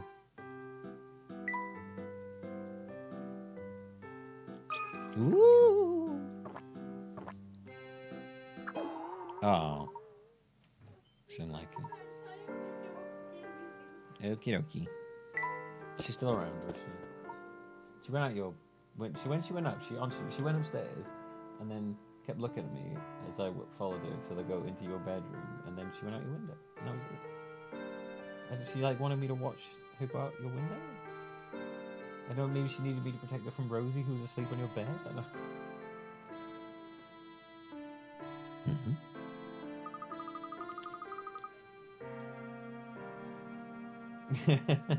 She was pretty pissed off when she came in wet the other day.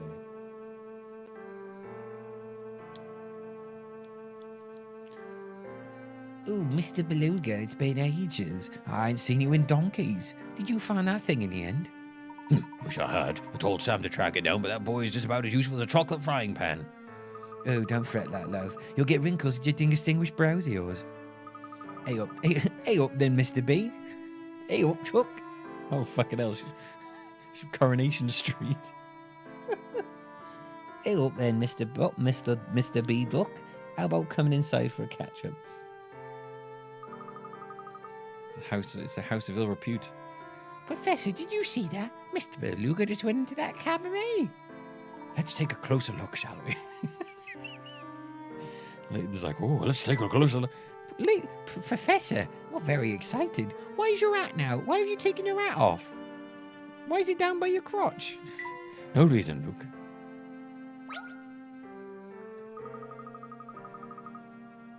Oh, hello, love. You must be that tall, dark, and handsome stranger. My horoscope's been promising. You've come to see the show, ain't you, Ducky? I apologize, madam, but we're in the middle of... Hey, you aren't going all shower me, are you? I can see you blushing under that big hat. Oh, and who's your little friend there? He's a right strapping lad, isn't he? Aren't you, love? Me? Sorry to change the subject, but I couldn't help but notice Mr. Beluga entered your cabaret. Oh, one of Mr. B's friends, are you? Something like that, yes. Tell me, does Mr. Beluga visit here often? Well, you could certainly call him a patron of the arts, love. But I'm not one to go chatting about customers with just any old charmer who walks past. Oh, but aren't you a handsome devil, aren't you? Charming, dapper, and such a gentleman.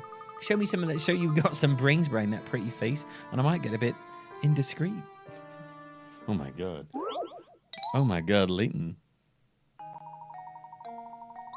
I have this old necklace. It's not really to my taste anymore. I decided to sell it, but when I was getting it valued the other day, I realized something strange.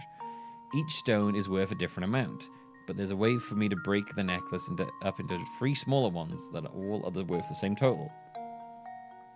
Can you work out where to make the cuts? Into 3 smaller ones. Okay. Great. This fucking sucks. Okay. I'm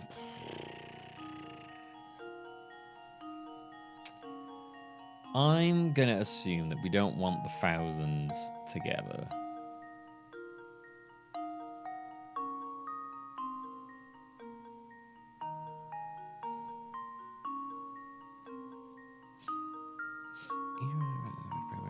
So it doesn't have to be equal amounts. It just has to equal the same amount. They don't have to be the same amount of segments in there.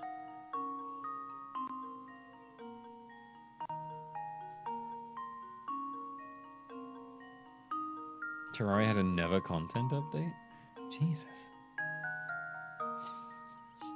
Have they ever made anything outside of Terraria? If they ever really needed to.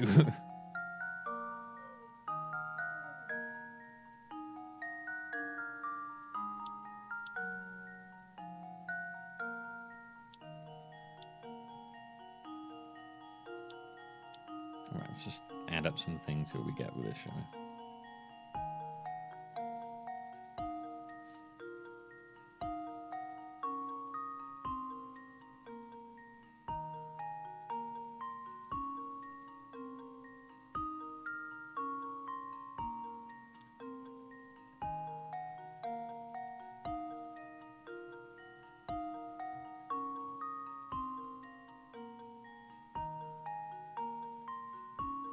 Alright, so if we cut them up there, we get 3,200.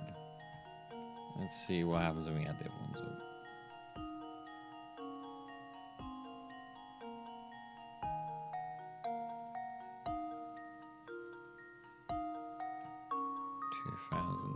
$2,600.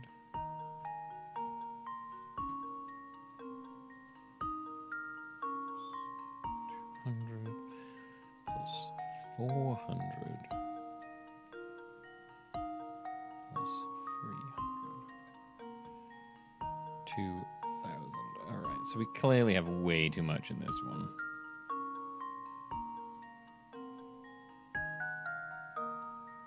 What's the hint policy? Usually I like to try and work it out myself at least once, and then after a bit I'll just be like, fuck it, whatever. Just tell me after a bit. But I like to try and work it out on my own at the start for some of them. It really depends on the puzzle, I'll be honest.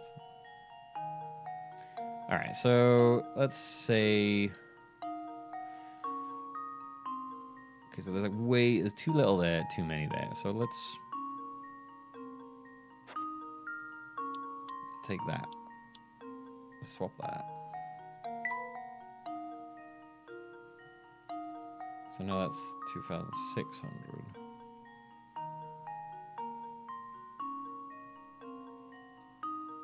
And that's minus, so that's that minus 600. Oh shit. Oh, I just did it. Oh my god, I just did it. That's it. That's the answer. I just did it by I just did a bunch of random cuts. And then was like, let's just work it out, and then we'll just kind of equal it out afterwards. I fucking did it. Let's go. And now to test my theory. And there we have it. Hell fucking yeah, bro. Oh my god, I'm very happy with that. Yeah, the actual like maths part I won't do because my brain doesn't go to that. I'll just do it in a completely different way. Oh, brains and beauty. Hope you don't solve puzzles for older girls. No, then Mr. B's definitely here looking for something, but I don't rightly know. Can't be having much luck because he's had a right cob on whenever I see him lately. Damn, I'm loving the slang on this girl. She's great. Find a lead out there is slow going, isn't it? Indeed. Perhaps our only real choice is to wait for the Herzen Museum to open.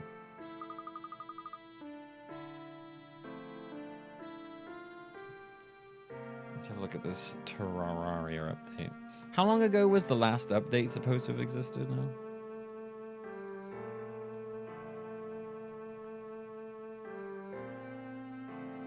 That's so many. Jeez. They've added a new NPC?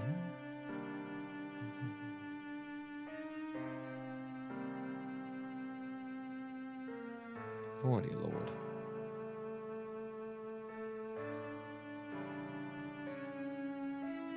For Terraria. Terraria...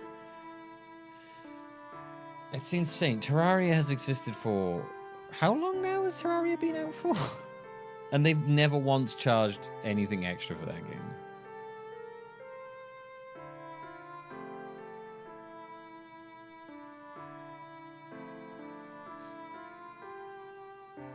Yeah, I know Concerned Ape has got like a... I think Concerned Ape is a bit of a self-confessed perfectionist and stuff, which is why stuff like some of his stuff takes so long. 2011? It came out in 2011, and they're still updating it, and they've never charged anything extra for it. That's insane, dude. Same as, it's similar to like No Man's Sky, you know? How that game has just kind of gone. Except Terraria was like good from the get-go. Of course, if that's the case, maybe we should revisit the museum. You never know. We might have opened up while we were away. You have a point, Luke. I hope the museum proves more useful to us this time than it did the last.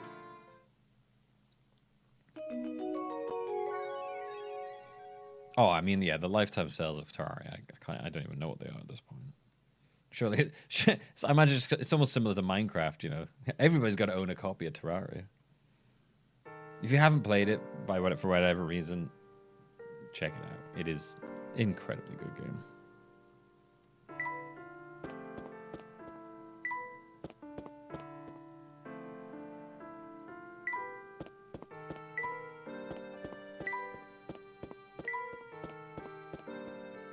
Well, look at that. The gate is open now. Now we can finally go inside. Oh, these two are here. Goofers and goofers.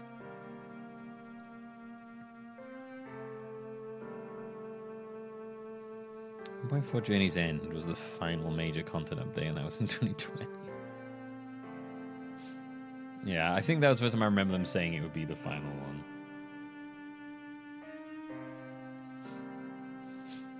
Yeah, there's always a part of me that wants to replay Terraria. But I never mod it because I want to get every achievement in the game and then mod it when I've done all that. Luke, do you hear that? Sounds like a conductor and Mr. Beluga are rowing again. Nothing. You don't even have to so much as a lead on it. I thought I told you to find it fast. Uncle, you gotta cut me some slack. There's like no piece of cake sneaking around with a fuzz on my tail. Plus that professor dude from London's been out playing detective. Keeping a low profile takes it out of a guy, you know what I'm saying? Plus my feet are killing me from all this running around. How about you let me take a break? Besides, if I get caught sneaking around like this... You always wear a layabout, Samuel. Stop moaning and get back to the task at hand. Until you find that box, I'd better not hear the word break coming out of your mouth. Gosh, Mr. Beluga really let him have it. You think he was the one who opened the gate? I'm not sure, though it appears that while the gate is open, the museum itself is still closed. But let's put this discussion aside for a moment. Tell me, Luke, do you recognize the symbol at our feet? Oh shit, it's the symbol in the book. The stone has been worn down over the years, but I've definitely seen this design before. Oh, it looks like the symbol on the book we found lying out in the street. That it does, but I'm certain I've seen something like this in another location too. But where? Ah, yes, now I've got it. What is it, Professor? We must locate Inspector Chelmy at once. I need to see that photo he acquired from the crime scene. Ah, that one. But this town is so big. How are we supposed to go tracking him down? Well, it's quite late now. He may have returned to the hotel for the night. What do you think? I think you're probably right. Quick, let's head back to the hotel. Man, dude. I've said it a couple times, but this is so much better than the first one. Like, way more engaging.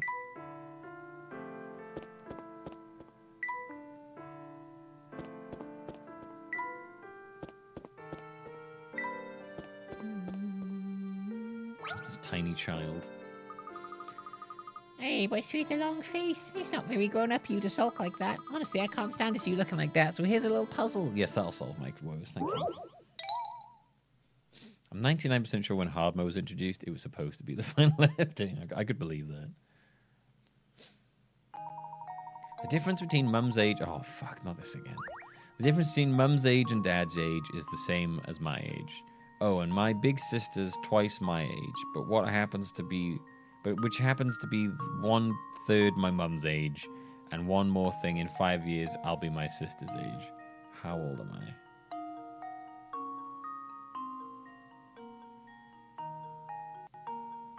Right. Okay. Mum... So these two are the same. Oh, no, sorry, hang on.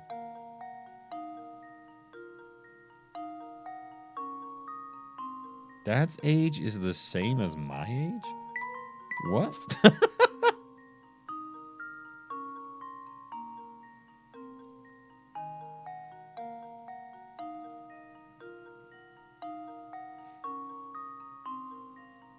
Oh my god, I misread I was like reading that in pieces.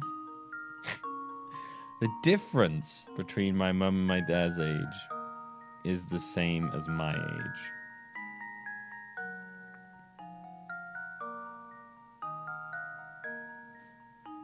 And one more. Oh, and my big sister is twice.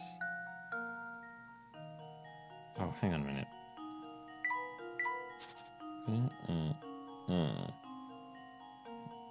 Twice as old. Which happens to be a third. 1/3 of my mum's age. And in 5 years, you'll be their age. Okay.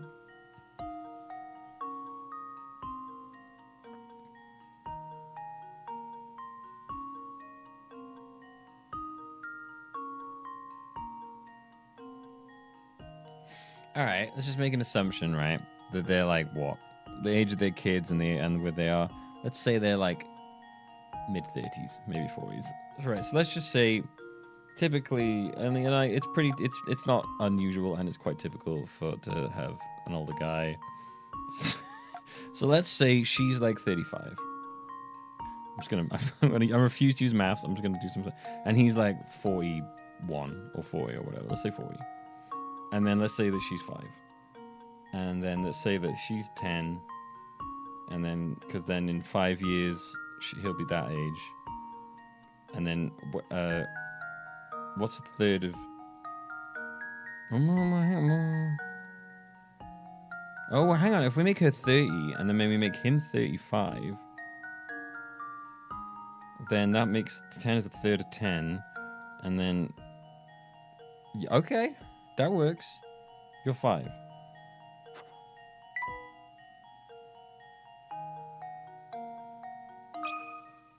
This should do the trick. I like how I worked that out by just guessing the average. I worked that out by guessing the just by going like, what is the average age of a family? I was like, okay, let's say on average of families are somewhere around like in your 30s, maybe like late 30s or 40s. So I was like, and then we'll just be like, we'll just take a guess from there, and then just.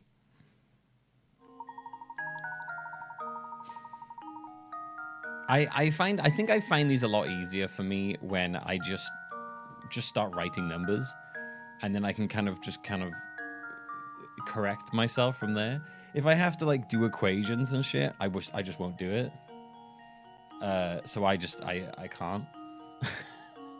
So I'm just like, no, fuck it. If I just start writing down numbers, then my brain can start working shit out. But if I have to be like, oh, that's okay. If I do this minus someone, I'm like, no, fuck that. I can't. My brain doesn't do that.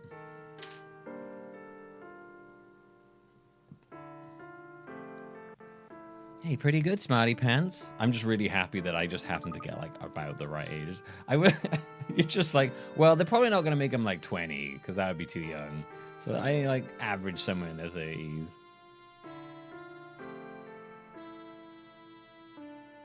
Kind of answer? What kind of reward? Best kind, a story. Okay, here goes. See, a long time ago, there was another family in town as rich as the Herzens. One of the younger daughters got her heart broken by some boy and decided to leave town. Could just be a story somebody made up, but if it's real, that boy must have been a total loser. Thanks. Yeah, sure. I mean, I guess so.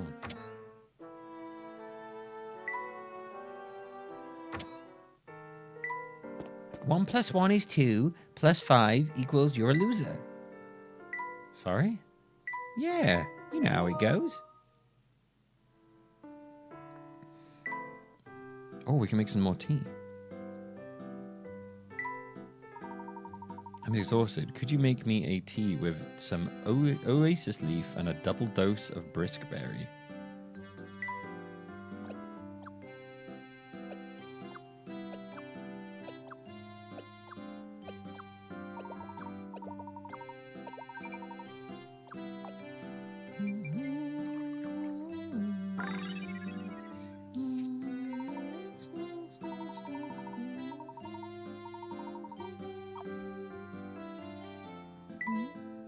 Oh. Did we already make that one? Oh, we did.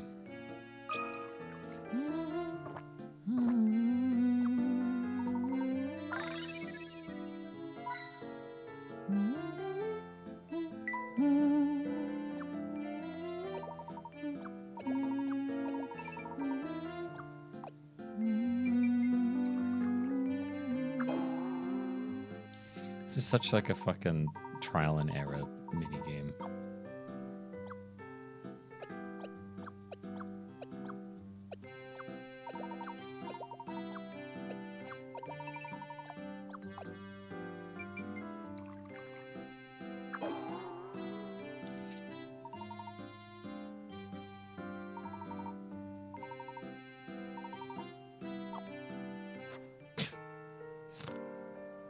It's like, okay, cool.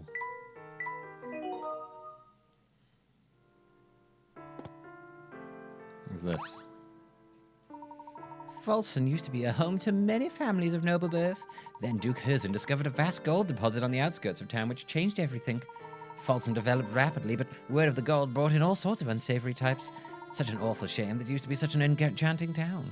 Why is she dressed like Captain Janeway when she does her weird hollow novels? Inspector, there's something I need to ask you. Can you spare just a moment? Ah, Layton, I see you being busy. Didn't think you'd manage to solve 50 puzzles so soon. Ah, we just about hit the threshold for the puzzles there. Okay. I might run back to the train and do some quick fire puzzles so we can keep ourselves ahead of the game. Professor, the train's still stopped in the station, but there's not a soul in sight. It seems you have no choice but to remain in town. All the more reason to proceed with our investigation of the area. I suppose so. Okay, let's keep looking. Oh, maybe she's somewhere else in town now? Oh, wait, Granny's south of the cabaret? Oh, okay, I guess I just forgot about that.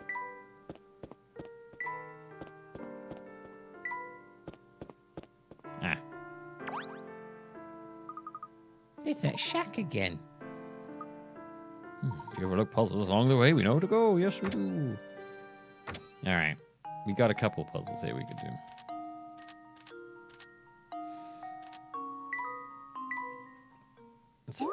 Let's do a couple of quick fire ones. Luke, are you sure you can really eat all that? You put in quite an order there. No problem, Professor. I'll clean my plate and still have room for more. It's no wonder the Professor's concerned, as Luke's order cost twice what his did. Below you can see all the items the two ordered along with their prices. Touch the prices, the pieces of the items that Luke ordered.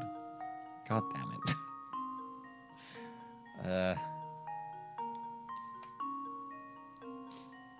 Okay, I mean, based entirely on like the tastes, that's 100% Luke's.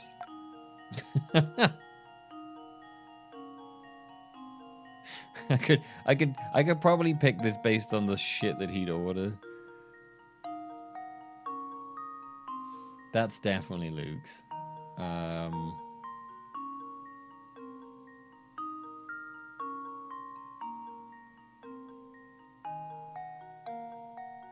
I think Layton would have tea, and I don't think he'd have sandwiches. I don't know what this one at the bottom is. Is that fish and chips? That definitely Layton wouldn't have fish and chips.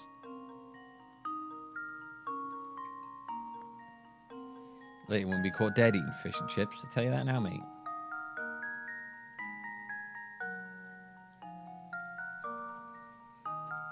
It's 29.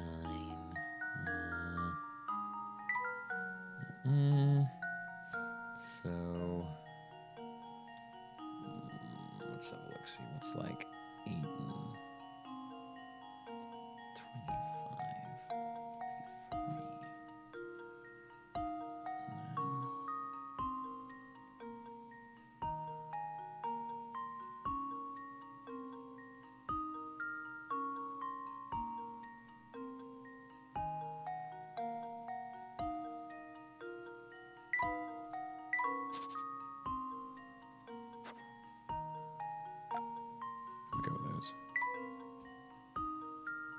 12 plus 17 plus 25. So that's 54. the other ones come out as? 16 plus 14, 13 plus 51. Oof.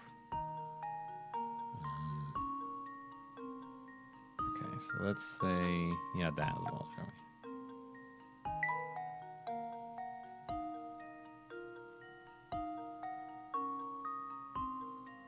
I do like that I can solve some of these, not by, like, working them out, but just by, like, just brute forcing them. It's my favorite part. 12 plus... Brute forcing maths puzzles is my favorite thing to do. Okay, so that's like 150. That's probably too much now. Yeah, it's gonna be way too much.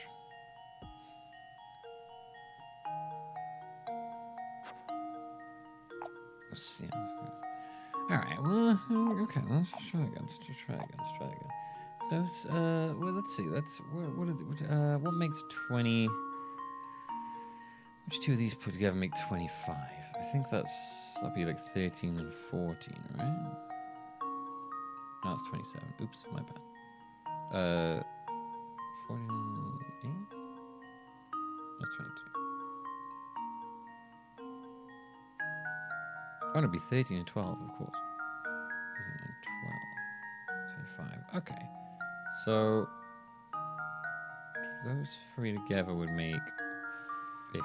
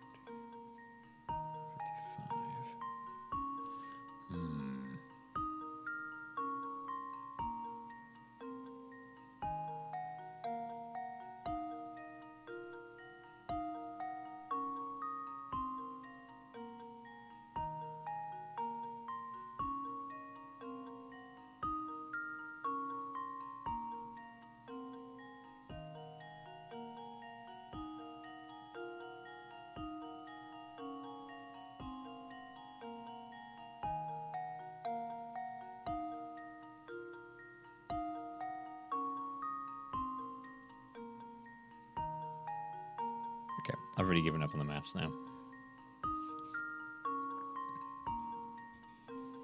I give up.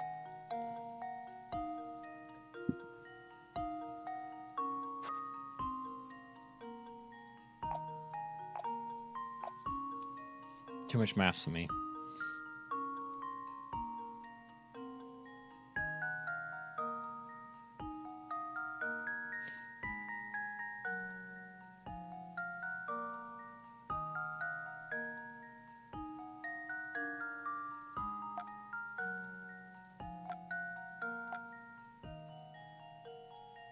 Go with that. I didn't like. This should do the trick. I didn't like that one. Huh. Wonderful. That one sucked.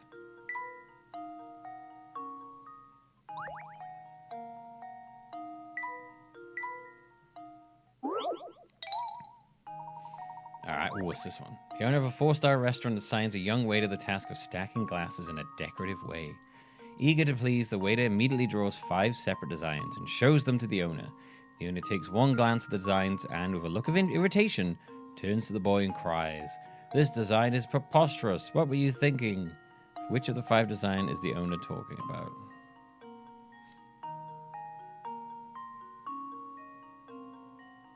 Well, I'd imagine it's D. There's a lot of preposterous designs in here, but D is definitely the most insane one. Just leave it to me. That was almost too easy.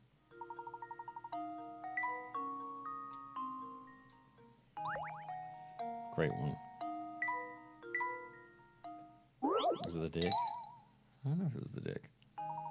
Possibly? If you're trying to fold a strip of paper in half, you notice that one side of the folded strip is 1 centimeter longer than the other. Determined to get it right, you fold the strip again, only to discover that now the other end of the folded strip is 1 centimeter longer than the other. You've now made 2 creases Two-fold creases in the strip. What is the distance in millimeters between the two creases?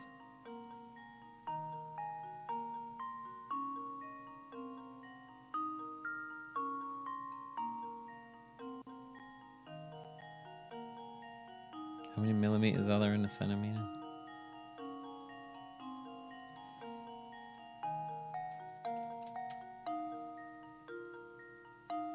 Oh, sorry, how many centimeters are in a millimeter? Or one of the two.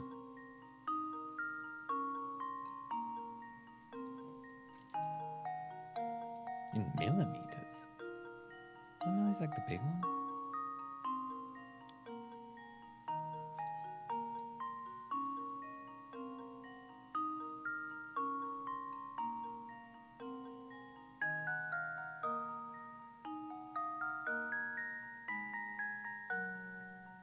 Lots.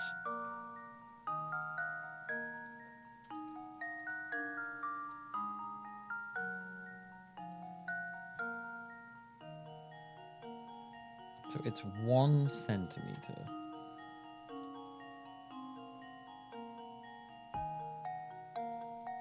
It's 10 millimeters. I don't know.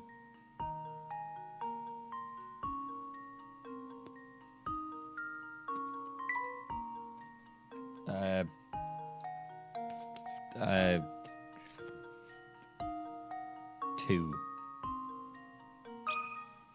And now to test my theory. Well, I suppose you can't win them all.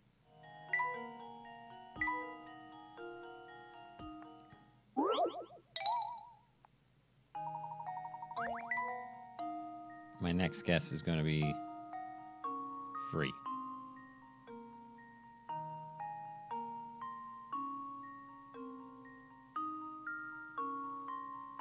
Well, it can't be more than 10 because there's only 10 millimeters in a centimeter and it says the thick strip is 1 centimeter long.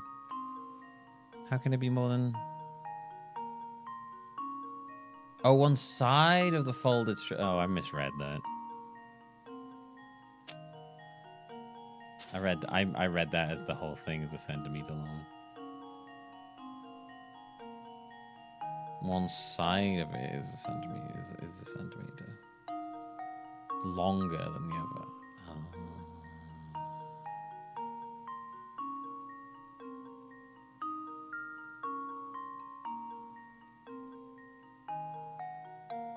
I have no idea. I don't know. 10 or 10. It's probably 10. Let's say 10 or 20. Consider this puzzle solved. Beautiful. A true gentleman leaves no puzzle unsolved. Oh. Oh my god. All right, I've definitely reached that point where my brain stops working on puzzles now.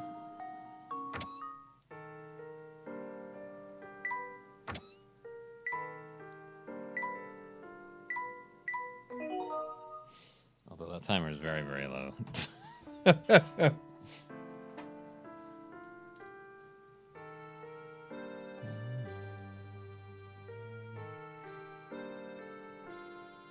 After a certain point, I can tell my brain starts checking out. I'm like, nah, I'm good.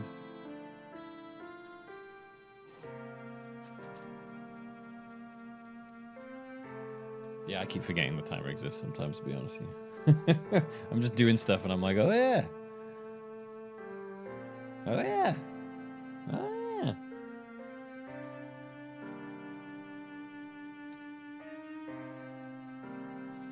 Oh shit, I haven't updated this whole stream.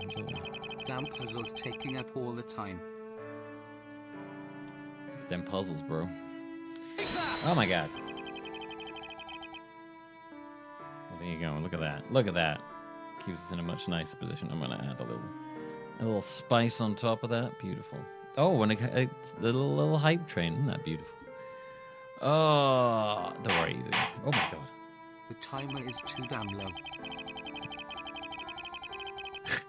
Every time that hammer comes, I get so scared. I get so scared. Thank you, White Luigi. That was so kind of you. Oh my god, that fucking hammer. It gets me like every time. White Luigi, you are so incredibly kind. Thank you. I think someone's like at the door, like, open up. I'm here to give you a flourishing. You are incredibly generous. Thank you, White Luigi. I really do appreciate that. Beautiful.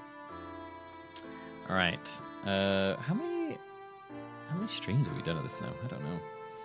Oh, well, today was an interesting day for me because I tested out a different way of streaming today. It was quite interesting. No, I've saved. I'm good now.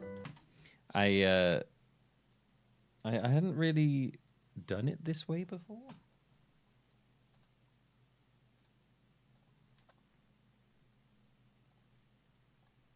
Like, for those who don't know, I'm currently running like 2 separate instances of OBS at the moment. One on this PC and one on the other one. And I'm like copying over the stuff from one to the other one. It's very weird. I've done it in an effort to see if I could get YouTube's quality up a bit, because YouTube has this issue about where if it's like 1080 or below, it puts it on a shitty encoder, and if you do it through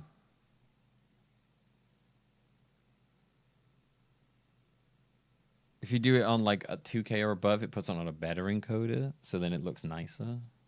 No, PayPal doesn't auto add. That would be through Stream Elements. Still can't auto add through PayPal because PayPal don't let you access the API stuff.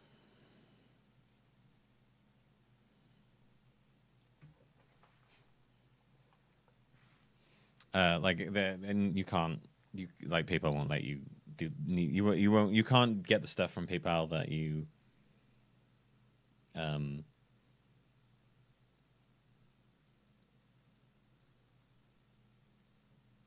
You can't do stuff through PayPal. You can't do the stuff. You can't pull the info you need from PayPal to have it show up. Basically, they won't let you do it. So it has to go through like one of those. If I want it to appear on the stream, it has to do one of those things. That's why I forgot. But I always have the option to do it straight to PayPal because some people want to, and I don't mind that. Yeah, wonderful day. I enjoyed that. I gotta say, I enjoyed this game a lot more than I enjoyed the last one. I think this is it's kind of crazy how much more of like an improvement this game feels over the first one. Like the puzzles in the last game felt so disconnected from the game. And they just feel like a lot more. Each of the puzzles in this feel, for the most part, like at least the main story ones, they all feel very like they make sense in what is happening, and I like that. Yeah, this is insane what an improvement, because this only came out like a year after the first one. It's kind of crazy what a level of improvement this game is, just purely on the way it integrates the puzzles. And yeah, I really enjoyed that. Okay, I'm gonna wait. I'll still stick around for the hype train to end, just in case. I think we'll be having. Was the first game not like that? No, the first game was really out of context puzzles, like super duper out of context puzzles. If you want to watch this back, I would highly recommend watching it back on YouTube. It might be in a better quality, which is quite nice. Just because I think if I've done it right, it should come out. It should be on the better encoder, so that'll be good.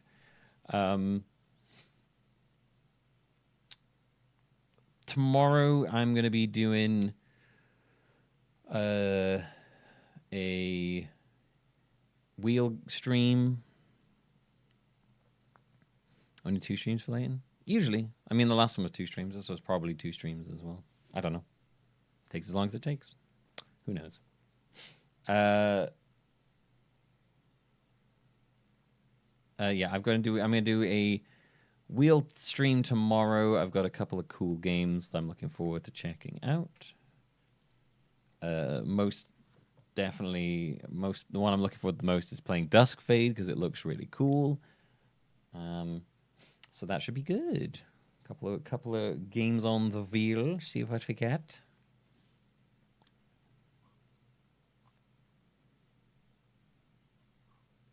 Sad I couldn't be here, but thank goodness you're here live a little bit for Nice Day for Fishing.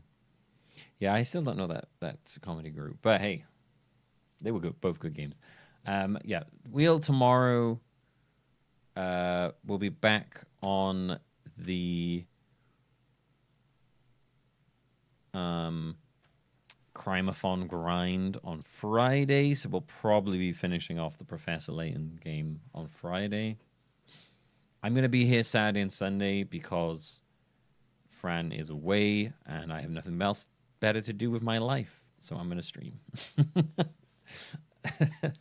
So I will actually be here on Saturday and Sunday. I'm going to take Monday off, though, because I'm going to go chill with her on Monday. She's away to stag do somewhere. Brussels, I think.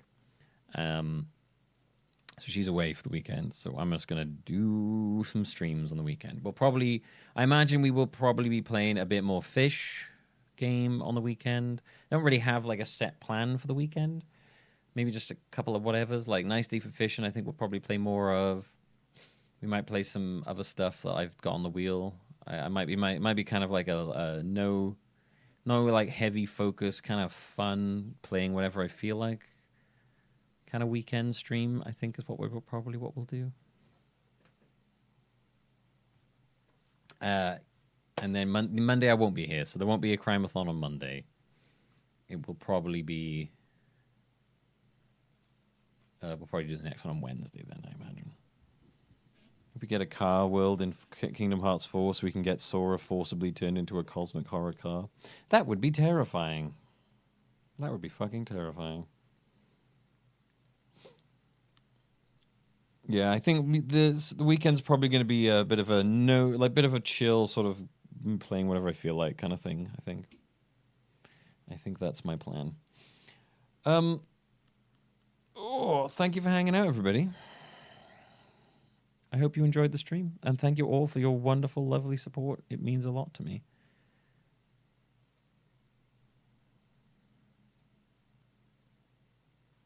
Let's have a look at this. Oh, I hate that. What the fuck?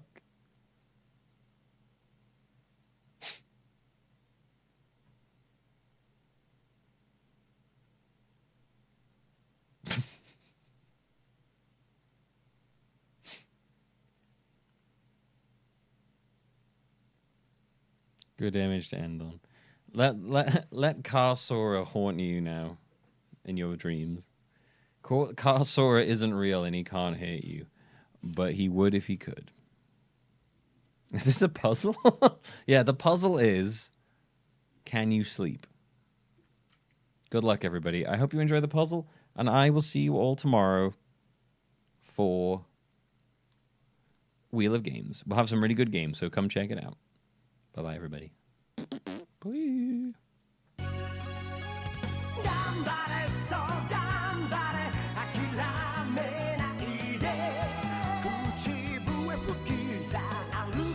So